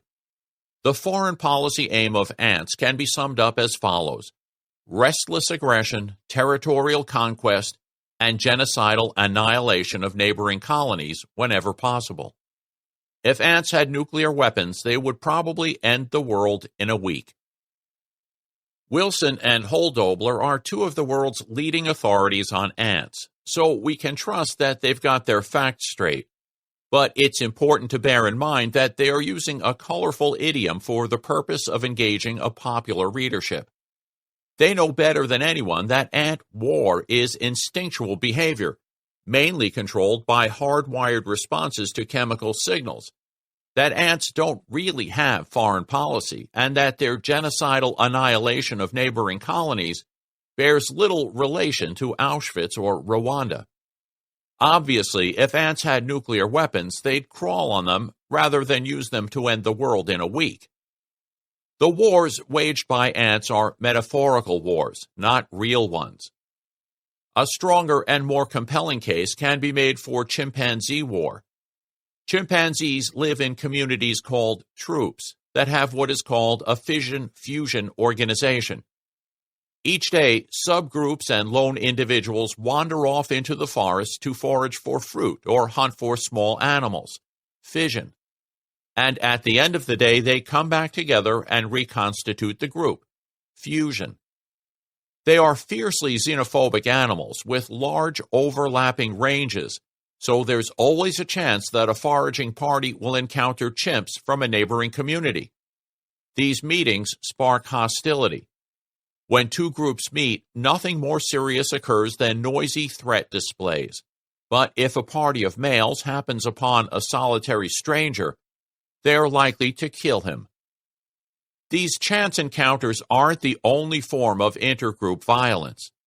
Sometimes parties of 6 or so males make deep incursions into their neighbor's territory, apparently searching for individuals to kill. If they spot a lone male, a lone older female, or a male-female pair, they will ferociously attack and kill it. Young females are usually spared and are incorporated into the attacker's troop. These attacks are known as raids. When Jane Goodall and her team first began to study the chimpanzees of Tanzania's Gombe National Park, they were all members of a single troop, which the scientists called Kasakela. In 1971, they noticed that a subgroup of 7 adult males, 3 adult females, and their offspring had begun to split off to form a second troop. A year later, they were completely separate from the Kasakela community and had established their own independent territory. The scientists called them the Kahama group. Kahama now occupied part of Kasakela's old range, leading to tensions between the two communities. Over the next couple of years, aggressive confrontations became more and more frequent.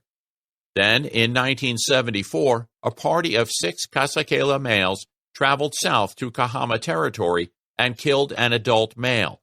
And over the next 4 years, all of the Kahama adults and 5 Kasakela females were either killed or had disappeared. The juvenile Kahama females were absorbed into the Kasakela community. Chimpanzees aren't vegetarians. They supplement a diet of fruit with the raw flesh of other mammals. They're especially fond of red colobus monkeys. They hunt monkeys in groups, and almost all the hunting is done by males. Richard Wrangham and Dale Peterson explain that monkey hunts are occasions of frenzied excitement.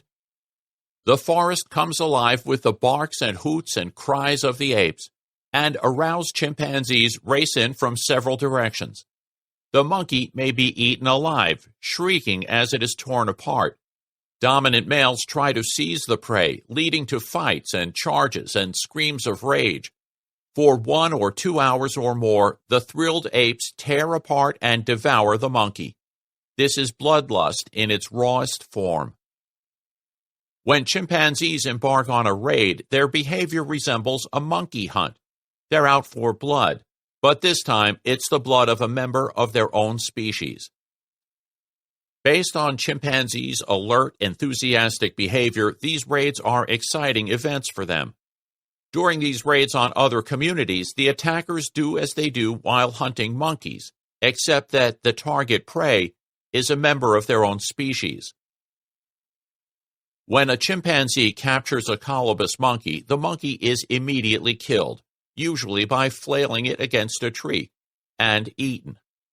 Raiding chimpanzees don't eat their quarry, but they attack it with utmost ferocity. It's not just killing, it's overkill. Wrangham and Peterson report that their assaults are marked by a gratuitous cruelty, tearing off pieces of skin, for example, twisting limbs until they break, or drinking a victim's blood. Reminiscent of acts that among humans are unspeakable crimes during peacetime and atrocities during war. These attacks, as well as observations of female chimpanzees devouring infants, were first observed by Jane Goodall's team in Gombe National Park. Goodall was horrified by what she saw, which, she reports, changed forever my view of chimpanzee nature. For several years, I struggled to come to terms with this new knowledge. Often when I woke in the night, horrific pictures sprung unbidden to my mind.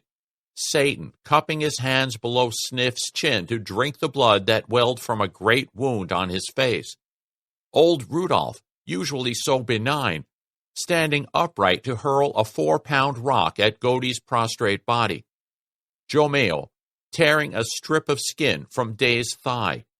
Figan, charging and hitting again and again the stricken, quivering body of Goliath, one of his childhood heroes.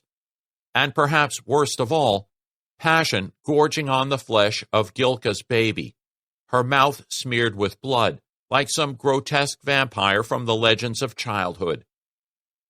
The war between the Gombe chimps was the first time that this sort of behavior was observed, but it wasn't the last.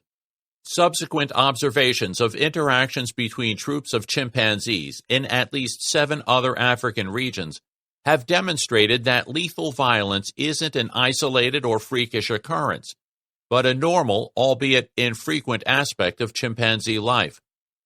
These facts about chimpanzees invite a comparison with human societies. Many human societies also conduct raids against their neighbors. In fact, it's the most common form of intercommunity violence between tribal groups. The Yanomamo of northern Brazil and Venezuela are especially well known for their raiding, largely through the work of social anthropologist Napoleon Chagnon, who studied the Yanomamo for more than 30 years. According to Chagnon, when Yanomamo warriors launch a raid, they first develop a plan of attack. Next, they split into small groups of 4 to 6 men, so that each group can cover the other when making a retreat. The raiders approach the village before daybreak and hide in the bush near paths that lead to sources of drinking water. Their goal is to ambush a single person and then leave the area before the body is discovered. They also abduct young women whenever possible. The fate of captured women isn't pretty. First, they are raped by all the men in the raiding party, and then, when the raiding party gets back to the village, other men rape her as well. At the end of this ordeal, she's awarded to one of the men as a wife. Yanomamo raiding has some striking similarities to the raiding behavior of chimpanzees. In both cases, a group of males stealthily enter enemy territory to ambush an individual or small group, and, if possible, abduct fertile females. Once the job is done, they quickly return to their base. This similarity may reflect the biological relationship between humans and chimpanzees. Chimpanzees are our closest living relatives. Around 6.5 million years ago, both species had an ancestor in common, and since that time, the two lineages have gone their separate ways. Chimpanzees seem to have evolved more slowly than humans, so they're more similar to the common ancestor than we are. Because of this, we can use chimpanzees as a model for some of our earliest ancestors. Of course, chimps aren't exactly like our earliest ancestors, but they're probably close enough to allow us to draw some tentative conclusions about our past.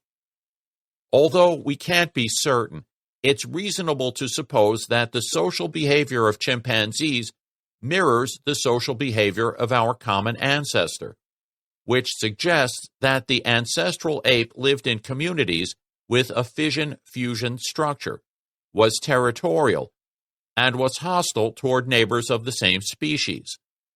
Chimpanzee raids sometimes promise immediate rewards, such as food or mating opportunities, but that's not always the case. Chimpanzees often attack their neighbors when food is abundant in their own territory, and there are no females around for them to abduct. And it would be absurd to think that killing is part of a long-term strategic plan. So this sort of killing must be instinctive.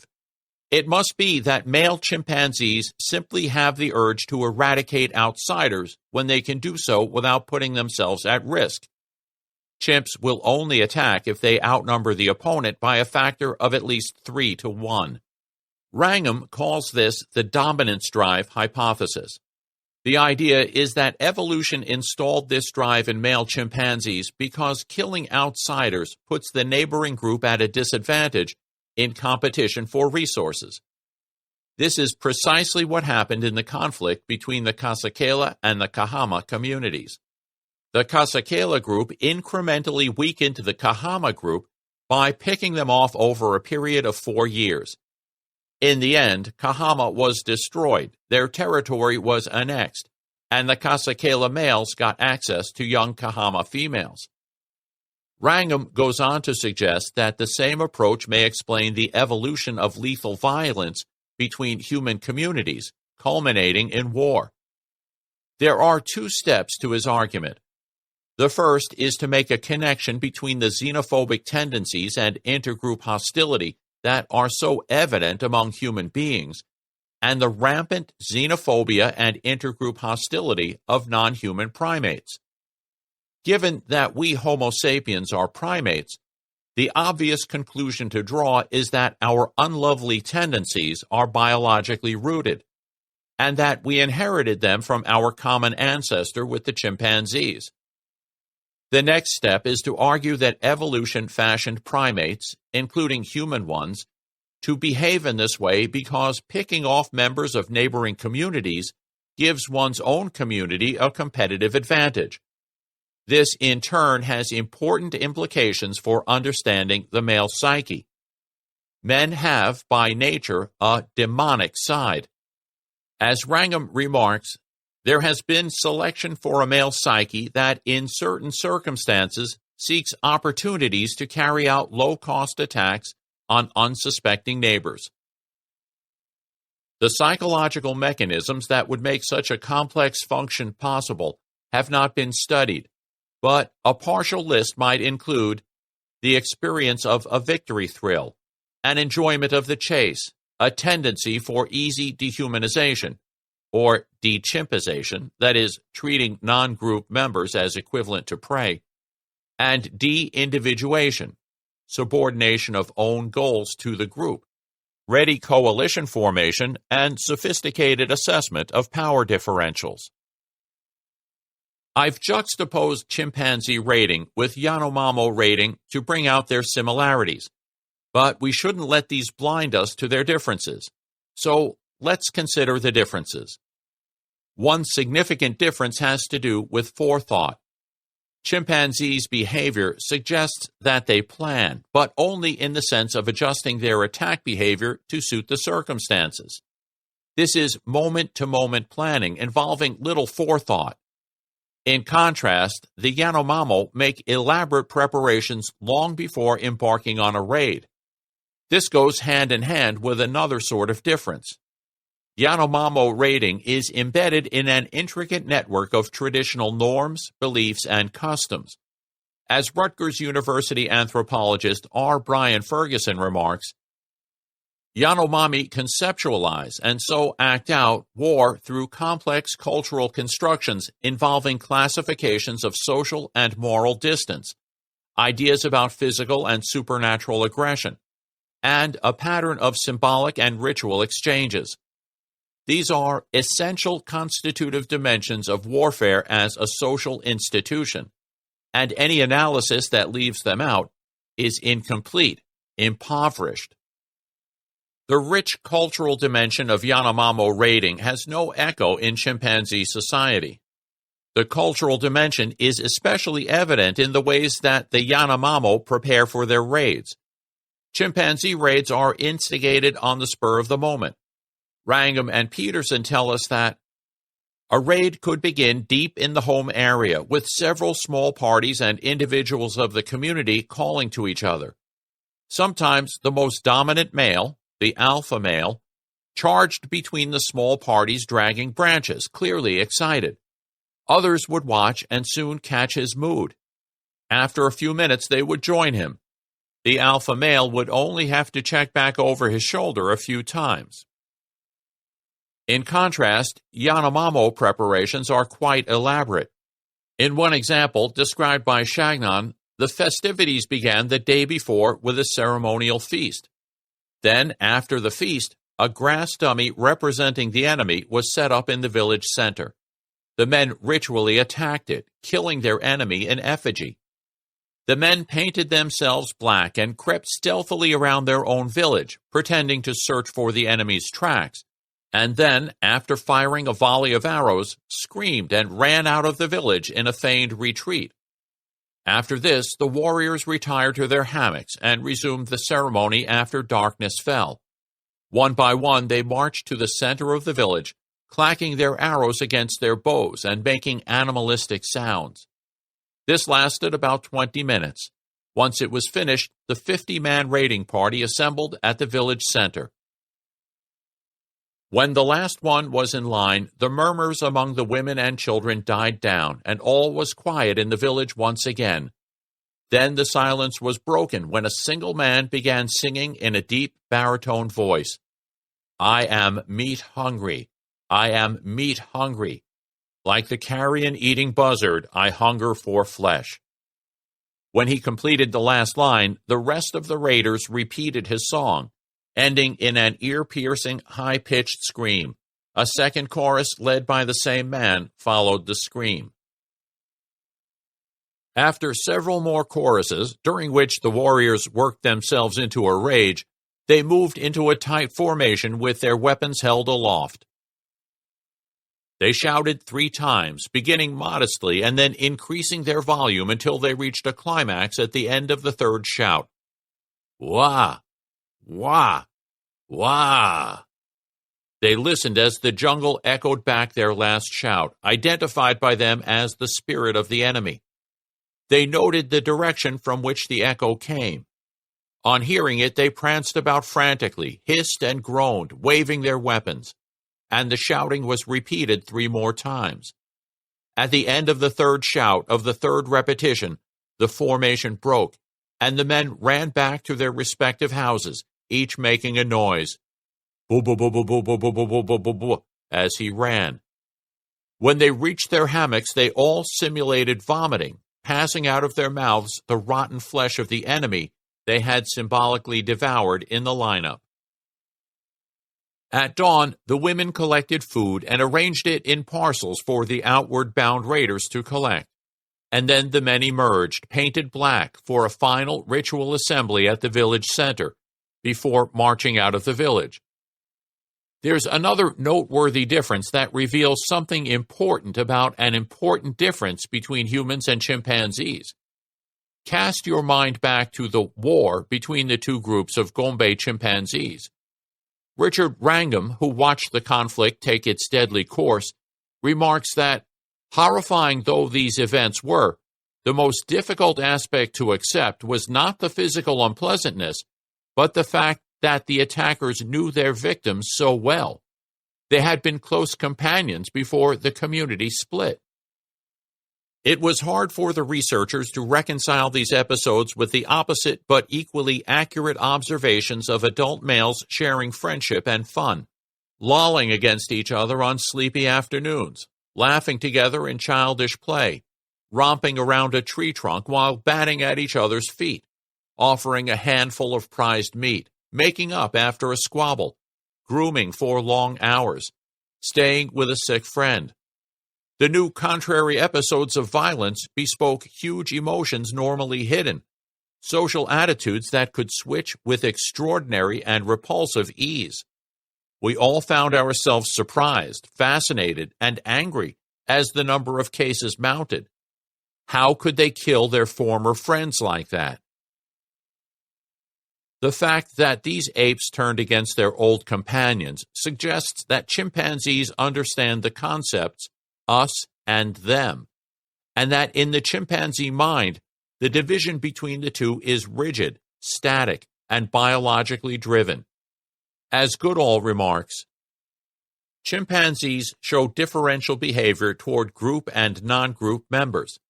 Their sense of group identity is strong, and they clearly know who belongs and who does not. Non-community members may be attacked so fiercely that they die from their wounds. And this is not simple fear of strangers. Members of the Kahama community were familiar with the Kasakela aggressors, yet they were attacked brutally. By separating themselves, it was as though they forfeited their right to be treated as group members. To delve a little deeper into this, let's set aside chimpanzees for a moment and think once again about ants. Ants are highly social and extremely xenophobic. When an ant wanders into the wrong colony, the newcomer isn't welcomed with open antennae. At best, she's tolerated, and at worst, she's immediately killed. She may also be shunned, threatened, or physically harassed. What's going on here? Do ants have the concepts of us and them? No, they don't. It turns out that ants' behavior is controlled by hardwired responses to chemical signals. Every ant colony has a distinctive scent, and when two ants meet, they sample each other's scent. If a stranger to the colony has a strongly alien smell, this triggers attack behavior. But if she smells only slightly odd, she's allowed to survive. If she's allowed to hang around for a couple of weeks and picks up enough of the colony's scent, then she's treated as an equal. Ant xenophobia is all about chemistry. Concepts don't come into it at all. For ants, being one of us is nothing above and beyond having a certain chemical property. With chimpanzees, things are completely different.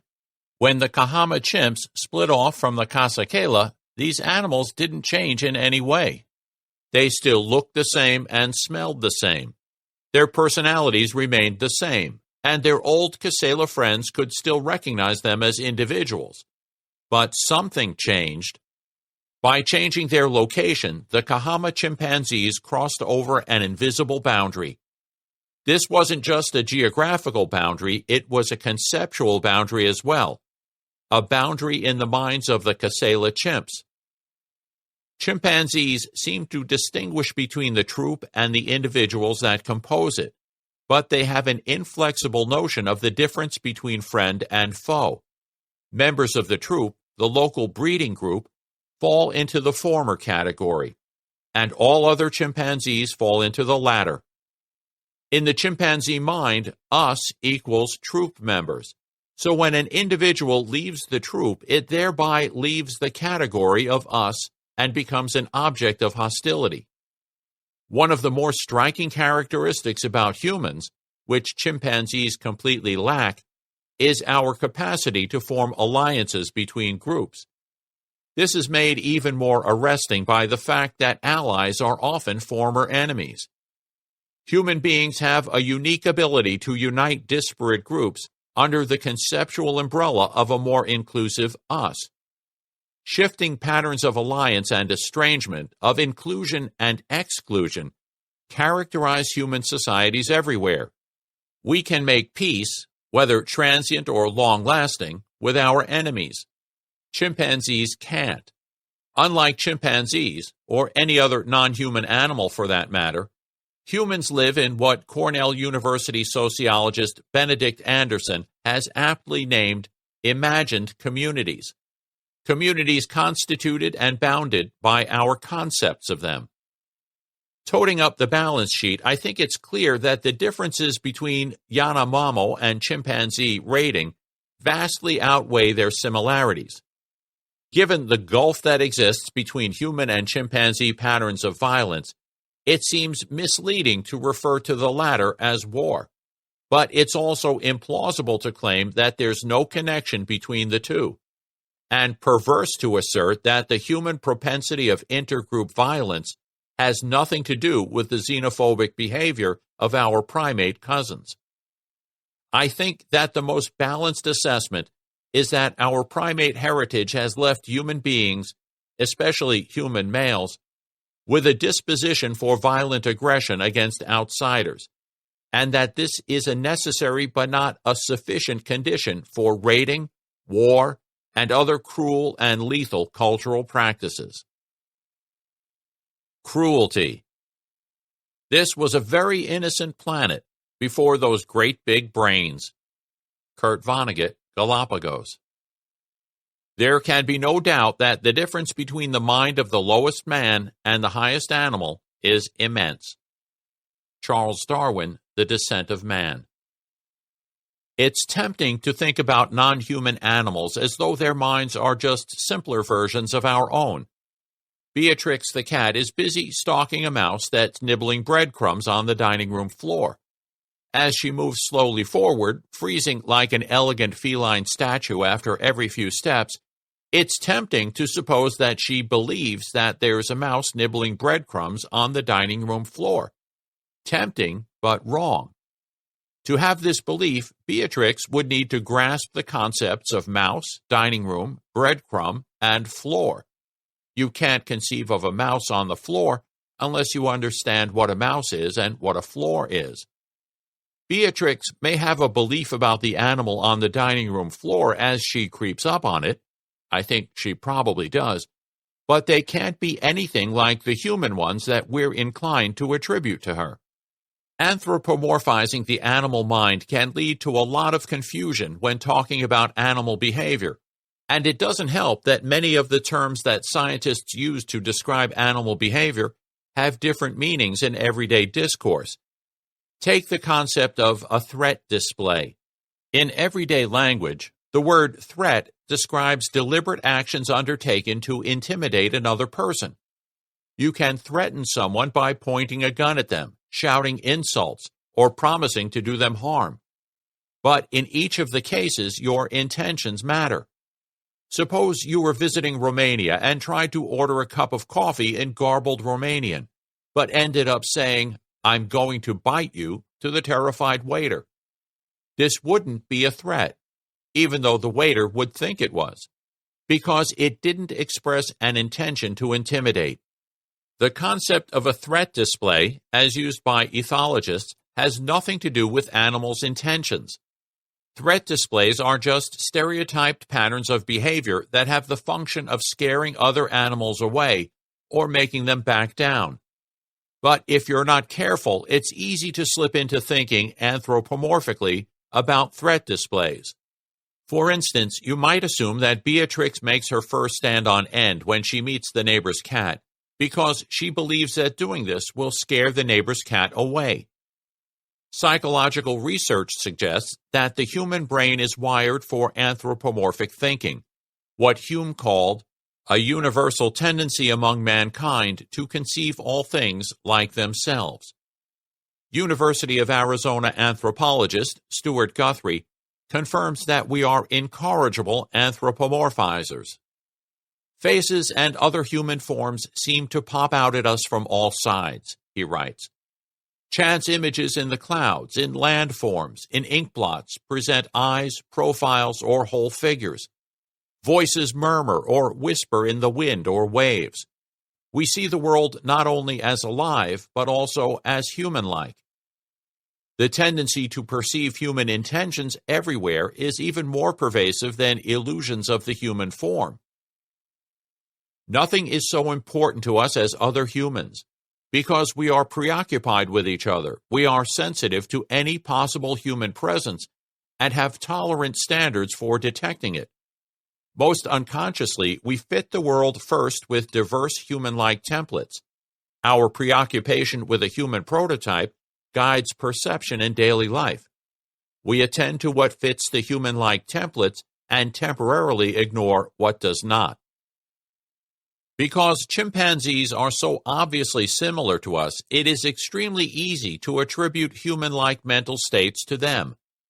Earlier in this chapter, I quoted a remark by Wrangham and Peterson about gratuitous cruelty of raiding chimpanzees. I may be wrong, but I doubt very much that Wrangham and Peterson meant to say that chimpanzees are cruel in the same sense that human beings are cruel. I think that they used this phrase to engagingly express the idea, in a book written for a general audience, that when chimpanzees attack one another, they inflict more pain and damage than is necessary. But the phrase is ambiguous and can be read as saying that chimpanzees are cruel in the same sense that humans are cruel. This is something that Jane Goodall wondered about. Goodall confesses that prior to the discovery of the darker side of chimpanzee behavior, she believed that chimpanzees were rather nicer than us. She was deeply disturbed by the new revelations, and it took a while for her to conclude that, although the basic aggressive patterns of the chimpanzees are remarkably similar to some of our own, their comprehension of the suffering they inflict on their victims is very different from ours. But only humans, I believe, are capable of deliberate cruelty, acting with the intention of causing pain and suffering. Although Goodall doesn't explain how she reached this conclusion, I think that there are very good reasons to accept it, and that these reveal something important about dehumanization. To get at these reasons, we need to give some thought to the nature of cruelty. Like many other writers on the subject, Goodall understands cruelty as the deliberate infliction of pain and suffering. It's true that cruelty often involves deliberately inflicting pain and suffering, but it doesn't always. Shooting a person in the head at point-blank range is cruel, even though it kills them instantaneously, and therefore causes them no pain. Deliberately breaking the fingers of a person in a permanent vegetative state is cruel. It can even be cruel to give someone what they want. Persistently offering cookies to a morbidly obese person is cruel, even though it gives them pleasure. On the other side of the coin, it's also possible to deliberately inflict pain and suffering on someone without thereby treating them cruelly. A physician who gives an injection to a child causes the child pain, but isn't being cruel. Rewording the definition to say that cruel acts are undertaken for the purpose of causing pain doesn't help very much, because it doesn't cover cases of shooting a man in the head and breaking the fingers of the comatose patient. We're going to have to look elsewhere to uncover the meaning of cruelty. It seems more promising to think of cruelty as deliberately causing harm. Of course, I don't mean to say that this is all that there is to cruelty. You can harm someone without causing them pain, and you can cause someone pain without harming them. Let's adopt this as a working definition of cruelty and see where it leads. Obviously, to deliberately harm someone, you've got to be conscious of what you're doing. You've got to be aware that you want to harm someone, and also be aware that what you're doing or planning is harmful to them. In short, you've got to be able to reflect on your own actions and psychological states. You've also got to have the relevant concepts. For instance, the concept of harm. And you've also got to be able to tell the difference between things that can be harmed and things that can't. More about that in a moment. Now, chimps are very smart, but they're not that smart. There's no reason to suppose that they're able to reflect on their own intentions or that they can grasp sophisticated concepts like harm. So it looks like Jane Goodall was right. Chimpanzees can't be cruel. This isn't the end of the story about harm. I want to take it further, to explore the nature of human cruelty. In doing so, we'll not only come to appreciate part of what makes human nature unique, we'll get a deeper understanding of what it is about us that makes us capable of dehumanization. Human beings use an array of concepts to make sense of the world around us. Without them, the world would be, in William James' famous words, a buzzing, blooming confusion. Our concepts come in several varieties. Some of them are descriptive, that is, they purport to represent objective features of the world. The concepts red, big, hairy, and liquid are all descriptive. Others are evaluative. Evaluative concepts pertain to the value that we give to things and include notions like good, bad, beautiful, and disgusting. There's also a third type of concept that's both descriptive and evaluative. Philosophers call these thick concepts. Cruelty is a thick concept. When you say that an act is cruel, you're describing it and disapproving of it in a single breath. Asking yourself whether a cruel act is morally right or wrong is otiose, because the moment you decided that it was cruel, you thereby committed yourself to the view that it was wrong. There's an important connection between evaluative judgments and motivation. When a person sincerely judges that an act is morally wrong, this entails that they want to avoid it and that they believe everyone else should avoid it too. We can say, very clumsily, that an act that's judged to be wrong has an element of to-be-avoidedness built into it. Of course, people often do things that they think are wrong. Sometimes, temptations pulling in the opposite direction are just too strong to resist. But even in these cases, there's an inclination to avoid the morally offensive act. That's why when we do something that we believe to be wrong, we end up feeling guilty and conflicted about what we've done. In short, moral disapproval tends to inhibit action. Given that wrongness is built into the concept of cruelty, anyone who considers an act to be cruel must be motivated not to perform it. Most of us have fantasies about treating other people cruelly. Who hasn't imagined paying someone back for a wrong they've done? Think about an occasion when you've considered harming someone because you want to settle a score with them.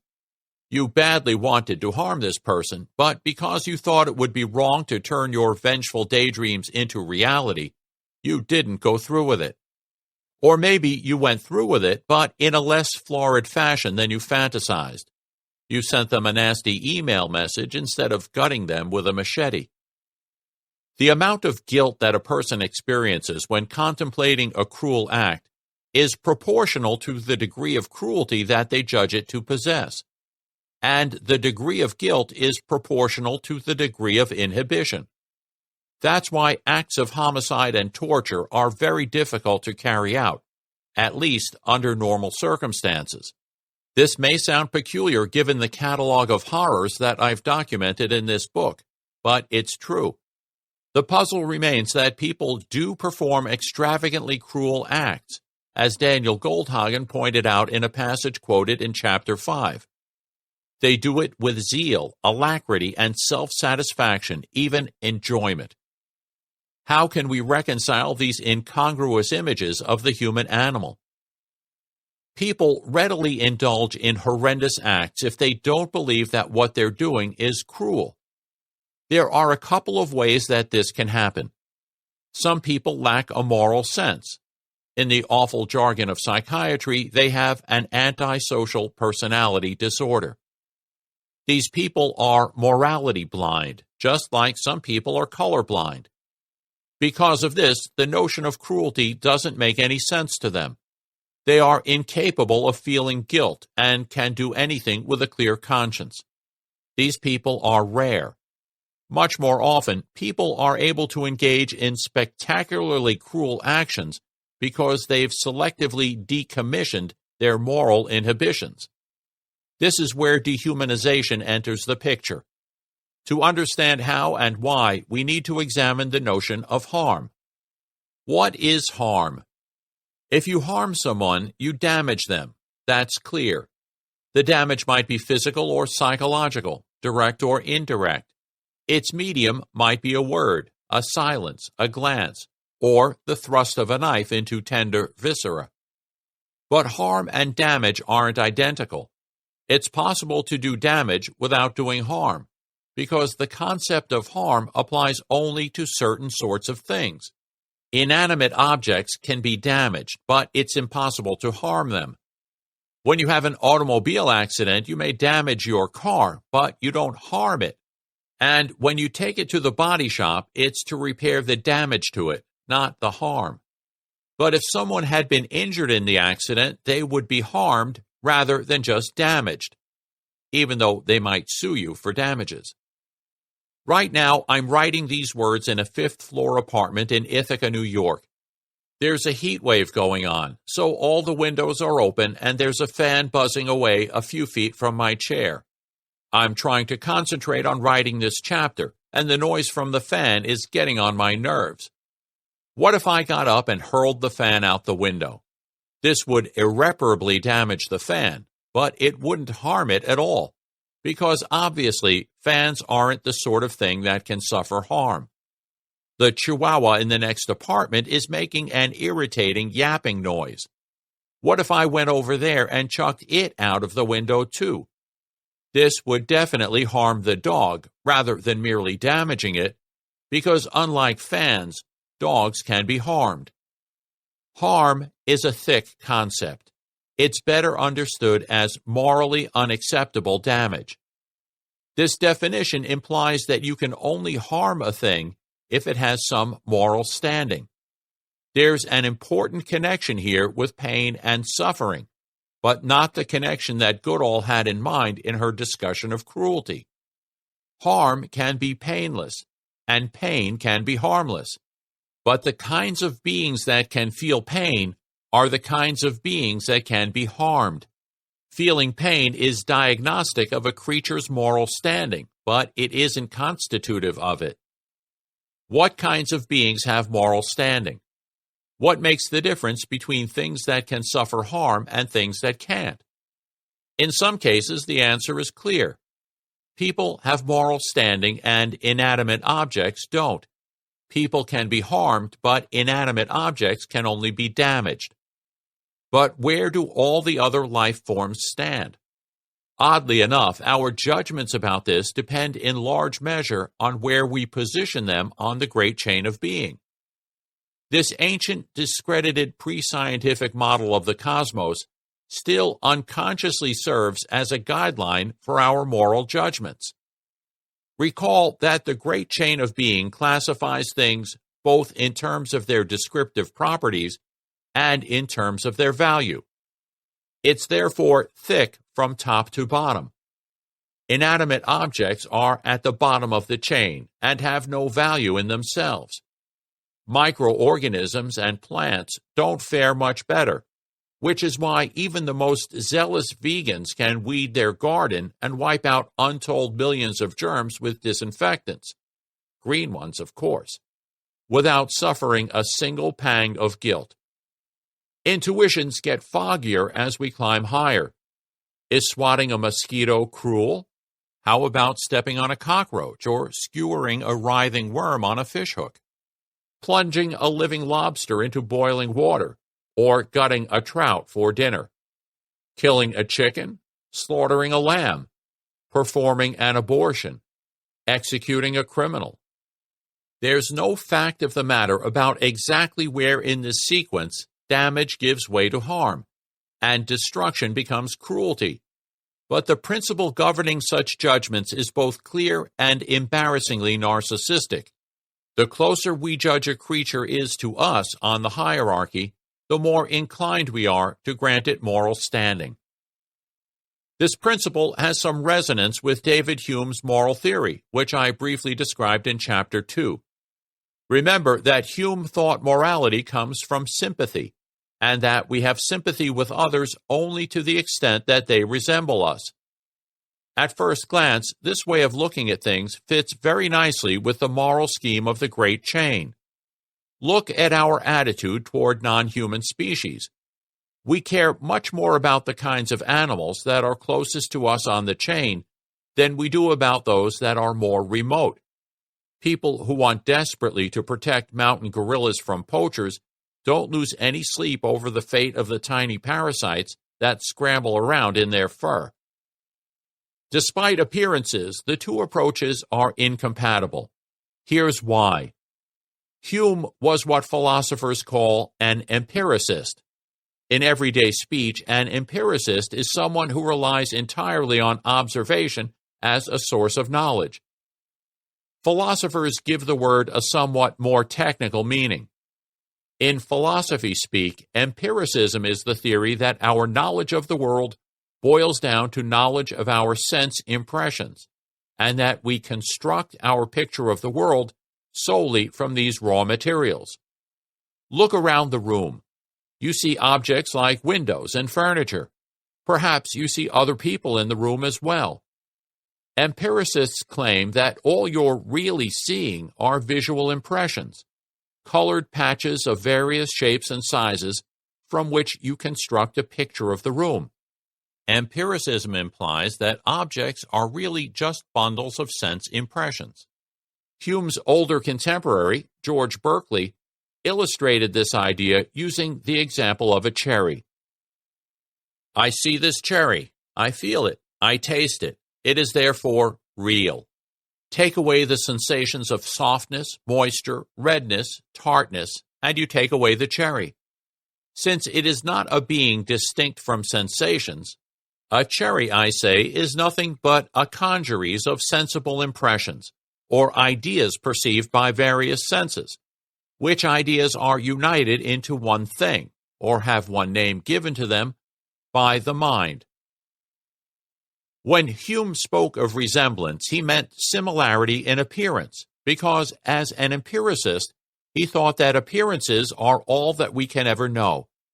But we've seen that appearances play second fiddle to essences in our intuitive judgments about natural kinds.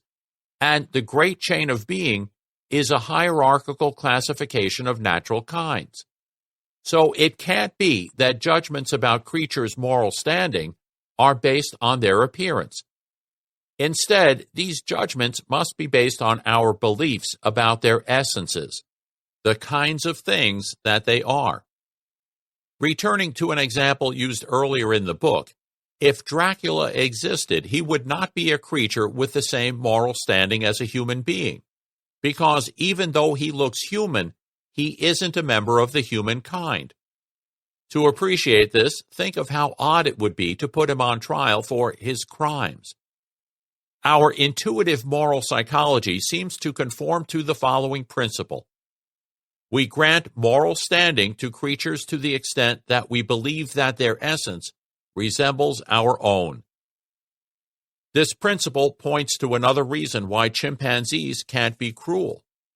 I've already argued that for a chimpanzee to be cruel, it would have to grasp the concept harm. Now, it's clear that to understand harm, you've got to have a notion of natural kinds. Minimally, you've got to have a notion of your own kind. So if I'm right, a chimp could be cruel only if it could conceive of the creature that it's brutalizing as the same or similar kind as itself. Granting this level of cognitive sophistication to chimpanzees would stretch credulity well beyond its breaking point. This analysis explains more about how dehumanization produces moral disengagement. To dehumanize a person is to deny that they have a human essence. However, denying that a person is human is only half the story, because it's about what people aren't rather than what they are.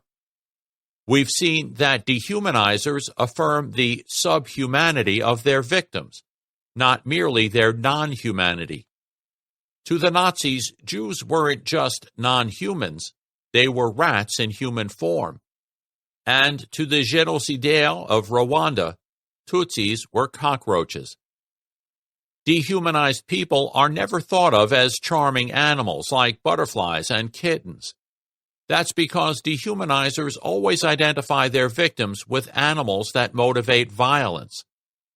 The thinking goes something like this. Rats are vermin and should be exterminated. So if Jews are rats, then they should be exterminated too. Jews are rats. Exterminating rats isn't cruel because rats have no moral standing. So exterminating Jews isn't cruel. In fact, it's morally good to exterminate rats because they harm human beings by spreading filth and disease. So it's morally good to exterminate Jews. 8. Ambivalence and transgression. The conclusion that we must draw from all these observances is that the impulses which they express towards an enemy are not solely hostile ones. They are also manifestations of remorse, of admiration for the enemy, and of a bad conscience for having killed him. It is difficult to resist the notion that long before a table of laws was handed down by any god, these savages were in possession of a living commandment, "Thou shalt not kill," a violation of which would not go unpunished. Sigmund Freud, Totem and Taboo. In the previous chapter, I argued that Mark Twain was right to say Homo sapiens are the only cruel animals and the only animals that go to war. In this chapter, I'm going to assess one of his other claims. Twain wrote that in between murderous military campaigns, he, humankind, washes the blood off his hands and works for the universal brotherhood of man with his mouth. The idea so bitingly expressed in these few words is that we are hypocrites about war. We slaughter our fellow human beings in war while paying lip service to the ideal of peace. Folk wisdom has it that actions speak louder than words, and that words are cheap. When a person says one thing but does another, it's natural to think that the act expresses their genuine commitments, and the words are nothing but a cover-up. Why not apply the same reasoning to the behavior of whole populations, tribes, nations, religions, maybe even the whole human race? Perhaps then our vaunted commitment to peace is nothing but a sham, a colossal self-deception. There's more than a little truth to this accusation. One reason to think so is the fact that we, contemporary Americans, go to great lengths to avoid acknowledging the simple and obvious truth that war is all about killing people. Read the newspapers and listen to the speeches of our politicians. Young men and women are called to serve their country by going to war. When they're killed, we're told that they gave their life for their country. A foolish idea. Soldiers' lives are taken, not given. But how often do you hear young people ask to go to war to kill people for their country? U.S. Army psychologist David Grossman drives home the point that the discourse of war is full of denial. Most soldiers do not kill. Instead, the enemy was knocked over, wasted, greased, taken out, and mopped up. The enemy's humanity is denied, and he becomes a strange beast called a Kraut, Jap, Reb, Yank, Dink, Slant, or Slope. Even the weapons of war receive benign names: Puff the Magic Dragon, Walleye, Toe, Fat Boy, and Thin Man. And the killing weapon of the individual soldier becomes a piece or a hog, and a bullet becomes a round. Why all this dishonesty? Grossman suggests that the answer lies in our visceral horror of taking human life. Killing is what war is all about, continues Grossman, and killing in combat by its very nature causes deep wounds of pain and guilt. The deceptive language of war helps us to deny what war is really about, and in doing so it makes war more palatable. If Grossman is right, then Twain's cynical assessment is too harsh. We butcher human beings and condemn killing because we're torn between two conflicting attitudes. We humans like to kill. We find it pleasant, exciting, even intoxicating. But we're also horror-struck and sickened by the spilling of human blood. Both attitudes are genuine, and both are part of human nature. Moral injury. I thought dying for your country was the worst thing that could happen to you, and I don't think it is. I think killing for your country can be a lot worse. Senator Bob Kerrey. One of the most compelling demonstrations of the violent, demonic aspect of human nature is the eerie elation that ordinary men sometimes experience in the heat of combat. There are many examples of this in the literature of war. I'll quote a few to give their flavor. We can start with Israeli military psychologist Ben Shalit, who recounts an observation that he made during his national service in the Navy. The gunner was firing away with what I can only describe as a beatific smile on his face. He was exhilarated by the squeezing of the trigger, the hammering of the gun, and the flight of his tracers rushing out into the dark shore. It struck me then, and was confirmed by him and many others later, that squeezing the trigger and releasing a hail of bullets gives enormous pleasure and satisfaction. These are the pleasures of combat, not in terms of the intellectual planning, of the tactical and strategic chess game, but of primal aggression, the release, and the orgasmic discharge. What was the gunner experiencing? We'll never know, but other descriptions are more explicit. J. Glenn Gray, the philosopher-soldier whom I introduced back in Chapter 1, goes further. Anyone who has watched men on the battlefield at work with artillery, or looked into the eyes of veteran killers fresh from slaughter, or studied the bombardier's feelings while smashing their targets, finds it hard to escape the conclusion that there is delight in destruction. German writer Ernst Junger's recollection of his service in World War I gives a taste of the combat high from a first-person perspective. With a mixture of feelings evoked by bloodthirstiness, rage, and intoxication, we moved in step, ponderously but irresistibly, toward the enemy lines. I was boiling with a mad rage which had taken hold of me and all the others in an incomprehensible fashion. The overwhelming wish to kill gave wings to my feet. The monstrous desire for annihilation, which hovered over the battlefield, thickened the brains of men and submerged them in a red fog. We called to each other in sobs and stammered disconnected sentences. A neutral observer might have perhaps believed that we were seized by an excess of happiness. Finally, Vietnam War veteran William Broyles, Jr. offers chillingly frank reflections on the euphoria of slaughter. In an essay entitled "Why Men Love War," Broyles recalls a colonel who was a true intellectual, a sensitive man who kept a journal. Although this man was far better equipped for winning hearts and minds, he was given a combat command. One night, a North Vietnamese sapper unit attacked his base. Sappers are elite combat engineers. Most of his combat troops were away on an operation, so the colonel had to muster a motley crew of cooks and clerks, who routed the attackers and killed dozens of them. That morning, as they were surveying what they had done and loading the dead NVA, all naked and covered with grease and mud so they could penetrate the barbed wire, on mechanical mules like so much garbage, there was a look of beatific contentment on the colonel's face that I had not seen except in charismatic churches. It was the look of a person transported into ecstasy. And I? What did I do, confronted with this beastly scene? I smiled back, as filled with bliss as he was. That was another of the times I stood on the edge of my humanity, looked into the pit, and loved what I saw there. Off the battlefield, the pleasures of violence are savored vicariously. Public executions have always been a crowd pleaser.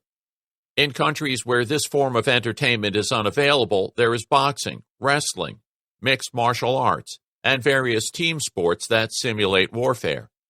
And of course, there's literature, movies, and computer games, from the Iliad and Star Wars to Modern Warfare 2. And then there's war porn. An article in Newsweek magazine published in 2010 explains that when the wars in Afghanistan and Iraq broke out, both the military and individual soldiers began posting combat footage on the internet. But almost as soon as these images became available, civilians and soldiers alike started splicing the clips together, often adding soundtracks and spreading them across the web. Today, there are thousands of war porn videos, and they've been viewed millions of times. Like sexual porn, they come in degrees of violence, ranging from soft-core montages of rocket-propelled grenades blowing up buildings to snuff film-like shots of an insurgent taking a bullet to the head. And even as the U.S. begins its march toward the end of two long conflicts, these compilations continue to attract viewers. With a video game sensibility, they fetishize and warp the most brutal parts of these high-tech wars. Judging from these examples, human nature is violent in the extreme. This is exactly what Richard Wrangham's hypothesis that we have inherited a dominance drive from our primate ancestors would suggest. But matters aren't so simple. When you heard these examples, you were probably fascinated, maybe even titillated by them, but you were probably also sickened by them. This feeling would be more pronounced if you encountered the carnage in the flesh, rather than through the pale medium of the spoken word. Smelling blood and the stomach-turning stench of ruptured entrails, seeing dismembered and eviscerated human bodies, and hearing the agonized screams of the injured, is a far cry from merely hearing about them. Now reposition yourself. Imagine that you are the perpetrator rather than an observer. Imagine that you are directly responsible for killing, maiming, and mutilating other human beings. How do you feel? In the movies, it's all very easy. You just pull the trigger and blow away the enemy. And death is usually tidy. There's a corpse with a barely detectable bullet hole lying in a pool of its own blood. In real life, things are different. Killing is hard. One of the first people to publicly acknowledge this was a controversial U.S. Army historian named Samuel Lyman Atwood, SLAM or SLAM Marshall.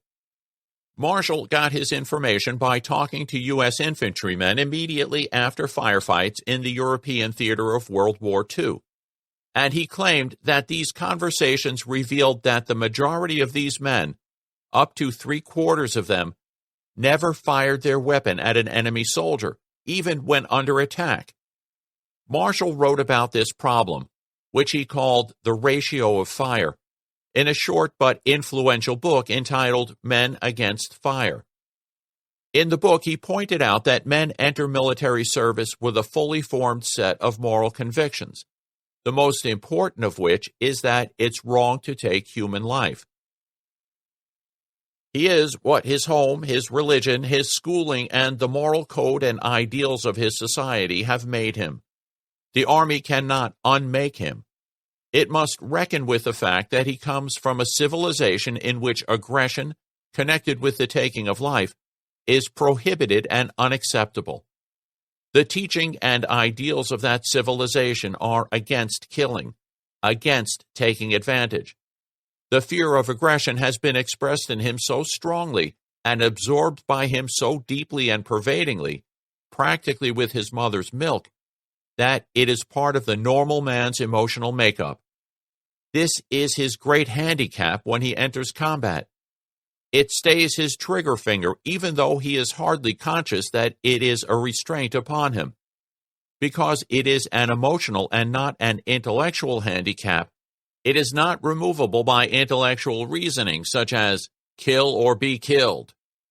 It is therefore reasonable to believe that the average and normally healthy individual, the man who can endure the mental and physical stresses of combat, still has such an inner and usually unrealized resistance toward killing a fellow man that he will not of his own volition take life if it is possible to turn away from that responsibility. At the vital point, he becomes a conscientious objector, unknowing. This is obviously a problem from a military perspective. Although it sounds very nasty, and Marshall never put it quite this way, his observations imply that military training should concentrate on overriding the recruit's moral integrity, so that he or she will have no scruples about killing on command. Moral reservations are, in Marshall's words, a handicap that prevents the soldier from doing his job. Of course, these traditional methods would be out of place and ineffective in a modern military context. The U.S. Armed Forces overhauled their system of military training to try to solve the problems that Marshall identified. They began to train soldiers to fire immediately at man-shaped targets that pop into view, instead of the static bullseye targets used during World War II and earlier. Apparently, as a result, U.S. soldiers' ratio of fire increased during the Korean conflict, and by the time the Vietnam War rolled around, American troops had become much more efficient killers. But this solution created a whole new problem. The troops did better in battle, and the ratio of fire skyrocketed, but so did the incidence of combat-related psychological disorders. Marshall suggested in Men Against Fire that there is a strong connection between the terror of killing and what's nowadays called post-traumatic stress disorder, PTSD. He wrote, "Studies by medical corps psychiatrists of combat fatigue cases found that fear of killing, rather than fear of being killed, was the most common cause of battle failure. This implied that killing is traumatic, so traumatic that it can precipitate psychological breakdown. Soldiers' reports of their personal experiences give this credence. Sometimes they describe becoming emotionally detached or dissociated, which makes war seem unreal, like a dream or a movie, and which insulates them from the moral enormity of their actions. Others describe shaking uncontrollably, vomiting, losing bladder and bowel control, and being overwhelmed by feelings of guilt. Historian William Manchester's description of killing a Japanese sniper on Okinawa is a good example of how the experience of taking life in close combat can impact on the killer. The sniper had been firing on Manchester's unit. He saw that the shots were coming from a fisherman's shack and decided to enter it. He kicked the door open and caught the man off guard. Manchester's first shot was wide of the mark, but the second one hit the sniper in the heart. He dipped a hand in it and listlessly smeared his cheek red. Almost immediately, a fly landed on his left eyeball. As the frightened young Marine pumped bullet after bullet into the slumping corpse, he then paused. I don't know how long I stood there staring. A feeling of disgust and self-hatred clotted darkly in my throat, gagging me. Jerking my head to shake off the stupor, I slipped a new fully loaded magazine into the butt of my .45. Then I began to tremble, and next to shake, all over. I sobbed, in a voice still grainy with fear. I'm sorry. Then I threw up all over myself. I recognized the half-digested sea ration beans dribbling down my front, smelled the vomit above the cordite. At the same time, I noticed another odor. I had urinated in my skivvies. I knew I had become a thing of tears and twitching and dirtied pants. I remember wondering dumbly, is that what they mean by conspicuous gallantry? Observations of a connection between combat guilt and psychological damage go back a long way. In his sensitive study of psychological trauma suffered by veterans of the American Civil War, Eric T. Dean notes that these men sometimes felt that they had been tainted by an unpardonable sin. For instance, one veteran was operating under the delusion that he had been accused of murder and that a corpse had been secreted in his house. Another thought that he was guilty of heinous crimes committed during his early life. Others were brooding over transgressions or convinced that they were hopeless sinners.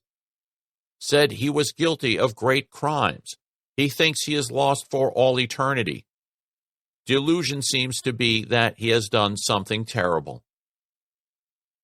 Later, during World War I, Nobel laureate Jane Addams described hearing from hospital nurses who said that delirious soldiers are again and again possessed by the same hallucination, pulling their bayonets out of the bodies of men they have killed.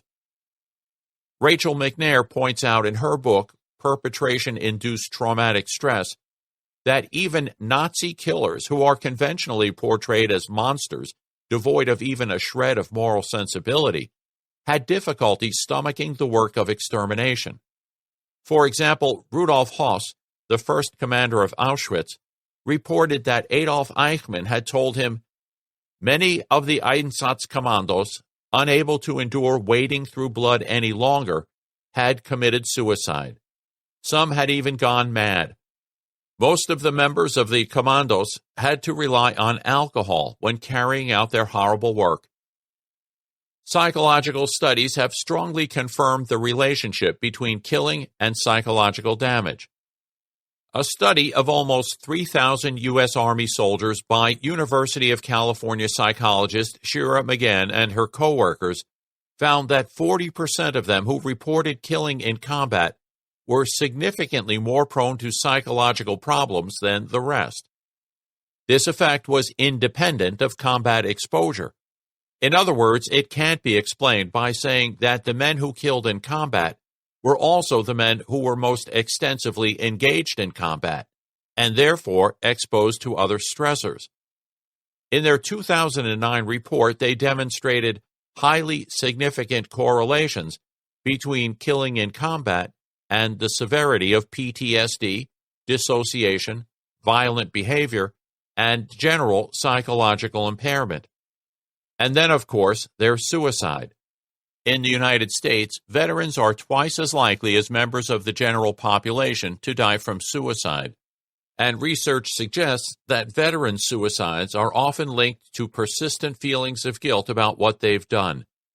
A publication by the United States Department of Veterans Affairs plainly states, research suggests that for veterans, the strongest link to both suicide attempts and thinking about suicide is guilt related to combat. Many veterans have very disturbing thoughts and extreme guilt about actions taken during times of war. The label PTSD presents the psychological effects of combat as a disorder. But is it? Is a bullet wound or the loss of a limb a disorder? Psychiatrist Jonathan Shea doesn't think so. He argues that psychological damage is an injury and coined the term moral injury. Boston University psychiatrist Brett T. Lice took up the term and defined it as psychological damage caused by perpetrating, failing to prevent, bearing witness to, or learning about acts that transgress deeply held moral beliefs and expectations. An article by Lice and 5 co-authors published in 2009 in the Clinical Psychology Review notes that there's considerable evidence that moral injury has powerful negative psychological consequences. They give some sobering statistics. In 2003, 32% of U.S. Marines and soldiers reported that they were responsible for the death of an enemy combatant, and 20% admitted responsibility for the death of a non-combatant. Perhaps even more significantly, 27% reported that they faced ethical challenges in combat to which they didn't know how to respond. Interestingly, less than half of the men and women surveyed thought that non-combatants should be treated with dignity and respect, and about a third admitted to having cursed at or insulted them. Almost a third of U.S. combat troops experienced significant moral conflict during their deployment, and this figure very likely underreports the true extent of the problem. Small wonder, then, that of the approximately 1.7 million military personnel that have served in Iraq and Afghanistan, as many as 300,000, close to 17%, may be suffering from PTSD, and many more may be suffering from less easily diagnosable psychological injuries. Lice and his co-authors note that we are doing a disservice to our service members and veterans if we fail to conceptualize and address the lasting psychological, biological, spiritual, behavioral, and social impact of perpetrating, failing to prevent, or bearing witness to acts that transgress deeply held moral beliefs and expectations. That is, moral injury. Why does killing produce such guilt? Marshall reasoned that it comes from social programming. Taking human life is the ultimate forbidden act. It is interdicted by a social taboo that runs so deep that it can't easily be sloughed off. If this explanation is correct, then soldiers from cultures with a more permissive attitude toward bloodshed should function more effectively in combat. In the developed world, killing is only permissible at the behest of the state. But in some traditional cultures, individuals have much greater latitude. There are societies in which men are expected to avenge the death of members of their family or clan by taking a life in return. If this happened in Los Angeles, we'd think of it as a gangland murder. The cultural context makes all the difference. In a controversial article published in The New Yorker in 2008, Jared Diamond claims that children growing up in such societies are exposed to bloodshed at an early age, and suggests that this early conditioning makes them guilt-free killers in adulthood. Traditional New Guineans have from childhood onward often seen warriors going out and coming back from fighting. They have seen the bodies of relatives killed by the enemy, listened to stories of killing, heard fighting talked about as the highest ideal, and witnessed successful warriors talking proudly about their killings and being praised for them. If New Guineans ended up feeling unconflicted about killing the enemy, it's because they have had no contrary message to unlearn. Diamond contrasts this allegedly easygoing attitude with that of American veterans who so often return from war conflicted about what they've done.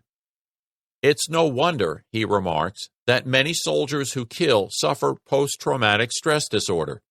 When they come home, far from boasting about a killing, as a Nipa tribesman would, they have nightmares and never talk about it at all, unless to other veterans. This comparison is misleading on two counts.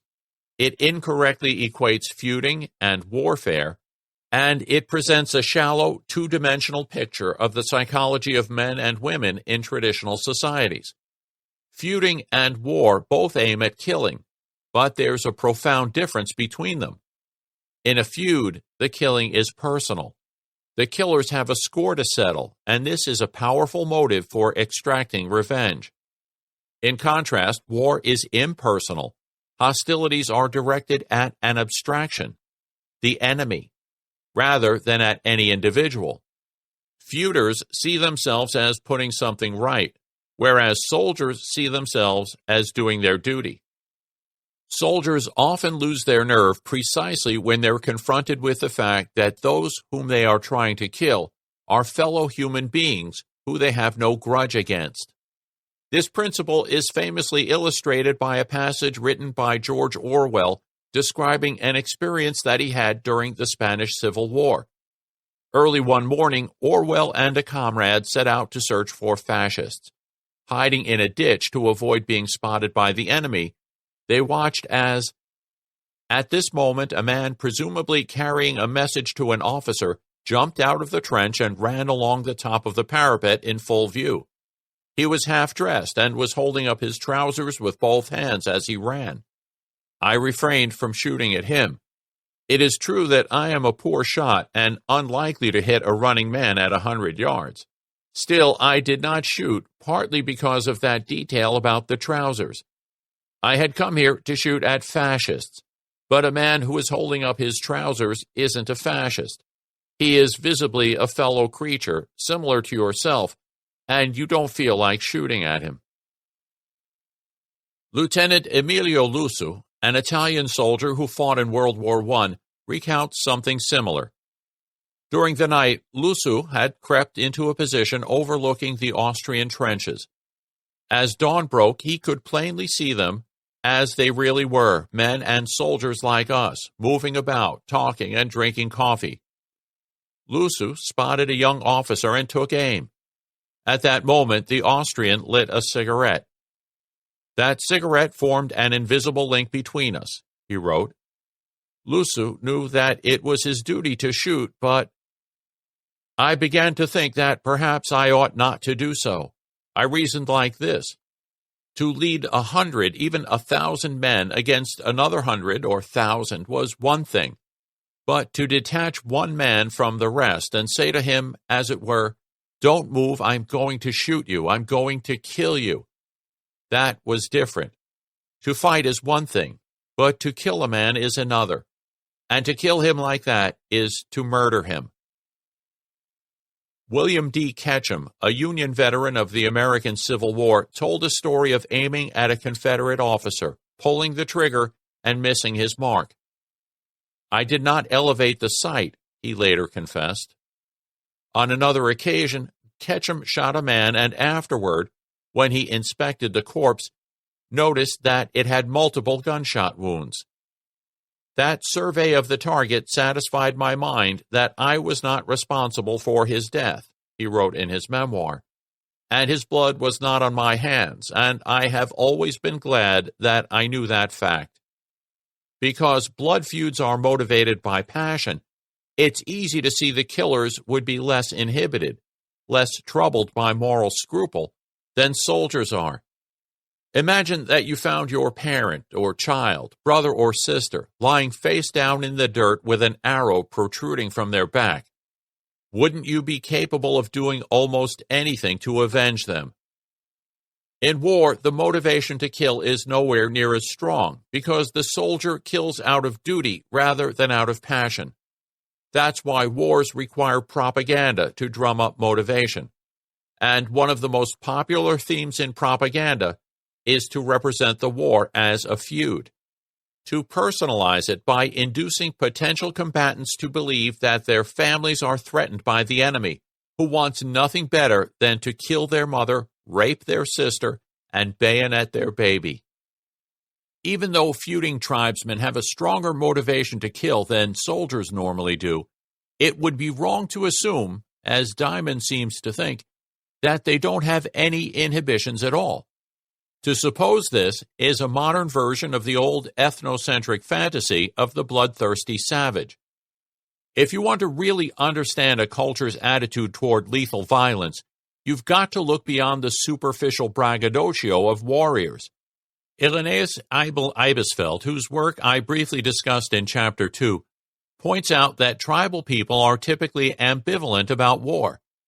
For instance, he found that in mourning ceremonies for fallen warriors among the Milpa of Papua New Guinea, war was characterized as evil and associated with guilt, noting as well that this does not contradict the fact that one can participate in it with enthusiasm and a certain athletic zeal, for guilt and enthusiasm can be activated simultaneously. It is probably for this reason that the attacker, to excuse himself, typically claims that the other parties initiated the hostilities and that he was compelled to protect himself. This is a common position taken by members of traditional societies and representatives of civilized nations, regardless of the type of government. Ceremonial purification after battle is another manifestation of ambivalence about killing. In many cultures, including the fearsome Yanomamo, warriors who have killed are required to undergo ritual purification before re-entering society. Freud discussed this in his book Totem and Taboo, where he interpreted cleansing rituals as manifestations of guilt. The anthropologist Harry Holbert Turney High followed Freud's example in his book Primitive War.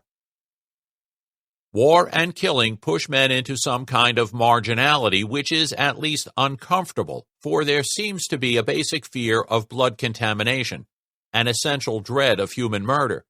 If man did not consider human killing something out of the ordinary, why has there been such common fear of the enemy dead? The idea of contamination of even a prestigeful warrior of the we group.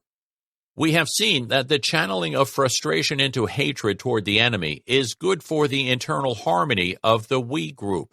But the enemy is human too. Humanity is capable of ambivalent attitudes towards its enemies. There's another reason to be skeptical of martial-style explanations. If the reluctance to kill is purely the result of learning to conform to a social taboo, why is this taboo so much more powerful than the other ones? Normally, we don't have a lot of difficulty violating social rules. For example, we're not supposed to lie, but most of us lie a great deal. We're not supposed to steal, but every year many people evade paying income tax. And we're not supposed to commit adultery, but infidelity is all too common. All of these social taboos forbid us to do things that we're strongly tempted to do, which is why they're often more honored in the breach than in the observance. However, the interdiction against killing doesn't seem to fit this pattern at all. How many are unable to resist the temptation to kill others? Homicide is remarkably rare, even in countries with elevated homicide rates. In Colombia, South America, which consistently has one of the highest homicide rates in the world, there were on average only 62.7 killings per 100,000 people between 2000 and 2004. Why is killing so different from lying, stealing, and adultery? When we consider people's learning histories, the disparity is even starker. Most people have never been told not to kill another human being, nor have they been punished for killing or threatening to kill someone. But they've frequently been told not to lie, steal, and so on, and have been punished for these infractions. One would imagine that if resistance to killing boils down to social learning, killing should be a lot easier to do than lying and stealing. But it isn't. The information explosion. Humans may be hardwired to get edgy around the other, but our views on who falls into that category are decidedly malleable. Robert Sapolsky, Peaceful Primates, A Natural History of Peace. If our resistance to killing isn't a result of learning all on its own, then it must be based in part on something innate. There must have been some feature of our evolution that accounts for why humans have such robust inhibitions against taking human life. Unfortunately, it's all too easy to dream up evolutionary scenarios about how this might have happened. Facts about social behavior of our remote ancestors are thin on the ground, and it isn't helpful to churn out hypotheses that have no evidence to answer to. But it's not helpful to throw in the towel either. So I'm going to tread a cautious middle course.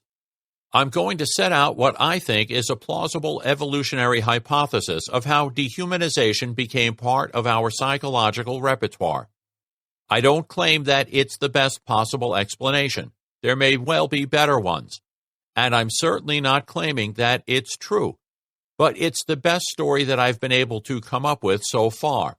And I think that it's worthy of consideration. In the beginning was the ape. As I've mentioned, around 6.5 million years ago, our ancestors were similar to chimpanzees. They had brains roughly the same size as chimpanzees' brains, and probably had roughly similar mental abilities. It is reasonable to think that the social behavior of this ancestral ape was similar to that of chimpanzees. That is, that they lived in fission-fusion communities, were territorial, xenophobic, and didn't hesitate to kill their neighbors. For the next 4 million years, evolution of the human lineage proceeded slowly. Then, about 2 million years ago, a new primate species called Homo erectus stepped out on the African savanna. Sometimes this hominin is called Homo ergaster rather than Homo erectus. There is a great deal of controversy about the relationship between the two species, if indeed they are two species. Erectus looked much more human than any of its predecessors, but what was most remarkable about the new creature was its brain, which doubled in volume over the next million years. Homo erectus got smart, much smarter than any primate species that came before. They created large stone tools, the beautifully crafted Acheulean hand axes, and built campfires. They probably hunted cooperatively and consequently consumed more meat than their predecessors. They may even have invented cooking. Homo heidelbergensis, Heidelberg man, evolved from Homo erectus approximately 600,000 years ago, and Homo sapiens evolved from Homo heidelbergensis roughly 200,000 years ago. Soon after, anatomically modern humans, Homo sapiens sapiens, came into being. These people were almost exactly like you and me physically, but they were very different mentally in ways that I'm going to clarify in just a moment.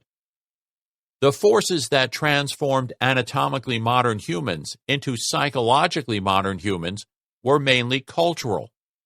Human culture was born in two great spasms. The first began about 40,000 years ago in what's known as the Upper Paleolithic Revolution. As prehistoric humans transitioned into this period, stone tools made a huge leap in sophistication.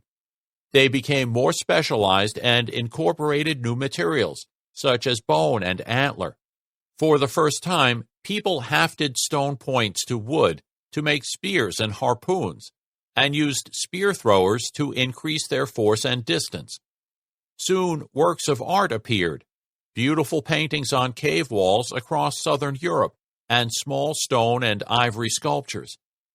Then, 8,000 to 10,000 years ago, the Neolithic Revolution exploded in the Middle East, and somewhat later elsewhere, as human societies underwent a cascading sequence of transformations. People abandoned an economy based on hunting and gathering and turned to agriculture and animal husbandry. They domesticated wild plants and animals and anchored themselves in permanent settlements. Agriculture led naturally to the ownership of land, and to technologies for cultivation, irrigation, and storing surplus grain. As settlements expanded into towns and cities, increased population density made way for social stratification, divisions of labor, and increased trade. The new towns and cities required administrative structures, which were interwoven with religious institutions. During their journey through time, prehistoric humans acquired a range of mental aptitudes that we take for granted today, but which were almost certainly absent during the earliest stages of hominid evolution. These include the psychological traits that are necessary conditions for dehumanization, namely, 1. A domain-specific folk biology module responsible for parsing the biological world into natural kinds, species, and making inferences about them. 2. A domain-specific folk sociology module responsible for parsing the social world into natural kinds, ethno-races, and making inferences about them. 3. A domain-general capacity for second-order thought that makes it possible to reflect on one's own mental states. 4. An intuitive theory of essences used to explain why there are natural kinds. 5. An intuitive theory of natural hierarchy, great chain of being, for ordering the natural world.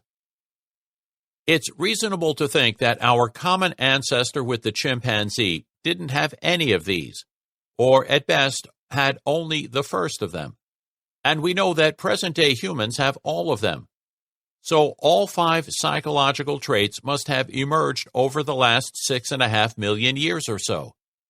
Determining when all 5 of these pieces were in place should allow us to set a lower limit for when dehumanization began. Of course, this sort of reasoning won't tell us exactly when people started dehumanizing each other, because although the 5 conditions that I listed above are individually necessary, they may not be, in fact, they probably aren't, jointly sufficient. Because the evidence is indirect and often sketchy, it's difficult to draw conclusions about prehistoric people's psychology, but it's possible to make some educated guesses, and that's what I'm going to do right now. We can begin with the folk biology module, which is probably the most ancient of the 5. It's very helpful for an animal to be able to distinguish what it eats from what eats it. And any animal that does this has to have at least a rudimentary ability for responding differentially to different biological kinds. But as we saw in the example of ant warfare, an animal can behave differently in relation to different species without having concepts of biological kinds or being able to make inferences about them. The predator-detecting abilities of fancier animals, for example, vervet monkeys, are closer to what we're looking for. Vervet monkeys distinguish between leopards, pythons, and eagles, and give distinctive alarm calls for each, but it's not clear that they have concepts of these animals. Chimpanzees probably have primitive concepts of biological kinds, and our common ancestor may have had them as well. However, we can be certain that a well-developed folk biology was in place by the time our prehistoric ancestors had become accomplished hunters. People who depend on hunting for a significant portion of their diet need to have detailed knowledge of the animals that they hunt. This is also true, to a more limited extent, of the intellectual demands of gathering. They need to have a refined understanding of the way that a variety of animals behave under a range of circumstances. They need to have expert tracking skills, including the ability to identify hoof and paw prints, various kinds of feces, and other marks that animals leave on their environments. And when they migrate into new territories, they have to be able to quickly learn about the behavior of newly encountered species, in part by making similarity-based inferences. Archaeological evidence suggests that meat was a significant component of Homo erectus' diet, although opinion is divided about whether this came primarily from hunting or from scavenging the carcasses of animals brought down by large predators. Whatever the facts are about Homo erectus, we know that prehistoric Homo sapiens excelled at cooperative hunting. We also know that they dispersed out of Africa to exploit a wide range of habitats where they encountered and learned to hunt many unfamiliar species. None of this would be possible unless they were competent to make inferences about animal behavior. So a well-developed module for intuitive folk biology is likely to have been in place by the Middle Paleolithic period, perhaps 100,000 years ago. The next puzzle concerns our knack for second-order thought. Many cognitive scientists believe that second-order thought is tightly bound up with language. The idea is that being able to use and understand language makes it possible for a person to reflect on their own mental states. Philosopher and cognitive scientist Andy Clark explains how this works. Rather amazingly, we are animals who can think about any aspect of our own thinking and can thus devise cognitive strategies aimed to modify, alter, or control aspects of our own psychology. As soon as we formulate a thought in words, it becomes an object, both for ourselves and for others. As an object, it is the kind of thing that we can have thoughts about. In creating the object, we need have no thoughts about thoughts. But once it is there, the opportunity immediately exists to attend to it as an object in its own right. The process of linguistic formulation thus creates the stable structure to which subsequent thinkings attach. These don't have to be words that come out of one's mouth. They can be words that one silently says in one's head. The point is that once a person expresses a thought as a sentence in whatever medium, then he or she can think about that sentence. So once prehistoric people were able to do this, they were in a position to think about their own thoughts. What a remarkable achievement this was. Tufts University philosopher Daniel Dennett hypothesizes that higher-order thought emerged in two steps. Early on, hominid brains had various domain-specific cognitive systems. These special-purpose mental organs weren't integrated with one another. There wasn't any information flow between them. But even though these cognitive systems operated autonomously, they were adequate for negotiating the practical challenges that these primates had to face. Challenges like obtaining food, avoiding predators, finding mates, and so on. Then language evolved. Linguistic communication was a tremendous boon to those who could use it. Valuable information could rapidly move from mouth to ear, and thereby hop from brain to brain with high fidelity. This vastly accelerated the speed of cultural transmission. Without language to help it along, the spread of ideas is painfully slow. You can get a sense of just how slow from observations of cultural transmission among non-human primates. One of the most impressive examples concerns a community of Japanese macaques living on the island of Koshima. In 1953, scientists studying these monkeys began provisioning them with pieces of sweet potato. The potatoes were placed on the beach, so to avoid getting their mouths full of grit, the macaques had to get rid of the sand clinging to the food before eating it, which they accomplished as best they could by brushing off the sand with their hands. Then, one day, a young female named Imo, Japanese for yam, discovered that she could rinse the potatoes in river water, which noticeably produced a superior result. Before long, other macaques, first her siblings and then her mother, began to wash their potatoes too, and the practice eventually spread to the entire troop. Today, over 50 years later, descendants of the original group continue to wash their potatoes, nowadays in salt water, perhaps as a method of seasoning. But even among clever Japanese macaques, it took nearly a decade for potato washing to become a cultural fixture. Language turbocharged the spread of culture, But communicating ideas wasn't the only thing that language was good for. It was also good for thinking with. Language reconfigured the way that human brains process information by bringing second-order cognition into being. Here's Dennett's story of how this happened. Then, one fine day in this rational reconstruction, one of these hominids mistakenly asked for help when there was no helpful audience within earshot except itself. When it heard its own request, the stimulation provoked just the sort of other helping utterance production that the request from another would have caused. And to the creature's delight, it found that it had just provoked itself into answering the question. Of course, Dennett doesn't want us to take his charming fable literally. His point is that once language became established, people could use it to elicit information from themselves that they weren't aware that they had. Language did more than enable people to talk to other people. It also permitted parts of brains to talk to one another through the medium of linguistic thought. Once this happened, the mind became what Dennett calls a Joycean machine, a site of ongoing inner dialogue pulling together information from far-flung regions of the brain. This is a good story, but is there any evidence that things actually happened this way? Because evidence about the psychology of long-dead people is always meager, it's easy to dismiss any attempt to reconstruct the evolution of the human mind as the wildest of speculation. But this would be too hasty.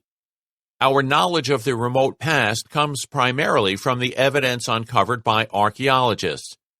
Nowadays, archaeology has a subdiscipline called cognitive archaeology that uses material evidence from the prehistoric past to generate and test hypotheses about our early ancestors' minds.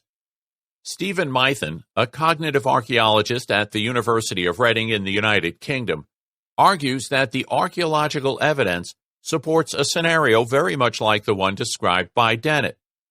Mythen argues that our early ancestors evolved a suite of cognitive modules that equipped them for dealing with the practical exigencies of life. Then, around 200,000 years ago, Homo sapiens evolved, and so did language. It took another 50,000 years or so for language to develop and proliferate enough to become a regular feature of human life.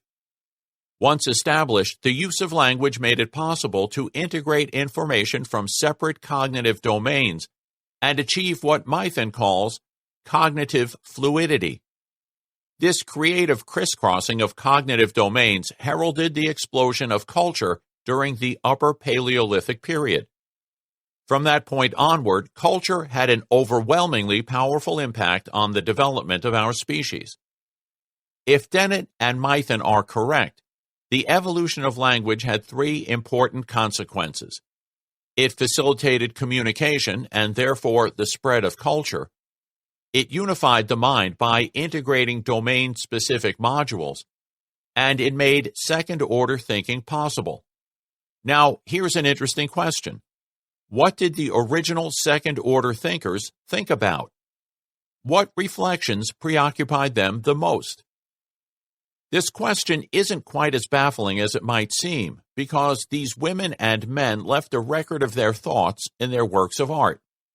The magnificent murals that adorn the walls and ceilings of caves across southern Europe are festooned with realistic portraits of animals: horses, deer, cattle, bison, lions, birds, bears, goats, mammoth, and woolly rhinoceros. There's practically nothing else in these pictures.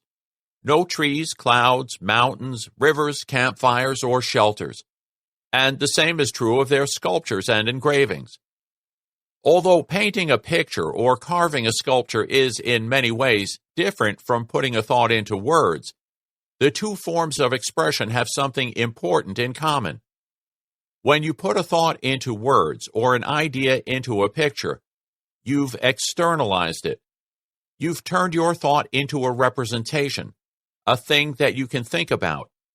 But unlike spoken language, which is transient, art leaves a record. So by looking at people's art, we can get insights into what sorts of things they reflected on. Paleolithic art shows that these men and women were deeply, one might even say obsessively, preoccupied with thoughts about biological kinds. They were reflecting on their thoughts about animals and asking questions about those thoughts. Prior to this point, prehistoric people had biological concepts. For example, the concept porcupine. But now, for the first time, they could wonder about what it is that makes something a porcupine. It seems reasonable to think that they came to the same intuitive conclusion that people do today. They concluded that what makes an animal of a certain kind is its essence.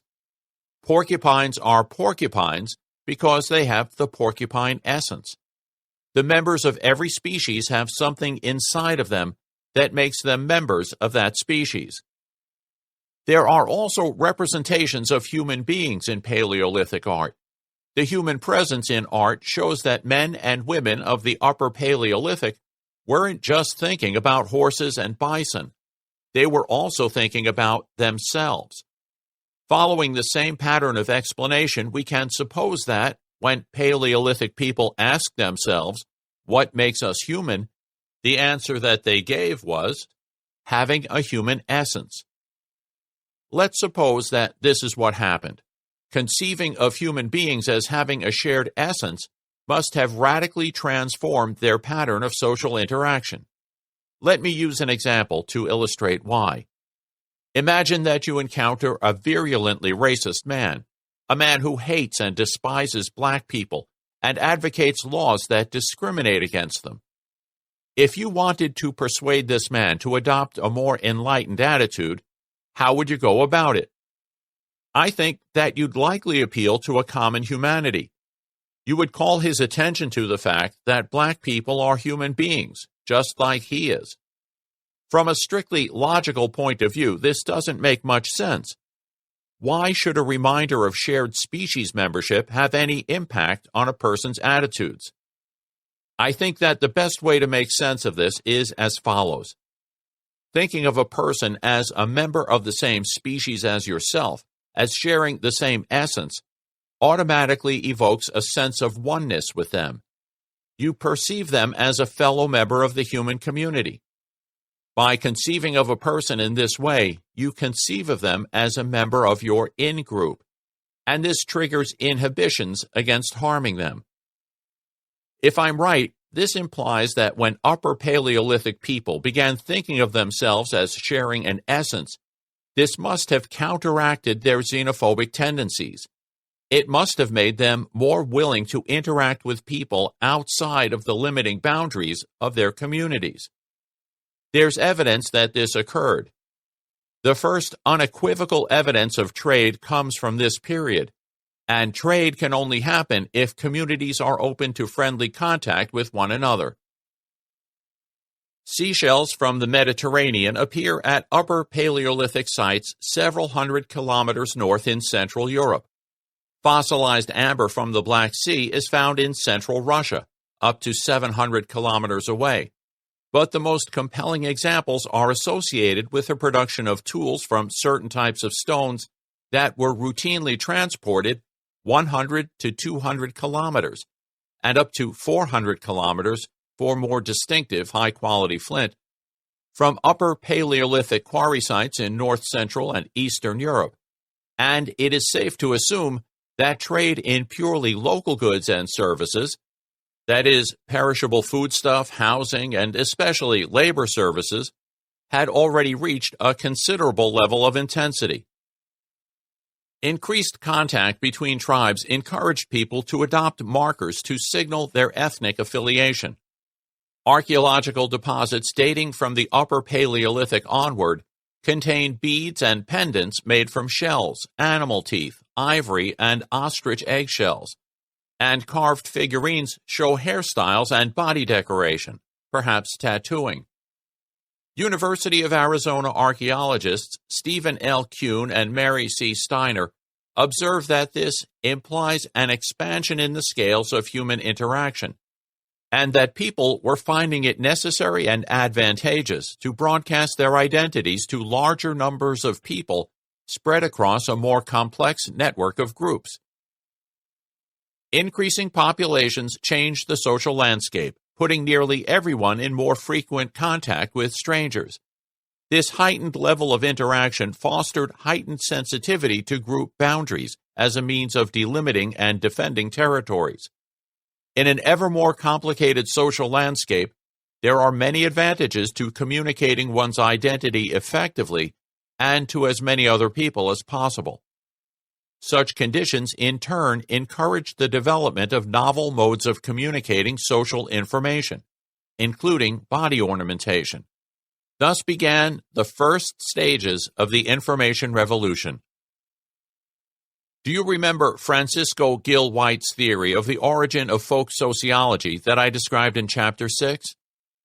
Gil White hypothesized that as tribal groups began consolidating ethnic identities and adopted ethnic markers, this affected how they conceived of one another.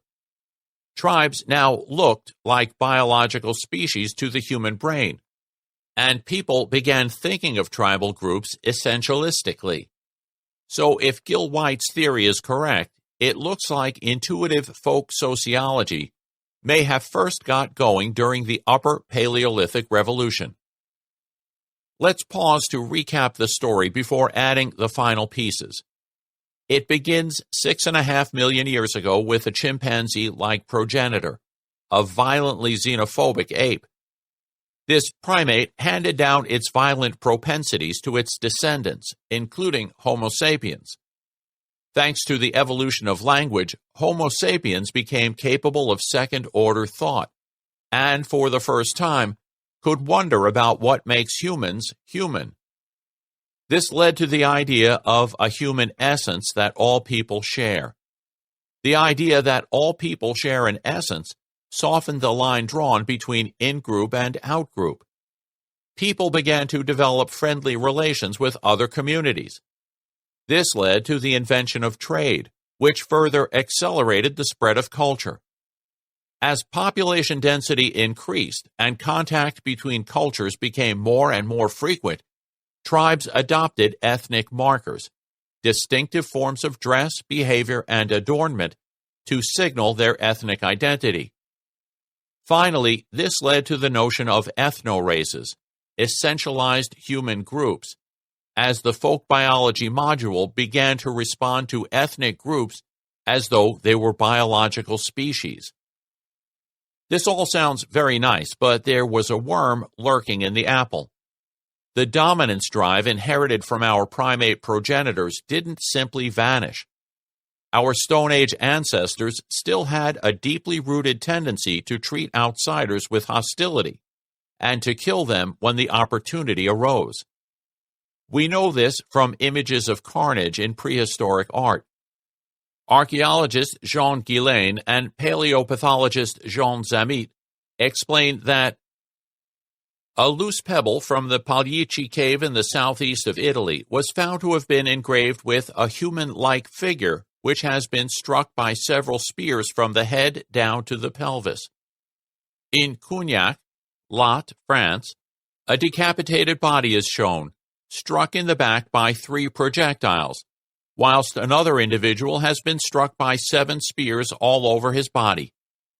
In the Pechemel cave in Cabreret, Lot, France, one individual is shown having been hit by arrows all over his body, both from the front and from behind. In Combel, part of the same network of caves, a human-like figure with an animal-shaped posterior can be seen collapsing after having sustained several injuries. A carving upon a bone from Gourdon, France, showing only the pelvis and legs of a human figure, shows several arrows penetrating the victim's legs and rear. Also of interest is a rock engraving discovered in the cave at Sous-Grand-Lac, France. The engraving shows a figure injured in both the neck and back by a number of projectiles. Arrows appear to have struck this individual's posterior and penis. This is how our ambivalence toward violence began. The new fellow, feeling born of a sense of common humanity, took its place alongside the older xenophobic sensibility. On one hand, we are disposed to carve the world into them and us, and take a hostile stance toward outsiders. On the other hand, we think of all people as members of the human community and have a powerful aversion to harming them. Dehumanization offered an escape from this bind. By a feat of mental prestidigitation, we discovered a method for counteracting inhibitions against lethal violence by excluding our victims from the human community. But there is still an ingredient missing from the mix. Dehumanization can't occur without the concept of subhumanity, and it's not clear that Paleolithic people had any such notion. There are some clues in Paleolithic art. Non-human animals are painted and carved naturalistically and with an exquisite attention to detail, while humans are usually portrayed in a highly stylized way. This stylistic contrast suggests that the people of the Upper Paleolithic set humans apart from other animals, but this tells us nothing about the relative value that they attributed to humans and non-human animals. Perhaps noting differences between how humans and animals were treated will give us something more to work with. Animals were routinely hunted, slaughtered, and eaten. Their pelts were used to make clothing, their hides were processed to make leather, and their bones and teeth were used for ornaments. Human beings weren't treated in this way. Although cannibalism may have been practiced during the Upper Paleolithic, it wasn't routine, and artifacts made from human bones are uncommon. Humans ceremonially buried their dead rather than leaving their carcasses to rot. These facts suggest that prehistoric people considered humans to have greater moral value than non-human creatures. It looks like human beings started to dehumanize one another at some point during or after the Upper Paleolithic period. This may have been quite recent, as the earliest unequivocal examples of dehumanization date from the 2nd millennium BCE. If I'm right, dehumanization caught on because it offered a means by which humans could overcome moral restraints against acts of violence. Because the folk sociological thinking was already in place, ethnic groups were conceived as pseudo-species, each of which was imagined to have a unique essence that distinguished it from all the others. It was but a short step to imagine that some of these pseudo-species possessed a subhuman essence. This made members of the group seem like subhuman animals, and therefore legitimate targets of violence. By selectively dehumanizing other communities, humans found a way to get around their ambivalence. They could selectively exclude ethnic groups from the charmed circle of a common humanity, slaughter them, and take their possessions, while at the same time enjoying the benefits of trade and affiliation with others. Prey, predators, and unclean things. I mentioned near the end of Chapter 7 that nobody dehumanizes others by imagining them to be appealing animals. The animal has got to be one that elicits an aggressive response. In earlier chapters, I hinted that dehumanized people are often perceived either as predators or parasites. In the remainder of this chapter, I'm going to discuss the phenomenology of the main forms of dehumanization and provide a few examples of each to underscore some of their salient characteristics.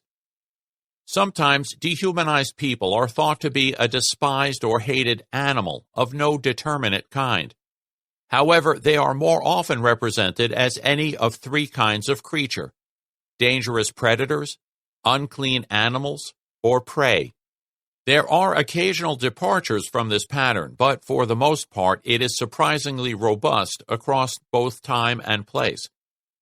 Let's start with unclean animals: vermin, disease organisms, and parasites. If you are like most people, the sight of a bowl seething with maggots is stomach-turning. The reaction of disgust is accompanied by a peculiar sense of threat. The fear isn't that the animal itself can inflict harm.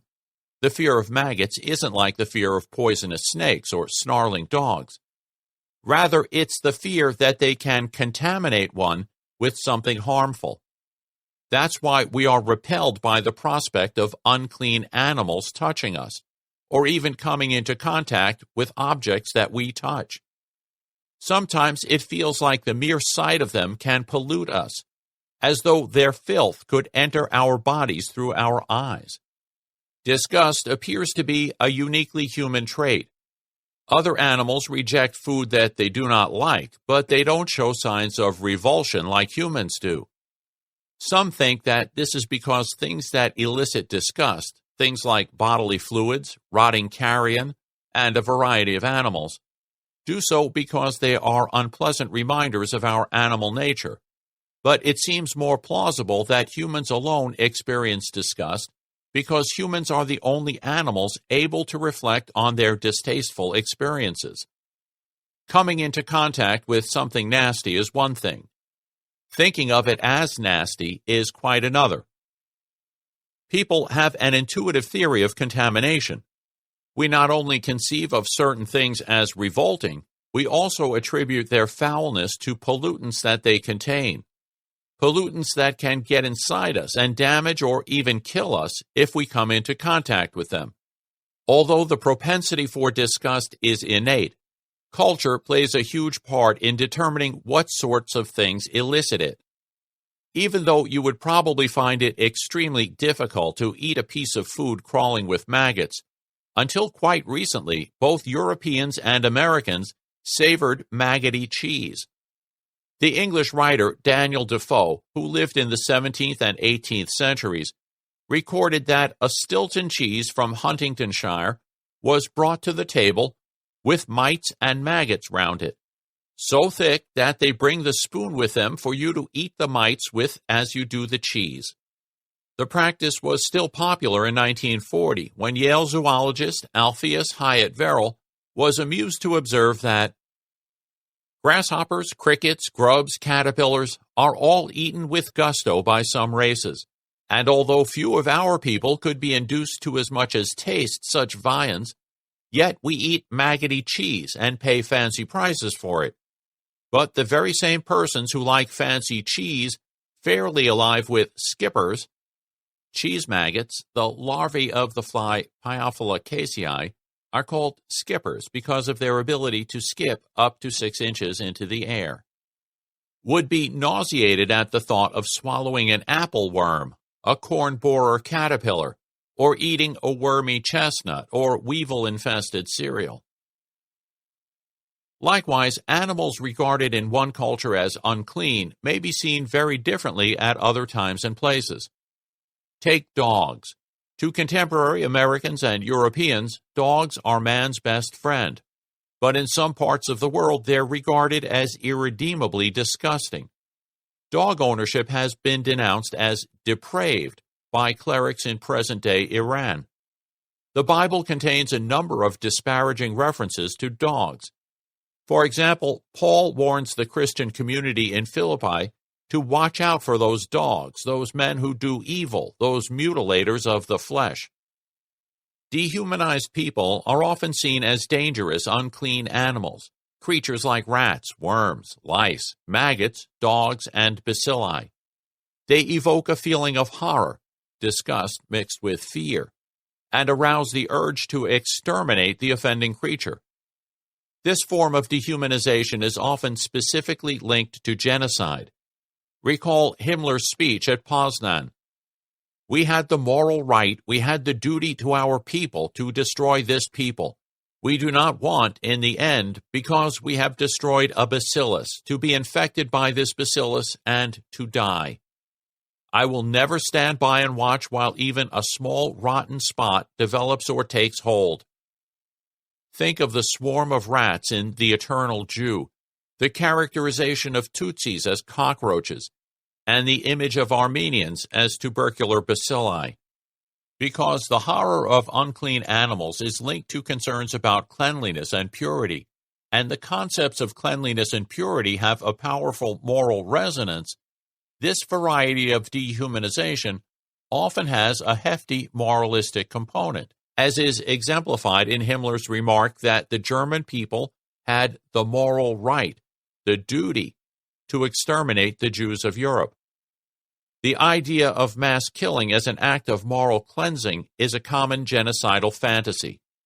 The metaphorical connection between physical and moral filth also explains why this form of dehumanization is often associated with religiously motivated violence. An example can be found in the ferocious clashes between Catholics and Protestants during the 16th century, in which each side accused the other of spreading filth and pollution. Natalie Zeman Davis points out in her fine study of religious riots in 16th century France that the word pollution is often on the lips of the violent, and the concept serves well to sum up the dangers which rioters saw in the dirty and diabolical enemy. For Catholic zealots, extermination of the heretical Vermin promised the restoration of unity to the body social. Thinking of people as vermin isn't limited to genocidal and religious violence. It's also a feature of ordinary war, especially in situations where there is indiscriminate killing. Thus, J. Glenn Gray tells us that in war, the enemy is often considered to be a peculiarly noxious kind of animal, toward whom one feels instinctive abhorrence. The language of war contains many such examples. During the Gulf War, U.S. pilot Colonel Richard Wright described the attack by U.S. aircraft on Iraqi supply lines using terms reminiscent of the Rwandan genocide. He said, "It's almost like you flipped on the light in the kitchen at night and the cockroaches started scurrying, and we're killing them." And just after the First Battle of Fallujah, U.S. General Richard Myers described the Iraqi city as a huge rat's nest that was festering, and therefore needed to be dealt with. A discourse that conjured up disturbing images of exterminating filthy vermin. Imagining dehumanized people as predators presents quite a different picture. Predators have haunted the human imagination since prehistoric times. That we find them both absorbing and terrifying is evidenced by the box office successes of films like Jaws, Jurassic Park, and War of the Worlds. There is a powerful biological subtext to our fascination with these monsters. Great and terrible flesh-eating beasts, writes science journalist David Quammen, have always shared landscape with humans. They were part of the ecological matrix within which Homo sapiens evolved. They were part of the psychological context in which our sense of identity as a species arose. They were part of the spiritual system that we invented for coping.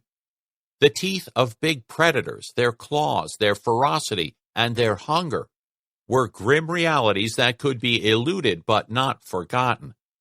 Every once in a while, a monstrous carnivore emerged like doom from a forest or a river to kill someone and feed on the body. Among the earliest forms of human self-awareness was the awareness of being meat. Our ancestors lived in dread of creatures poised to devour them. The omnipresent possibility of being eaten alive colored their vision of the cosmos and left an indelible stamp on their cultures. As Barbara Ehrenreich remarks, probably the single most universal theme of mythology is that of the hero's encounter with a monster that is ravaging the land or threatening the very foundations of the universe. Marduk battles the monster Tiamat. Perseus slays the sea monster before it can devour Andromeda. Beowulf takes on the loathsome night-feeding Grendel. A psychiatrist might say that these beasts are projections of the human psyche, inadmissible hostilities deflected toward mythical targets. But it might be simpler and humbler on our part to take these monsters more literally, as exaggerated forms of a very real other, the predator beast, which would at times eat human flesh. Because of the danger that they pose to human life, predators are traditionally associated with evil. Medieval Christians conceived of hell as a scene of rampant predation. Here's how one 12th century Irish knight described the punishment of the damned. Fiery dragons were sitting on some of them and were gnawing them with iron teeth to their inexpressible anguish. Others were the victims of fiery serpents, which, coiling round their necks, arms, and bodies, fixed iron fangs into their hearts. Toads, immense and terrible, also sat on the breasts of some of them, and tried to tear out their hearts with their ugly beaks. In medieval iconography, the gates of hell are portrayed as an animal's gaping maw down the souls of the damned, sometimes specifically as the jaws of a crocodile. Augustine, after all, had proclaimed that the sinner has been handed over as food for the devil. This is why when people are dehumanized in accord with the predatory trope, they are seen as evil, demonic, bloodthirsty, and even cannibalistic. As we saw in Chapter 3, predatory images like these formed part of the stereotype of Native Americans as wild Indians and bloodthirsty savages. They were also crucial components of medieval Christians' picture of Jews. In the art and literature of the Middle Ages, Jews were given horns, tails, a goat's beard. The goat was seen as Satan's disguise, and a noxious odor revealing their descent from the devil. In Passion plays, Jews were portrayed as evil demons with horns and tails, gleefully and sadistically torturing Jesus as he carried the cross and then mutilating his crucified body. In other plays, Jews were shown wearing grotesque costumes, stabbing the Holy Communion, desecrating holy images, conspiring with the devil, and raving like mad dogs. To the medieval mind, Jews were not just evil, they were also dangerous and fearful murderers and demons. They slew Christian children to obtain their blood for ancient rituals. Armed by Satan with occult powers, they plotted to destroy Christendom and thwart the divine plan. The response to predators is one of terror rather than horror. The enemy is ferocious, relentless, formidable, and must be killed in self-defense. For example, in one of the earliest references to the use of dogs in warfare, Pallianus, the 2nd century author of Stratagems in War, wrote, "When the monstrous and the bestial Cimmerians made an expedition against him, Alyattes brought out for battle his strongest dogs along with the rest of his force. The dogs set upon the barbarians as if they were wild animals, killed many, and forced the rest to flee shamefully." When an anonymous 11th century Syrian poet wrote, "I know not whether my native land be a grazing ground for wild beasts, or yet my home," with reference to the Christian army that reduced the city of Ma'ara to a heap of smoldering rubble and cannibalized its inhabitants, he voiced a sentiment that was felt by many of his compatriots. His contemporary, the Syrian poet-diplomat Usama ibn Munkid, confirmed that the view of the Crusaders as animals was quite widespread. All those who were well informed about the Franj, Crusaders, he wrote, saw them as beasts, superior in courage and in fighting ardor, but in nothing else, just as animals are superior in strength and aggression. If you are in any doubt about whether the conception of the enemy as predator is still relevant today, thumb through the pages of Sam Keene's book, Faces of the Enemy, which shows page after page of propaganda posters representing the enemy as a whole menagerie of carnivorous beasts, including tigers, bears, wolves, gigantic spiders, and immense octopuses. Or consider the newspaper headlines that I discussed in Chapter 1. Whenever words like evil, wild, or bloodthirsty start to pepper political discourse, you can be sure that predatory dehumanization is lurking close by. Finally, we come to the representation of dehumanized people as prey. The image of prey, and ourselves as predators, comes from our ancient legacy of hunting. There is much dispute about exactly when hunting became a feature of human life. In all likelihood, our common ancestors with the chimpanzee hunted, as chimpanzees do today. But the prey that they killed would have provided only a small part of their diet. However, all parties agree that prehistoric Homo sapiens were accomplished hunters, and that hunting played a central role in their lives, as it does in the lives of many tribal people to this day. There is an obvious metaphorical resonance between warfare and hunting, and therefore a tendency to identify warriors with predatory animals and their enemies as prey. This relationship is displayed, for example, in the symbolic architecture of Homer's Iliad, which describes how, when Hector entered the fray, foam appeared around his mouth and his eyes glowed under his shaggy brows. He came against them like a destructive lion on cattle. Likewise, Achilles, the golden boy of the epic, is described as a predatory beast. He is a raw meat eater, raging against the flocks of men to make a feast. In contrast, Spartan king Menelaus is depicted as a parasitic fly. Beat him off of your skin as often as you like. He goes on biting, and human blood is his dainty dish. While the Greek commanders are like wolves. And like the wolves who eat raw flesh, in whose hearts the fury is boundless, who have killed a big-horned stag in the mountains and lapped the dark surface of a deep and dark spring with their thin tongues, belching forth blood and gore, with the hearts in their chests dauntless and their bellies glutted. Just so did the leaders and rulers of the Myrmidons rush out.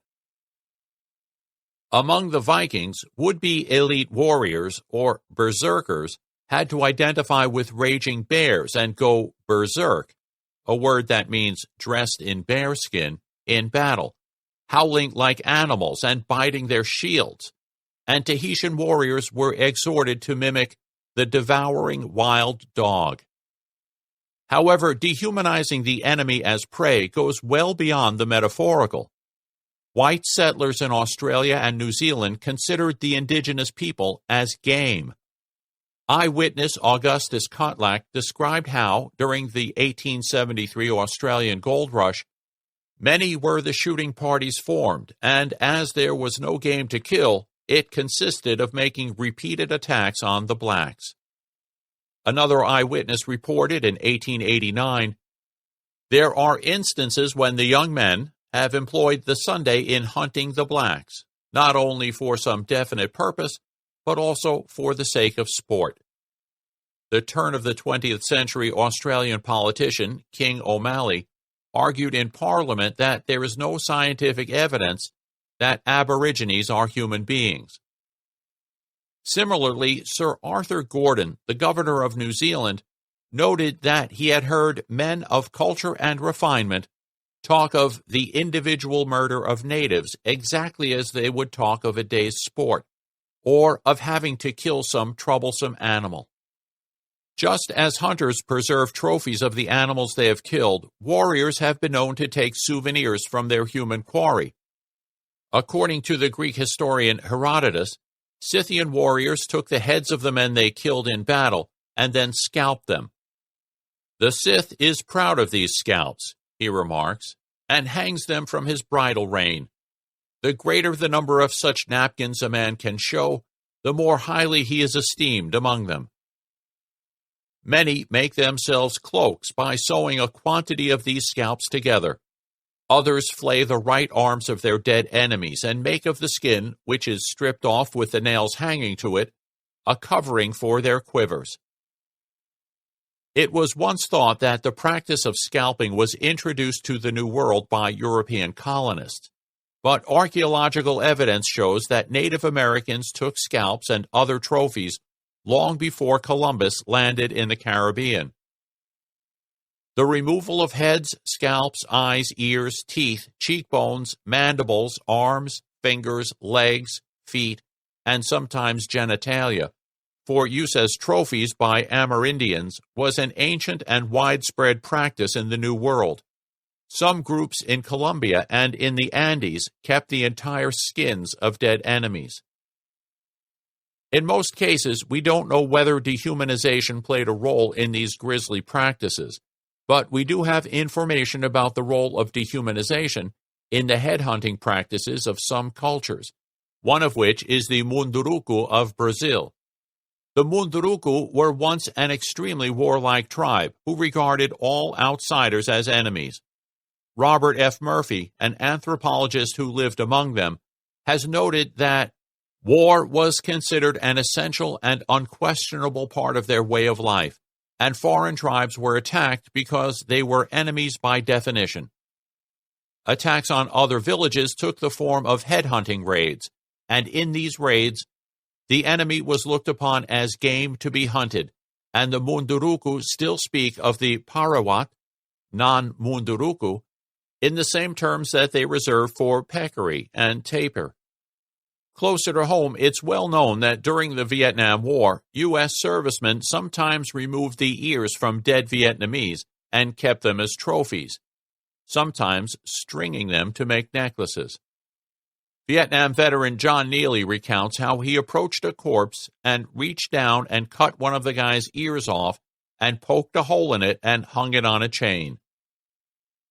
I had become, I don't know, part animal, I guess you could call it. I was enjoying the firefights and enjoying the killing, and at one time I displayed as many as 13 ears on this chain that I had hanging off my gear. I look back on it now and I wonder to myself, geez, what the heck happened to me? I mentioned in Chapter 1 that similar atrocities were committed in the Pacific Theater during World War II, and that they were probably related to Americans' dehumanization of the Japanese, who were held to be really subhuman little yellow beasts. This happened often enough for the Commander-in-Chief of the Pacific Fleet to issue an order that no part of the enemy's body may be used as a souvenir. Paul Fussell recalls visiting an ex-Marine who had fought on Guadalcanal. Upon hearing that Fussell was working on a book about World War II, the veteran produced a shoebox full of snapshots, some of which were pictures of Japanese trophy skulls. One showed a skull mounted on a pole. Another showed one displayed on a ruined Japanese tank. And the third was being boiled in a metal vat, and 2 Marines were busy poking it and turning it with sticks. One of the 2 Marines was Fussell's host. My friend assured me that securing and preserving Japanese skulls was by no means a rare practice, and that it had started on Guadalcanal, at the virtual beginning of the ghastly fighting in the Pacific. Because the Marines had not yet learned the full depths of Japanese ruthlessness, this early skull-taking seems to register less a sinking of the U.S. Marine Corps to the Japanese level of brutality that would come later than a simple 1940s American racial contempt. Why have more respect for the skull of a Jap than for the skull of a weasel, a rat, or any other form of mad, soulless vermin? There's something especially disturbing about people being hunted as game. The aversion to it stems from our awareness of the fact that this is killing for the sheer pleasure of it, without any element of self-defense. This is the sort of violent engagement that evokes the combat high described earlier in this chapter, and explains the attraction of war porn. James Hebron, a U.S. Marine scout sniper during the Vietnam War, expresses this atavistic impulse with chilling frankness. That sense of power of looking down the barrel of a rifle at somebody and saying, wow, I can drill this guy. Doing it is something else, too. You don't necessarily feel bad. You feel proud, especially if it's one-on-one. It's the throw of the hat. It's the thrill of the hunt. We're now close to the end of the journey. In the next concluding chapter, I'm going to summarize the major points that I have made throughout the book, and then address one last question. 9. Questions for a theory of dehumanization. Having reached the end of his journey, the author must ask his readers forgiveness for not being a more skillful guide, and for not having spared them empty stretches of road and troublesome detours. There is no doubt that it could have been done better. Sigmund Freud, Civilization and Its Discontents. I've tried to cover a lot of territory in this book, and I'm left wondering how successful I've been at getting the most important points across. So, to bring the story to a conclusion, I'm going to revisit the questions that I raised in Chapter 1. Questions that I said any adequate theory of dehumanization should address. I've covered all but one of them in the intervening chapters, so what I say about them here will amount to a précis. However, there's one question that I haven't discussed at all. So in the final part of this chapter, I'm going to offer some reflections on what is arguably the weightiest issue of them all, the question of what we can do about dehumanization. What exactly does it mean to think of someone as a human being, and what is it exactly that dehumanized people are supposed to lack? Thinking of someone as a human being is thinking of that person as a being with a human essence, an imaginary something that all humans are supposed to possess, and which makes them human. A dehumanized person is thought to lack this essence. They are thought of as humanoid or quasi-human beings, as human in appearance only. What sorts of creatures are dehumanized people imagined to be? Dehumanized people are imagined as subhuman animals because they are conceived as having a subhuman essence. Even though such people have a human form, this is deceptive because inside they are really something else. They are imagined to have the essence of creatures that elicit negative responses, such as disgust, fear, hatred, and contempt, and are usually thought of as predators, unclean animals, or prey. What is it about the human mind that enables us to conceive of people as less than human? Our ability to conceive of others as subhuman depends on 5 features of our psychology. We must have a domain-specific cognitive module for folk biology, because this is what causes us to intuitively divide up the biological world into natural kinds that we call species. Second, we've got to have a domain-specific cognitive module for folk sociology that carves up the human world into the natural kinds called races. Third, we've got to be capable of engaging in second-order thought, which enables us to reflect on our concepts of species and races. Fourth, we have to conceive of biological species and human races as having unique essences that make them what they are.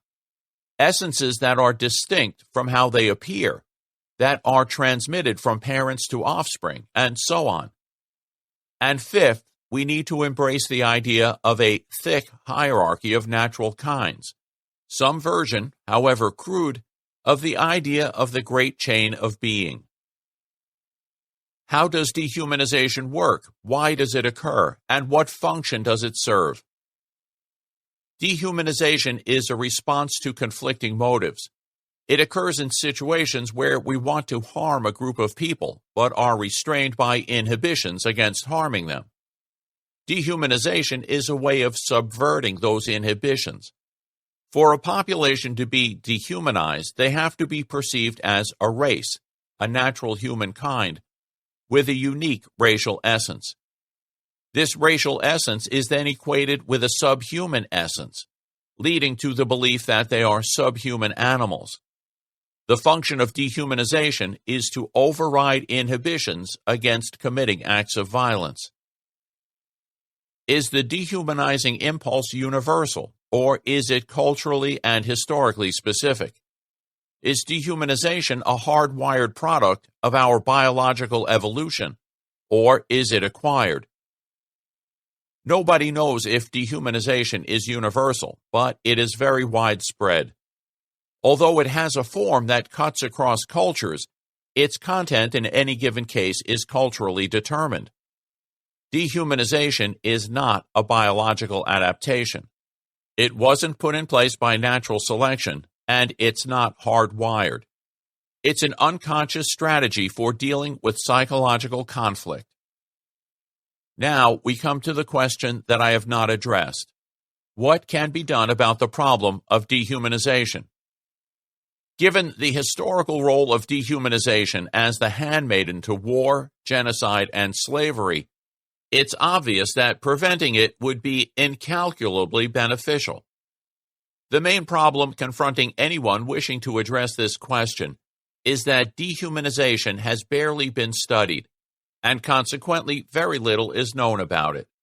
So we don't yet have a knowledge base from which to derive practical policies and interventions for limiting or eliminating dehumanization. Given that we don't now have answers to this pressing question, we need to take one step back and think about what sort of approach is likely to yield such answers. In this book, I have assumed that a broadly scientific approach to the phenomenon of dehumanization is the only sensible one. However, there are people who believe that scientific knowledge is irrelevant to developing strategies for combating dehumanization. There are even those who believe that a scientific approach fosters dehumanization by turning human beings into objects of empirical scrutiny.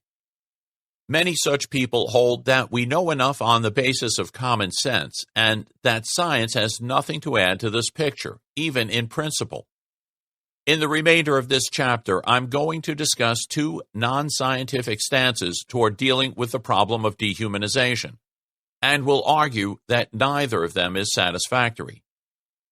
My goal is to defend a broadly scientific approach to the problem of dehumanization, because this is the only approach that has any chance of succeeding.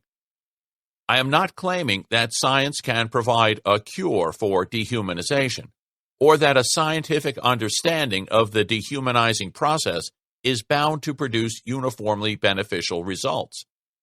In fact, I think that any such knowledge is potentially hazardous. That this is more than a bare possibility is suggested by an anecdote in Peter Watson's book, War on the Mind.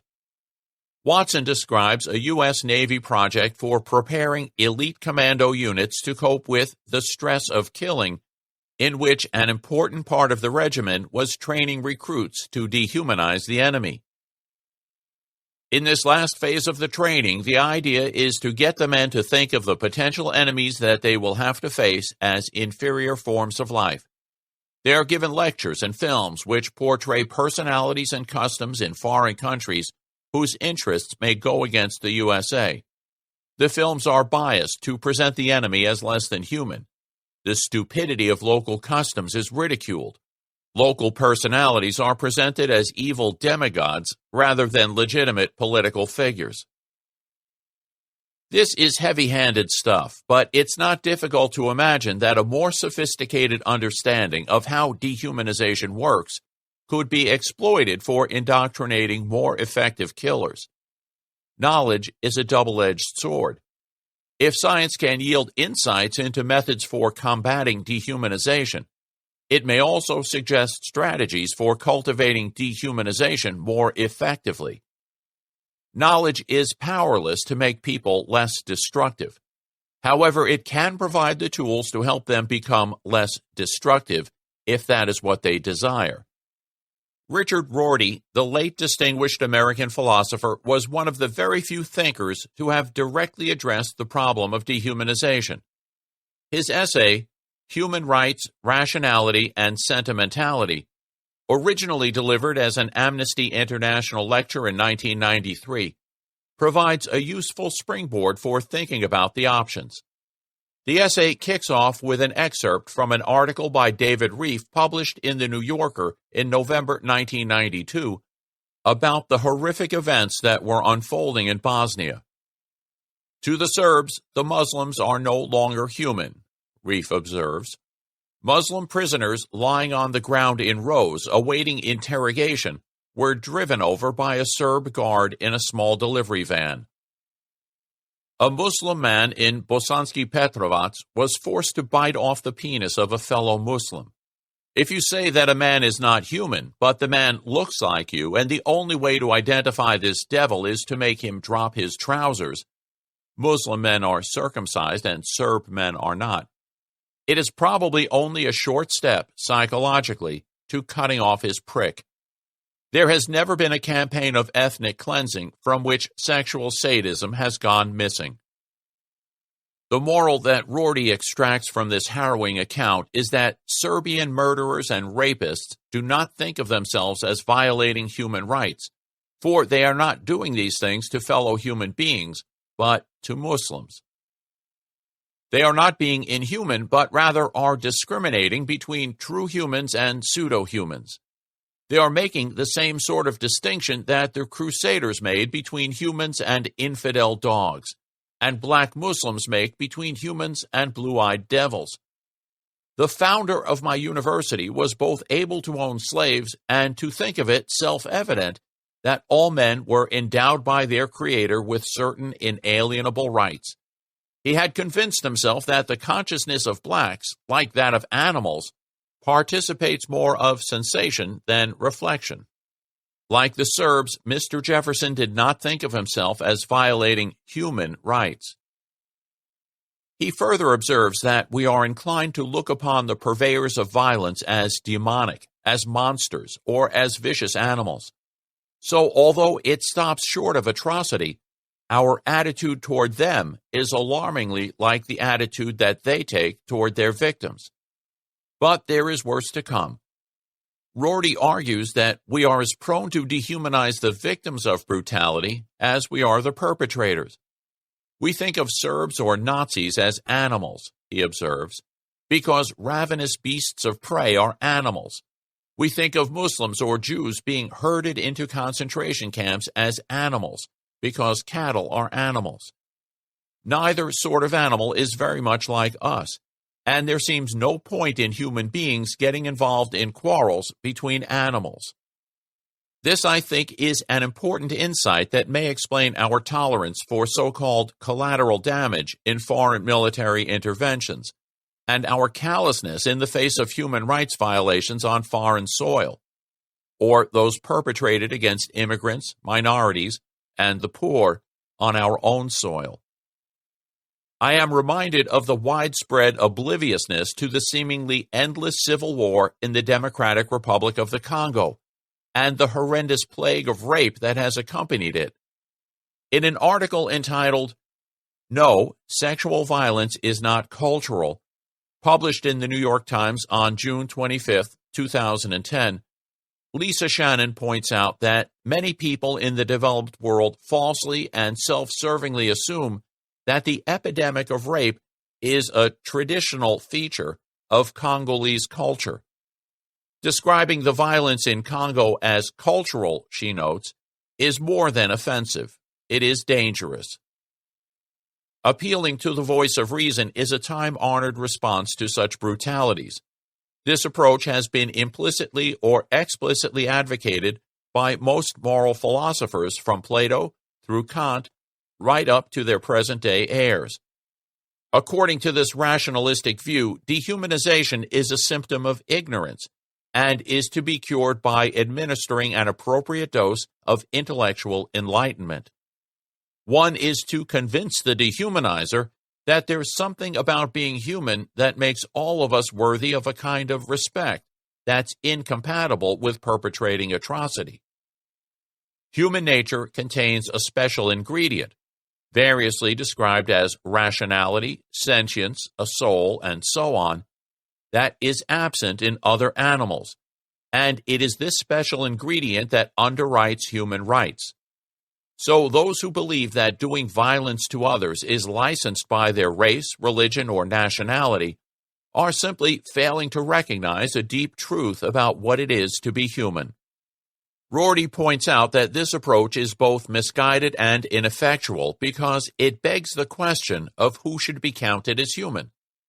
The merchants of horror discussed by Reif might endorse the idea of human rights while denying that Muslims are human. Suppose that you were confronted with a Serbian who believes that Muslims are less than human, and that you wanted to set him right. What line of reasoning could you use to convince him that Muslims are human? You might point out that Serbs and Muslims are members of the same species, and that Serbs are human, so Muslims must be human too. But this relies on the blatantly false premise that two individuals who are members of the same species must be identical in every respect. Your interlocutor could point out that some people have blue eyes and others don't. So why can't it be that some people are human and others are not? Ah, you might respond, but this principle doesn't apply to superficial characteristics like eye color. It's about our essential nature. But in saying this, you've exposed the poverty of your argument, because the idea that all Homo sapiens are essentially human is precisely what's at issue. As I mentioned in Chapter 3, science can't be recruited to shore up the rationalist's argument. Biologists tell us that we are all members of the same species, Homo sapiens, but it's beyond their remit to say that all Homo sapiens are human. Human isn't a scientific concept at all. It's a folk concept that means roughly one of us. As Rorty insightfully observes, such people are morally offended by the suggestion that they treat people whom they do not think of as humans as if they were human. When utilitarians tell them that all pleasures and pains felt by members of our biological species are equally relevant to moral deliberation, or when Kantians tell them that the ability to engage in such deliberation is sufficient for membership in the moral community, they are incredulous. They rejoin that these philosophers seem oblivious to blatantly obvious moral distinctions any decent person would draw. Rorty thinks that advocates of the rationalistic approach have been barking up the wrong tree. Rather than looking for explanations for why people deserve to be treated with compassion and respect, we ought to be working at creating a world in which people are treated with compassion and respect. Human rights aren't lying around waiting to be discovered. They're made, not found. But how can this be accomplished? He suggests that we should take our cue from Hume. Morality is about feeling, so if we want people to treat one another humanely, we ought to be appealing to their feelings instead of offering them dry theoretical arguments. We need to help people get to know one another by telling them long, sad, sentimental stories. Such stories, Rorty observes, repeated and varied over the centuries, have induced us, the rich, safe, powerful people, to tolerate and even to cherish powerless people. People whose appearance or habits or beliefs at first seemed an insult to our own moral identity, our sense of the limits of permissible human variation. These stories, he thinks, will make people less tempted to think of those different from themselves as only quasi-human. He explains, the goal of this sort of manipulation of sentiment is to expand the reference of the terms our kind of people and people like us. In other words, its aim is to expand the reference of the term human to include everyone. I call this the sentimentalist approach. The sentimentalist strategy has a greater chance of being effective than the rationalistic one does. Hume was right. We're moved by passion rather than reason, so it seems to follow that if we want to move others, we need to appeal to their passions to steer them in the right direction. The right direction? That word right points to a problem, actually a danger, that adheres to the sentimentalist project. Dehumanizing stories are among the most powerful and moving ones, and they are often long, sad, sentimental stories that evoke floods of sympathy for those who suffer at the hands of animals in human form. Had Rorty looked behind the headlines, he would have discovered that the brutalities that Reef described were inspired by years of state-sponsored propaganda. Propaganda that told stories about the sufferings of the Serbian people at the hands of their wicked Muslim enemy. The official Serbian narrative was that Muslims were perpetrating genocide on innocent Serbians, and all those who opposed Milosevic's regime were complicit in that genocide. That's why Milosevic responded to trade sanctions against Serbia by telling a long, sad, sentimental story. I do not know how you will explain to your children, on the day when they discover the truth, why you killed our children, why you led a war against 3 million of our children, and with what right you turned 12 million inhabitants of Europe into a test site for the application of what is, I hope, the last genocide of this century. Hitler told a sentimental story about the sufferings of the Aryan race at the hands of the Jewish vermin. Rwandan Hutus told a sentimental story about their sufferings at the hand of the Tutsi cockroaches. And American white supremacists told a sentimental story, adapted for cinema as The Birth of a Nation, about the sufferings of white Southerners at the hands of their bestial former slaves. Furthermore, Rorty's explanation of why people dehumanize one another is both oddly simplistic and transparently false.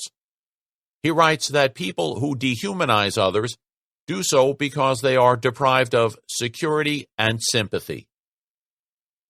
By security, I mean conditions of life sufficiently risk-free to make one's differences from others inessential to one's self-respect, one's sense of worth. These conditions have been enjoyed by North Americans and Europeans, the people who dreamed up the human rights culture, much more than they have been enjoyed by anyone else. Security and sympathy go together for the same reasons that peace and economic productivity go together. The tougher things are, the more you have to be afraid of, the more dangerous your situation, the less you can afford the time or effort to think about what things might be like for people with whom you do not immediately identify. Do Americans and Europeans really corner the market on sympathy? Tell that to the survivors of Auschwitz. Tell it to the descendants of American slaves and to Native Americans. Tell it to the Herero of Namibia and the millions butchered under King Leopold's regime in the Congo Free State. Why this retreat into trite, self-congratulatory ethnocentrism? I think that it's best explained by Rorty's refusal to countenance the existence of human nature. There is a growing willingness, he remarks with evident approval, to neglect the question, what is our nature, and to substitute the question, what can we make of ourselves? We are much less inclined than our ancestors were to take ontology or history or ethology as a guide to life. We are much less inclined to pose the ontological question, what are we? Because we have come to see that the main lesson of both history and anthropology is our extraordinary malleability. We are coming to think of ourselves as the flexible, protean, self-shaping animal, rather than as the rational animal or the cruel animal. If you neglect the question, what is our nature, then you can't look for sources of dehumanization in our nature, and you have no alternative but to gravitate toward a shallow social determinism. I don't deny that social conditions are vital for explaining particular instances of dehumanization. I've made the point repeatedly in this book. But social construction presents only a slice, and sometimes a very thin slice, of the truth. In opposing the question, what are we, to the question, what can we make of ourselves, Rorty offers up a false dichotomy. What we can make of ourselves is constrained by what we are, for the same reason that what a sculptor can make out of a block of stone is constrained by the properties of the stone. To work the stone effectively, the sculptor must understand its properties. He must know what to do at what point and with what tools. By the same token, we self-sculptors have to understand the properties of human nature if we are to have any hope of getting the results that we're aiming at. Even if you believe, with Rorty, that creating a better world depends on telling better stories, the fact that certain kinds of stories reliably produce certain kinds of effects requires an explanation, and any adequate explanation must tell us why human animals are disposed to respond to that kind of story in that kind of way. To deal effectively with dehumanization, we need to understand its mechanics. There's simply no viable alternative. To do this, we need to bring science to bear on those aspects of human nature that sustain the dehumanizing impulse. I've made a few suggestions in this book, but my efforts are only a start. The study of dehumanization needs to be made a priority. Universities, governments, and non-governmental organizations need to put money, time, and talent into figuring out exactly how dehumanization works and what can be done to prevent it. Maybe then we can use this knowledge to build a future that is less hideous than our past. A future with no Rwandas, no Hiroshimas, and no final solutions. Can this be done? Nobody knows, because nobody's ever tried. Appendix 1. Psychological Essentialism. 1. Beliefs about essences are intuitive and need not be explicit. 2. Essences are imagined to be shared by members of natural kinds, kinds that are discovered rather than invented, real rather than merely imagined, and rooted in nature. 3.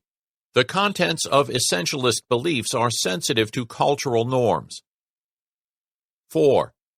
Essences give rise to the stereotypical features associated with a kind. Deviations from the stereotype indicate that something is preventing the essence from being expressed or distorting its expression. 5. Essences are inherent and unalterable. An item can't lose or change its essence while retaining its identity. 6.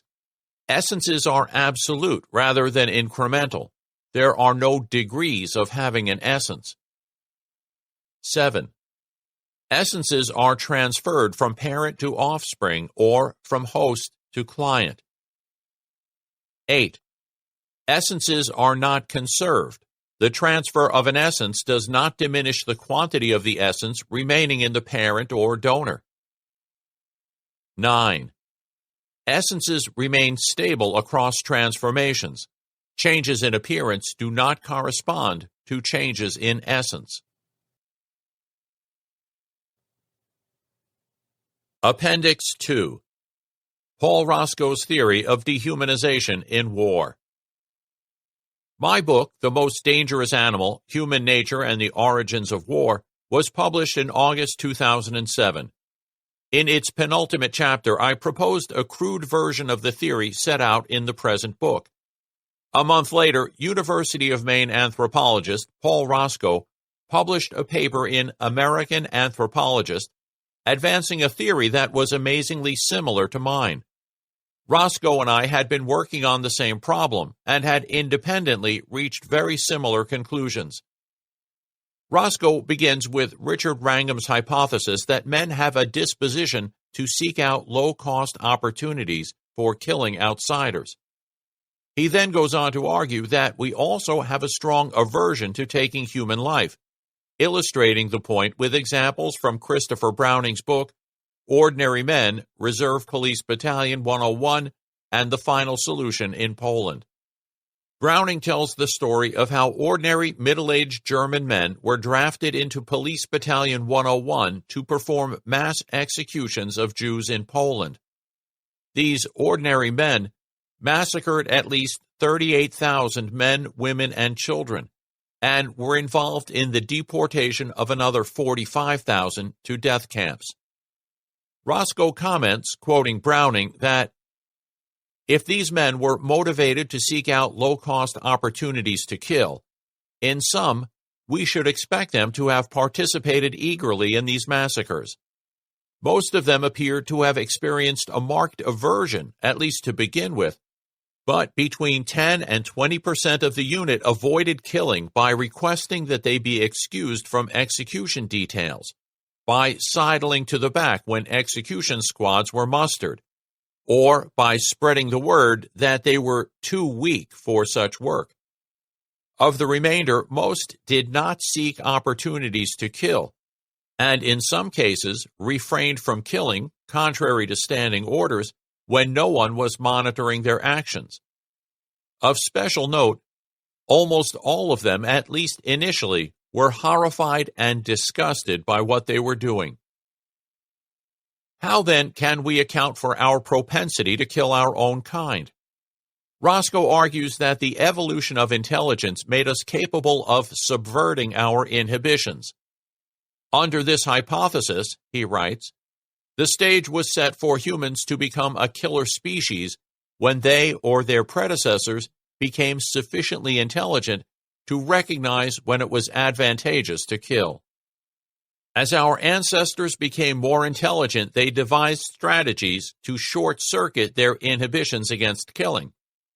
One method was to invent long-range weapons that insulate the killer from his own actions. Another is to ingest mind-altering drugs to distort realistic perception.